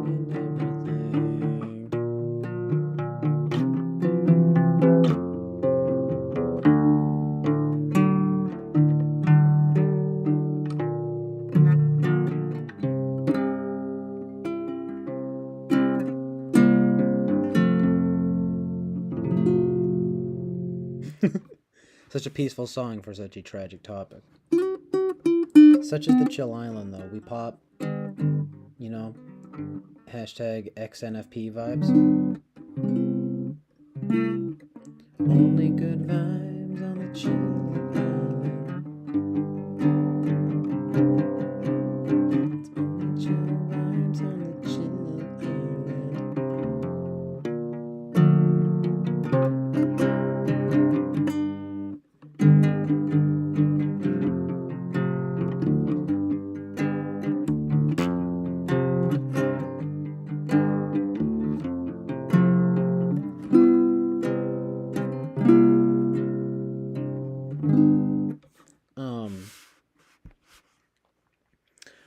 word magic.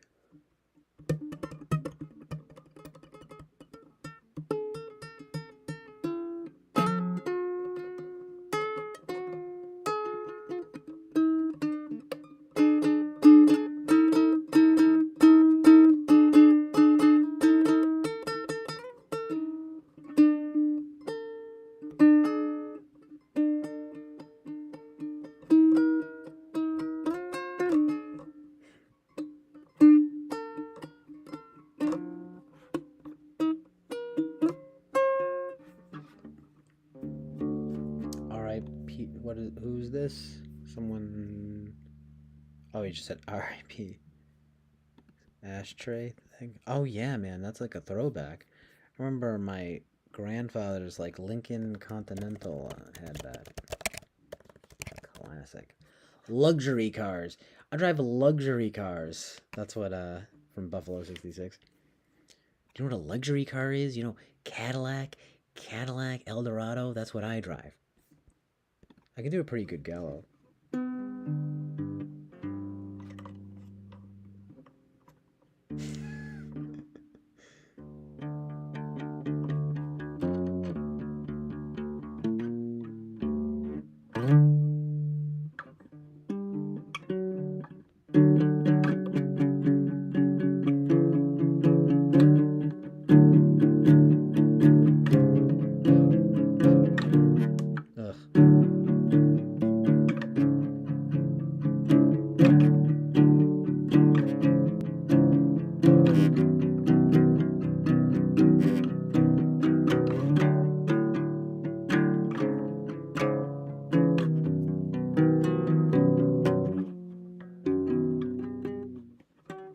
just like can't even play them.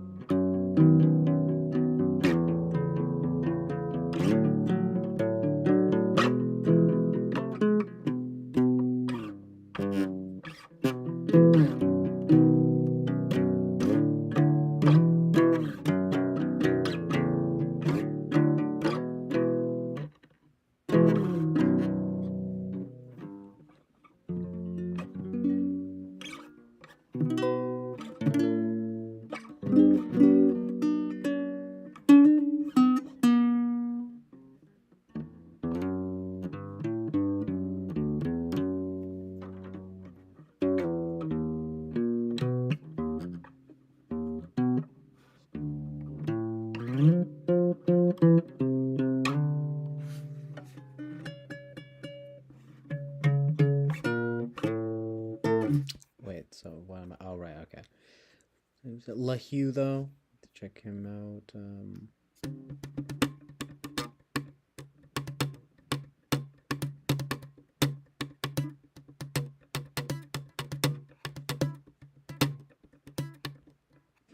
Only chill, only good vibes on Chill Island, where the truth of CJ's reality is based on the amazing. Right? Do da do, you wanna know a secret? Do da, you promise to tell? Island, tell you a secret about CJ and the SE taste and touch and smell, the chill, feel and hear the island. Do I do a deer and CJ's a deer? Thank you, Winston's mom. Sung to the disco beat of Johnny Basanti's Saturday Night Fever and 2 disco balls. Amazing truth and reality. Reality island too. Apparently one is lower than the other. So a disco beat, okay. Only good vibes on Chill Island. I'm not gonna do the whole thing again. I'm like, damn it. But it's only good vibes on Chill Island, where the truth of reality is based on the amazing. Yeah.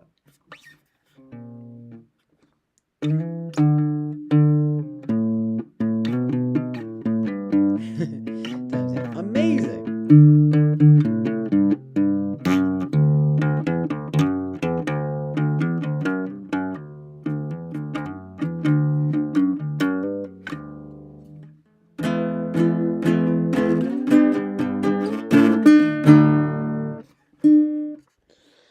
Oh, dude, what happened here with this capo? It's like, it's deconstructed. The postmodern deconstructionists got to me. No, it's like, it's literally deconstructed. Turn to Ben Shapiro there. I'm possessed by Jordan Peterson and Ben Shapiro! The intellectual dork web. I like that. And Winston's mom said that earlier. Winston's mom, everybody.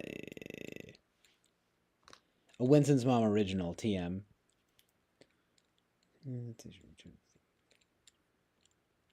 Right. So it's like, so I don't know what happened here with this truth and reality. Like, I'm trying to, figure it out. I'm trying to grok the situation right now.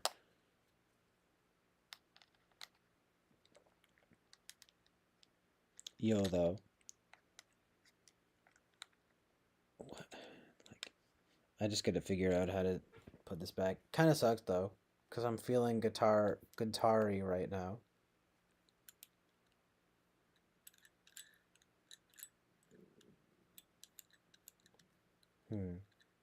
Also, my tummy rumbled, so I'm a bit hungry as well.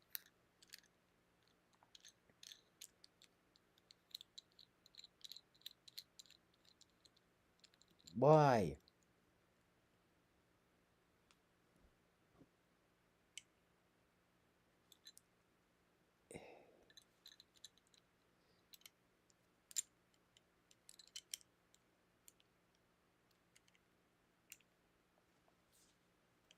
I don't know, man.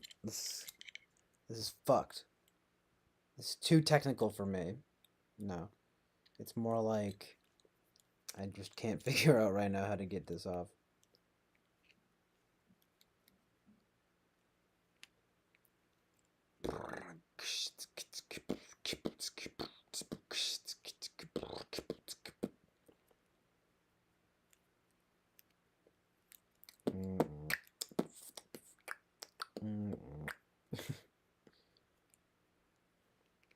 What's in your fridge? Well, I think my mom was nice enough to make some dinner for me last night, so we should probably have that. Gotta get on that normal schedule wave. Gotta get good with the SI.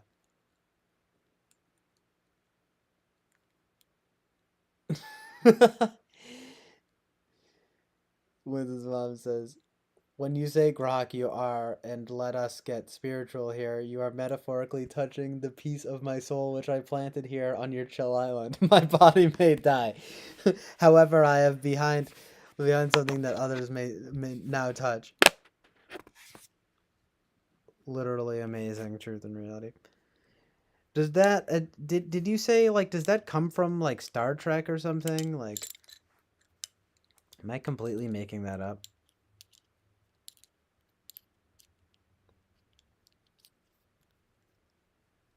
No, human beatbugs are the worst. Especially when they're slapping the village, you like to kick them in the nose. Well, yeah, when they get like really into it, yeah. I like beatboxing, but I can't. I mean, you know, there is something a little bit garish. You're right. It's a good excuse for me to not get into it that much, because so there's something a little bit garish about that whole thing, you know? Like, even just now, the way that I beatbox is not like that. Like the kind of like, it's like, no, it's more like, it's just a little embarrassing that I like, you know, I think I can beatbox pretty decently though. But there's something almost weirdly embarrassing about being really good at it somehow. I think you're touching on that amazing truth and reality. Oh, okay. It's I knew it was like from something sci-fi. I was in the right realm. It's from Stranger in a Strange Land. A Stranger in a Strange Land. That's pretty cool. But yo, though, where is my mind? By the Pixies. No, where? No, seriously, where? I just can't get this knob thing off. Bruh. 10 hours, though, huh? Oh, and sorry, I had the, like, camera down, like, up. Boy, howdy, though, it's like, what happened when, where's the time go, right? Literally, where? Tell me. It goes into the ether, spelled with an A, E.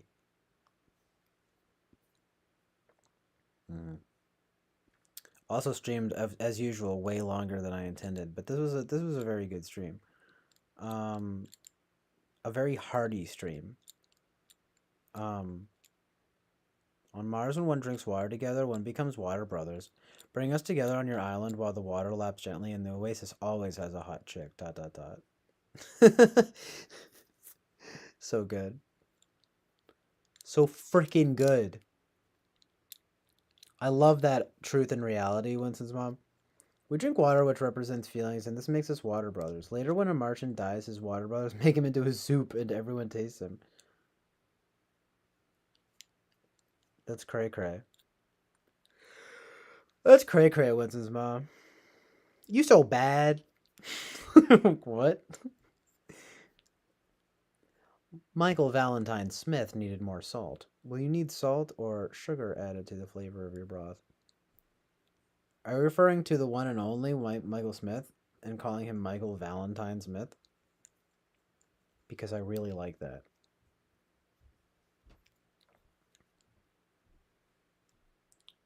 No, I think he needed a little more sugar, you know?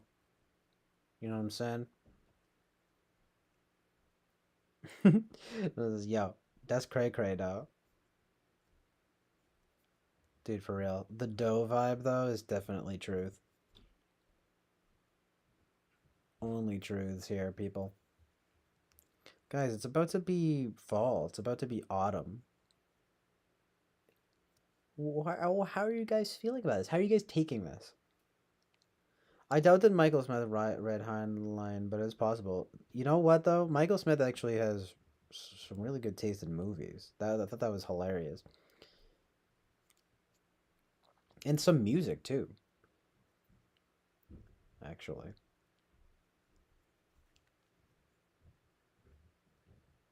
is Michael Smith based?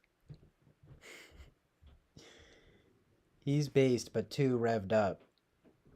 You know, it's like this guy talking about getting about typology is rape or whatever. It's like no. But the hold on one second.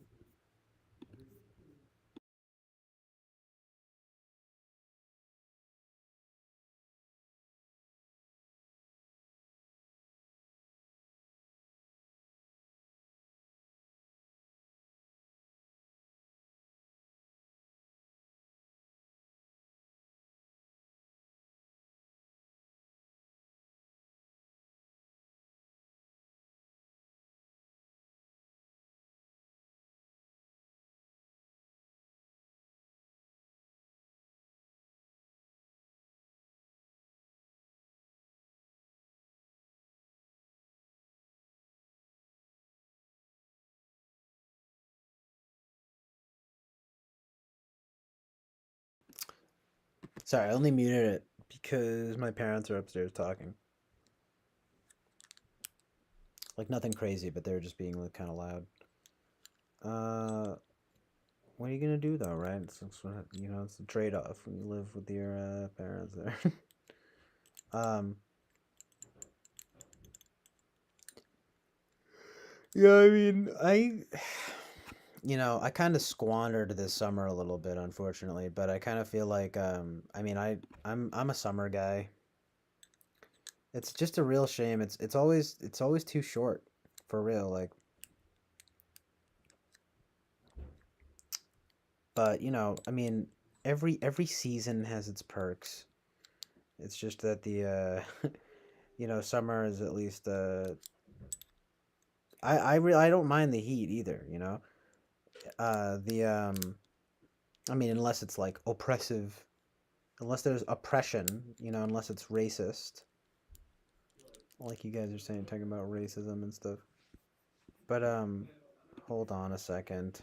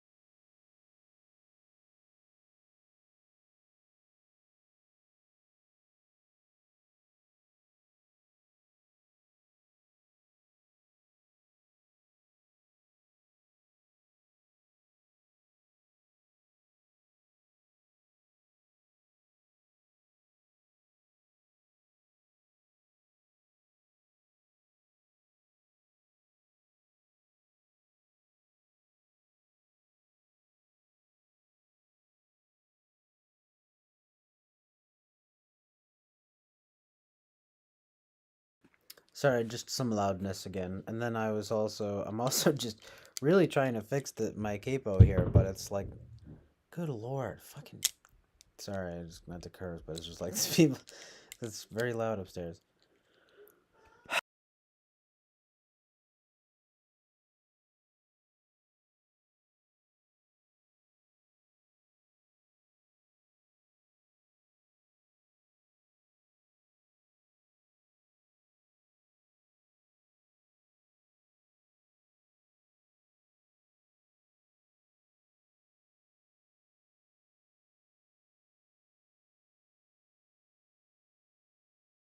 Yeah, what are you guys talking about? And no, I'm not off to film school, but my sister went to college. She's at Emmanuel. So she's only like 40 minutes away. It's like 40 minutes. We live like 40 minutes south of Boston, so it's basically like 40 minutes away. So it's not too bad. Um,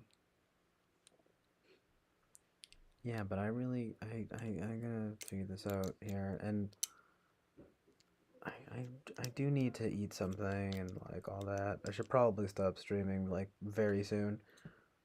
Um, just hold on one sec.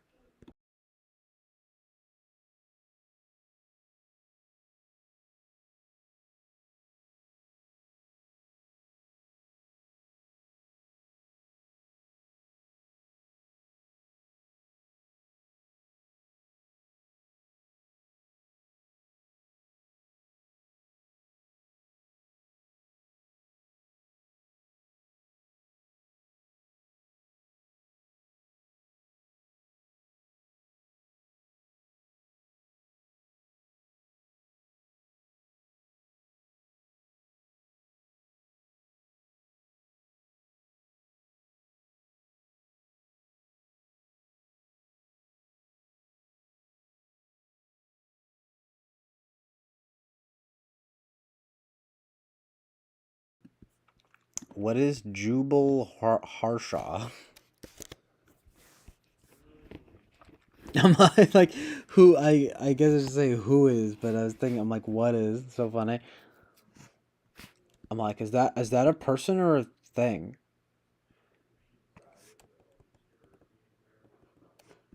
One sec.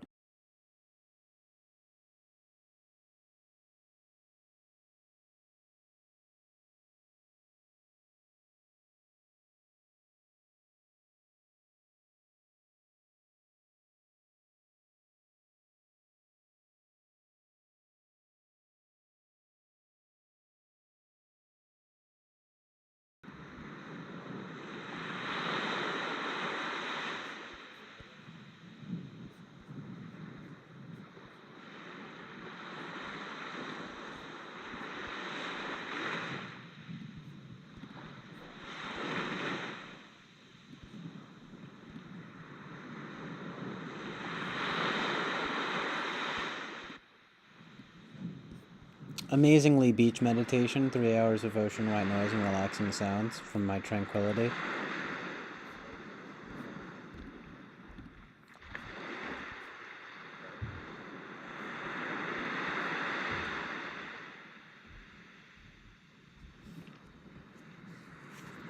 I gotta find my other capo though.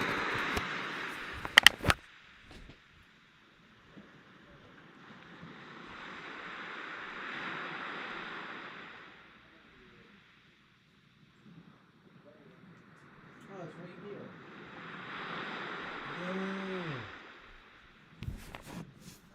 Well, I found the other one. Hopefully it's not too, like, messed up.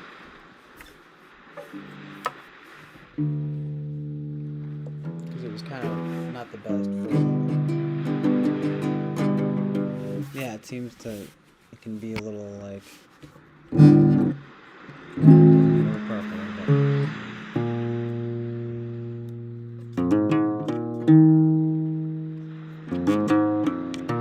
I know, right? Isn't that the best? Boba Fett? It's just... It's amazing.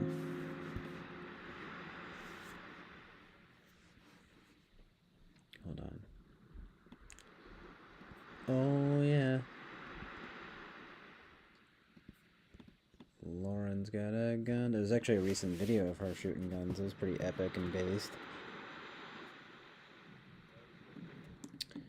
Epic and based. Truth and reality.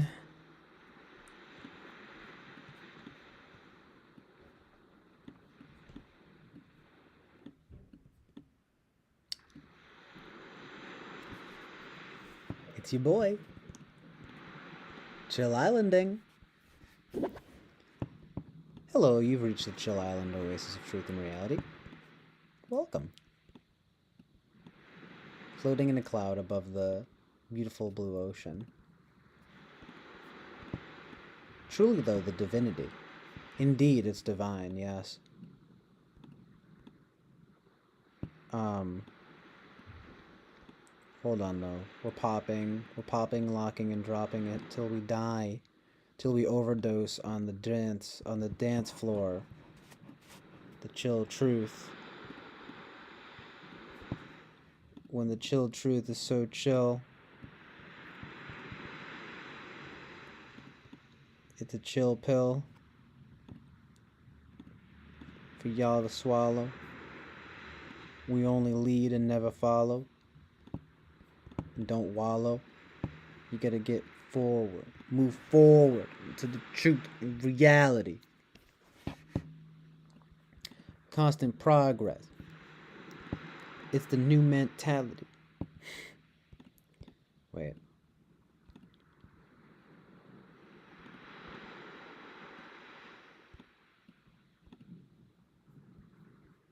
What is going on? Hold on. Sorry. That's how Lauren Southern says. That's how Canadians talk. Silly Canadians. Tricks are for kids.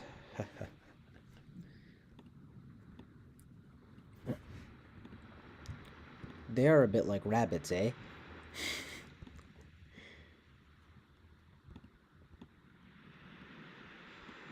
Boy, howdy. Where... I can't... I seem to be... Oh. Yeah, I messed up my truth and reality real quick. There we go. How do you like them apples?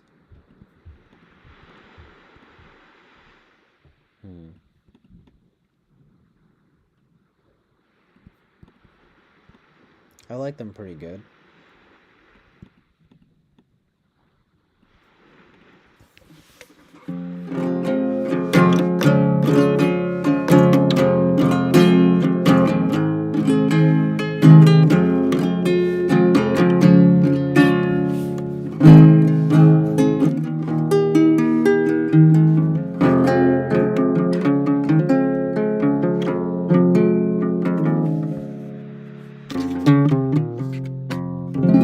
Oh, by the way, Boba Fett asks, what were you using for FX on your electric? I was just using a Boss distortion pedal and a Electro Harmonix Cathedral. Really good stuff. I'll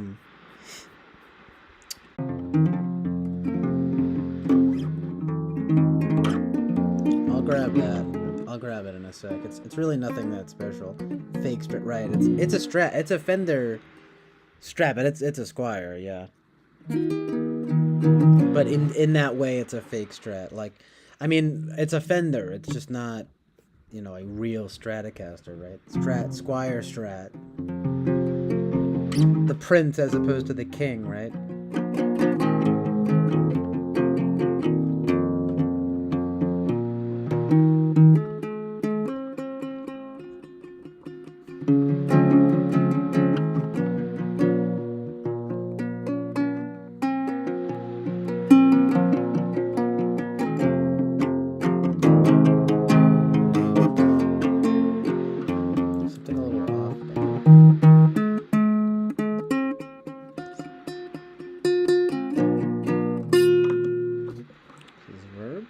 Are generally generally good for very gain stuff.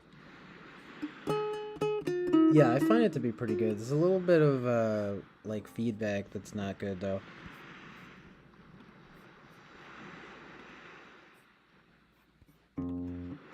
don't play that well with single coils or passive pups. Single coils, I mean... Passive pups, though?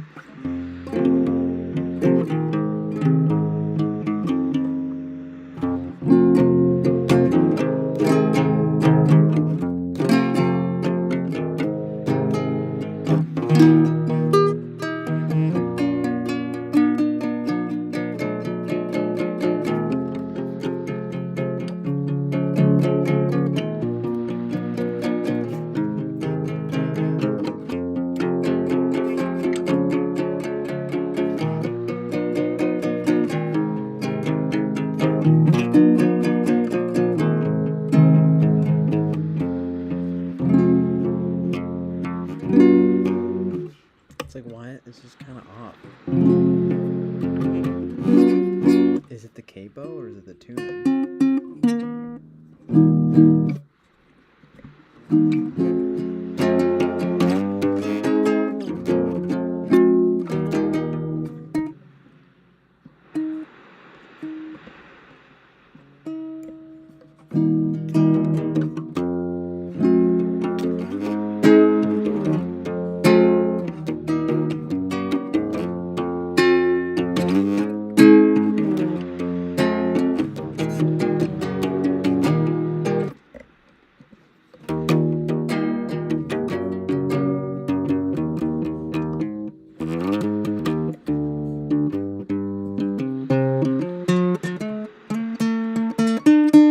It's like, it seems, honestly, I think it's this capo.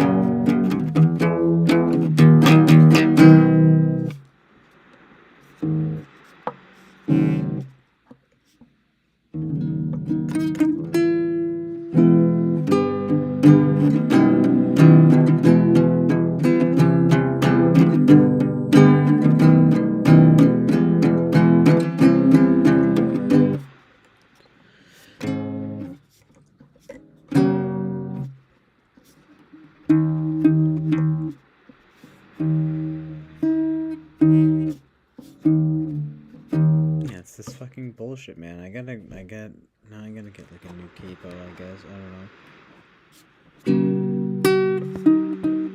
It's like a major way of how I play, it's just because I play it upside down, then backwards and upside down, technically.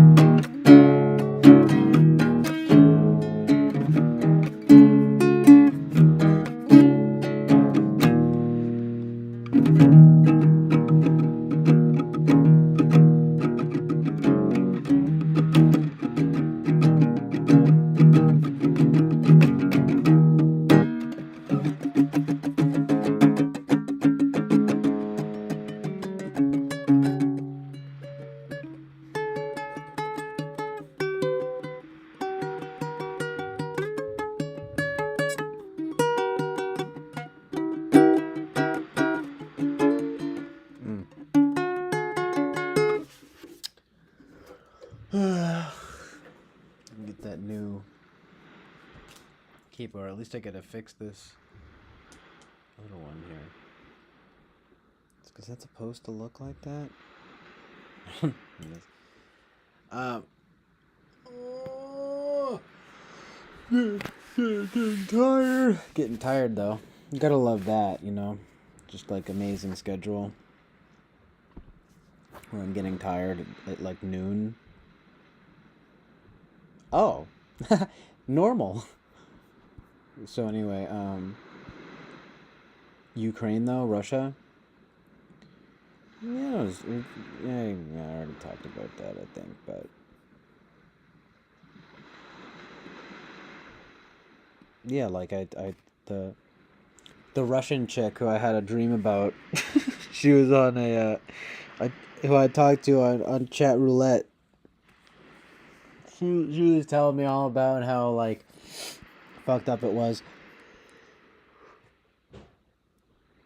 How they're freezing her accounts, and it's like meanwhile everyone's looking at the Russians as bad when it's like, hey, these are the faults of the government, you know? And she was kind of telling me, she's like, psst, you know, and it's like, Ukraine is not so great either, mind you. Just like, whoa, Zelensky. And then it was funny. She was all like, you know, it's like how weird it was how that guy was like an actor. And then he pretended to be president in some sketch before he was, before he was president. Just like, what? Huh? No, but I mean, yeah, I mean, you know, just a little bit interesting. Just a little bit interesting. You know, it's a little bit interesting, though. It's a little bit interesting. Not fully interesting, but it's certainly a little bit interesting. Yeah, man, she was all like, she was bugging out. Not bugging out, but she was, she was like drinking wine. She seemed like she was a little tipsy. It was funny. We talked for like a long time, though.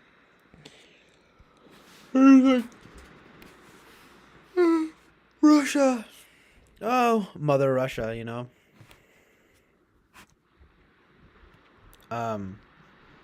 So like, anyway, though, I felt that I was like, you know, it's really too bad.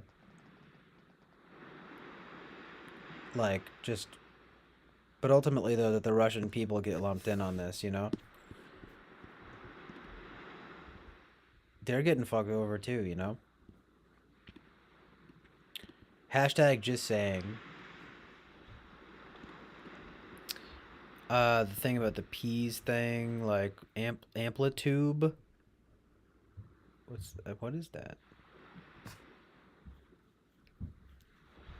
Do not listen. That is the truth and reality. Love the coinage. Love the terminology. So like, right? He's like, peas don't listen, blah blah. Don't listen. Don't listen to what? Just about anything important. R.I.P. Ethered. Y'all ethered the peas. The ponies. Right? That's what you guys are talking about. My Little Pony. My Tiny Pony.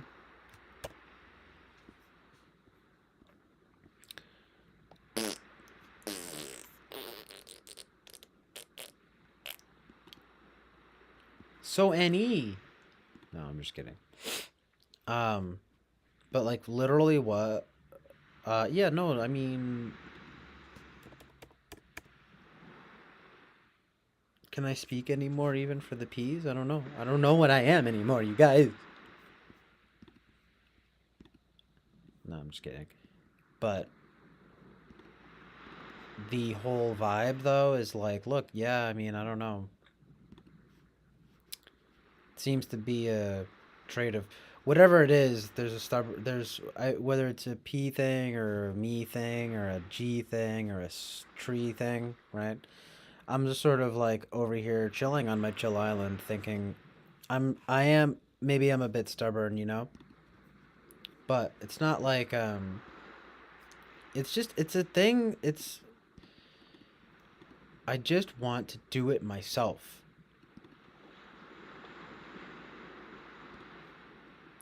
I'll figure it out.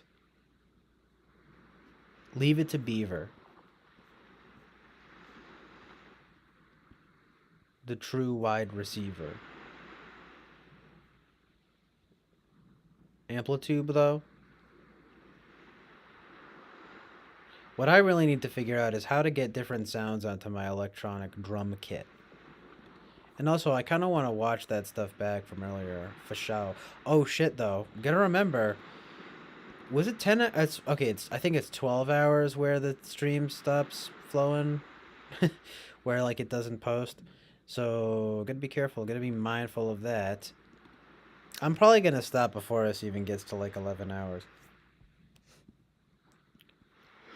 But I'll check this stuff out. Oh, cacciato.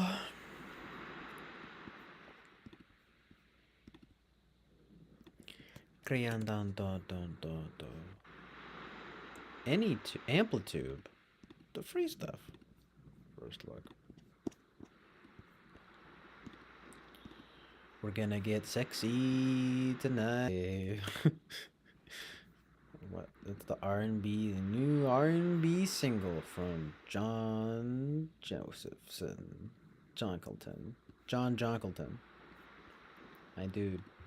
It's my blackin' dude. That's like my,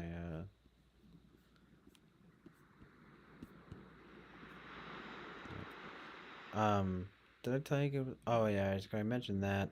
There's also one thing I wanted to point out is how there are these sort of more like Christian type channels I would follow.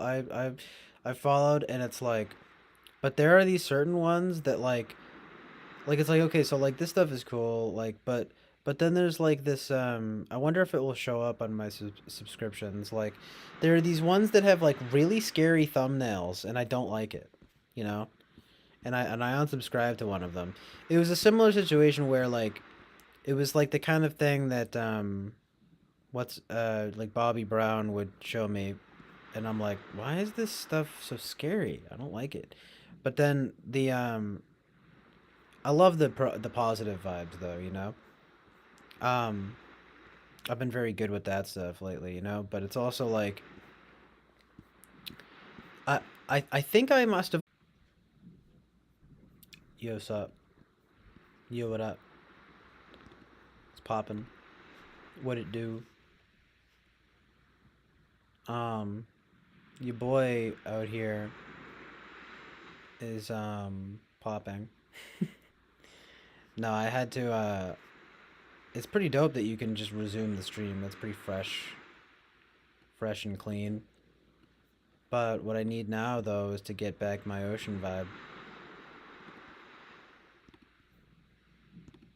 Where is it? He's here somewhere.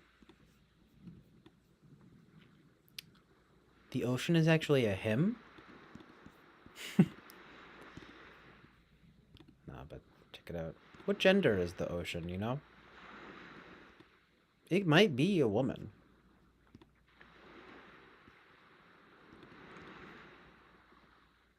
It's not entirely implausible.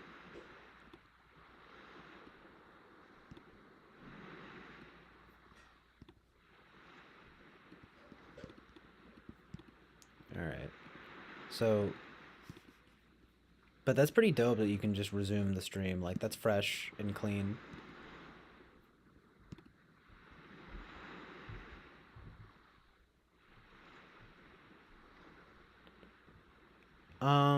I'm gonna give a hot take, and I'm gonna say I don't necessarily think that Trump was milk toast, but I do think that he was not dangerous. Amazingly centrist.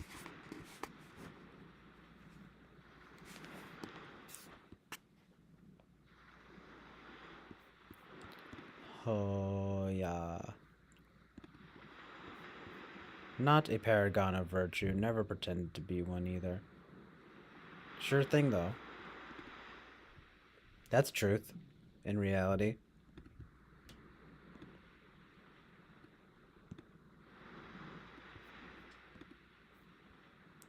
What his mom says, water is feminine, fire is masculine, earth is feminine, air is masculine.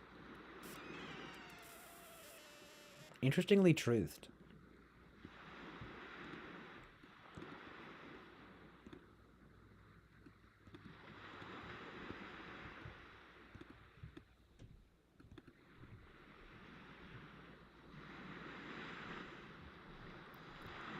Ouch, Winston's mom says, Mr. Trump is as dangerous a personality as America has seen. Period.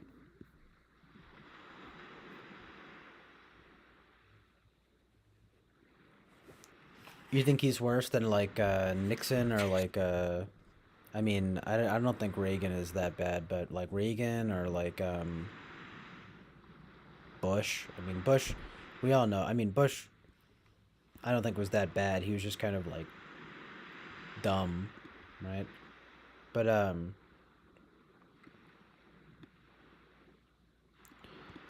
you know, I to be honest, I guess I can kind of understand that point of view in some ways, but in other ways, it's kind of like, I feel like the danger tends to be overstated. I mean, does he embolden a certain unsavory aspect of, or, you know, subset of, like, Americans? Like, absolutely, but, you know, to me, again, it's more symbolic. He's more of, like, a symbol than something that ought to be, like, kind of, you know, kind of like some, you know, icon to be venerated. He, in that way, he's symbolic, but he's not necessarily, like, he's a symbol, but not an icon, you know? I don't know, it's hard, you know, it's like,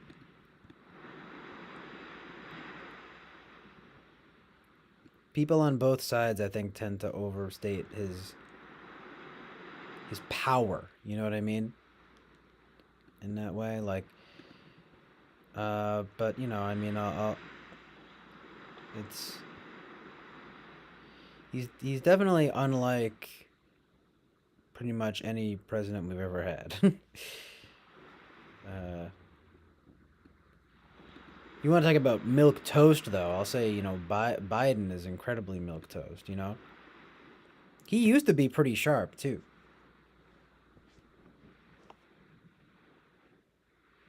With, like, some elements here and there that are, you know, it's, like, debatably based. But in this day and age, he's just, not only post-Trump, you know, are the differences so obviously glaring, but, like, the, freaking just... The old age has not been flattering to him. Not in the least.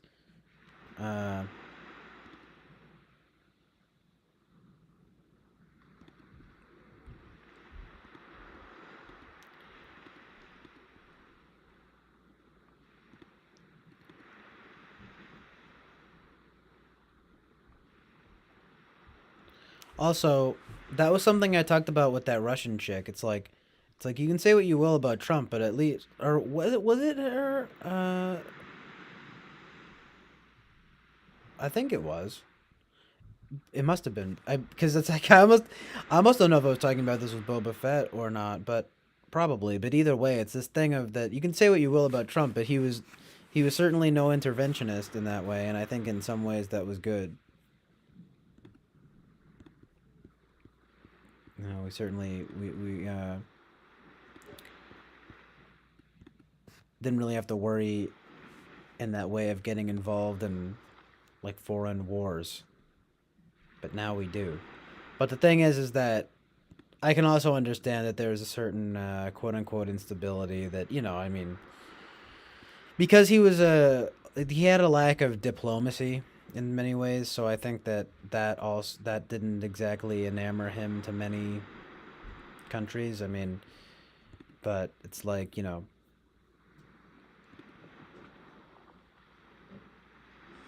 it's sort of like I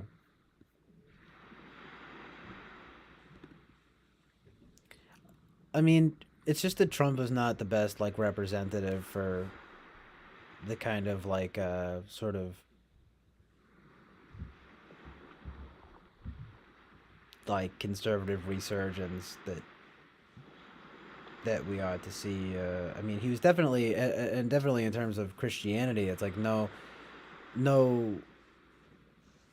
nothing serious there, because he never professed really any religion, and I think he made like a show of it in some ways, right? But he didn't he wasn't really truly a professor, right, of faith. I mean, what exactly are his morals, right? I mean, we don't even really know. It's like, ultimately, he is what he has always been, which is like a businessman, you know. And I mean, his social he's no diplomat, that's for sure.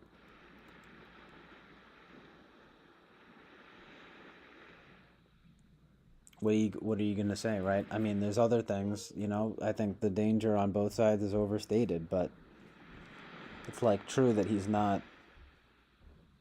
very diplomatic. But jeez, it's like we need someone other than Biden, though, you know. I mean, can we ever just find the right person, right? It's like, good lord. Of course, it's just like ridiculous.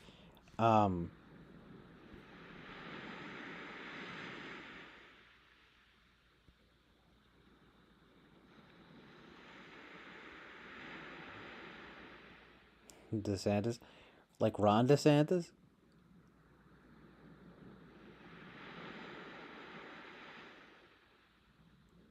Don't know that much about him, really. Claim on saying corpse with corpse each time.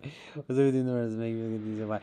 Well, like, to be honest, and in all fairness, you know, to both sides here, right? It's like that's what like everyone says, you know. But he does have sort of zombie-like features. Unfortunately.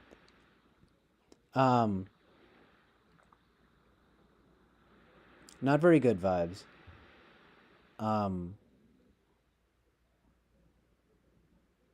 It's more like, though, that he's just gotten senile in his old age.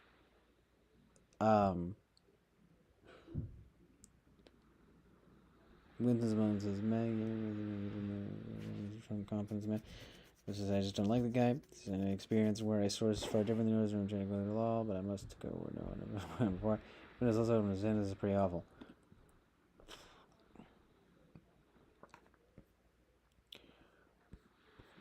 I'll indulge both of you. Why should DeSantis be president, and why is DeSantis pretty awful?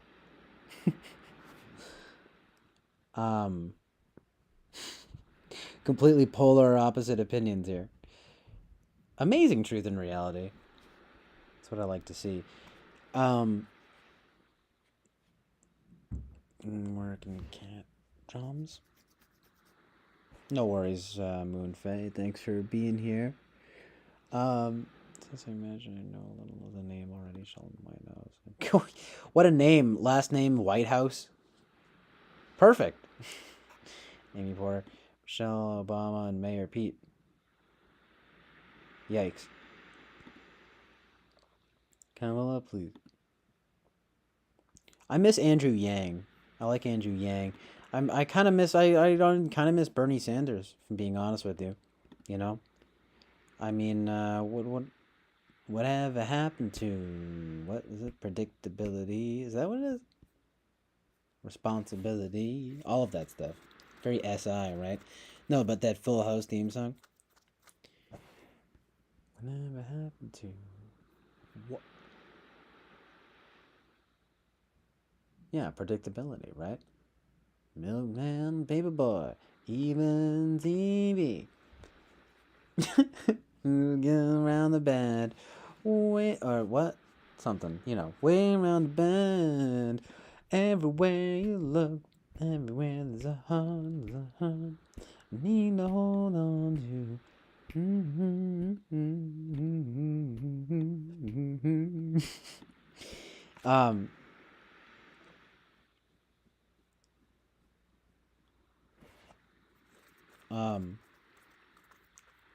Buffett says, he's Trump protege and a bit of a firebrand himself, also a strong, youngish man. President DeSantis, Yang was awesome, lol. The Sanders versus Clinton campaign, that was amazing too, lol. Whatever that emoji is. Moon Phelan says, DeSantis is anti-trans and uses hateful and fearful rhetoric.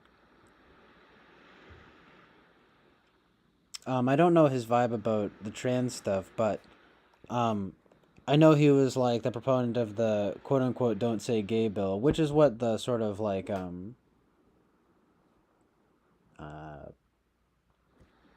anti, the people going against that bill we're talking about.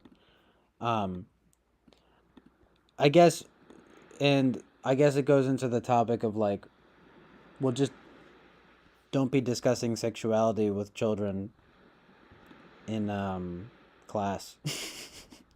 Which seems like a pretty reasonable proposition, you know? But it's kind of like kind of turned into this other thing. I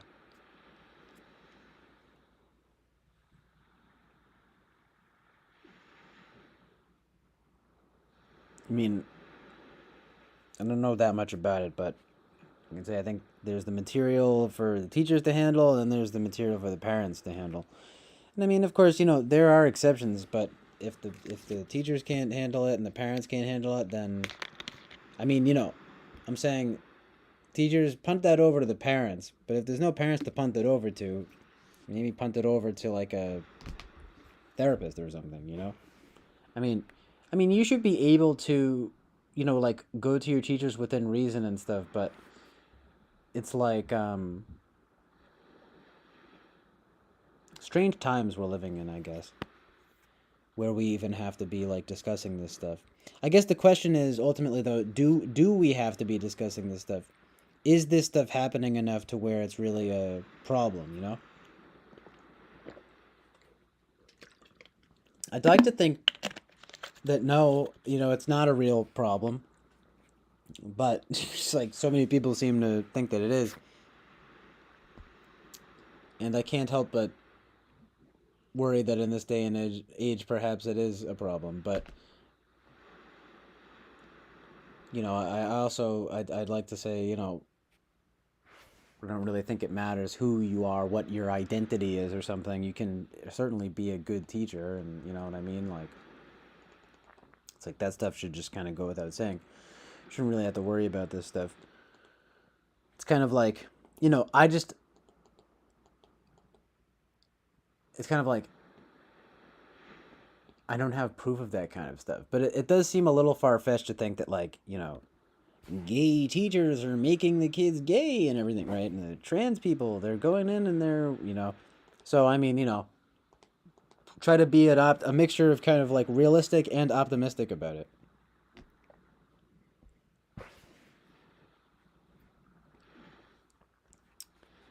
What's up, Kami9? Thanks for being here. Democratic establishment, right, and of course, you know, Winston's mom brings up Florida as the new "Don't Say Gay" law, right? It's like, right, and that's not what the actual bill is called. It's called the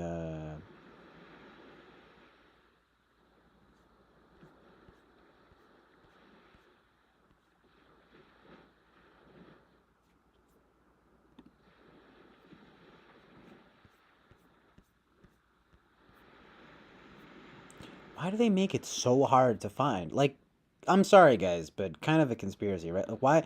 I searched "Don't Say Gay" bill, and it's like nothing. What is the real title? Hold on.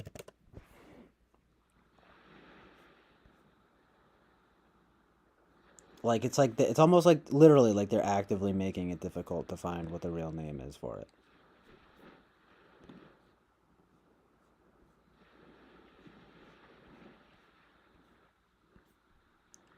Like, right, it's like, no pun intended, right? But, like, God forbid we don't sensationalize it, right? Yeah, okay, so it's named the Parental Rights and Education Bill.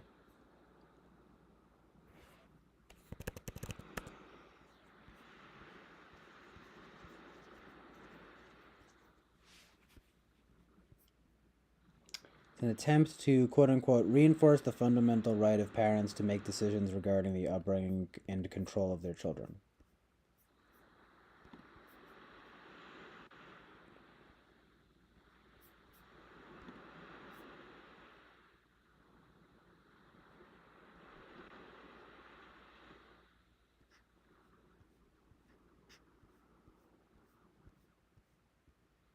schools from enacting policies that prevent the disclosure to parents of quote-unquote critical decisions affecting a student's mental, emotional, or physical health or well-being. Schools could still withhold certain information if they believe the disclosure would result in abuse, neglect, or abandonment. Yeah. It's like that would...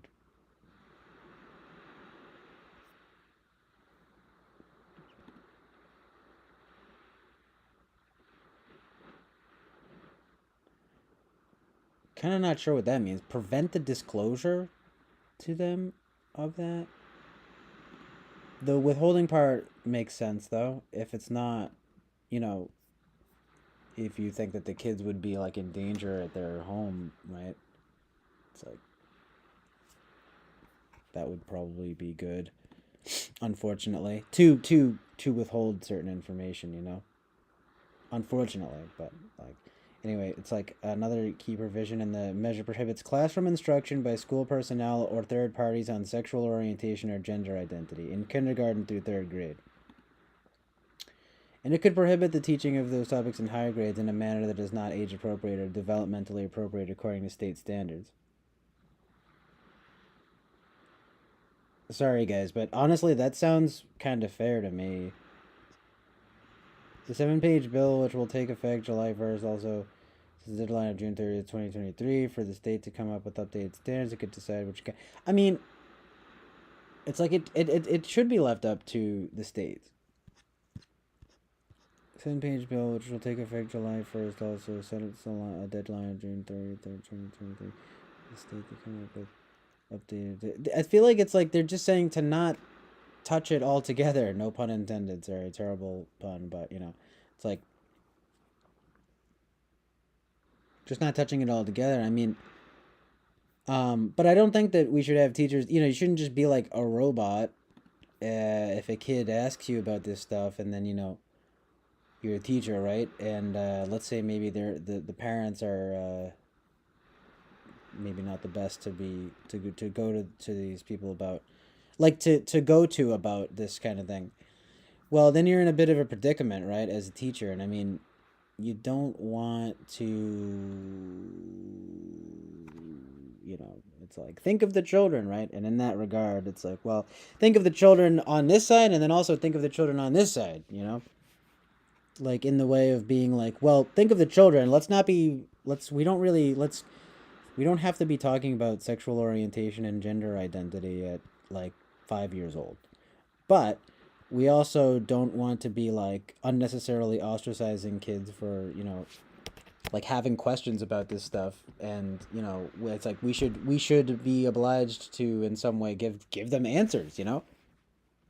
And about pretty much as unbiased of answers as possible, and to be, like, emotionally supportive, you know? I mean, I think that's what a good teacher does, you know, ultimately. You gotta have that nice little FI-FE balance or something like that, right? But still, I mean, you know, there's like there's more to it. Instruction guys. So they'd have to come up with more instruction of what, you know, what age appropriate instruction looks like. Require school to notify healthcare services being offered kids.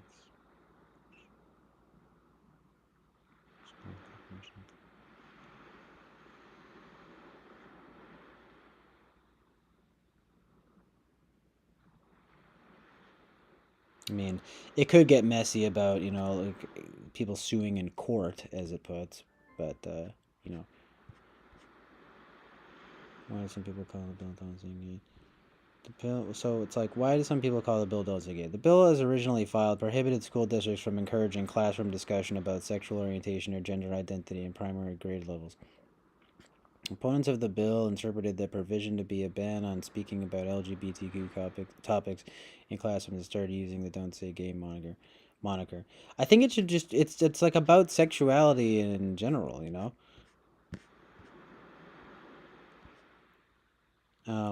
Like, you know, it's not.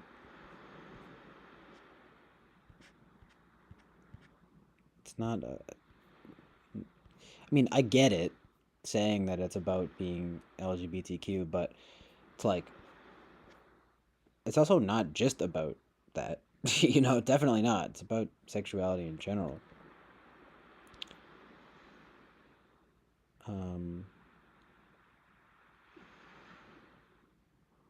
The bill sponsors, some Republicans, right? They amended the bill and they wanted it to be clear that it's only restricting lessons related to those subjects. Conversations between students and teachers about, for example, a child's two mothers would still be allowed under the bill, sponsors said. But the nickname stuck, and opponents of the legislation continue to express concerns about the effects of the bills for three main reasons. First, opponents say a broad restriction, particularly aimed at sexual orientation and gender identity, will have a chilling effect on teachers, making educators question what kind of dialogue students can have with trusted adults in the classroom. Yeah, true. Legislators are trying to knock out the supports that LGBTQ youth have, said Catherine Oakley, the state legislative director at the Human Rights Campaign LGBTQ advocacy group. Okay. Second, advocates worry the bill targets policies aimed at keeping LGBTQ youth from being outed to their parents by school districts.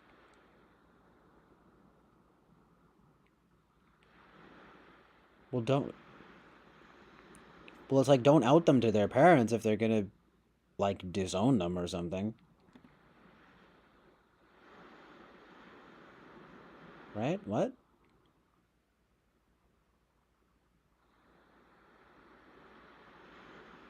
According to a House bill analysis from February, some school districts, Broward and Palm Beach, for example, had policies that prohibited schools from disclosing a student's sexual orientation without their consent. Without the kid's consent? Because that would be the most, like, free and good, like, way of doing that, right? It's like, ask the kid. You know? The new law could preempt such policies. I'm not really sure. A little bit confused on this.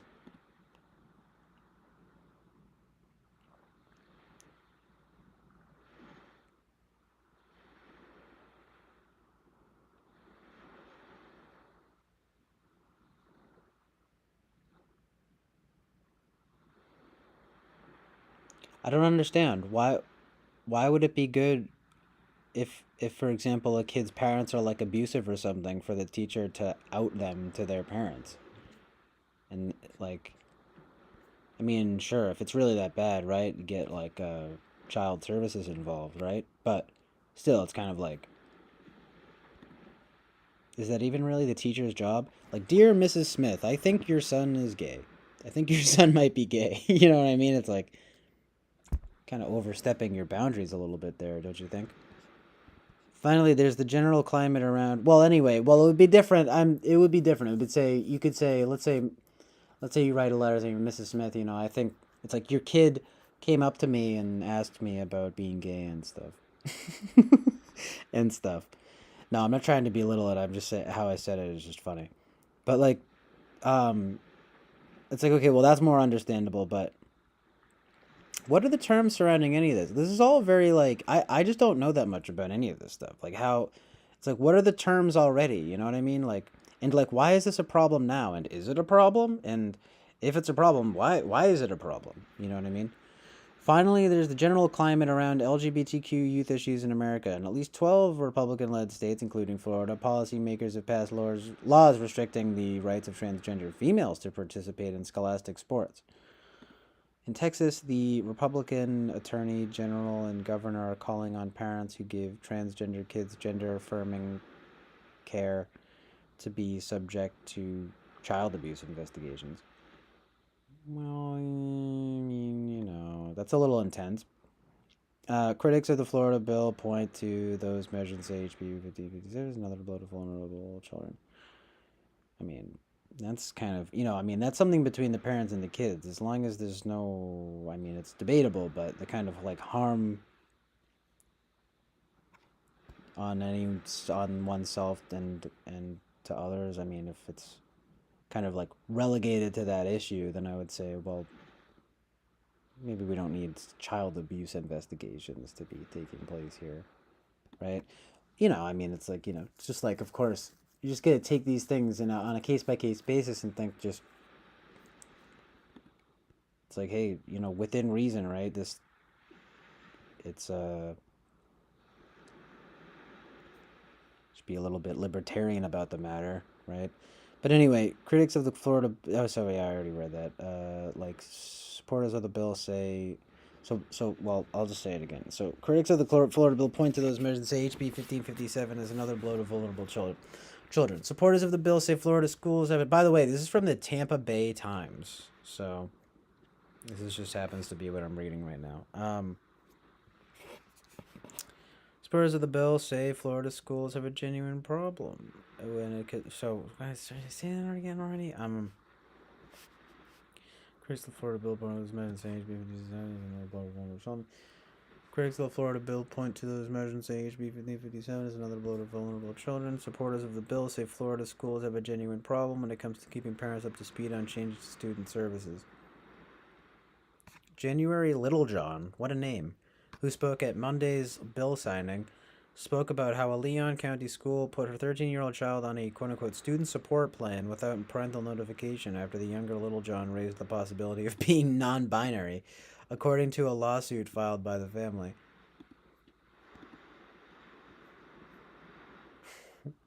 Student support plan?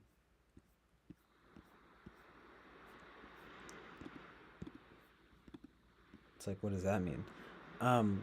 When parents are excluded from critical decisions, it sends the message to children that their parents' input and authority are no longer important, January Littlejohn said.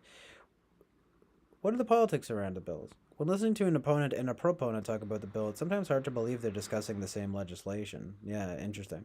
Perhaps due in part to the different talking points, polls of public sentiment have been somewhat mixed.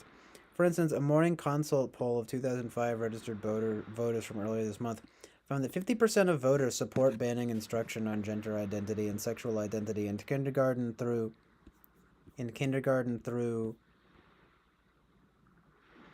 third grade classrooms, right? It's like, seems reasonable. About 34% of voters oppose that ban, according to the poll. Right, like weird. A survey from ABC and Ipsos IPSOS of 622 adults found that 37% support banning classroom lessons about sexual orientation or gender identity in elementary school, and 62% oppose such a ban.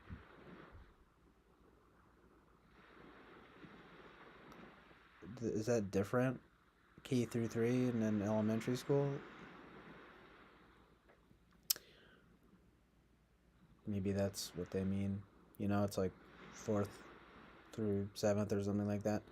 Both opponents and proponents say they're fighting for what's right and say public sentiment is on their side, right? Amazing truth and reality. Michelle Rayner, Democrat, St. Petersburg, one of the few queer state lawmakers, called DeSantis a quote-unquote coward on Monday for signing the bill at a charter school as opposed to a more publicly accessible place. Well, that's funny, right? Like, maybe he should have signed it at a public school. What is that? He knows there are more against him than with him, Rayner says. DeSantis, for his part, says the bill is a common sense measure. I don't care what corporate media outlets say. I don't care what Hollywood says. I don't care what big corporations say. Here I stand, DeSantis said Monday. I'm not backing down. Amazing truth and reality. So,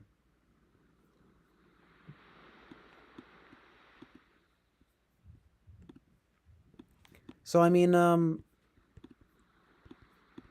so, like, how do you guys think this is going to, like, affect the classroom as it stands? Like, why is this so important, you know? Obviously, if this kind of thing comes up, you know, a teacher should be able to, within reason, like, discuss it with their student. But wouldn't you say that that matters like this are kind of best left to, like, sort of like parents, and if not parents, then like professionals, like therapists and doctors?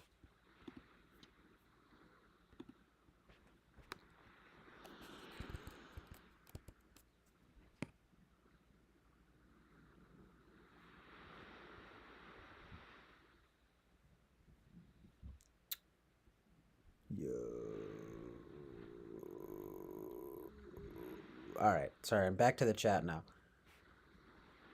Like, right though, it's like, okay, hold on.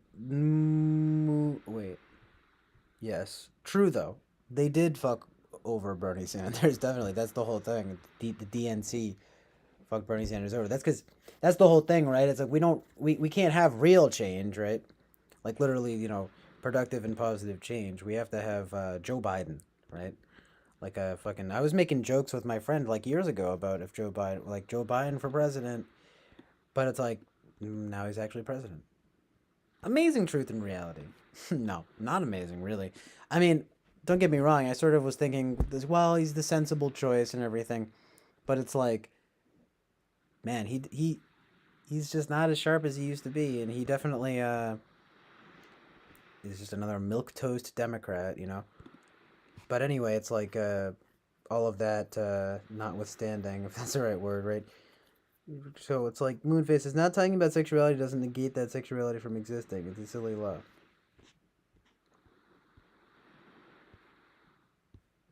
Yeah, I mean, I hear you. Wynn's mom says, I started my morning, and actually, you love exhaustible how's your morning. Why teach that? But so Boba Fett says, not my place to speak, but why teach kids about that stuff in school anyway? WTF for parents for, right? Wynn's mom says, what happened on the right was the politicians fueled an outrage machine and raised tons of money. Little kids start with health class around puberty. We talk of that. Right. Yeah, that's when they're like, 12 or 13, which is like fair, definitely. But any younger than that is a little weird, especially like 5 years old. That's ridiculous. Moonface says, well, suicide rates amongst LGBTQ youth are LGBTQ. Blah, blah, sorry, LGBTQ youth especially are quite high and have gone higher.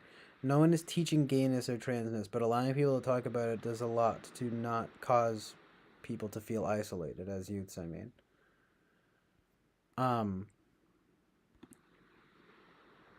Yeah, it's kind of like these teachers. It's like don't be a robot about it. But it's I guess you gotta use kind of like just be responsible about it.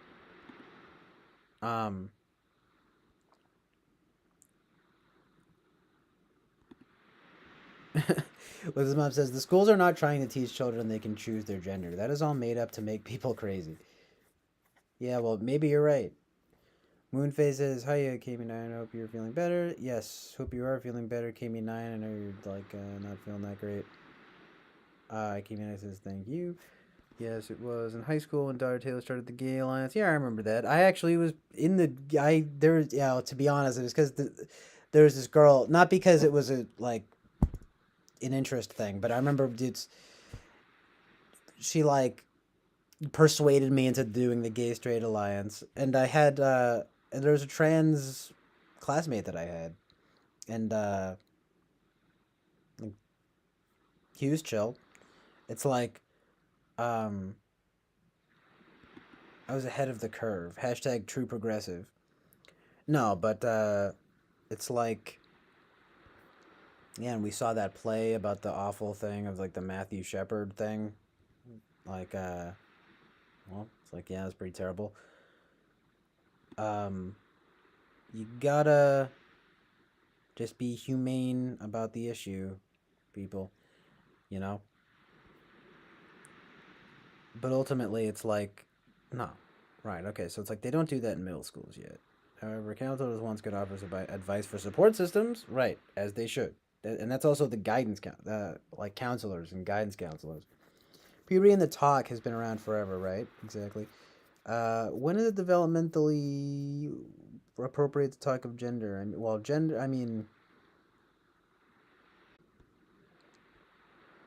It's a tricky area to navigate for sure. It's like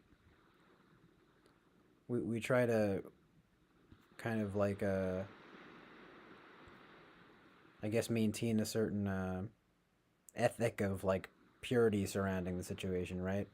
I mean, we generally don't even like to because there's a lot of science to support it, we don't really think of kids as, and it's kind of even gross to say, right? We don't really think of kids as sexual beings, right?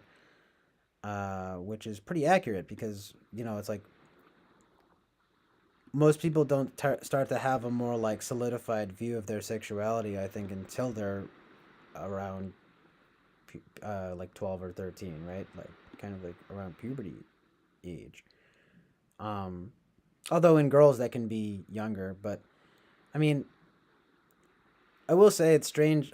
I shouldn't say strange, but I just mean like, interesting how like there are kids who manifest like there's like a kid there's like a kid my mom I don't know if I should give out too much information about it, but like I mean, put it this way. This might be like an unpopular sentiment, but like there are kids where you're just kind of like, yeah, like they're gay.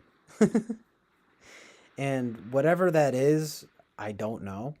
I mean, there's probably, genetic explanations like being exposed to too much or too little estrogen and or testosterone in the womb or something like that. I really don't know. But there is something there that is sort of like interesting. But I think our own like discomforts are pretty well deserved discomforts about talking about these things with kids, come from it's an age old thing, right? I mean, we're like wary of it in general. And I think it's because there's something that we know, and don't mind me, I'm getting in my whole like whatever, getting religious about it, but I think it's because, to be honest, sex in general, it's like we know we like there's something in our nature that tells us there's something basically kind of like sinful and shameful about it, and this does lead to a lot of like unhealthy repression and whatnot. Absolutely, right? But there still is like that like intrinsic knowing or something, where it's like, well, that's there. It's like it's like we want to delay it as long as possible talking about that stuff with kids, um, but when it comes up, it comes up, and it's like you can't, you don't want to be like you said, like isolating these kids, especially when it's not really clear to me. It doesn't really necessarily seem clear cut to me when these sort of like these questions start arising, right?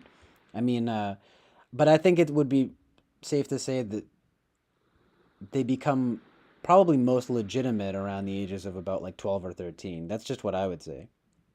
That's just my educated guess. Um,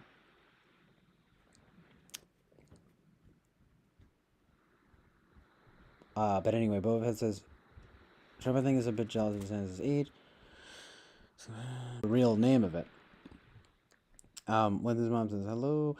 Kami9 says, in Texas, teachers are asked to report trans students for child abuse. Well, yeah, I mean, I kind of touched on that. That's a bit ridiculous. But ultimately, I do want to catch up with, not ultimate. I don't know why I said ultimately, but I want to catch up with the chat here. When his mom says, look at the big picture view. Trans people are being otherized. First they came for the trans, if one was to paraphrase history. Listen to hear the words that describe them. Yeah. Got a bunch of disgusting words of weapons. People get painted by the words that are used against them. Put one group up at ridicule. Point at them. Feel the crowds outrage. Feel superior. Shout and someone they turn and point at you. I like sheep. You, the black sheep. I, the herd mentality. What's up, Jonathan? He says 9 viewers all of a sudden. So it says not I am not of the herd mentality, so my typo was funny. It's like word. Well, anyway, Moonface says TBH doesn't really seem to have been a problem. That's one of the criticisms. It aims to solve a problem that effectively doesn't exist. Yeah, I mean, to be fair, I haven't exactly seen like the proof of this stuff happening. You know what I mean?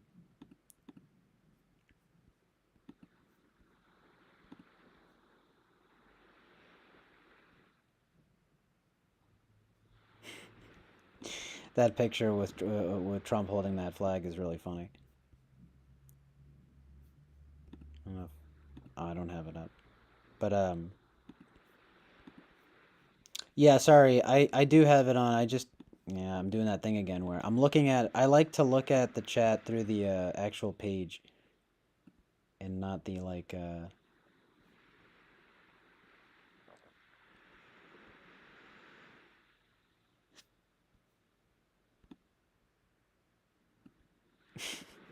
Wait, hold on. I got to change it to live chat. Yeah.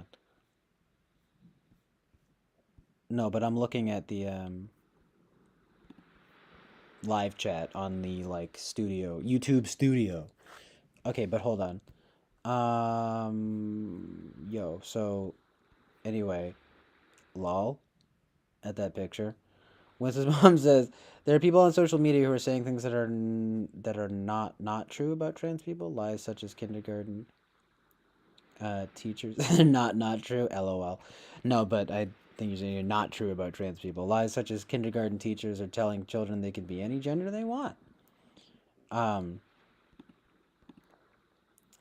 thing about that is that I think it's like sadly believable in this day and age, but it's also probably not happening, especially not like at least to the extent that people are acting like it does. You know what I mean? Right? Like that's kind of my view on all this. I do think there's some fear mongering and scaremongering going on. I can definitely see that.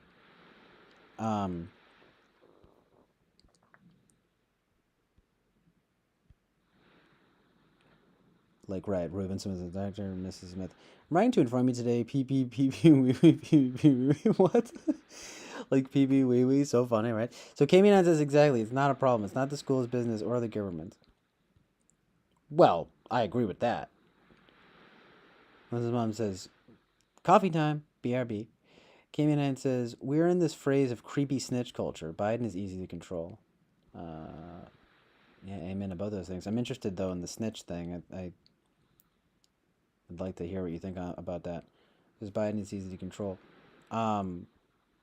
That appears to be true, right? It's like you can just imagine him, being handled by his handlers, right? It's very scary and true. Boba says, your mom has a gaydar? What?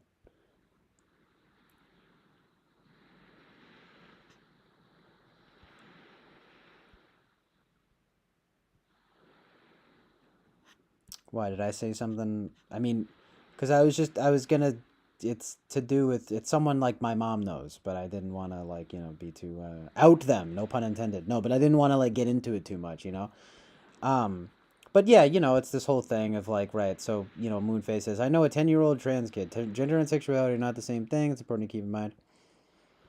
Yeah, I hear that, though. I hear that.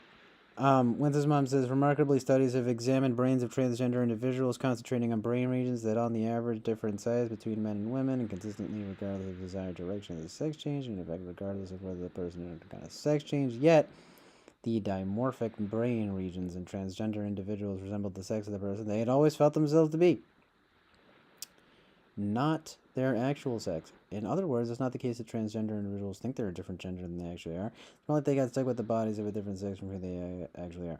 Robert M. Sapolsky behaved the biology of humans at our best and worst. Well, I appreciate you citing the source there, because I was going to ask. I'm like, where is this from? Can you cite this source? No, but that's interesting. I mean, we need to see more of this kind of proof emerging, I think, in order to be getting at the truth and the amazing truth and reality of the situation. You know what I mean? Because we don't want to be looking at this stuff and saying well, I don't like that, and you know what I mean? It's because it's we've got, I mean, nature or nurture, regardless, we've got kids asking questions about it. What are you going to do? You're going to, especially when you're a teacher, it's a tricky situation. Absolutely. But in any case, though, this whole idea of that's always winds up being the ultimate question, right? It's right, but how much of it is exactly nature regarding this stuff?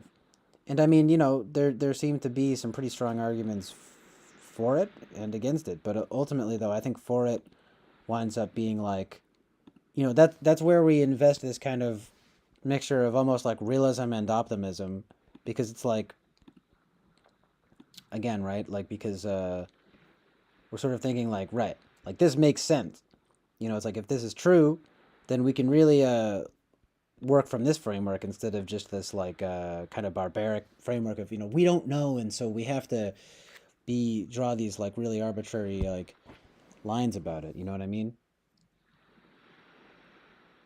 Because it's just definitely not helping these kids, right?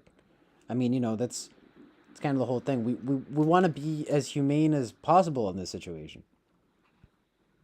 So anyway, yeah, Moonface says, yeah, Human Nine, Bernie thing still makes me mad, lol. I've got a real fondness for that old man, yeah.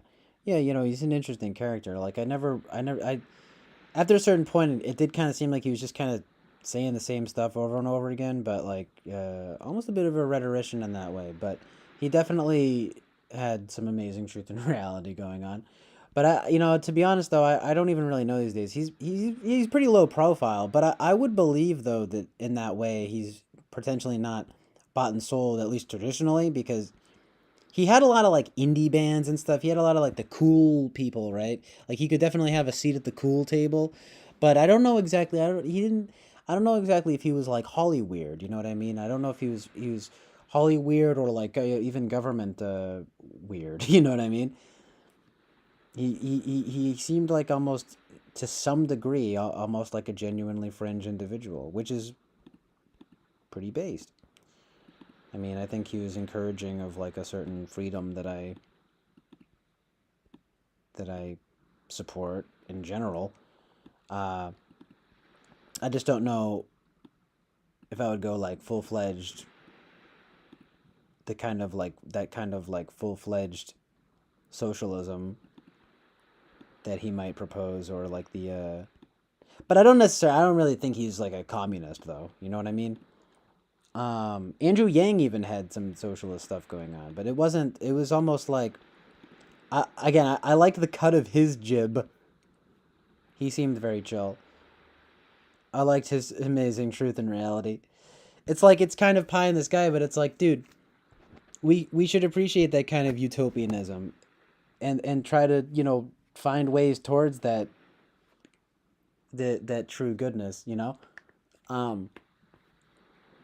Ultimately though, it's a matter of balancing that with just kind of like reality and you know, humanity and all of its glory and troubles, you know what I mean?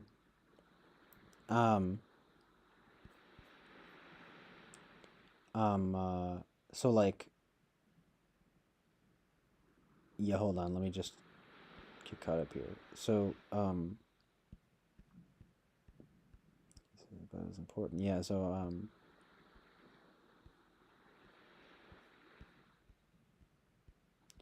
right.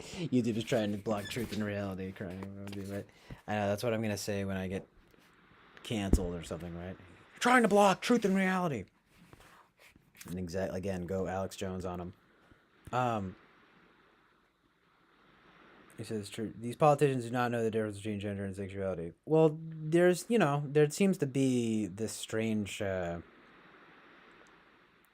like a conflation of the two that, you know, I mean, even I can concede that there's like a difference. I mean, hey, look, there are striking similarities, but there's also a difference in terms of like your, I get what that means. It's not, I don't know if I would say necessarily like gender and sex, but I would definitely say gender and sexuality, right? It's like sexuality, almost like that which results from your sex and or gender. You know what I mean? All the inappropriate stuff. Just kidding, but no, I mean the sexual orientation and all that. Not even, you know, which is even less than technically, I think, sexuality, right? That's, you know, orientation, and then it kind of is, it's like everything, right? There's levels to it, right? It's like a hierarchy. There's a hierarchy of appropriateness with which there is to, you know, talk about it with your teacher. You know what I mean? It's like, you know, and I you know, I'd like to be both realistic and optimistic about it, and think, look, most teachers are not gonna you know, breach those limits unfairly, unless they're just a bad teacher, you know, and in which case they ought to be fired. It's like, but let's not be messing, you know, like screwing up the kids here. Let's not be like just like causing more harm than good.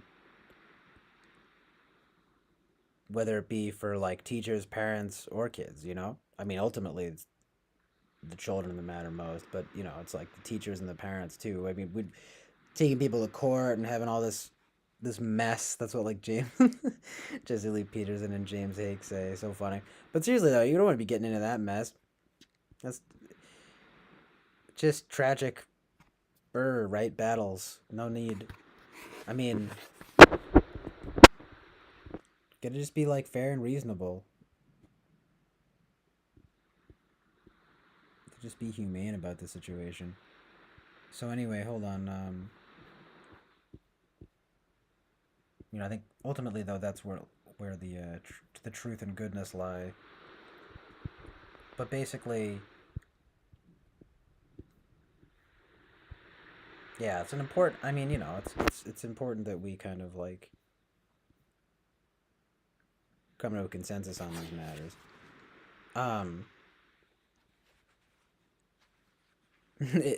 Certainly instead of just waging war on one another, right? Let's try to find that middle ground, that common ground. So anyway, Moonfay 11 says, oh, so he says, hi, Ruben. I'm just gonna skim a little bit just to like get to the newest stuff.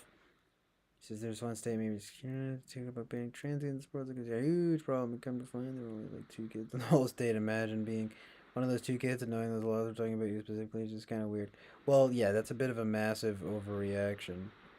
Right? I guess so it goes in this world, you know? I mean, right? So anyway, Winston's mom says, we live well enough to have the luxury to get ourselves sick with purely social, psychological stress. Robert M. Spolsky, Primates, Man, more neuroscience, undimensional life. It's a funny title, yeah. You know, doesn't mean you're over 30 years old, you're older than every dog on earth. That's crazy. He is proposing socialism, Bernie? No, he's a democratic socialist, which on the world stage is really not way to the left. That is actually a great point. I forgot that's the label you would put on him. Yeah, this would be democratic socialist. So it's a fair point. Right, he's not as far left as people would sort of purport him to be. Is that the right word? You know, purport. That's one of those good words, you know. And I'm like, but I'm still almost like, that's right. When you kind of, it's like proposing is purport. Well, anyway, yeah. Socialist Bernie or like whatever, you know, whatever one of Trump's brilliant nicknames for them. So funny though, let's be honest. There's like a whole Wikipedia on the list of like Trump nicknames and they're hilarious. I'm sorry, but it's just amazing truth and reality. Anyway. So right, lol, you're all Taylor played football. Center. And would take off her helmet and her blonde hair fell down around her shoulder. I could feel the pride. Jordan sounds cool. Yeah, that's nice. I mean, it's like the did you feel that in that way of like I mean, not to be dense, but I think I'm not sure exactly like which. It's like if you mean literally the pride of like the gay thing, or if you mean just like, well, you know, being a girl like playing football, you know, defying gender norms, you know. But there's also the pride element where it's like, oh no, it's, you know, actually like gay pride. But again, I'm not trying to be dumb, but like in any case though, it's like, you know, that is nice. It's like, you know, she should do what she wants, right? It's like, come on, let the girl play football. Kidding me? So anyway, it was right. Gave me heart. First one, you gotta find the one worth the struggle. It says all furries go to heaven. Now, furries, we gotta draw a line at, because I don't know if I'm not, I don't know if I'm feeling that vibe. That stuff freaks me out. Wizard's Mom says, a force of nature in ESFP. I like to believe she and Lou DeFay's Nairi are holding court and having a blast. Oh, that's who Nairi is. Oh, okay. Well, that's very sweet. Ruben says, gotta love how civil this chat is with all our diff opinions and such. Worms. Cockles. It's funny, yeah. Hey, man, I love to hear it. You know, this is really, like, I love it too, man. And that's the kind of, like, environment I want to foster here, you guys. Very, very true and good. When his mom says, in Ferretville, we believe that when our beloved ferrets move over onto the Rainbow Bridge, they eventually send Rainbow, right? Oh, no, I'm just kidding. But Rainbow Bridge, that they eventually send us someone who needs their forever home, usually a ferret this time. Past 20 plus years at my folks' place has been a steady stream of cats. They sent Faye 11, or forever named they being Taylor, my 6 business persons and Nairi's and I thought. Oh, but they are. Current lot, not going to have been around forever. They're very well behaved, snipped cats. Yeah, man. I've always kind of wanted a dog, but we've always had cats in my house, and also low energy Jeb is the best, right? I think of that 10 times a week. No, I'm just kidding, but I think of it pretty often. I really think it's funny. Like, that's like the best one. You know, you chose the best one to name right there. God, you know. I mean, I really think that people wouldn't hate Trump so much if he wasn't president. Like, if he was like a stand-up comedian, or I've always said like a talk show host, you know? I mean, seriously. The guy is hilarious. You know. I get it though. People suddenly he's not so hilarious when he's the president, you know, right? I get it. But still it's like, look, the guy is hilarious. So anyway, the cat thing, right? Dogs. So I'm allergic to both cats and dogs, though. So it doesn't really, it doesn't do either way. You know, it's very unfortunate. And I love, and I love both cats and dogs. I'm an animal fan. I love that whole thing though of like loving how it's like I love children and animals, but then it's like they'd be like, oh, but that's what psychopaths do, you know? They love children and animals, but they just like don't love people. It's hilarious. I'm like, yeah, thanks a lot. You know, try to marginalize true good, right? But it's like, you kidding me? These are the things that brighten one's day, right? I mean, I think honestly that's why we're so, you know, it's just so like precious to us, you know, that we like protect these things, you know. I mean, you can call that whatever, the quote unquote conservative, like purity, you know, Jonathan Haidt, the moral foundations theory, you know. But it's like, yeah, man, these are the fifis, right? Getting me in my heart. So anyway, like, yeah, but it's just like amazing truth and reality. You fucking kidding me? I'm just kidding. I don't mean to curse, but, you know, literally amazing truth and reality. So, what was this? I'll have to look into the ESFP, ENFP dynamic to get better idea of how they talk to each other, though. I'm not sure type is a spirit sexual thing. Yeah, I wonder that, right? Good point. You know, you transcend type as your soul. Absolutely. I believe that. Boba says, and that sleepy guy, Little Marco, Crazy Bernie, Trump heart. Boba Fett just loves Trump, you know. But hey, man, I like that you're able to you're not like, you know, one of these, you know, quote unquote crazy Trumpers and all that, you know. It's like, dude, fuck all stereotypes. So I don't mean to curse, but you know what I mean. It's like, you gotta You gotta love it. It's like, and I get it, man. You know, Trump. There's a certain. I understand where everyone's coming from about that thing, but there's a certain anti-status quo spirit that he does indeed embody. Speaking of spirit, of course, I don't mean to invoke it in such, you know, such a vulgarity, right? In the presence of such goodness and truth going on here, because look, Trump is absolutely a mixed bag. But I'm just saying that symbolism. Again, it's like he's a symbol, maybe not an icon, but still, right? Well, I mean, you know, I guess who's to say, but I'm just saying it's like don't venerate him as such, maybe, but definitely like respect the ideas here, you know.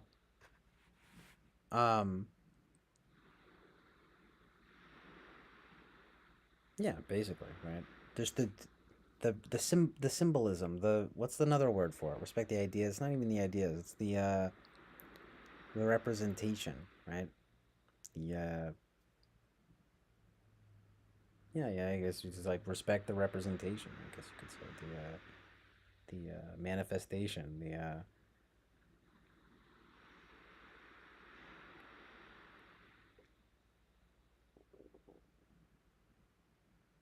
the truth and reality.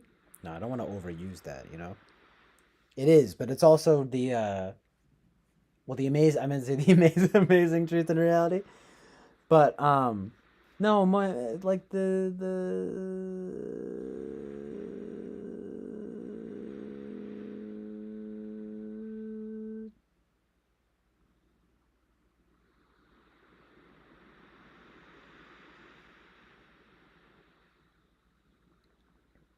yeah, y'all feel me.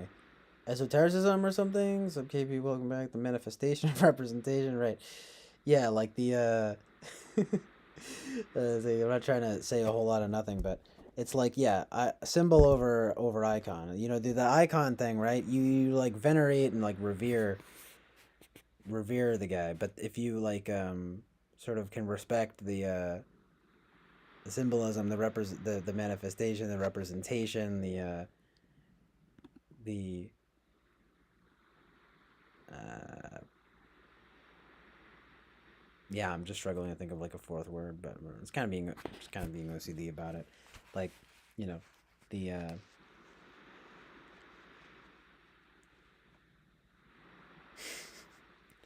I'm struggling to think of a fourth word.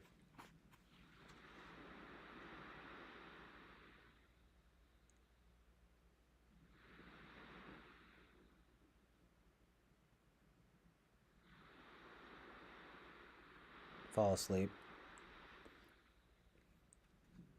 Right. The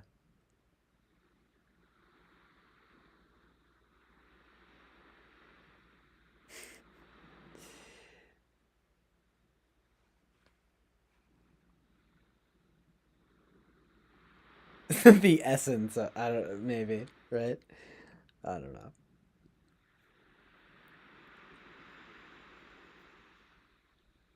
It is also this thing of like populism and the problem of it sort of too.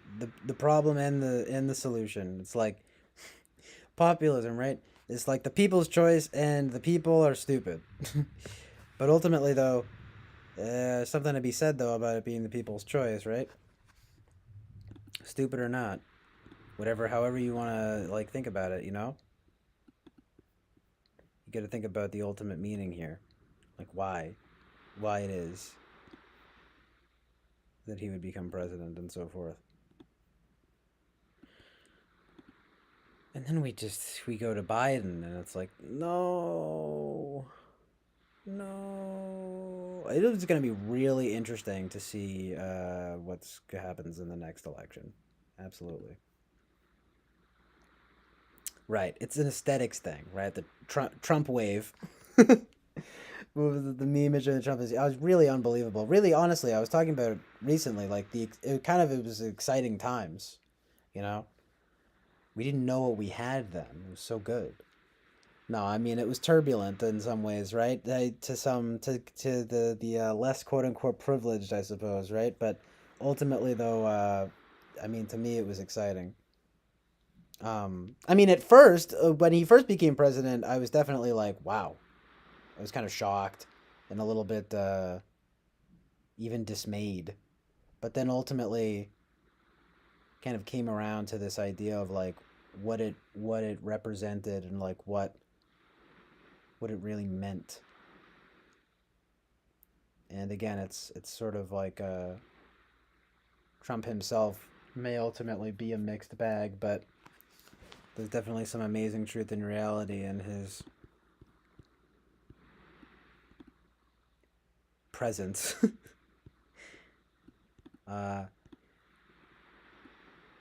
There's a lot I could say about it, but you know, I don't want to keep spinning my wheels about it, especially when really it's like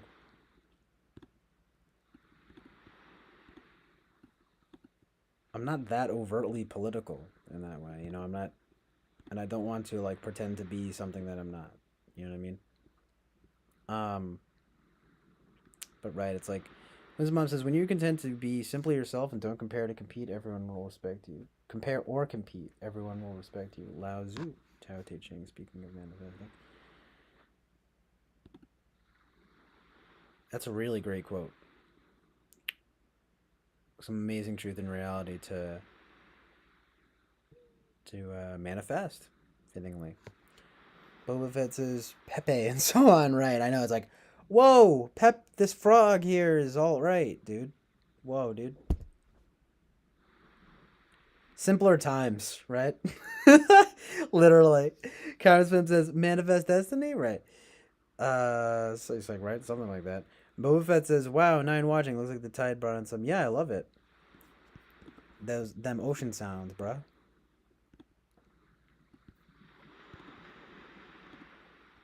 Steering the waters here, you know. It's like, politics is just the devil showing up as an angel.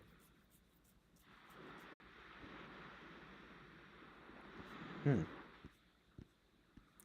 don't know who said it. It might have literally just been someone on like Charles Carroll's Discord or something like that. Or sorry, it's Charles Carroll's Twitch or something like that.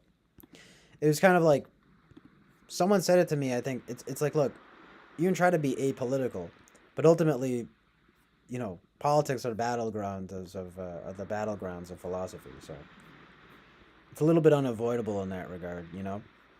So I feel that vibe. You might say it's a necessary evil, though that is to say, being evil is not good. It's absolutely not good. I don't know if I even buy the whole necessary evil thing, but you know, it's like politics though. It's like they're not so bad. It's like, what do you mean? We're talking about the well, among other things, the way that these things manifest. Oh no, though, I don't want to go over the time here and fuck up. Guys, I just hit 12 hours. I'm fucked. Alright. Sorry, but I gotta, like, stop this and then start a new one and just hope that this all uploads. I'm gonna stop right now because if it goes over into 12 minutes and 1 sec... I mean, 12 hours and 1 second, it might